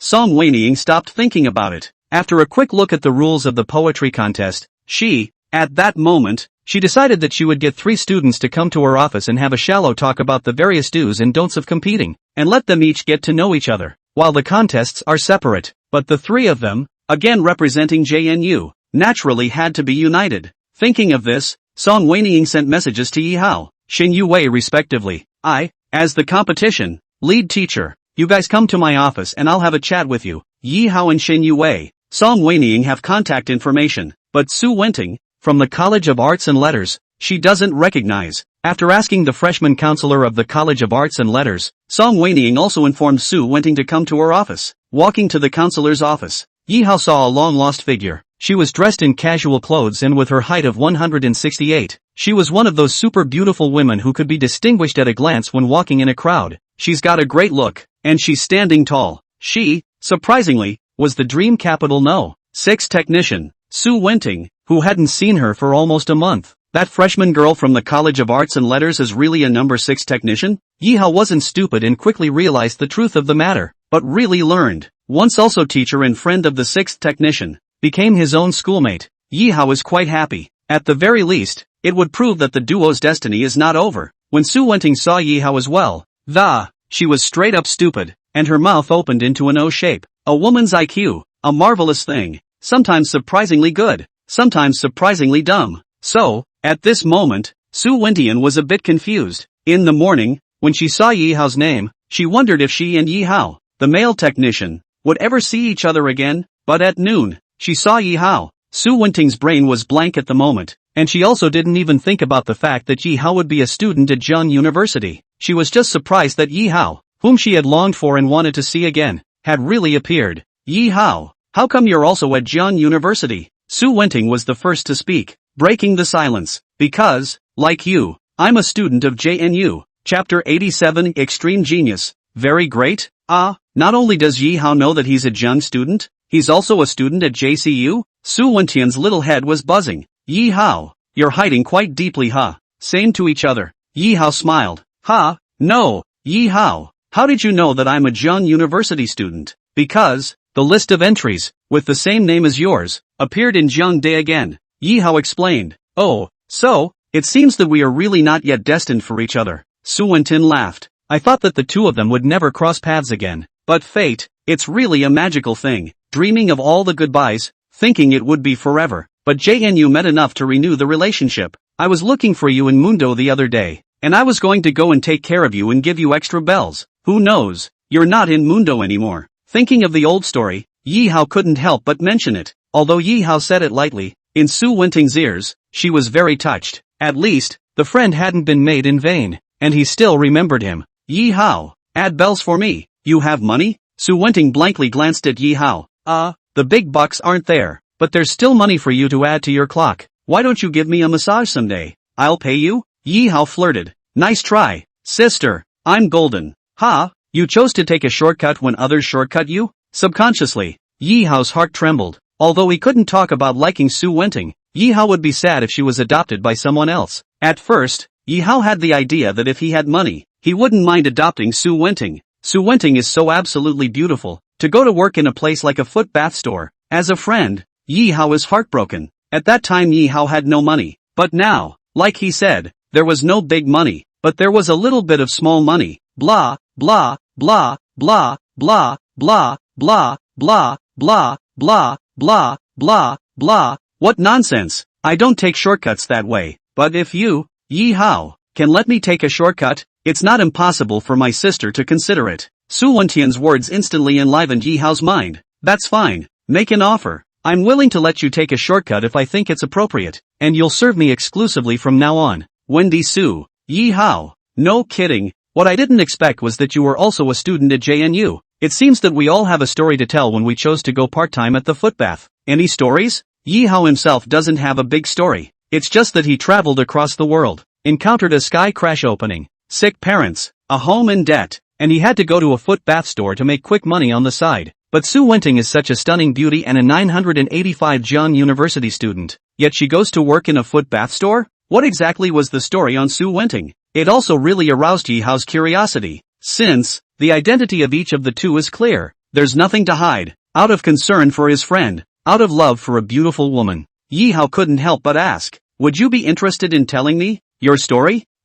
Yi Hao, are you willing to listen? Of course I'd like to hear it. We're friends. Better forget it. I'll talk to you when I have the chance. Right now I don't want to talk about these sad topics. Mr. Song is still waiting for us. Oh, right. Let's go see Mr. Song first, and we'll talk about other things later. Song Weiniang's office, which Yi Hao is familiar with. When he arrived with Su Wenting, the duo's arrival immediately caught the attention of Counselor Song Weiniang. Yi Hao, who is this beautiful woman? Teacher Song, this is the other person in the competition. Su Wenting, Yi Hao introduced. By the looks of you two, you've known each other before?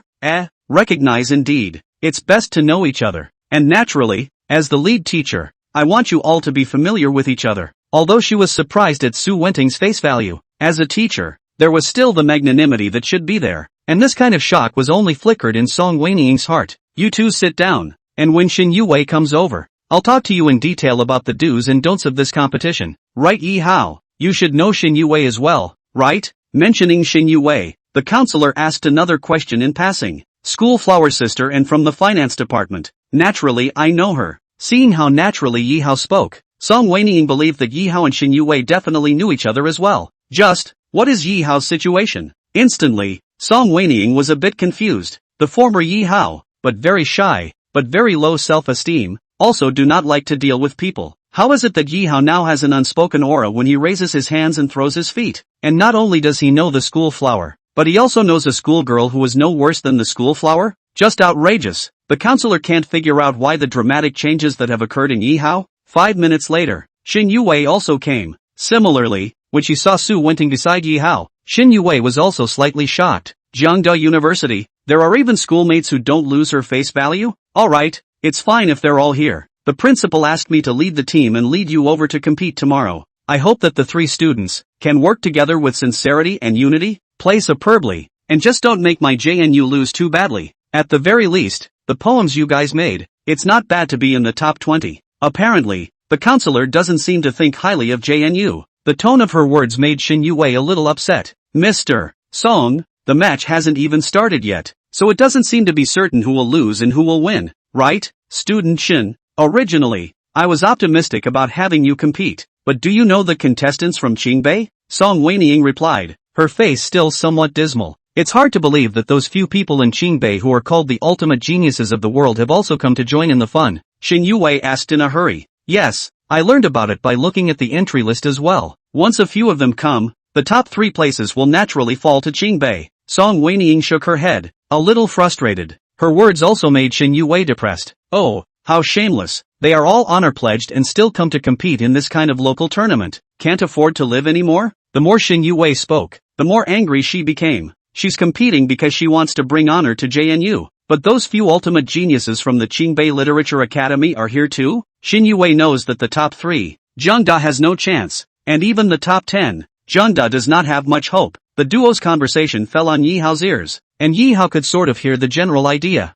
Extreme genius? Is that something? Yihao was somewhat disdainful. In today's society, when it comes to poetry, can any more talent be compared to that of the Shang Tang era? During the Tang dynasty, there were many geniuses, such as Li Bai, Du Fu, etc. Which one of them was not the ultimate genius? The ones in Qingbei, even if they are gifted in poetry, they are geniuses at best, and they dare to call themselves the ultimate? How conceited is that? Seeing Yihao's unimpressed look, Xin Yu smiled and, Yihao, those who don't know are not guilty. The ones from Qingbei, their strength in poetry really makes it hard to look up to them. Senior sister, it's not what you said. The match hasn't even started yet. It's not certain who will lose or win. Yihao slanted his eyebrows and showed Xin Yue a contempt. Well, there hadn't been a match yet, so Xin Yue didn't want to dampen Yihao's confidence. She did, however, say, Yihao, tomorrow your poem, but if you can reach the top 10, school sister I will treat you to a big meal. Dinner?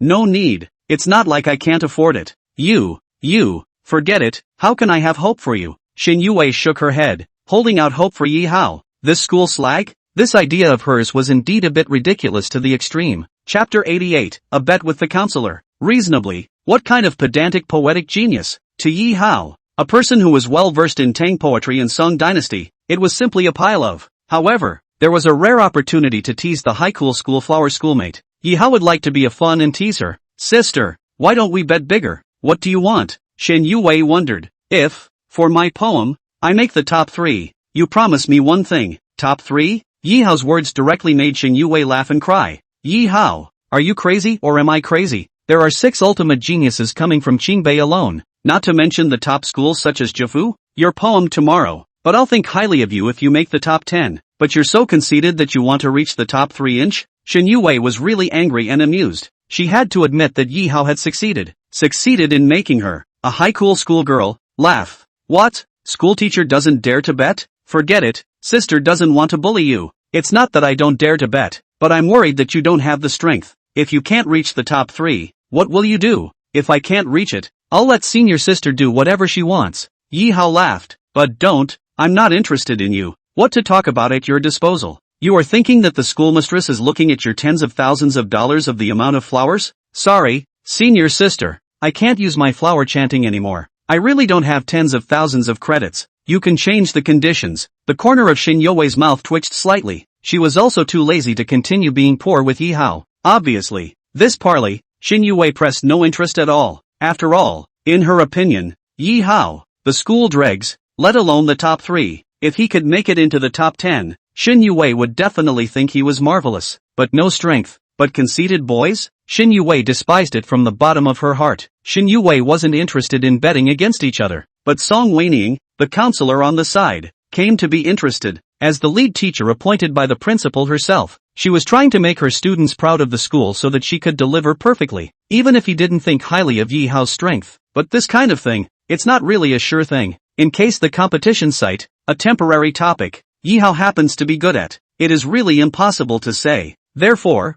it wouldn't be a bad thing if there was a bet that could stimulate Yi Hao's winning mentality. Yi Hao, Shin doesn't bet with you. How about teacher bets with you? Oh, teacher Song, or forget it. I'm afraid that you'll lose and that you can't afford to lose. Yi Hao wanted to refuse. He had only wanted to tease the high and cold schoolgirl, and to the counselor Song Weining, Yi Hao had no malicious intent. But Yi Hao's words directly made the 3 stunning beauties on the scene whole autistic. Song Weining, Wendy Su, Shun Yue. Only after a long time did the counselor break the awkwardness and smiled. Yi Hao, if your poem can really take the top 3 places, the teacher is not afraid to bet with you, as long as it's not excessive, and you don't purposely spoof it. If you casually make a request, the teacher can agree to it. When the counselor said this, Yi Hao became interested. After all, the counselor is also a great beauty. Moreover, the counselor's previous secret of that adult product couldn't help but surface in Yi Hao's mind again. If, blah blah blah, Yi Hao hurriedly stopped the intended image. It wasn't that he was pretending to be a gentleman, but on this occasion, with 3 stunning beauties here, if he was full of lewdness, he wouldn't mention how humiliating it would be. That's fine,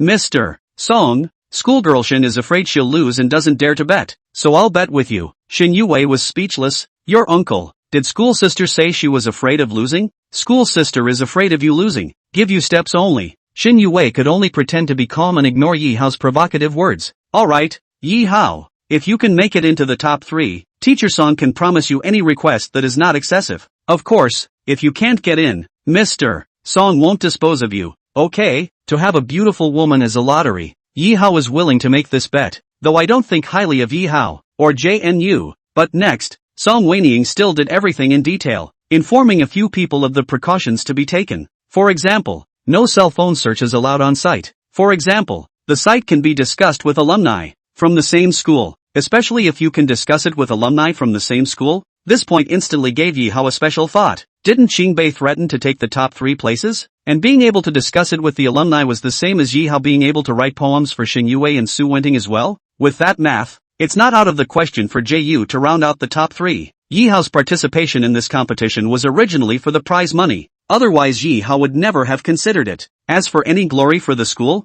Yi Hao didn't have that lofty ideal. $1 million for first place, 500,000 for second place, 300,000 for third place? All of this money was red in Yi Hao's eyes, and he wanted to pocket all of it. Since it's for the prize money, then Yi Hao wouldn't mind if he could earn more. Looking towards the counselor, Yi Hao asked, Mr. Song, does that equate to the fact that if I write well and still have free time, I can write poems for others? No, what does Yi Hao mean? The counselor directly did not understand. I mean, after the topic is given on the spot, isn't it possible for alumni to discuss it amongst themselves? Doesn't that mean that if I make a good poem, I can still compose poems for Su Wenting and Xin Yue? Yi Hao hurriedly explained. By all rights, it should be okay. The counselor nodded. Stop, Yi Hao, you still want to help me compose a poem? Tomorrow you'll get your own poem done before you say anything else. There's no need for you to worry about my strength. Senior sister. Xin Yue sent Yi Hao a blank stare. Su Wentian was startled. Too.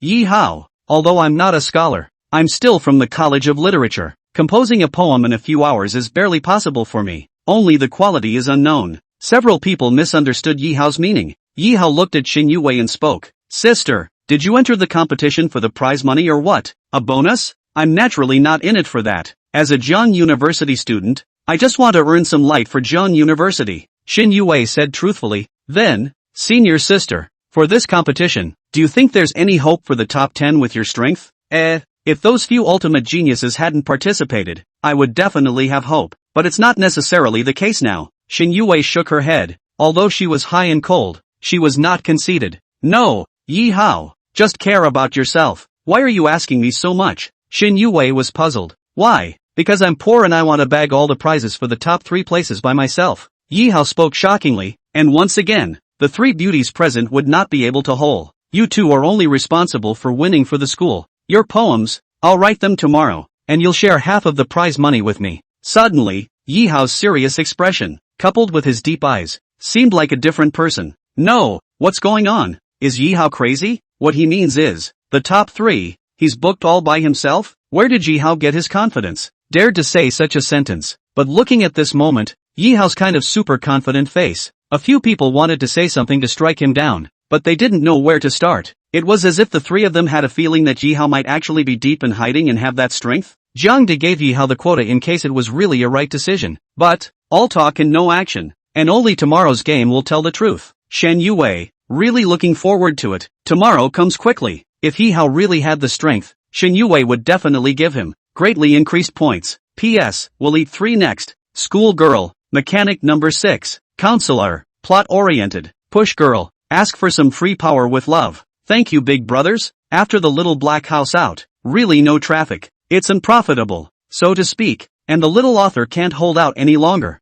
Boing boing. Chapter 89 Poetry Competition. Beauty Contest? In the blink of an eye, Saturday will be here. Time, 2, came to the day when the Gangnam City Cultural and Tourism Bureau organized the National Student Poetry Contest. Today's Jiangnan City was exceptionally lively and could be described as a sea of people. Due to the hotness of the poetry contest, many netizens from all over the country, who are fond of poetry, also gathered in Gangnam City, for no other reason than to enjoy this feast of talent affiliated with colleges and universities across the country. And the poetry contest was held in a certain square in Jiangnan City that could hold tens of thousands of people, all around the square. It was already overcrowded. Early in the morning, the counselor notified a few people to gather at JNU, because it is the school as a unit into the field, and Jiangda is a local 985 universities, so the organizers, ready to let Jiangda last finale into the field. At 9:30, on the stage in the center of the square, the hostess took the microphone and began her speech. For this event, the organizers are the Gangnam Municipal Government,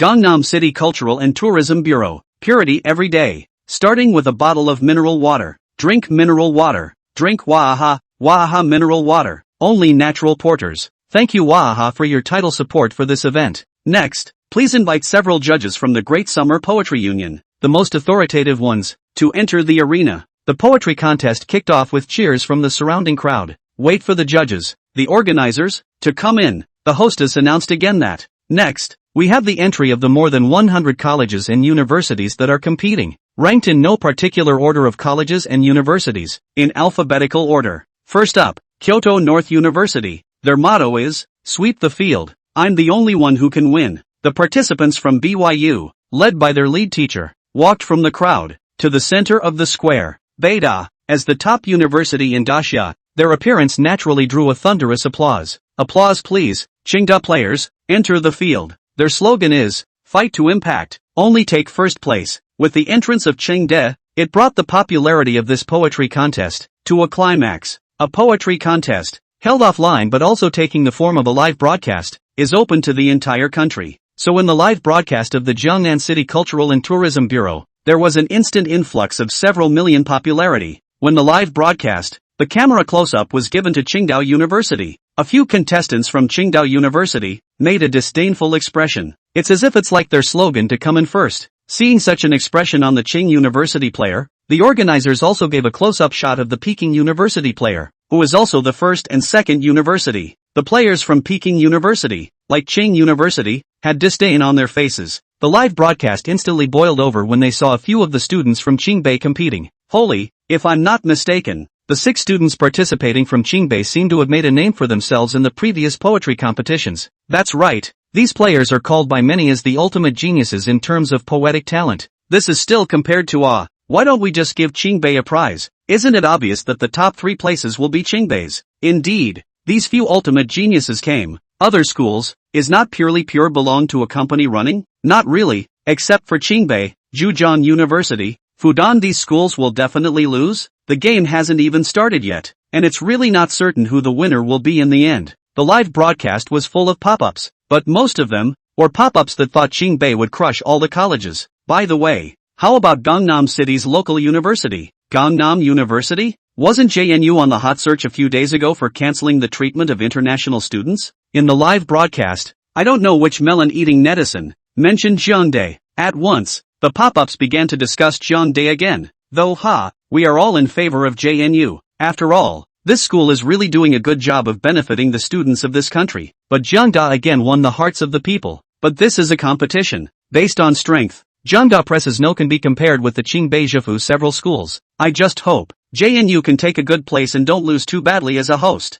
Apparently, almost no one online is bullish on JU, whether it was Qing University or Peking University. Even if the netizens criticized these two colleges again, their strength was there, thundering. In Daxia, there really hasn't been a school that can shake these two colleges. By the way, almost all the participating schools are out. Is JNU out? Someone hadn't seen JD, so they asked again. It seems that there is not yet. Jeongdae is Jiangnan City's local 985 colleges and universities. Naturally must be the finale. Oh, yeah, too. The other schools that entered, including the lead teacher, were either uniformed or all wore clothing with their school's name on it. This would also allow the audience, both on-site and online, to know, at a glance, which colleges they are from. But with the host announcing the entrance of JDU, the picture changed. Jiangnan University, whether leading teachers or participating students, are not uniform clothing and are dressed casually. For example, Counselor Song Weining, dressed in a smart professional uniform. Shen Yue, for example, still wears black silk JK.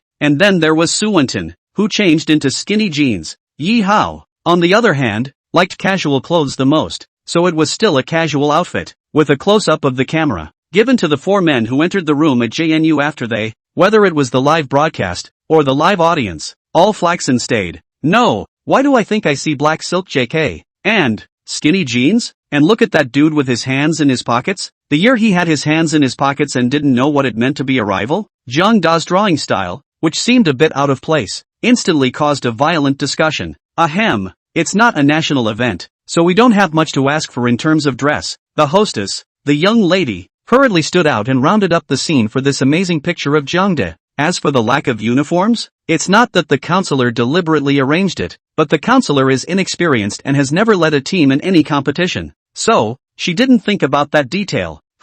No, you guys take a closer look. The face value of a few people from Jeongdae. My god, Jiang University, up to the teachers, down to the students. Surprisingly, all the colors belong to the stunning beauty. These three women, take any one of them to our school and become the #1 school flower absolutely without a doubt. Look at that hands in the pockets of the buddy. 180 height. Looks clean. Proper school grass.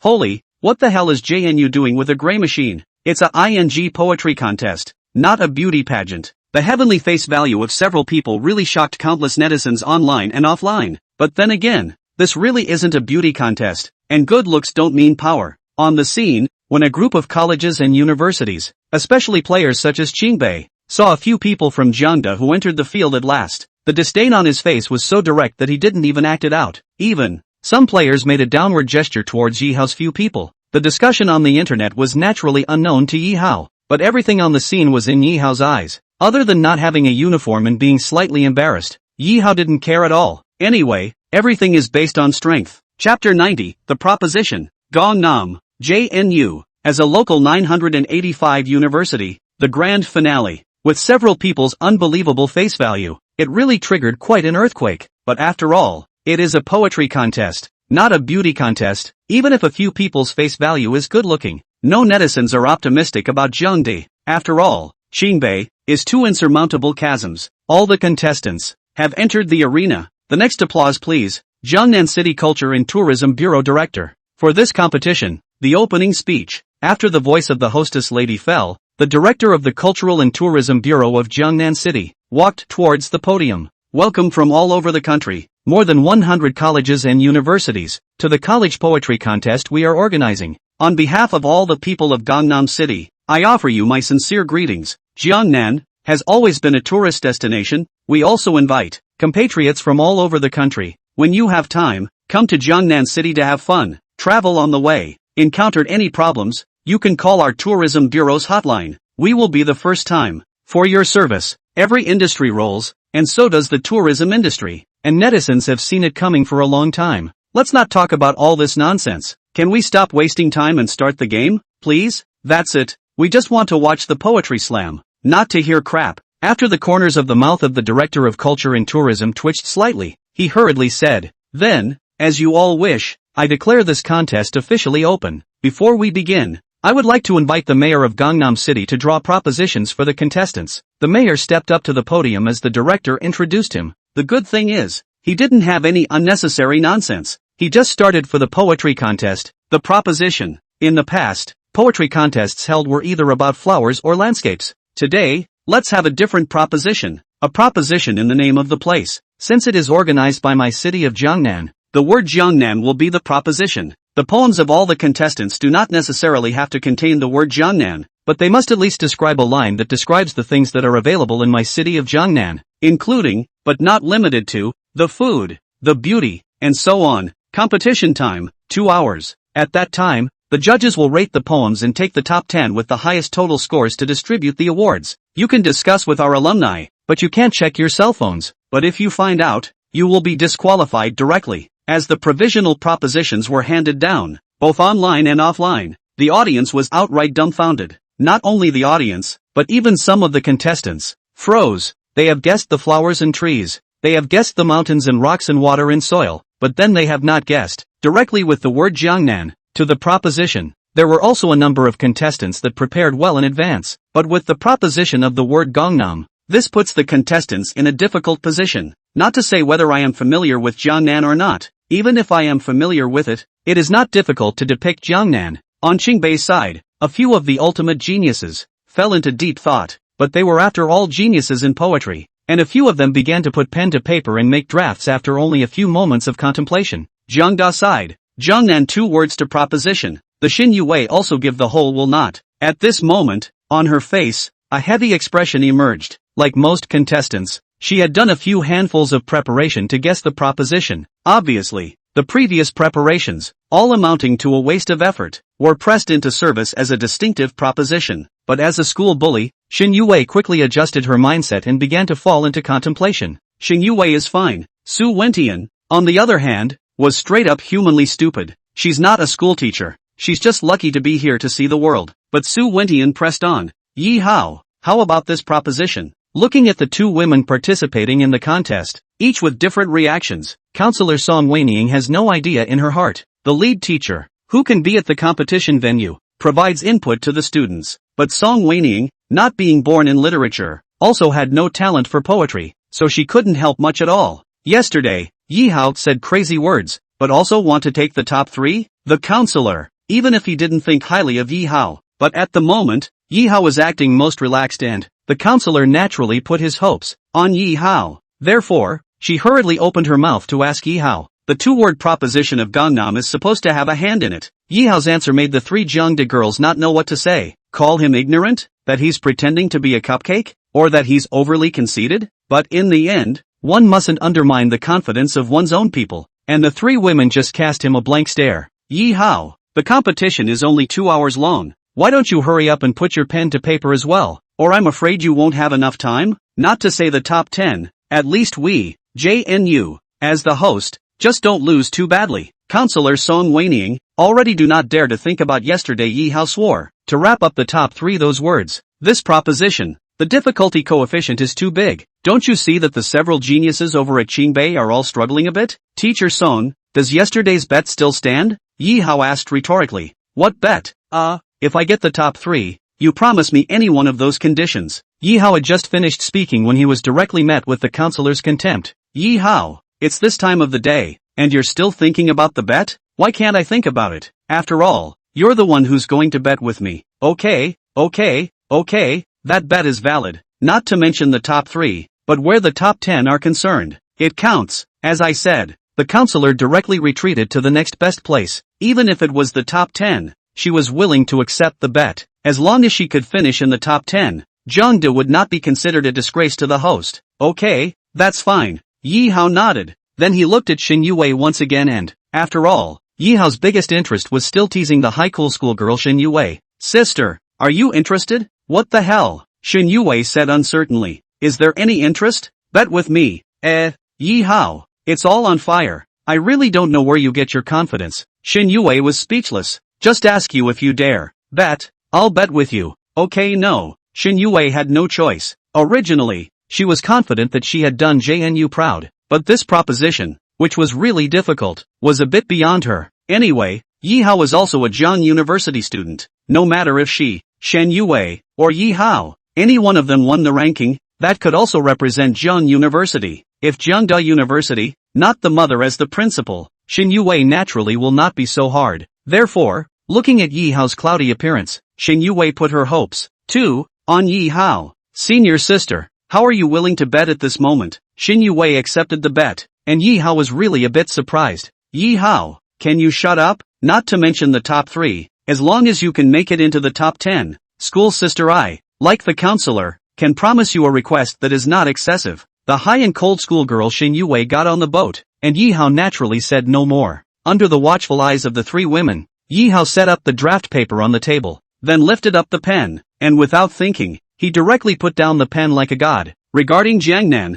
the first poem that came to his mind was naturally that of Du Fu of the Tang dynasty, which had been highly sung in his previous life. It is not common to see it in the mansion of Ji Wang, but it has been heard of a few times in front of Cui Zhou's hall. It is exactly the good scenery of Jiangnan, and I meet you again at the time of falling flowers. When Yi Hao wrote out a few lines of poetry effortlessly, the eyes of the 3 women went straight from initial disdain to disbelief. Shin Yue was even more shocked beyond words. Yi Hao didn't even have to think about it, and in less than a minute, he wrote out a poem, and this poem, not only with the word Jiangnan, and so meaningful, Shin Yue repeated that sentence in her mouth. It is exactly the good scenery of Jiangnan, and I meet you again at the time of falling flowers. Not only is it catchy, but it's so poetic. Looking at Yi Hao again, Shin Yue had some inner complexities. Yi Hao, in poetry, is so talented? Chapter 91, Porters. Yi Hao had written a poem that was shocking enough in less than a minute, and Shin Yue no longer doubted his strength. With that line, it's a beautiful scenery in Jiangnan,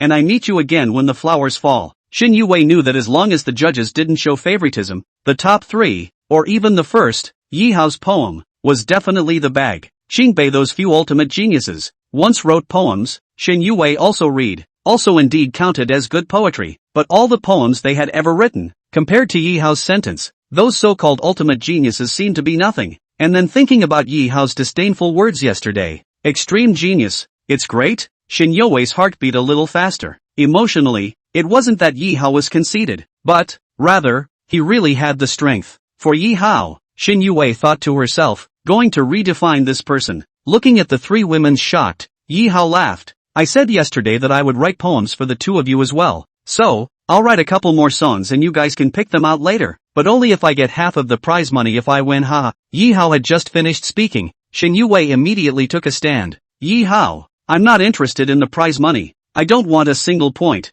I just want to win glory for Jiang University. Shin Yue does not lack this crooked date. Yi Hao is also aware of it. Yi Hao, although I'm poor, I also know that with myself. I don't have any hope of winning the award, not to mention sharing half of the prize money with you. It's fine for you to take all of it. Su Wenting also hurriedly stated her position, but Yi Hao also knew that Su Wenting was really poor, or else she, who was absolutely beautiful, wouldn't have gone to a part-time job in a footbath store. However, it does seem a bit overconfident to be talking about prize money when the race has only just begun. Yi Hao no longer thought much about it, and under the watchful eyes of the 3 women, he once again put up his pen and, Jiangnan Spring, thousands of warblers cry in green and red, and wine flags blow in the wind in the water villages and mountains. 480 temples in the south, how many buildings in the smoke and rain, drinking on the lake after the first sunset, the water is brimming with sunshine, and the mountain color is also strange in the rain. I want to compare the West Lake to Shizi. Light makeup and thick colors are always appropriate.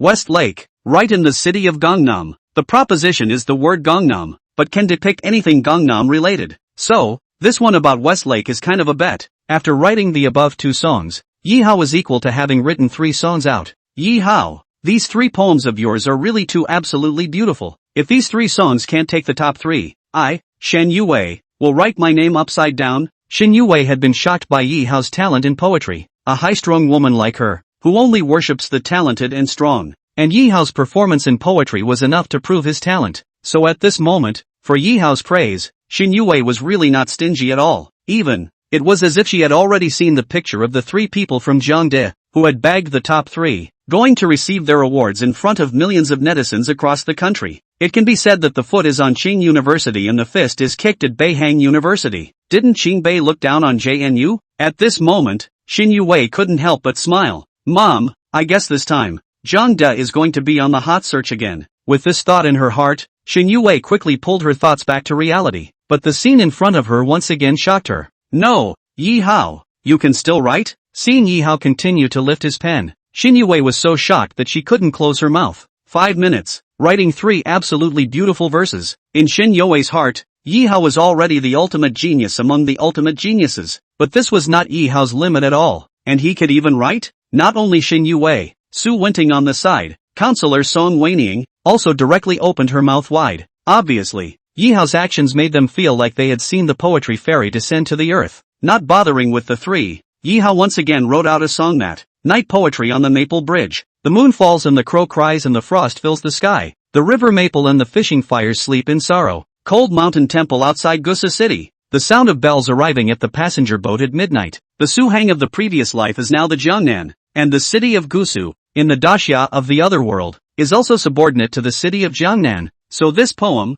too, is a perfect bet. Alright, let's just write this much, Yi Hao said to himself. In fact, he can still write, and if he were a sewing monster, he'd have at least 10 or so more poems on the subject. But write too much and it will inevitably attract attention. Yi Hao didn't want to be taken and studied. These 4 songs, if the judges have an eye for favoritism, they can just take the top 3, right? After all, in the previous life of China, these poems were on the primary and secondary school textbooks. Looking toward Xin Yuwei and Su Wenting, Yi Hao said, one of you pick a song. No need to pick. Anyway, the competition is also school-based. If these poems, all the winners, it is only a matter of ranking distribution. But we don't have this problem. All of them are written by you. The prize money will all go to you. Xin Yuwei hurriedly explained. Oh, that's fine. Yi Hao nodded. However, Yi Hao, what I'm a bit curious about is how you were able to write so many absolute lines in one breath. Xin Yuwei still asked the question in her heart. Not only did she want to ask, but so did the counselor and Su Wenting. It wasn't a big deal for Xin Yuwei to be curious. After all, she and Yi Hao, in fact, weren't considered familiar. But Yi Hao was Song Weiniang's student, and Yi Hao was Su Wenting's colleague who had spent more than a month together. Yi Hao had talent. They really didn't realize it before. Can I say that I am a porter? Yi Hao laughed. Porter? Do you think you are non-Fushanquan? Xin Yuwei naturally didn't believe it. Even if it was portering, there weren't any good poems worth portering in Daxia's poetry world today. And really want to carry. You think the organizer is stupid 13, can not find out And these few sons of Yi Hao, Shen Yuwei, who was well versed in books, had never seen them, so she thought that they must be Yi Hao's originals. Forget it, you guys don't believe me if I'm honest. Yi Hao naturally wouldn't tell a few people that he was a traveler, and that these poems, from his previous life, came from the dusty history of Daxia. However, everyone had secrets, and since Yi Hao was unwilling to talk about it, a few people stopped asking more questions. Next, they just had to wait for the game clock to run out. A few people woke up early due to today's game, so a few people who were fine at the moment were kinda sleepy. Fortunately, it's better to sit dry and wait for the time to end than to lie down and take a nap. The game was in full swing, to say the least. The contestants, all of them, were busy. Some people remained contemplative. Others put pen to paper and write a pile of scraps. On the Qingdao side, the 3 players, together with the leading teacher, had been studying how to put pen to paper to describe the situation. On the side of North University, the same was true, and several players were creating methodically although their faces were a bit pale. In the live broadcast room, millions of netizens did not leave, still watching and waiting for the final result. Worthy of the 2 top universities in Qing and Bei, even if the proposition is difficult. Look at their players, they are not the least bit flustered, and have already begun to move their pens. Blind guess, it's either Tsinghua University or Peking University. Anyway, the ones who bagged the top 3 are definitely from these 2 colleges. You're talking nonsense. Who else is there besides Qingbei? That's not right. You guys look over at Jiangda. When the live broadcast camera flashed the picture of Jiangde, millions of people in the live broadcast room directly almost laughed and sprayed. No, what do I see? JNU's contestants. Even if they don't discuss the propositions, even if they don't put pen to paper to create, this is only less than 10 minutes time since the start of the competition. They are even lying on their desks and sleeping? Holy, that's still blowing up. The lead teacher, leading 3 students, plopping down together? JDU.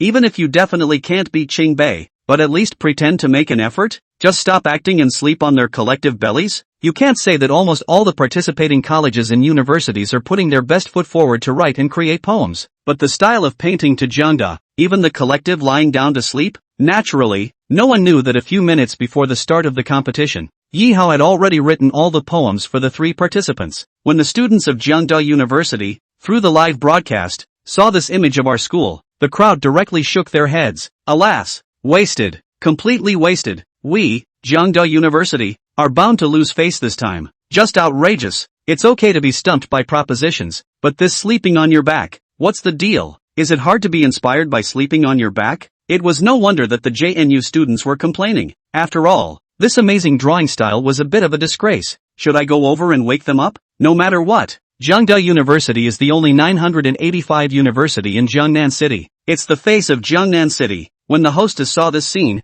she had a bit of a hateful look on her face. They should be giving up on this tournament. Why don't we just go over there and tell them to back off? A leader instructed the hostess. That's fine. Instead of disgracing Jiangnan City here, it's really better to have them withdraw from the tournament. The hostess took a quick step to the JNU competition area. She was about to wake up a few people when she was about to do so, but when she saw the poem on the table, she was directly dumbfounded. Sentimentality. The truth of the matter. I can't believe that JNU has already written the poem for the competition within minutes of the start of the competition. Chapter 92. I'm sorry, I was wrong. The hostess, after seeing a couple of poems written on the table, she realized that it wasn't that the JNU players abandoned the competition, but they had already composed their entry poems within minutes of the start of the competition. Thanks to that, I mistakenly thought that they had disgraced Jiangnan City as local college students. The clown turned out to be himself? However, due to the rules, the hostess can't go and peek what those poems are written about,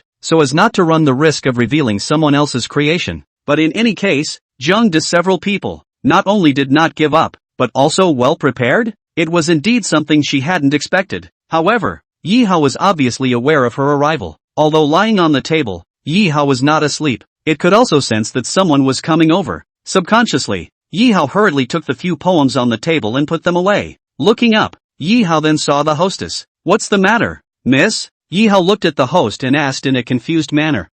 It's fine. You go back to sleep. Excuse me. After saying that, the hostess lady left in disgrace. Although Yi Hao didn't know what she came over to do, he didn't think much about it, and after collecting the poem, he continued to lie down and wait for the match time to end. On this side, the moderator came to a few leaders and several of the leaders looked a little offended that, didn't I tell you to go yell at them to just drop out? At the competition site, huffing and puffing, losing not only the face of Jiangnan University, but also the face of my Jiangnan City. Just after a leader finished speaking, the hostess immediately said, "Leader, it's not what you think. They, who have already written their poems for the competition." The words of the hostess lady instantly filled the several leaders with shock. You're kidding, right? It's been less than 10 minutes and the propositions are coming out on the spot. And you're telling me they've already been written? Obviously. Beat this leader to death and he won't believe it. What kind of joke is this? You think writing poetry is like a cabbage? With some people, it takes days, if not months,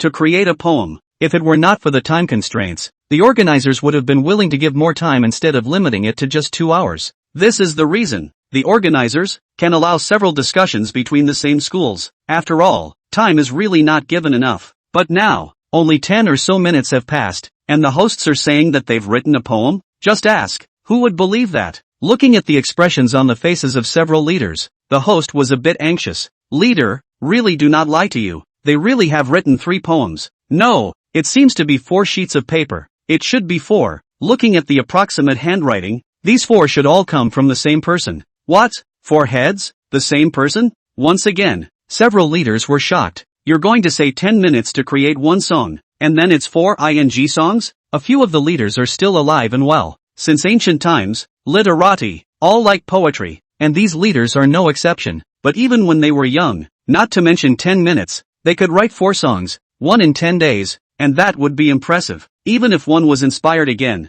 it was absolutely impossible to be able to write 4 poems in such a short period of time, right? But looking at the serious expression on the host's face, several leaders tentatively believed that she was telling the truth. Less than 10 minutes to write 4 poems? Don't even think about it. It's definitely not going to be a bet. It might not even be a limerick. Alas, these people from Jiangdae, I really don't know what to say about them. A local event, anymore? You're serious. Even if we can't beat Qingbei, at least we're taking it seriously, so we won't be criticized by so many people on the internet? Several of the leaders looked somewhat speechless. Since JU didn't give up, it's obviously out of order to tell them to drop out. Several leaders of Jiangnan City, only inwardly praying, Jiangnan University final ranking, do not even ordinary undergraduate cannot compare on the line. Otherwise, it would be a real disgrace to Jiangnan City. Time rushed by, and 2 hours passed quickly. With the moderator's announcement to stop writing, the scene quieted down. With the word Jiangnan in the title, it was really difficult for many contestants. For example, some of the undergraduate colleges and universities that participated, several students, combined, failed to write a satisfactory poem. There are also some schools that, not to mention writing a satisfactory one, have not even managed to write a complete poem on the subject, even after combining the efforts of several people. Suffice it to say that the difficulty of the proposition is, indeed, not trivial. Live broadcast, when the picture is given to Qingbei, you can see that the two colleges of Qingbei, several players are in good condition.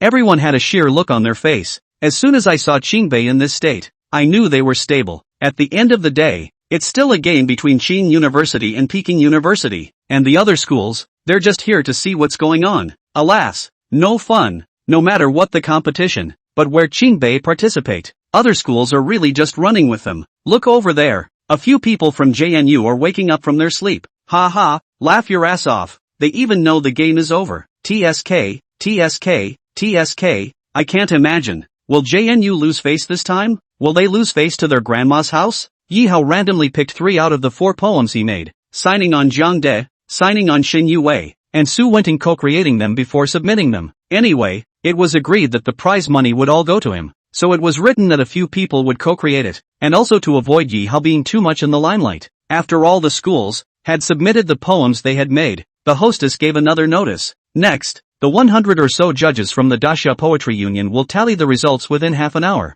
Please wait in place. These judges, they came from the Daxia Poetry Union, the most authoritative organization in Daxia for judging poetry. The reason why they were willing to come to be judges was not for the negligible compensation given by Jiangnan City, but rather, as lovers of poetry, they wanted to see and witness if any popular works were born. Where are my childhood playmates now? Female live male takeout. Male tired to watch live. Female hungry to order takeout. Niha labor is uneducated. A sentence walks in the world. When I reread 10,000 volumes of books, then I will discuss with you all. 0 points. Straight up 0 points. You call this a ing poem? What the hell is this? One of the judges, when he read these poems, was outraged. There are, of course, many more such examples. Some don't rhyme at all. They rhyme instead. Some are on topic, but the writing is just a piece of. Some of the poems, which were not even considered poems, made the judges so angry that they tore their papers by hand. Ugh, college students nowadays, are they all that fickle? Gee, that's a nice song from a fellow BYU student. Twilight dawns late in spring, before the 100 flowers know it. How similar are the present and the past. The bright moon shines in the south of the river. This poem, although it doesn't have much meaning, it's on topic and it's catchy. I can give it 85 points. A smile finally appeared on a judge's face when he read a poem written by a BYU student. After all, that's what counts as poetry. Wait, there's also this one from Qing University. It's written okay, listen to it. At night the wind rises and the rain falls. The candle in the small pavilion is broken and the people are thinly dressed. The pen splashes ink on the colors of the mountains and water, only sighing at the good scenery of Jiangnan. It's really good. It has that rhythm. This one is 90 points at the very least. Finally, these judges, here in Qingbuk, are kind of reading nice poems. Alas, here's a poem from a JNU student. Those few JNUs, aren't they all sleeping during competition time? What can they write? However, just as soon as he said it, this judge immediately slapped himself in the face. I'm sorry, I was wrong. He slapped himself in the face in a move that drew a confused look from the judges around him, not bothering with the reactions around him. This judge, to himself, began to read. The water is brimming with sunshine, and the mountain color is also strange in the rain. I want to compare the Westlake to Shizi. Light makeup and thick smear is always appropriate. I'm so mouthy. I can't believe I almost missed such a beautiful poem. 100 points. It has to be 100 points. Today, the first poem with full marks comes from JNU. which everyone despises. Chapter 93 A JNU takes top 3 spots. Want to compare the West Lake to the West Side? Light makeup and thick colors are always appropriate? What a great poem. With this line alone, this poem is good enough to be called a masterpiece. The other judges, as if they had discovered a new continent, all gathered around, to be able to read such a Jeremiad. It seems that those of us who have not come in vain. Yes, those of us, who live and die for poetry, and labor for poetry all our lives. Don't we want to be able to discover a few poems that can be passed down in the great summer country? This song, Drinking from the Lake After the First Clearing Rain, is sufficiently abstruse to be passed down. A group of judges, while praising, went on to score the rest of the poems. Next, there were a couple more poems from Clearfield North, which the judges gave a combined evaluation of 90 points or more. There were also a couple of songs from ZJU and Fudan University that got over 80 points. Wait, you guys listen to this one. It is not common to see it in the mansion of Ji Wang, but it has been heard of a few times in front of Chui Zhou's hall. It is exactly the good scenery of Jiangnan, and I meet you again at the time of falling flowers, when a certain judge, reading the poem, though not understanding what the first line meant, but when he read the last sentence, he was outright shocked to the core. It is exactly the good scenery of Jiangnan, and I meet you again at the time of falling flowers. Wonderful, just wonderful. Show me quickly, which school student wrote this? Jiangda. What? From JNU again? Really? Is there any truth in this? See for yourselves. No, another poem from Jiangda that can seal the deal? Nima, Zundu? A group of judges were straight up human fools. Originally thought, the competition site huffed and puffed and slept. Jiangda several people absolutely cannot write any good poems. But this? They actually wrote 2 straight jingles? However, while the group of judges were in a state of surprise, the words of another person brought their surprise, once again, to a climax. Quick, here's another one, also from JNU. The moon falls, the crow cries, the frost fills the sky, the river maple and the fishing fire sleep in sorrow. Cold mountain temple outside Gusa City, the sound of bells arriving on the passenger ship at midnight. This one, which takes a simple landscape, but depicts it beautifully, is no worse than the first 2, and is pressed into service. The scene, a group of judges, was once again in shock. Another perfect poem, 3 full poems today, all from JNU. A student of JNU is so talented above poetry? Yi Hao, Shen Yue, Su Wenting, the 3 of them created it. When this is over, we must pull these 3 to our poetry union. It's definitely a pity for us if such a genius doesn't join us. Immediately, the group of judges made up their minds to take the 3 geniuses and put them in their pockets. Time crept by and soon it was time for the results. When the judges, handing over the scored report card to the organizers of Gangnam City, several of the leaders of the organizers thought they had misread it. First place, JNU. Second place, JNU. Third place, or JNU. No, what the hell? The mayor of Jiangnan City, the director of the Bureau of Culture and Tourism, the 2 people you look at me and I look at you, did not understand what the hell is the situation. Judges, are you guys getting it wrong? Although it's an event organized by my Jiangnan City, isn't it too much favoritism for you to engage in this? If you don't know, you would think that I, the organizer of Jiangnan City, specializes in opening the back door for local universities. The mayor, although he also wants JNU to get good results. After all, JNU is the row of the city of Jiangnan. But JNU, those guys sleeping on site? The mayor just can't stand their attitude. Besides, there are still famous schools such as Qingbei, Jiafu and so on, and there are millions of viewers all over the country paying attention to this competition. JNU bagged the top 3? There's no ing backdoor, no favoritism, hell no. Looking to the 2 Gangnam City leaders, one of the judges explained that we didn't mess around at all. We've always been only after fairness and justice. If it weren't for the fact that, for fear that you organizers would break the bank, we would have wanted to give JNU 3 poems for a 3-way tie for first place, because all 3 of JNU's poems are full marks. What? Full marks? And 3 perfect scores? These words fell into the ears of several leaders in Jiangnan City, and several people thought they had heard wrong. No, there are not many poems that can get a perfect score from your Poetry League rating for so many years. Sure you're not kidding? The mayor asked, full of shock. See for yourselves. It's really not that we're playing favorites, it's that Jiangdi deserves it. The judges didn't bother to talk nonsense,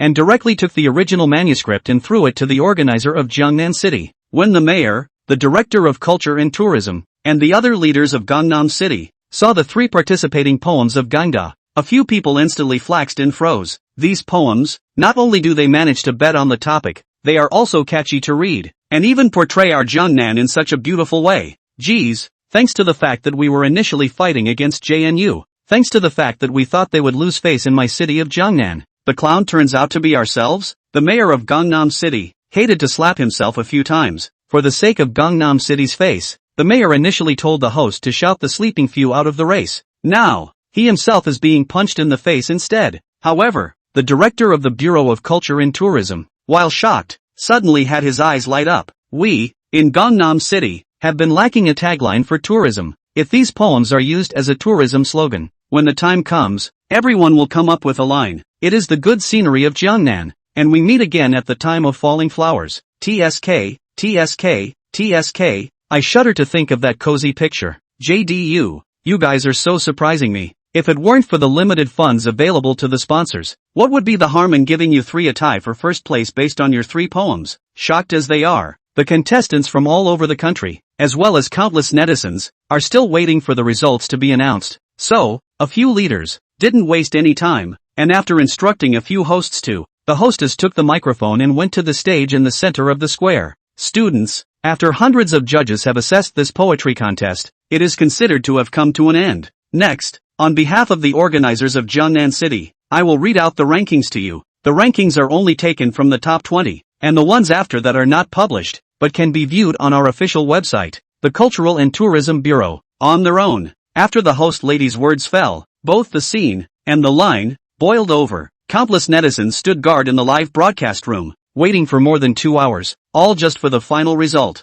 Will Qingbei continue to take the top 3 as usual, or will there be a dark horse that kills it? It's hard to say until the results are in, but in any case, those who favored Qingbei took up 99%. Oh, did the grades come out? Ugh, forget it, I can't even look at it. I don't dare to watch either. I really don't want my Jiangde to lose face. Look at the way they treat the competition. My Jiangde, not to mention the top 10, if it can be the top 20, I'm willing to call a few of them competing in the competition as my righteous father. Some of the JNU students who were guarding the live broadcast room were apprehensive. They were really afraid that JNU wouldn't get a good ranking. Next, the host took the list and began to announce the rankings. First place, Jungnan University. Second place, Jungnan University. Third place, or Jungnan University. Fourth place, Clear University. Fifth place, BYU. As the hostess announced the rankings, everyone froze, whether it was the millions of netizens online or the crowds of onlookers offline. Everyone is not optimistic about JNU,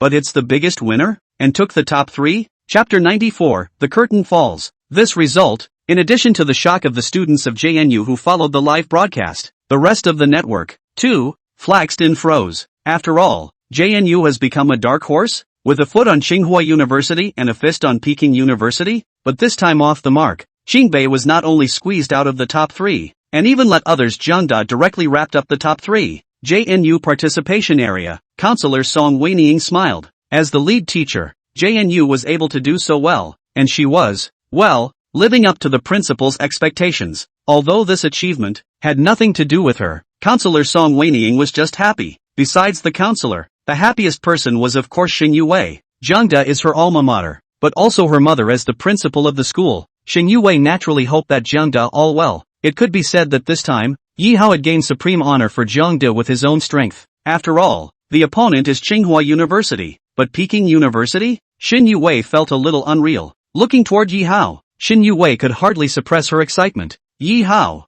you are too talented. You really impress me. Yi Hao just gave a shallow smile in response. He, however, didn't have any expression of too much joy. If the 3 songs he chose couldn't get the top 3, then it could only be said that these judges didn't understand poetry at all. Competition site, when it was learned that the top 3 with Qingbei no chance, Qingbei 2 colleges and universities, directly dumbfounded. Their 2 schools, seeing each other as competitors, didn't even consider other schools. But the end result is that JNU, who they didn't give a damn about, bagged the top 3 instead? Impossible. Absolutely impossible. This match is absolutely unfair. I protest. Immediately, there were students in Qingbei who expressed their displeasure. Oh, what do you guys have against it? The hostess asked with a smile on her face as she looked towards a few people. It was supposed to be a competition organized by your Jungnan City, and Jungnan University is your local university, so you're definitely showing favoritism. Favoritism? Do you think that with my poetry union status in Disya,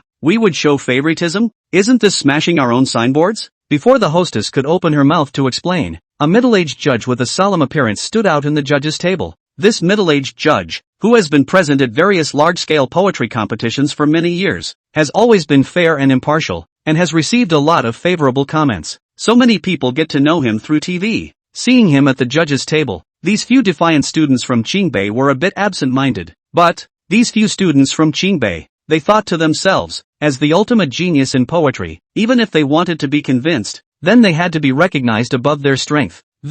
Instead, it's based on just one word from the judges. If there's no favoritism, then do you dare to show us some of Zhang Da's poems? On Qin University's side, a student spoke up. Just take a look, and watch and learn. Don't look down on anyone all day long, and realize that there is a world beyond man and a world beyond heaven. The middle-aged judge didn't talk nonsense. He wasn't trying to convince these people from Qingbei, but he was trying to convince the entire audience, both online and offline. Everyone. Immediately, under the close-up of the live broadcast camera, he directly showed the 3 poems that Zhang De had entered, in front of the crowd. It is exactly the good scenery of Jiangnan, and I meet you again at the time of falling flowers. I want to compare the Westlake to Shizi. Light makeup and thick colors are always appropriate. Cold mountain temple outside Gusa City. The sound of bells arriving at the passenger boat at midnight. As the crowd silently recited these 3 poems, in an instant, no one raised a questioning voice. After all, these 3 poems, no matter which one of them,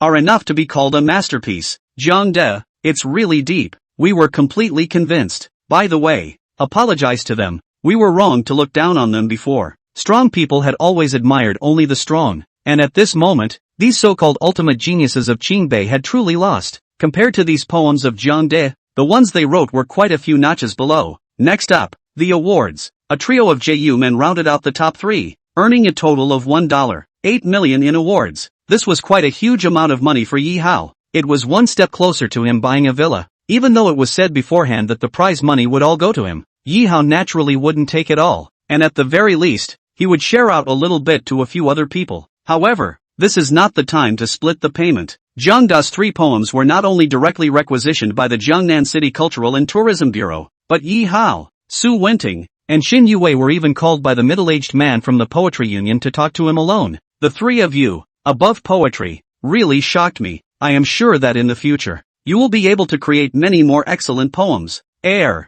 middle-aged man's words made Xin Yue and Su Wenting sweat a little. After all, the poems entered today all came from Yi Hao. However, Yi Hao didn't want to flaunt the truth, so the 2 women didn't tell the truth. Yi Hao looked at the middle-aged man as he warily said, "You called us out alone. You don't just want to praise us a few times, do you? Ha ha, indeed it is not just to praise you guys. Now, on behalf of the Great Summer Poetry Union, I would like to invite you to join. I don't know if a few of you, my little friends, would consider it? What?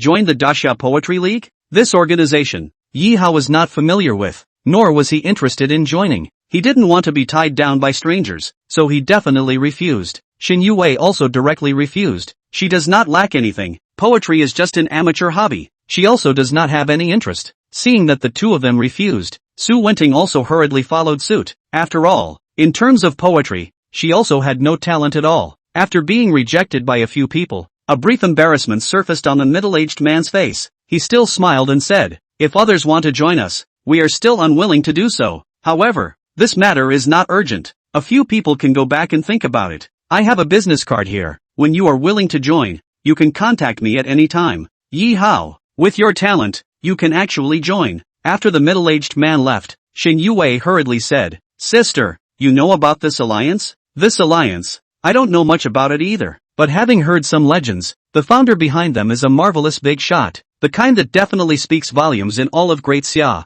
"Oh, what does being a big shot again have to do with me joining them?" Yi Hao was curious. "Because they can shelter you. You are equal to have a powerful backer. Out to mix. Everything must talk about the background." Xin Yue gave Yi Hao a blank look and said, This way?" Yi Hao shook his head. "Come out to mix. Indeed everything has to talk about the background, but do not pay to think of others as your backer? Obviously unrealistic." Moreover, Yi Hao had Shen Mengyun as his backer, and for the time being, he didn't want to mess with other big shots, but he still took the business card given by the middle-aged man and put it away properly, in case there was a use for them in the future. It wasn't impossible for Yi Hao to consider joining them. P.S. Xin Yue's padding, almost to this, tomorrow's chapter. Within 3 chapters, we'll eat Shin Yue to give you a boost. This ambush by the Poetry League will come in handy later. We'll see. Lastly, I'd like to ask for some free flowers to support me. Thank you on my knees. Chapter 95, Shock Shin Yue. Walking out of the game, the first thing a few people did, of course, was fetch their cell phones. Shin Yue didn't know if her mom had paid attention to this match, but no matter what, she still wanted to tell Shin Mangyun the good news. So, the moment she got her cell phone, Shin Yue couldn't wait, and sent a message to Shin Mangyun. Mom, tell you good news. We Jiangda wrapped up the top 3. Have you watched the live broadcast? Didn't look. Soon after, came Shin Mangyun's reply. No, what's your situation? We're fighting for Jiangda's honor, and you didn't even pay attention to it? Shin Yue was somewhat speechless. What's there to be concerned about? I already know the outcome anyway. Mom's reply surprised Shin Yue. Did you already know that Yi Hao is very powerful? I don't know. Aren't you there? I do believe you have the strength. Shin Mangyun hurriedly explained. But Shin Yue wasn't stupid. She naturally wouldn't believe Shin Mangyun's words. The mother didn't even know she had a penchant for poetry and still believed she had the strength? This is not nonsense. No, I told you. How was a school dud like Yi Hao able to compete? Emotionally, Mom, you already knew about his talent. You guys have known each other for a long time? As if she had figured something out, Shin Yue continued to pursue the question. Don't ask questions, okay? I'm busy, so I won't talk to you. Oh, mother and daughter chatted briefly and then didn't continue. However, Shin Yue didn't think too much about it. Her mom is a high-ranking principal. She shouldn't have many interactions with Yi Hao either. No longer thinking about whether or not mom knew Yi Hao, Shin Yue, as the daughter of the principal, the pattern naturally had to be opened. Looking over at a few people, she smiled and, today, JNU, have really grown too long in face. Come on, I'll buy you guys dinner. Speaking of eating, a few people were really hungry, but which there is a student invited to dinner. Counselor Song Weining hurriedly grabbed. To invite, that is also me when the teen teacher please. Cough cough, don't argue anyone, I'll do it. After all, I'm the one who's carrying millions of dollars in prize money at this moment. Yi Hao hurriedly took the lead. When he said so, a few people actually nodded. Finally, a few women chose a nearby upscale restaurant and walked in. After finding a booth and ordering the food, Yi Hao intends to start splitting the prize money. Although he had previously said that the prize money would all go to him, the several women, even if they did not get credit for it, they still had hard work to do. Therefore, taking out his cell phone, Yi Hao first transferred 100,000 to Su Wenting. Su Wentian was shocked when she saw the transfer. For Su Wenting, not to mention 100,000 was a huge amount of money, even a few $1,000s. She cared.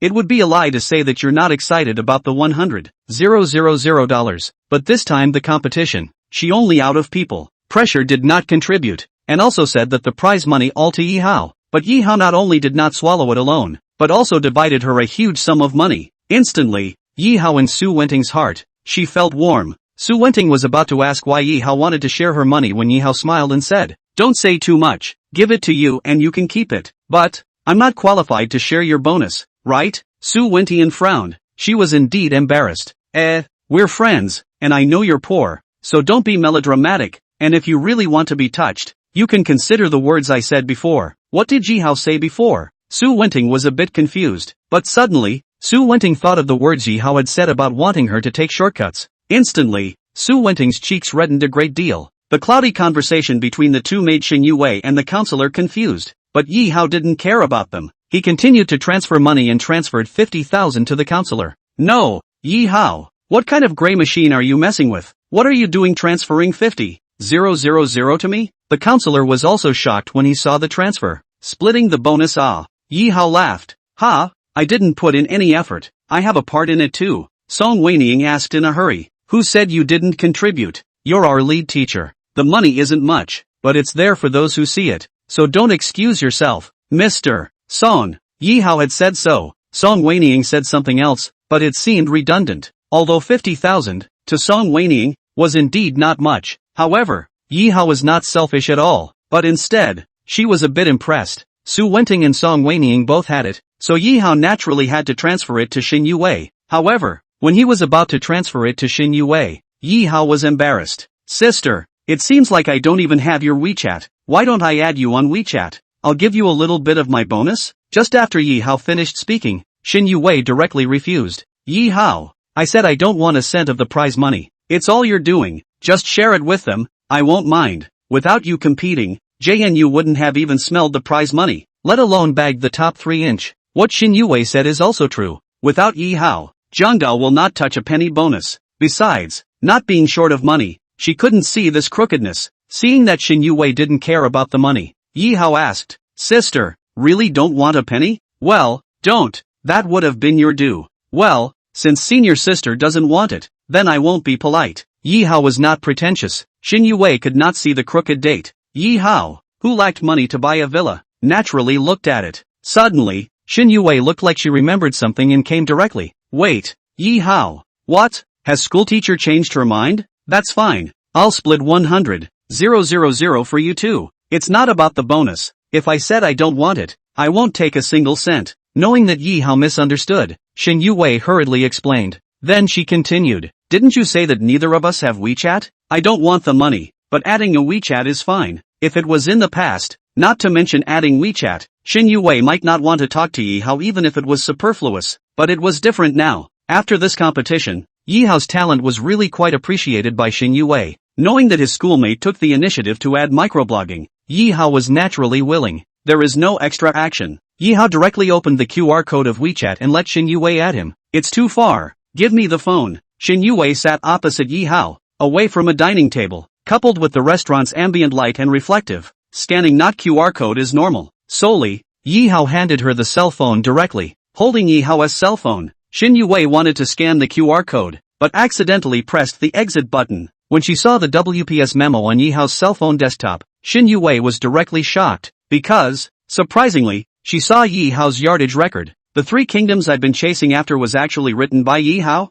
Chapter 96, Shin Yue's Appointment. The book, Three Kingdoms, makes Shin Yue love and hate it. Love that the story, and the characters, are indeed vividly portrayed. What she hated was that the author had written her favorite, Cao Cao, in such a nasty way that he had become a thief. So, before, Shin Yue almost wanted to be true to the author, but it has to be said that in any case, Shin Yue's love for the book on the Three Kingdoms is greater than her hatred. Shin Yue even thought that the author who could write this book must be older. Only the kind of people who are well-read, who have traveled thousands of miles and read thousands of books can write such wonderful stories. But at this moment, the coding records inside Yi Hao's memo proved without a doubt that Yi Hao was the author of the book Romance of the Three Kingdoms. Never in a million years did she realize that what she thought was wrong. This book, not written by some older person, is actually schoolmate Yi Hao? Instantly, Yi Hao's talent on top of the novel once again shocked Shin Yue to the core. He, who has an amazing talent for poetry, is equally amazing at writing fiction? What kind of freak is he? Really?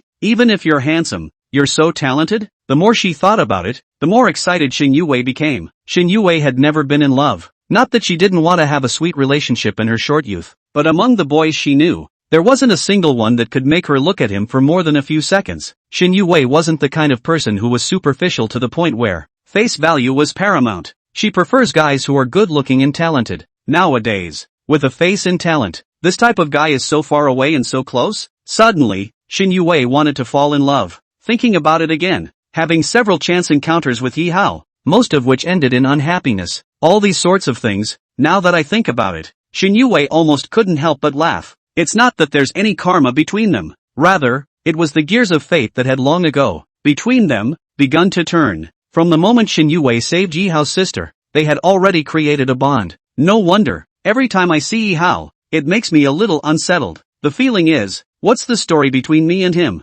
Perhaps, with this in mind, Shin Yue's eyes began to change as she looked at Yi Hao, and her cheeks began to turn slightly red. Seeing Shin Yue holding her cell phone, her gaze frozen, and her face shifting greatly, Yi Hao was startled. "No, what's going on? Sister, it's just a QR code. Isn't it ready yet?" Yi Hao's voice pulled Shin Yue's thoughts back to reality. "Oh, it'll be ready in a minute." Shin Yue hurriedly panicked, once again opened Yi Hao QR code, added his WeChat. Then she acted as if nothing had happened and returned the cell phone to Yi Hao. Now, with the counselor and Sue winting around, Shin Yue wouldn't ask Yi Hao about the book Three Kingdoms. She didn't want the other two women whose face and body were not inferior to hers to know about Yi Hao's other talents. After dinner, it was time for a few people to part ways. When she said goodbye to the counselor, Song Weining said somewhat shyly, "Yi Hao, the previous bet, which I remembered. Have you thought about it? Do you need me to do something for you? Anyway, I'll say this up front, just don't go overboard with your conditions. If the counselor didn't talk about it, Yi Hao didn't even think about the fact that there was a bet. He smiled and nodded. You're my teacher. I'm sure I won't ask for anything too much. Right now I haven't thought of what I need you to do. I'll get back to you one day when I do. Although she couldn't guess what kind of bet Yi Hao would ask her to fulfill, Song Weiniang was willing to gamble, as long as Yi Hao's request wasn't too much. Without further thought, Song Weiniang greeted a few people as well before leaving. Yi Hao, thank you for the 100,000 bonus you shared with me today. I'm really touched. I will repay you for your kindness when I get the chance. It's Saturday. I have things to do, so I'll leave. See you some other time. After saying that, Su Wenting waved her hand towards Yi Hao and took a taxi to leave as well. Now, the two of them, Shen Yue and Yi Hao, were left in place. Looking toward Shen Yue, Yi Hao smiled and said, Sister, I'll say goodbye too. I'll see you on Monday. Yi Hao, who was preparing to go to the hospital and visit his parents, was just about to take a taxi when he was called by Shen Yue. Yi Hao, now that they're all gone, I'd like to ask you out alone to find a milk tea bar and have a chat. Is that okay? You don't say. For the black silk schoolgirl invitation,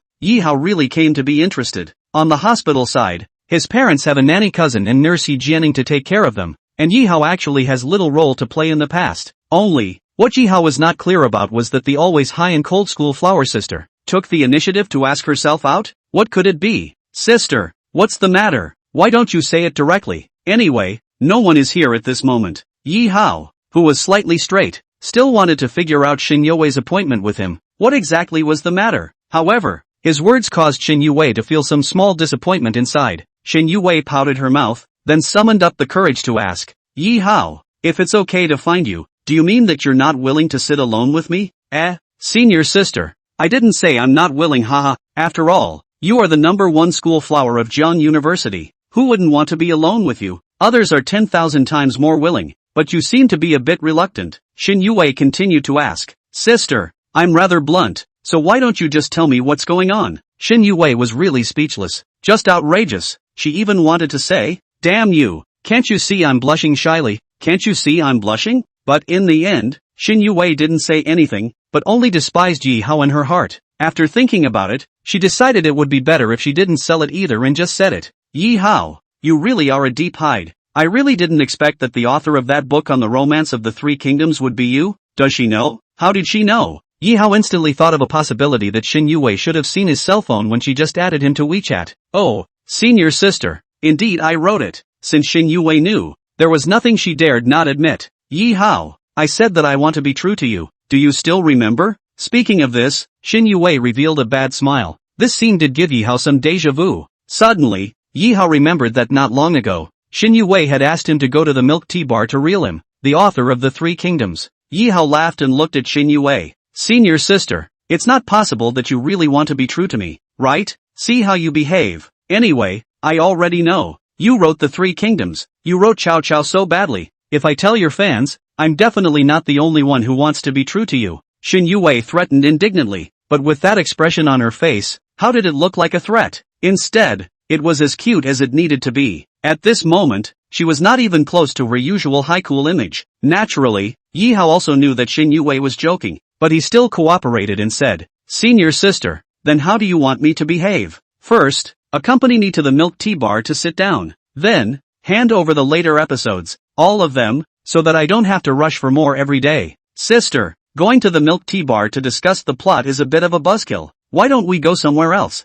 Seeing Yi Hao's unkind intentions, Shen Yue inwardly trembled. If you don't want to go to a milkshake bar, then where do you want to go? Chapter 97, Yi Hao, are you willing to be my boyfriend? You've just had dinner and you're going to drink milk tea again? Yi Hao was really quite bracing, looking again at Shen Yue in front of her. A pair of black silk legs, coupled with a short JK skirt. Just ask what man does not love? Yi Hao was naturally no exception. Still, a man who doesn't want to sleep with a schoolgirl is not a man. But in the end, he wasn't that familiar with Shen Yue, and being too direct, he might be despised by others instead. Therefore, Yi Hao laughed. Senior sister, forget about the milk tea bar. Why don't we go for a walk? Take a walk after a meal and live 99 more years. A walk? That's okay too. You don't have to sit down to discuss the plot, and a walk is not out of the question. So Shen Yue nodded in agreement. Shen Yue, who had never been alone with a boy before, really had some hopes. What would it feel like if she took a walk with Yi Hao? Anyway,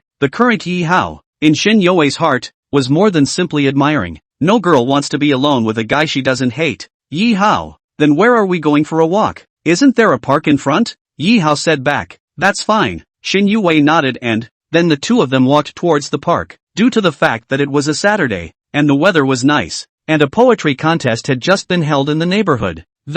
So this side of the park is a hive of activity. You can see, inside the park, pedestrians coming and going, or couples, or elderly couples, their faces, written with a sense of happiness. All in all, it was peaceful as far as the eye could see. Since the two didn't have much to do with each other, they walked together and kept enough distance. As she passed by a couple, Shin Yue stopped and quietly eavesdropped on their conversation. Honey, I want an iced zucchini. Oops, eat again. You'll get cavities if you eat too much, but I just want to eat it. That's fine. I'll cure you if you get cavities, and I'll buy you whatever you like to eat. The couple's conversation, coupled with the boy's gentleness towards his girlfriend, made Shin Yue look envious. At one time, she had envisioned this image, but in the end, she was all of 21 and had never been in a sweet relationship. If at this moment, Yi Hao was his boyfriend, how good would it be? Wouldn't he be able to be as pampered as that girl? But in the end, as arrogant as Shin Yue was, even if she appreciated Yi Hao, she wouldn't say it. On the side, Yi Hao looked at Shin Yue's eyes full of envy of others and smiled. Why don't I buy you a string to try too? Ah, groundlings, unclean, dogs don't. Just try it. Shin Yue originally wanted not to, after all, afraid of this kind of thing, unhygienic, but look at others eat up. Very sweet look. Not to mention she really want to try. Yi Hao also did not talk nonsense, walked towards the ice candy gourd place, directly bought 2 bunches, 2 people a bunch. Not to mention, Shin Yue of the big family, only ate ice candy gourds when she was a child, and for at least 10 years or more, she hadn't tasted this kind of flavor. It's roadside, but it's sweet and sour and really tasty. What groundhog? Unhygienic? Shin Yue has a different opinion, especially eating with Yi Hao. She suddenly felt a sense of happiness. The two continued to walk inside the park. Shin Yue was about to open her mouth and ask Yi Hao about the direction of the plot behind the 3 kingdoms. Just then, a little girl selling flowers walked towards the duo. Brother, buy your sister a bouquet of flowers. Brother is so handsome and sister is so beautiful. You are truly a natural couple. It had to be said that the little girl selling flowers had a sweet mouth. Her words made both Yi Hao and Shin Yue sound very comfortable. Buying flowers? Only. Yi Hao was instantly embarrassed. It wasn't that he didn't want to buy it, but, in what name would he buy flowers for Shin Yue? After all, buying flowers, that's something only couples do. Yi Hao, can you buy a bunch for me? Seemingly, I haven't received any flowers from boys since I grew up. Shin Yue looked at Yi Hao with anticipation. That's fine, buy a bunch. If Shin Yue didn't mind, Yi Hao naturally wouldn't say anything more. I wish my brother and sister 100 years of happiness and an early birth. After saying that, the little girl selling flowers left happily. Just 100 years of reconciliation? Early birth? These words fell into Shin Yue's ears. Her white face instantly read a large piece. Here, the flowers you asked for. Yi Hao took the roses and handed them to Shin Yue. Thank you. Receiving the flowers, Shin Yue's heart was sweet. The scene she had once envisioned, but also figuratively happened. Only, she was a bit sorry that, after all, Yi Hao wasn't giving it to her in the name of his boyfriend. Looking toward Yi Hao, Shin Yue's gaze dodged but she asked it anyway, the question she'd wanted to ask most of the day. And, Yi Hao, do you have a girlfriend? Shin Yue's sudden question made Yi Hao a bit off guard. Subconsciously, Yi Hao returned. No, I'm alone. Then why don't you talk about it? It's probably because I haven't met a favorite. Yi Hao's face didn't turn red and his heart didn't jump as he hurriedly lied. After all, he's eaten several women. But in addition to genuinely liking Shin Mengyun, in addition to having to eat the female nurse He Jianing, as well as the Cherry Blossom International student Marino, Yi Hao can't really talk about liking. But with them, it's not annoying. Learning that Yi Hao did not have an object, Shin Yu smiled. What a coincidence. I am also alone. Sister has a high vision and can't look at any boys. This Jiangda University all know, so no one dares to pursue you. No, you're wrong. It did used to be true that I didn't meet any guys that I could see eye to eye with. But now, I probably should have met the right person. Looking towards Yi Hao, Shin Yue's eyes were still evasive, not daring to look directly at him. Then congratulations senior sister. A boy who can be looked at by you should be very good. Yi Hao said back. No, Shin Yue was directly speechless as a whole. Brother, I've hinted so obviously, but you can't hear the implication? Straight men of steel.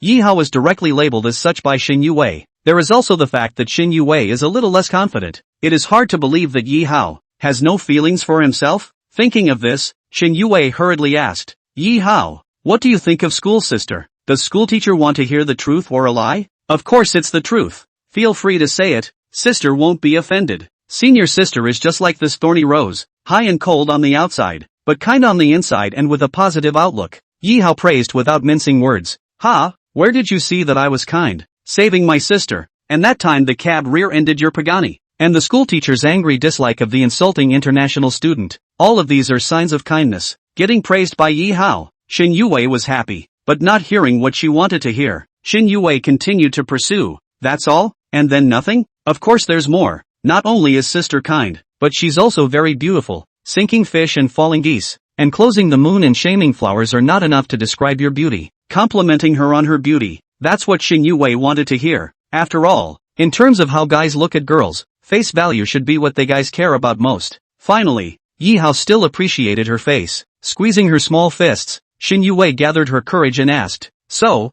what do you think? Out of all the girls you know, my face would rank, definitely number one. Yi Hao returned without hesitation. Other than Shen Mengyun, a woman who had walked into Yi Hao's heart, Shin Yue was indeed the woman Yi Hao found the most beautiful. Although the class teacher, the counselor, or Su Wenting, or He Jianing and other women are all beautiful women who are not inferior to Shin Yue, but Yi Hao, who is a cool black silk lover, really thinks that black silk Shin Yue is the best looking. She was truly, impeccably perfect, whether it's her 170 height, those long black silk legs, or her 360-degree face. She seems to be the embodiment of perfection. Zun de fake do? Can I really be ranked number one in your mind? Aha! Yi Hao nodded. Originally, Shin Yue thought that she just wanted Yi Hao to evaluate her face value. But next, Shin Yue's words left Yi Hao dumbfounded on the spot. Yi Hao, what if I would be your girlfriend, would you be my boyfriend? Will you have a sweet love affair with me? Chapter 98, The Headmistress and the Schoolflower? When Shin Yue spoke to this point, Yi Hao already understood. It turned out that what Shin Yue said, she couldn't look at anyone before, and now, she met the right one. Emotionally, the one she thought was right for her now was actually Yi Hao himself. Instantly, Yi Hao man went numb.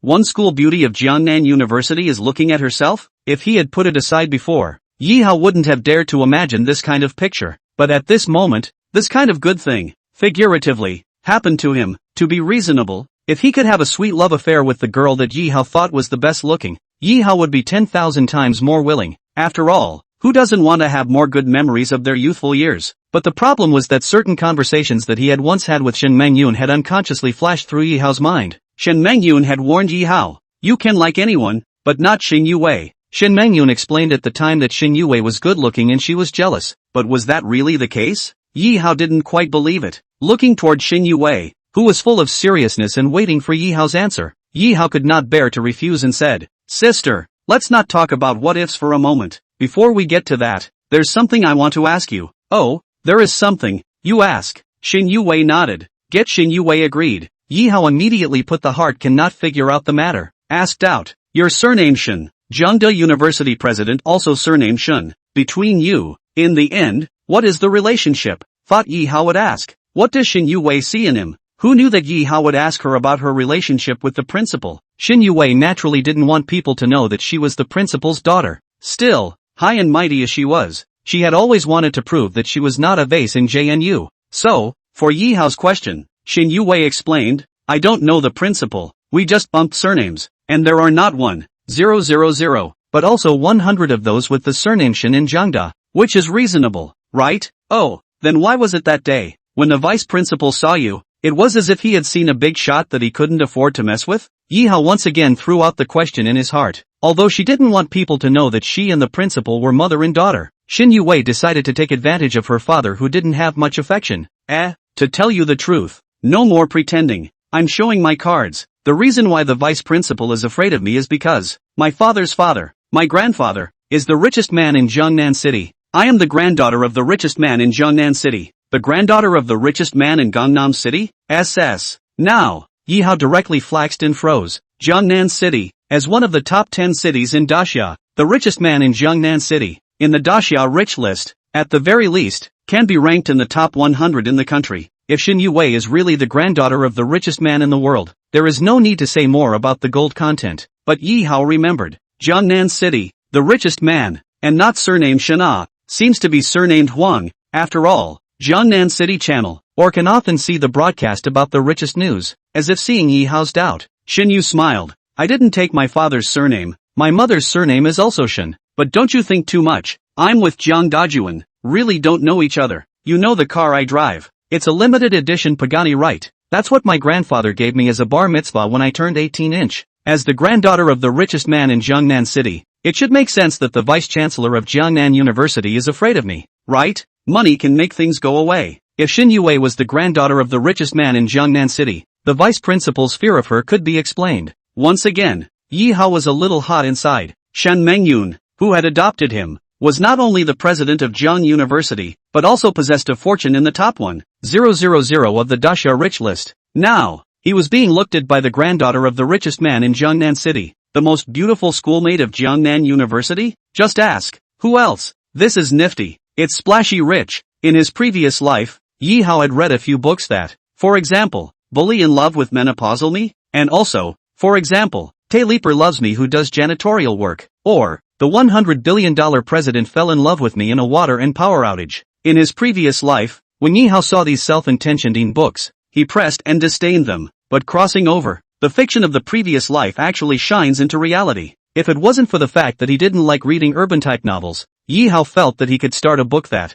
the title of the book would be, The Highly Cold Black Silk Schoolgirl Looks at the Poor Me, or maybe, The Absolutely Beautiful Principal Looks at the Dry Footbath Me. Although it was too abstract, everything, again, really happened to Yi Hao. Sure enough, fate is a wonderful thing. Why would you suddenly ask the principal of Jiangde? Can't it be that, you know her? Or is it that you have something to do with her? Previously, it was Yi Hao who asked Shin Yue, and now, instead, Shin Yue also had questions that she wanted to ask Yi Hao. Being pulled back to reality by Shin Yue's question, Yi Hao briefly froze for a second before immediately shaking his head and saying, Principal Shin has a lot of work to do day in and day out, and the dragon can't be seen, so how could I know her? Yi Hao is now the male secretary status of the principal, and this has not been made public yet, so his relationship with Shin Mengyun will be hidden for as long as he can first, at least, before Shin Mengyun was ready to expose their relationship. Yi Hao would definitely not take the initiative to do so on his own, which would be detrimental to Sister Yun. Seeing that Yi Hao didn't look like he was lying when he said he didn't know Principal Shin, Shin Yue didn't ask any more questions about him and Principal Shin. Instead, Shin Yue returned to the previous topic. Yi Hao, to tell you the truth, in the past, I simply thought you were handsome. Until today, your performance in the poetry competition shocked me, but after learning that the book, 3 Kingdoms, was written by you, I was once again captivated by your talent. You're the first boy who's ever made my heart flutter in all my life. I know that if you like it, you have to say it boldly, and if you don't take the initiative, you won't have a story. Now, instead of going into what-ifs, I'd like to ask you very seriously, would you like to go out with me? After saying that, Shin Yue's cheeks were slightly red, and she looked at Yi Hao with anticipation. Sister, I'm willing. Just what? Forget it, it's nothing. Yi Hao shook his head. He wanted to say that it was just that Principal Shin wouldn't let him like Shin Yue. Although Yi Hao didn't know why Shin Mengyun would specifically explain this. But how is liking something like this like an object? Liking is a feeling that can't be hidden. Yi Hao also can't restrain. Others like themselves, or they like others, right? Yi Hao also wants to be loyal to Shin Mengyun.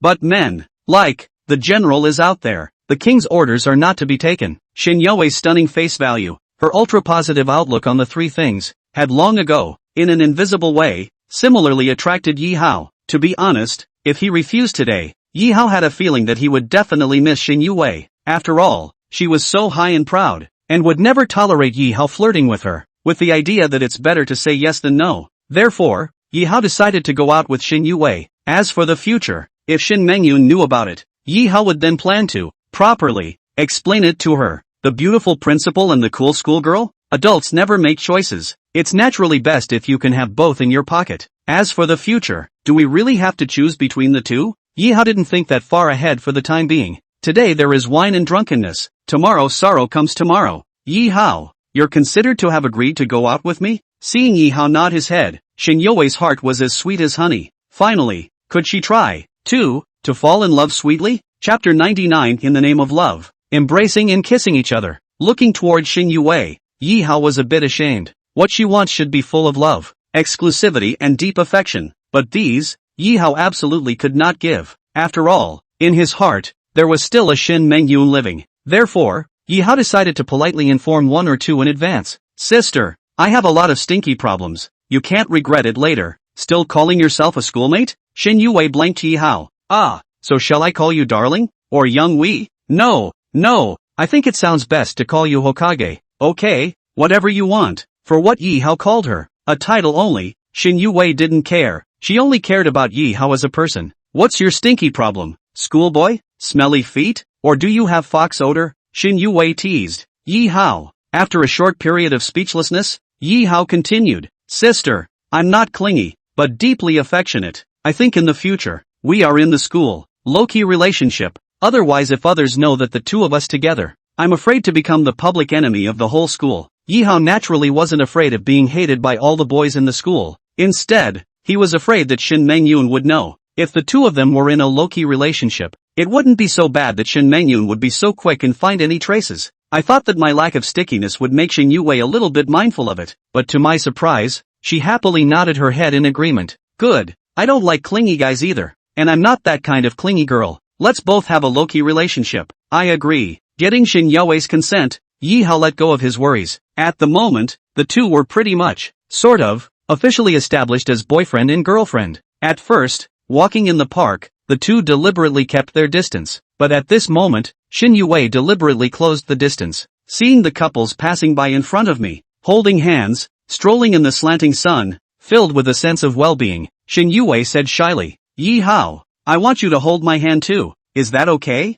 It's okay, now that we're both lovers. Without saying much nonsense, Yi Hao was directly generous and took the initiative to hold Xin Yue's hand. Xin Yue's palm, the temperature that came from it, not too much, not too little, just the right amount of tenderness, and the temperature of Yi Hao's palm warmed Xin Yue. The two of them clasped their fingers together, and the groom's talent attracted some passers-by who couldn't help but look at them a few more times. Xin Yue was enjoying this feeling of being envied by onlookers. She had long envisioned countless times the image of strolling hand in hand with her favorite person. Now, she has finally realized it. This is her first love. This feeling, really like the morning sunshine, soft and sweet. Walking on the road, a breeze came and beat on Xin Yue's fair face, but also blew her hair a little messy. Subconsciously, Yi Hao reached out his other hand, gently caressing her forehead and helping her organize her messy hair. Xin Yue was also very cooperative, closing her eyes and letting Yi Hao organize her. Alright, you can open your eyes now. A few minutes later, Yi Hao softly said. When Xin Yue opened her eyes,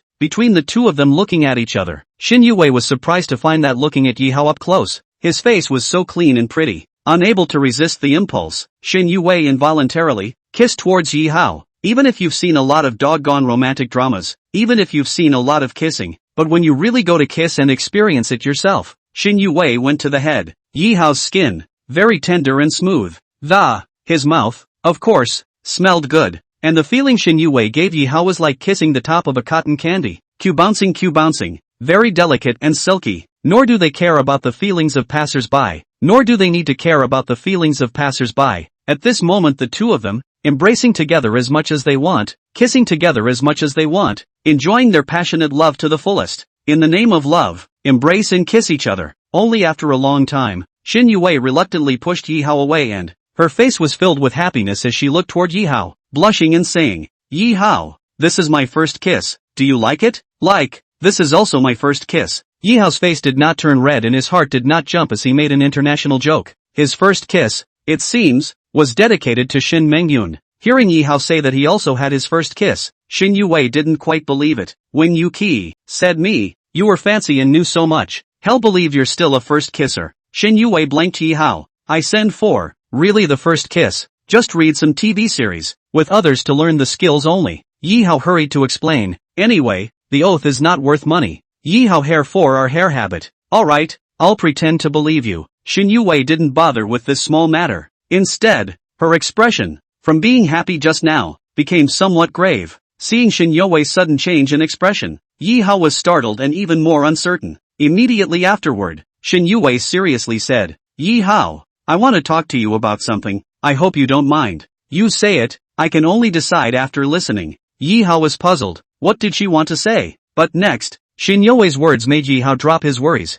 Yi Hao, although we are now boyfriend and girlfriend, I am not that kind of casual woman. I know that the ultimate goal of a relationship is to get a room and have male love, but we've only just fallen in love and I'm not mentally ready to give myself to you. I hope you'll give me some time, and when I'm willing someday, I'll give you all of myself. Amount. Yi Hao didn't mention the rooming thing either, did he? But Shin Yue had said so. What could Yi Hao say more? It was only a matter of sooner or later, and he was not in a hurry. On the contrary, Shin Yue was clean and not so casual, which made Yi Hao like her more. Good. I'm not the kind of person who wants a room as soon as I fall in love. Yi Hao laughed. It's good that you don't mind. Then let's not talk about it. Shin Yue was happy. Although she took the initiative to kiss Yi Hao, she was afraid that Yi Hao would go to the head and want to eat her. She wasn't afraid of being eaten, but it was too sudden and she wasn't ready for it. After skimming over that awkward topic, Shin Yu smiled and said, Yi Hao, originally I wanted to discuss the Three Kingdoms plot with you today, but I didn't expect that. By mistake, we established a romantic relationship.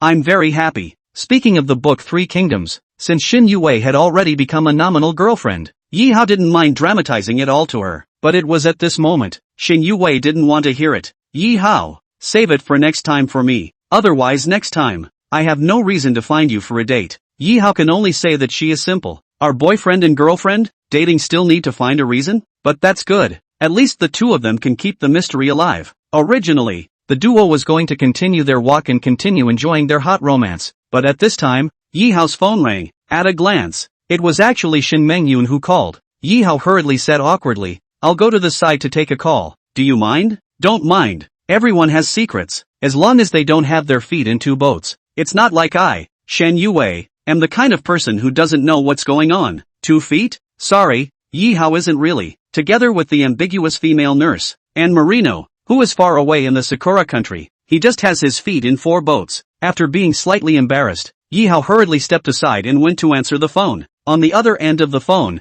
came Shin Mengyun's seductive voice. Yi Hao, these past few days, you had to participate in a competition, so sister didn't even bother you. Now, the competition is also over, and there are still 2 days left in my sister's 7-day vacation. It's time, you should spend some time with your sister. P.S. Originally, I wanted to eat Shin Yue directly, but others told me that way, the book will immediately enter the small black house, and even never come out. After all, mother, daughter, knows all, I will not say more. Have to deal with Yun's sister's emotional line again. Hope to understand. Chapter 100, Where does sister want to let go? It was quite embarrassing for Shin Mengyun to ask Yi Hao to go over it this time. After all, Yi Hao is in hot love. He hadn't been sweetly in love either, and at this moment, walking hand in hand with Shin Yue, Yi Hao was enjoying this feeling. No sitting, that's what it's like to be in love. Why wouldn't Yi Hao want to have a good relationship? But in the end, Shen Mengyun was good to Yi Hao, and was Yi Hao's nominal boss. If you say no, you disobey your boss. You say go ahead and kinda apologize to Shin Yue. Yi Hao really wanted to hurry up and become powerful so that he would have complete freedom to make his own choices. But in the end, one bite does not make a big fat man, and everything has to be done in a gradual manner. Yi Hao took the phone and asked politely, Sister Yun, must I go over to accompany you now? Right, my sister didn't ask you to accompany me for all 7 days of vacation. As long as you have 2 days this weekend, it's not too much, is it? On the phone, Shen Mengyun's tone, a little tough. Yi Hao turned his head to look at Shin Yue again, and he had some difficulty choosing, as if she could tell that Yi Hao had something on his mind. Shin Yue stood not far away and shouted at him, Yi Hao, if you have something to do, go and get busy. Anyway, I'm your girlfriend now, we have a long road ahead of us. Your business is important. Shin Yue was really understanding. Only, if she knew that Yi Hao's main business was to accompany Principal Shin to have sex, what would Shin Yue think? Yi Hao wanted to laugh. That day, he didn't know if it would come. But for now, be a time management guru first. Hanging up Shin Mengyun's phone, Yi Hao came to Shin Yue, very apologetic. Sister, I do have business to attend to, and I'm sorry that I can't accompany you since I've just become your boyfriend today. Yi Hao, we are all that relationship. Let's not talk about that. Your business is important. Shin Yue revealed a bright smile. Although disappointed, she wasn't the kind of woman who didn't know any better. Okay, then I'll go. School marm, I can't stay with you today or tomorrow. See you on Monday. Okay, I'll see you on Monday. After saying goodbye to Shin Yue, Yi Hao stopped a cab and headed towards the address that Shin Mengyun had sent. The address sent by Shan Mengyun was still Jiangnan City, Century City, Chaoxia Court. This is where the duo went on a solo date. Yi Hao was here for the fourth time counting this time, so it was still a breeze. After opening the door of Shin Mengyun's set, Yi Hao saw Shin Mengyun sitting in front of the computer. After the goodbye in the principal's office last week, it's been several days since I've seen Shin Mengyun again. Today, she was dressed formally, in a standard professional suit, not as flamboyantly dressed as she had been on her first few dates here. However, she is still beautiful and generous, and her mature charm has not diminished in the slightest. Yi Hao was a bit confused. He had already made plans to come and accompany Sister Yun for a few hundred rounds, but looking at what Sister Yun was wearing, it was obvious that Yi Hao was a bit confused. However, it didn't matter. When she was really doing her job, Yi Hao could help her undress. Seeing Yi Hao open the door and come in, Shin Mengyun laughed. "Little guy, here you are." "Well, Sister Yun, I'm here, not to accompany you. That what? You wear so formal?" Yi Hao doubted.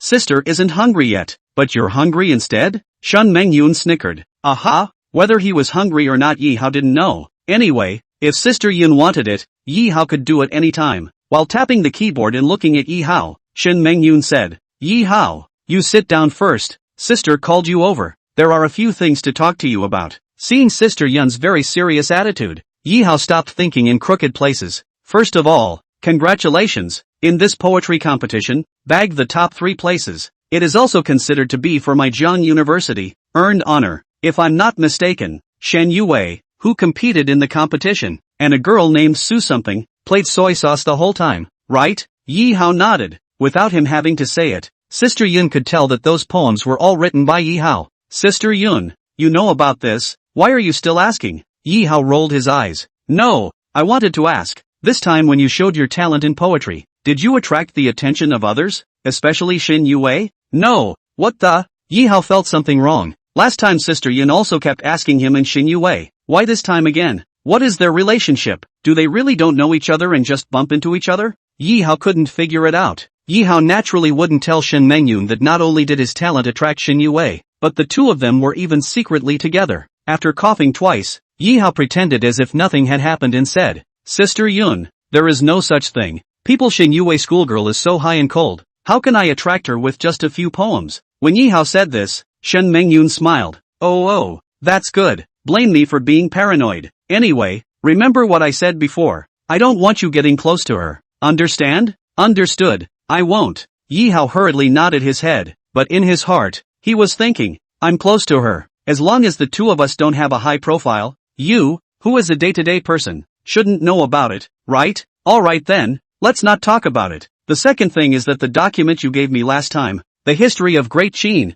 was established by the state as the official history, and it won't be long before it should be written into the primary and secondary school textbooks. Hearing this result, Yi Hao was happy. Although the document was submitted to the country in Shin Mengyun's name, but indirectly, it was also considered that Yi Hao was contributing to the country. Next, Shin Mengyun's words made Yi Hao even happier. For that historical document, the state gave a small prize of $3 million, and it's down. I'll transfer it to you. Wait a minute, $3 million?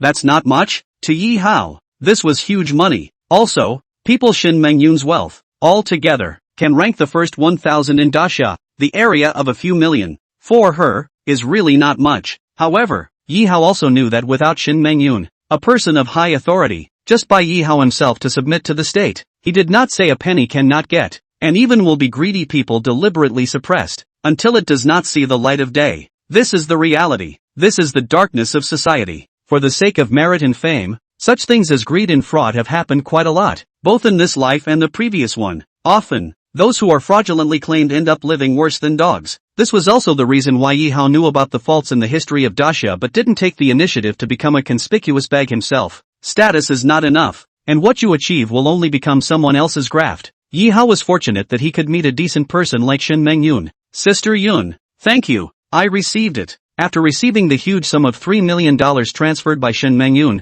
Yi Hao was very grateful. He also didn't need to be humane and share his money with Shin Mengyun, who had said long ago that she didn't lack money. No need to thank you, Yi Hao. The two of us are considered to be mutual achievements. This time, because of that piece of literature of yours, I was promoted by a small rank, and now, I am considered a full ministerial level big shot. Truly considered. A position of great power. A full minister? SS. Yi Hao is no stranger to this. Full ministerial level. That is equivalent to a hand of a province. Really counts as the core big shot of a country. Yi Hao was naturally happy for Sister Yun when she was promoted. The stronger Sister Yun was, the more benefits Yi Hao could get as her young lover. But then, Shen Mengyun's words caused Yi Hao to become somewhat disheartened. Yi Hao, the higher the position, the more power you have, the easier it is to roll over. So it's even more important that our relationship not come to light. Whether it's for you or for me, it's good. I didn't really care before, but now, instead, I'm a little scared, and when you get to where I am,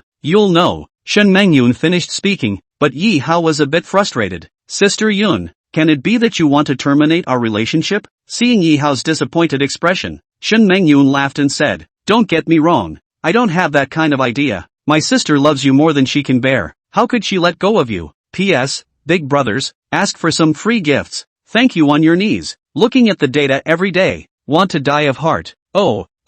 Chapter 101, The Handler. Originally, Yi Hao thought that Shen Mengyun meant that she wanted to say bye-bye to him, to end the relationship between their packages. Fortunately, Shen Mengyun didn't mean that, so Yi Hao was relieved. To be reasonable, it wasn't that Yi Hao couldn't leave her. Rather, she was really impeccably good to Yi Hao. Early on in the subtle time spent together, Yi Hao had already fallen in love with her. Looking toward Shen Mengyun, Yi Hao asked, Sister, since you are not trying to terminate our relationship, what do you mean? Shen Mengyun frowned and pondered for a moment, then said, Yi Hao, what sis means is that in the future, the number of times we go on dates will perhaps decrease. Okay, reduce it, as long as sister isn't breaking up with me. Yi Hao nodded. Shen Mengyun has now risen to that position. Although, she is single, male love, it is normal, but in the end, Yi Hao is her student. If the two of them dating frequently, was interested in people secretly photographed, the principal engaged in students, definitely will be on the headlines. This was indeed unfavorable to Shen Mengyun, who was now in a position of power. Yi Hao naturally didn't want Shen Mengyun to be in trouble. Yi Hao's dry answer satisfied Shen Mengyun. She once again gruffly said, Yi Hao, my sister's future work focus will be in Kyoto. Jiangnan City might not be able to return once a month. In fact, even if I wanted to date you every day, I wouldn't have much time. Upon hearing that Shen Mengyun was going to shift her focus to Kyoto, Yi Hao subconsciously asked, Sister Yun, is it hard for you not to be the principal of Jiang University? To be transferred to Kyoto? The chancellor will still be me. It's just that I might not have the time to run JNU. Saying this, Shen Mengyun paused, then continued, so, as my male secretary, Jiang De, in the future you have to pay more attention for me. As long as it is not encountered in life and death matters. Other things, you can replace me. The implementation of the rights of the principal, a matter of life and death? Today's Daxia, with its quiet years, surely won't encounter such a great matter of life and death. So what Shen Mengyun is saying is that she's going to be a hands-off manager, leaving Jiang Da to Yi Hao to manage for her? Sister Yun, won't this expose our relationship faster? Yi Hao was puzzled. Shen Mengyun had already found a solution to the problem Yi Hao was talking about. She smiled and explained, it won't be exposed. I won't publicize the fact that you are my male secretary. Aren't you able to log into all of my accounts at Jiangda? The vast majority of things, you log onto my account behind the scenes, quietly deal with it for me on the line. Others will only think it's me personally. SS. If he quietly logged into Sister Yun's account and handled everything for her, there was no risk of exposure. No one would know that it was Yi Hao, but instead, they would always assume that it was the principal himself who was working off-site. But this is equivalent to Yi Hao having the right to decide on all things in Jiangda in the future? Before, Shen Mengyun had only asked him to help with something simple, and now he was directly throwing everything to Yi Hao? Yi Hao only felt his heart beating faster. Woohoo! Take off! Doesn't it mean that he can really do whatever he wants in JNU? Yi Hao, this is settled. From now on, my Jiang De, I'll secretly ask for your help. Sister Yun, why does it have to be me? Yi Hao asked politely. Because, I only trust you, and I believe that you have that ability to manage JDU for me. Well, Shen Mengyun had said so, and Yi Hao would look pretentious if he said more. It was incumbent upon Yi Hao to help Shen Mengyun. Besides, not wanting to stand at the pinnacle of power in Jiangda was definitely a lie, and Yi Hao naturally wanted to do whatever he wanted. Then let's say first, if there's something that I don't handle well, I won't get my sister involved, right? No, I believe in your three views. Besides, even if you really have handled things wrongly, there's still me behind you. I'll give you a backing. Just go ahead and do it with confidence. Shen Mengyun's very serious reply was enough to make Yi Hao let go of any worries. That's good. I will try my best to help my sister and manage Jiangde. Just do your thing in Kyoto at ease. Yi Hao was also considered a promise in disguise. Good. Then this matter is settled. Shen Mengyun nodded. But, as if something else had occurred to her, She turned her words and hastened to say, same old problem.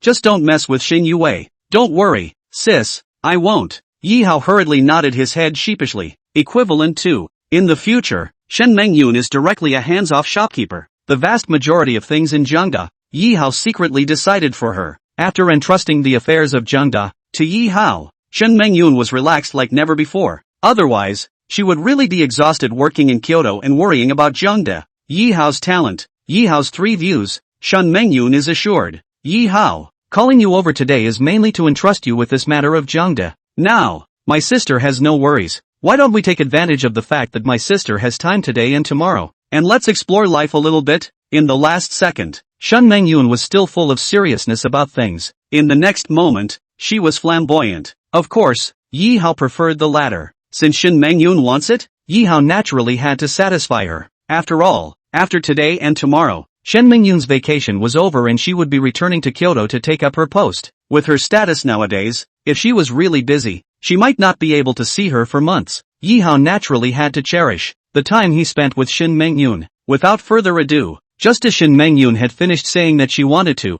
Yi Hao had already begun to act. Just as Yi Hao leaned over to kiss her, from him, Shen Mengyun smelled the odor of a woman. That's right, this smell is very familiar to Shen Mengyun, because it's her daughter's unique perfume. Instantly, Shen Mengyun was startled as she hurriedly stopped Yi Hao. Sis, what's wrong? Yi Hao was uncertain. Yi Hao, why do you have someone else's perfume smell on you? Shen Mengyun had wanted to ask, how did it smell like Shin Yue's perfume? But she didn't want Yi Hao to know that Shin Yue was her daughter. That's why she said it was someone else.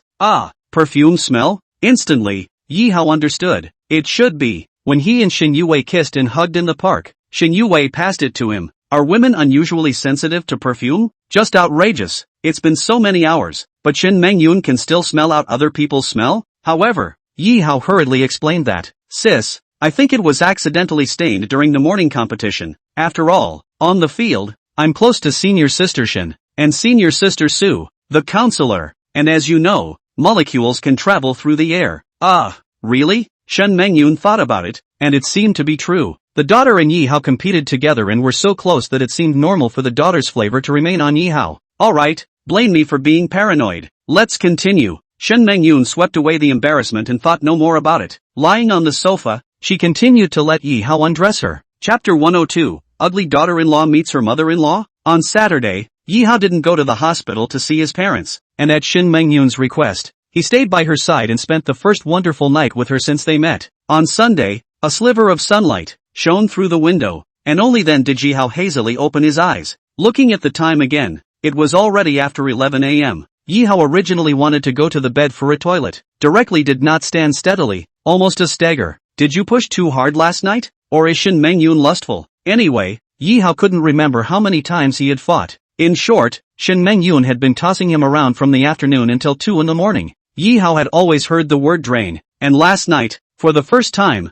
he also deeply experienced the gold content of the word drain. Yi Hao, who was limping, laughed awkwardly and, having seen women do this on TV shows, there's no doubt that a man can do this, and it's definitely almost pumped up. Originally, it was thought that Shen Mengyun had already left this place, but with the aroma coming from the kitchen, Yi Hao knew that she was making herself breakfast. Seeing Yi Hao walking with a pout, Shen Mengyun snorted, then embarrassedly said, I'm sorry, my sister was afraid that she wouldn't have much time for that later, so I worked you hard last night and made you suffer. As long as sister is happy, I'm completely fine. Yi Hao returned. It's exhausting, but it hurts and it's fun. Mainly, who wouldn't want to be drained of a stunning woman like Shen Mengyun? Go and wash your face, then try the beef bean soup sis made for you. Just after Shen Mengyun finished speaking, Yi Hao was embarrassed. Her words had the implication that she was worried about Yi Hao's body. But real men, they are most afraid of people saying they can't. Yi Hao hurriedly said with a stern face, Sister, who are you looking down on? Not to mention the soup. If you were to come back 10 or 8 times at this point, it wouldn't matter. Don't be brave, brat. In sister's place, there is no need to pretend. Shen Mengyun said with a blank look, really no bravado. I'm just numb from sleeping on my legs and feet. As for that whatever soup, dogs don't drink. Sis made it herself. Of course I have to drink it. Yi Hao still drank obediently. Indeed there's no need to be brave. The body is what makes the revolution. A bowl of soup would at least make up for quite a bit of the billions of energy lost last night. After soup and breakfast, Shen Mengyun suddenly said again. Yi Hao, yesterday's Saturday, due to you accompanying me, didn't go to the hospital to accompany your parents. A little bit sorry for them. Why don't I accompany you to meet your parents? Shen Mengyun is going to visit her parents? Yi Hao was startled. Yi Hao's parents, however, had long wanted to meet this sister Yun, who had been so kind to Yi Hao's family. Whether it's my sister going to school, my parents living in the most expensive rehab room, etc. It's all been organized by Renyun's sister, and it didn't cost a dime. Parents, although they do not know what identity of Sister Yun, but has long been said countless times, the Yi Hao mouth of Sister Yun, as a prospective daughter-in-law. Sis, visiting my parents in the hospital. You're not kidding, right? Yi Hao was surprised. Why did Sister Yun suddenly want to go see his parents? I do feel a bit sorry for them. Since maintaining you, I feel like the two of us have spent more time together than you have with your parents. Last night, you accompanied me for another night. I'm a bit overwhelmed. Shen Mengyun apologized slightly. Oh, that's good. Actually, my parents have wanted to meet you for a long time. Your parents know about me? Wanted to see me long ago? Shen Mengyun looked a little surprised. Right, because in their minds, you are their daughter-in-law to be. Yi Hao laughed. Prospective daughter-in-law? What the hell? Shen Mengyun hurriedly inquired. I mentioned you briefly to my parents, and with your kindness to me, my parents naturally thought of you as a prospective daughter-in-law. Oh, then I really don't dare to go. Ugly daughter-in-law to see the in-laws. More or less a little embarrassing. Although Shen Mengyun was joking, but on her face, even unconsciously appeared a touch of shyness. To be reasonable, liking Yi Hao, Shen Mengyun really liked it. During this period of time together, Yi Hao's understanding, Yi Hao's talent, as well as Yi Hao's fighting ability in that area, all quite satisfied Shen Mengyun. But you want to talk about marriage? Shen Mengyun never thought about it. Wouldn't that be purely misguided? Not to mention, her daughter was older than Yi Hao, and she married Yi Hao at the age of a mom? How embarrassing would that be? There was also the fact that Shen Mengyun was the principal and Yi Hao was a student. If their relationship was exposed, it would never be good for Shen Mengyun. Shen Mengyun felt inwardly that it was quite good to maintain this ambiguous relationship. Seeing Shen Mengyun's blush, Yi Hao flirted. Sister Yun, why don't you wait for me to graduate from college? And how about you become their daughter-in-law? Although our relationship has to be kept a secret for now, after I graduate from college, it looks like we'll be able to get together in the open. So how dare anyone else say anything? Seeing Yi Hao's face full of seriousness, Shen Mengyun didn't dare to continue to say more. She hurriedly pretended to be deep and said, roll on. I have no intention of marrying you. I'm old enough to be your mom. In the past, Shen Mengyun deliberately didn't let Yi Hao know her true age. But in the end, she knew that she couldn't hide it for long. So after the big fight last night, in the chat, Shen Mengyun had already told Yi Hao that she was actually 45 years old. Originally thought that Yi Hao would more or less dislike her because of her age difference. But unexpectedly, Yi Hao didn't mind at all. Sis, height is not a distance. Age is not a problem. As long as you have money. Sis, I don't want to make the effort. Yi Hao's jokes attracted a blank stare from Shen Mengyun. Stop, we're over 20 years apart after all. If I had met you when I was younger, I might have really married you without hesitation. As for now, we have this relationship, and it's nice to have what we need. On the issue of talking about marriage, Yi Hao had tried several times, but Shen Mengyun was obviously not willing to say more on this topic. But, Yi Hao was also completely joking. However, Shen Mengyun was fond of him. Fond, and that was enough. Besides, if Shen Mengyun really married Yi Hao was not ready for this. Since she decided to go to the hospital to see Yi Hao's parents, Shen Mengyun did what she said she would do. After changing clothes, Shen Mengyun was once again heavily armed with sunglasses, hat, and mask, covering herself up tightly. Naturally, it was also to prevent others from recognizing her. Jiangnan City Orthopedic Hospital. Yi Hao's parents had been expecting it for a long time. Knowing that today, Sister Yun, who had been mentioned many times in their son's mouth, was coming, Yi Hao's parents were 100 times more energized. Shen Mengyun's arrival was done in secret and without informing the hospital director, so no one knew who she was. Sister-in-law, I've finally met my sister-in-law. Just after meeting Shen Mengyun, his sister couldn't wait and got excited. After being slightly embarrassed, Shen Mengyun laughed. Don't misunderstand guys, I'm your brother's boss, not his girlfriend. Also, I asked him to work late last night, so I'm really sorry he couldn't come to the hospital to be with you guys. As his boss, it's only right that I accompany him to see you. Overtime? Is it really overtime? Are they really as simple as boss and employee? Yi Hao's father was a man who had been there before, and when he saw his son limping and his foot pole hitting the flash, he understood what was going on. It's true that I'm working overtime, only, it's supposed to be in bed. isn't it? Chapter 103, Parents' Prospective Daughter-in-Law. However, as a father, even if he had been there before, he naturally wouldn't break it down. Let's just assume, for the moment, that my son was working late last night. For Yi Hao in the mouth of Sister Yun, the family is grateful, and take her as a prospective daughter-in-law. The old man naturally cannot wait for them to work overtime in bed. It would be nice to have another son or daughter. Since people said that she was Yi Hao's boss, her parents definitely couldn't call her anything, even if they took her as a prospective daughter-in-law in their hearts. On the surface, they still had to respect them. Therefore, Yi Hao's parents looked at Shen Mengyun and asked seriously, "What should we call you then?" "You guys can just call me Mengyun." Shen Mengyun responded very gently. "Mengyun, that's a nice name," Yi Hao's mother complimented. Then she went on to say, "Mengyun, my family Yi Hao is young and doesn't know any better. He's working under you, please be more tolerant of him." Shen Mengyun wanted to laugh at Yi Hao's mother's words. Don't know any better? Yi Hao knows his stuff. Handsome, sweet-talking, alive, and talented. At the same age, Shen Mengyun hadn't seen someone as outstanding as Yi Hao. "Don't worry, your family Yi Hao is not simple, it's powerful," Shen Mengyun said back. Since Shen Mengyun was wearing a mask that covered her face tightly, it was impossible to see her real face, causing Yi Hao's parents to slightly regret it. But she didn't admit that she was Yi Hao's girlfriend. Instead she was Yi Hao's boss, and the second old man really didn't dare to tell her to remove her mask. But Yi Hao's sister, childlike, she didn't think too much about it. Little Nui Nui smiled and said, "Sister, are you afraid of the sun?" "Ah, sister isn't afraid of the sun." Shen Mengyun was puzzled. "Then sister, it's indoors and there's no sun here, and you're still wearing a hat and mask?" The little Nui Nui's words caused Yi Hao on the side to glare at her. Shen Mengyun is in a position of power, a big shot, not to mention that it was usually hard for other people to see one side. If it wasn't for Yi Hao's reasons, the parents were afraid that they would never see a big shot like Shen Mengyun in their lives. When his parents called someone's milk name, Mengyun, Yi Hao was ready to stop it. Now, his sister was talking nonsense. Yi Hao was afraid that his sister would offend Shen Mengyun if she didn't pay attention, so he hurriedly glared at her, signaling her not to talk too much. But whether it was Yi Hao's parents calling her Mengyun, or Yi Hao's sister's childish talk, it was obvious that Shen Mengyun was not angry. Looking towards Yi Hao's sister, Shen Mengyun instead squatted down and gently pinched her watery face with her hand.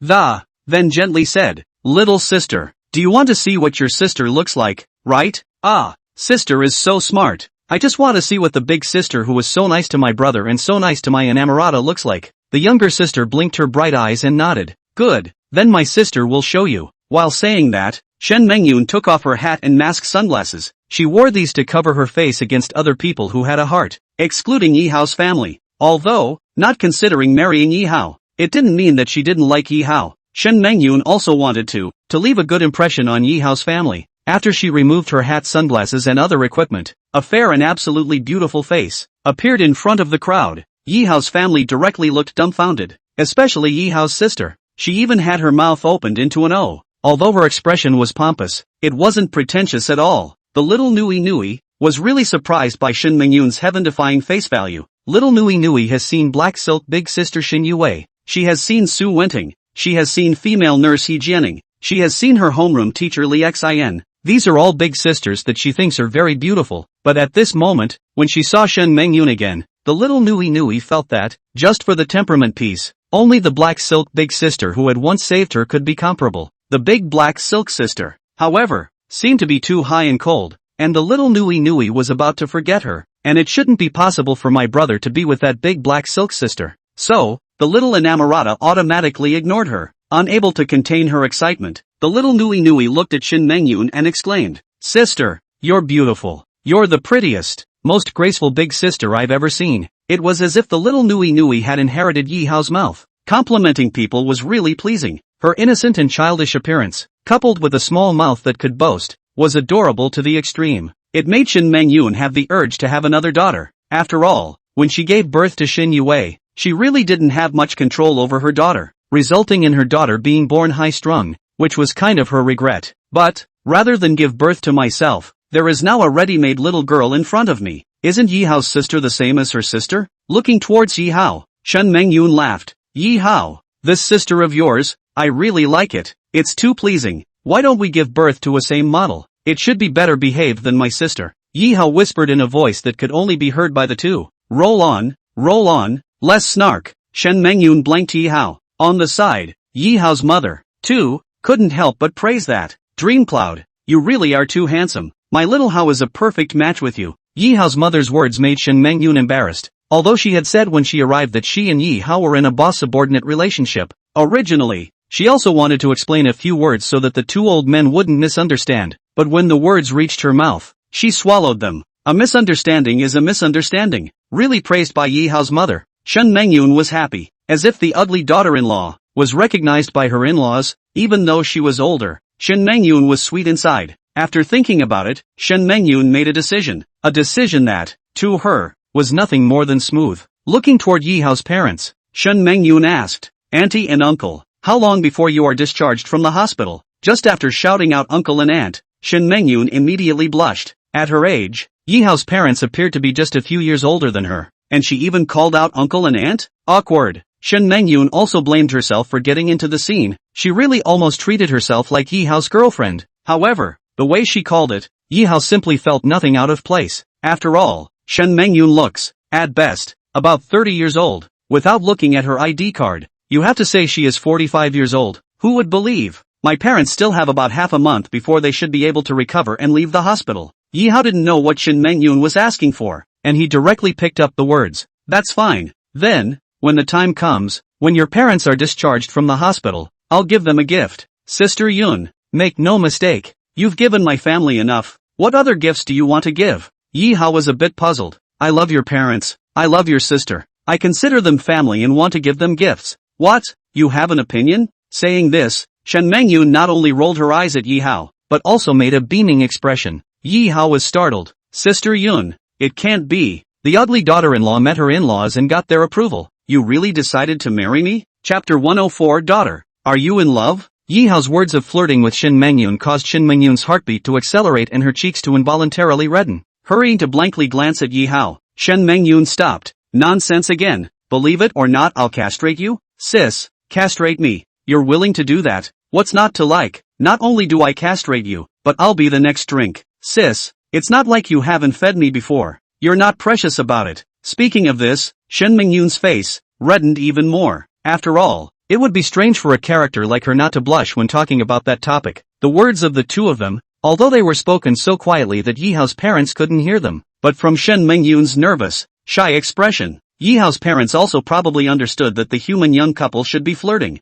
Okay, no kidding. What exactly do you want to give my parents as a gift? Sis, when the time comes, when they are discharged from the hospital, I'll arrange easy jobs for them. That way, your parents won't be bored. As soon as he heard Shen Mengyun say that he would arrange a job for his parents, Yi Hao was once again moved inside. Parents, from the countryside, can't read a few words and have seen the world. Yi Hao was also thinking about this problem. If his parents stayed in the city after recovering, they would definitely be bored. Now, Shen Mengyun directly solved this problem for him. What Shen Mengyun said about arranging work was definitely not sanitation workers or anything like that. Looking towards Shen Mengyun, Yi Hao's eyes were grateful. Hold it. Thanks are not necessary. Between the two of us, we don't need to say thank you. It's just a small insignificant thing to me. Well, good. Yi Hao nodded. No pretense. Everything was in the right place. Shen Mengyun's goodness. Yi Hao remembered it in his heart. Yi Hao, I have to go. I'm going to go back to my home and then go to Kyoto in the afternoon. This time when I go, I guess I won't return to Jiangnan City for a month or so I'll ask you to help me manage it a bit more at Jiangda. Once he heard that Shen Mengyun wouldn't be back for a month or so, Yi Hao's heart was lost. But then again, Shen Mengyun was in a high position of power, and it would be safe for her if the two of them met less often. The loss in his heart flickered. Yi Hao hurriedly said, Sister, do you want me to send you this afternoon? Shen Mengyun shook her head. Naturally she wanted Yi Hao to send her, but she had promised her daughter in advance, and Shen Mengyun didn't want Yi Hao to know that Shen Yuwei was her daughter. After coming to Yi Hao's parents and exchanging a few more pleasantries with them, Shen Mengyun once again put on her hat and mask and left the hospital. Pretty sister, can I see you often in the future? As she left, behind Shen Mengyun, came Yi Hao's sister's very reluctant words. Shen Mengyun turned around and smiled. I'll see you often. When my sister is done with her work, I'll come to see you. Waving her hand, Shen Mengyun disappeared into the hospital corridor. At noon, returning home to the villa, Shen Mengyun saw her daughter Shen Yuwei, who was reclining on the sofa. Only, Shen Mengyun felt that it was very unusual, for, on his daughter's face, the smile was unabated, as if she were heavenly happy. For many years, Shen Mengyun had not seen such a smile on her daughter's face. Shen Mengyun was puzzled. Normally. Not to mention not seeing my daughter smile, she's lucky if she doesn't stay high all the time. Even today's daughter, happy to the point, as if she was hooked. Even when Shin Mengyun opened the door and entered the house, she didn't even notice. Cough. Shin Mengyun deliberately coughed twice, signaling her daughter that she was back. Shin Mengyun's voice immediately woke up the smiling Shin Yue. Shin Yue hurriedly faded her smile and changed back to her usual high-flying appearance. Daughter, did you take the wrong medicine today? Shin Mengyun asked in disbelief. What's the meaning of what's wrong with your medication? Look at that smile. Did something happy happen to you? Shin Mengyun asked suspiciously. Ha, did I laugh? Humph, you just pretend. Mom saw it all. You lay there giggling for at least a minute, even so happy that even your soul was hooked away like. Was it discovered by Mom? Shin Yue hurriedly explained. Aren't you promoted? I'm happy for you. The hell with you. When have you ever cared about your mom, and you're happy for her? Ah, mother's words made Shin Yue embarrassed. Since she was a child, she witnessed all the way. Her mother from an ordinary civil servant, step by step, slowly bigger and stronger. Even if her mother had transferred to Jiangda University to become the principal, Shin Yue had never cared about it. Saying you're happy because your mother got a promotion? Not to mention that her mother didn't believe it, she didn't believe it herself. Honestly, what exactly is so happy? Shin Mengyun was curious. It was rare that her daughter had just smiled like that, and she naturally wanted to know the reason why. Believe it or not, it's really because you got promoted, Shin Yue hurriedly said. Believe? Definitely not. It wasn't like Shin Mengyun didn't know her daughter well. If she was happy, it was definitely because she particularly liked something or someone. Daughter, not telling the truth, are you? Let's let Mom guess. Then, surely it wasn't because yesterday, you competed and placed, and you couldn't see past the reward. Is it hard to believe that you're in love? Or, met someone you like? Shin Mengyun hit the nail on the head, frightening Shin Yue from reclining, directly sitting up. No, Mom, don't talk nonsense. It's not like you don't know me. I'm high-strung. I'm unapproachable. I'm discerning. What do I see in these men? Speaking of this, Shin Yue was nervous to the point of being somewhat incoherent. The reason she was happy was, indeed, because she was in love and had tried, for the first time, her first kiss. When she thought of yesterday's image of strolling hand in hand with Yi Hao, embracing each other, and kissing passionately, she felt a burst of sweetness in her heart. She was even so happy that she didn't even notice when her mother came back, even if she immediately curbed the smile on her face and, I can't believe that my mother still captured it. Daughter, it's not like Mom doesn't know you well. Could it be that you're really in love? Blah blah blah, don't make any wild guesses. Shin Yue blanked her mother. Ha ha, nervous and weak-minded. I can't believe that my high-flying daughter is really in love? Looking toward the sideways mother, Shin Yue said in a good humor. What exactly do you want to say? Mom doesn't want to say anything. You're in love, and I'm happy for you. Being in love, it's not a bad thing. At your age, you should be in a great relationship. Mom regrets now that she didn't spend her youthful years making memories. Well, Mother has said so. For Mother, Shin Yue has nothing to hide. She laughed. Mom, showdown. No more pretending. Indeed, I'm in love. Ha ha, that's great. Mom's happy for you. Can you tell Mom which boy it was that was so lucky as to be in my daughter's sights?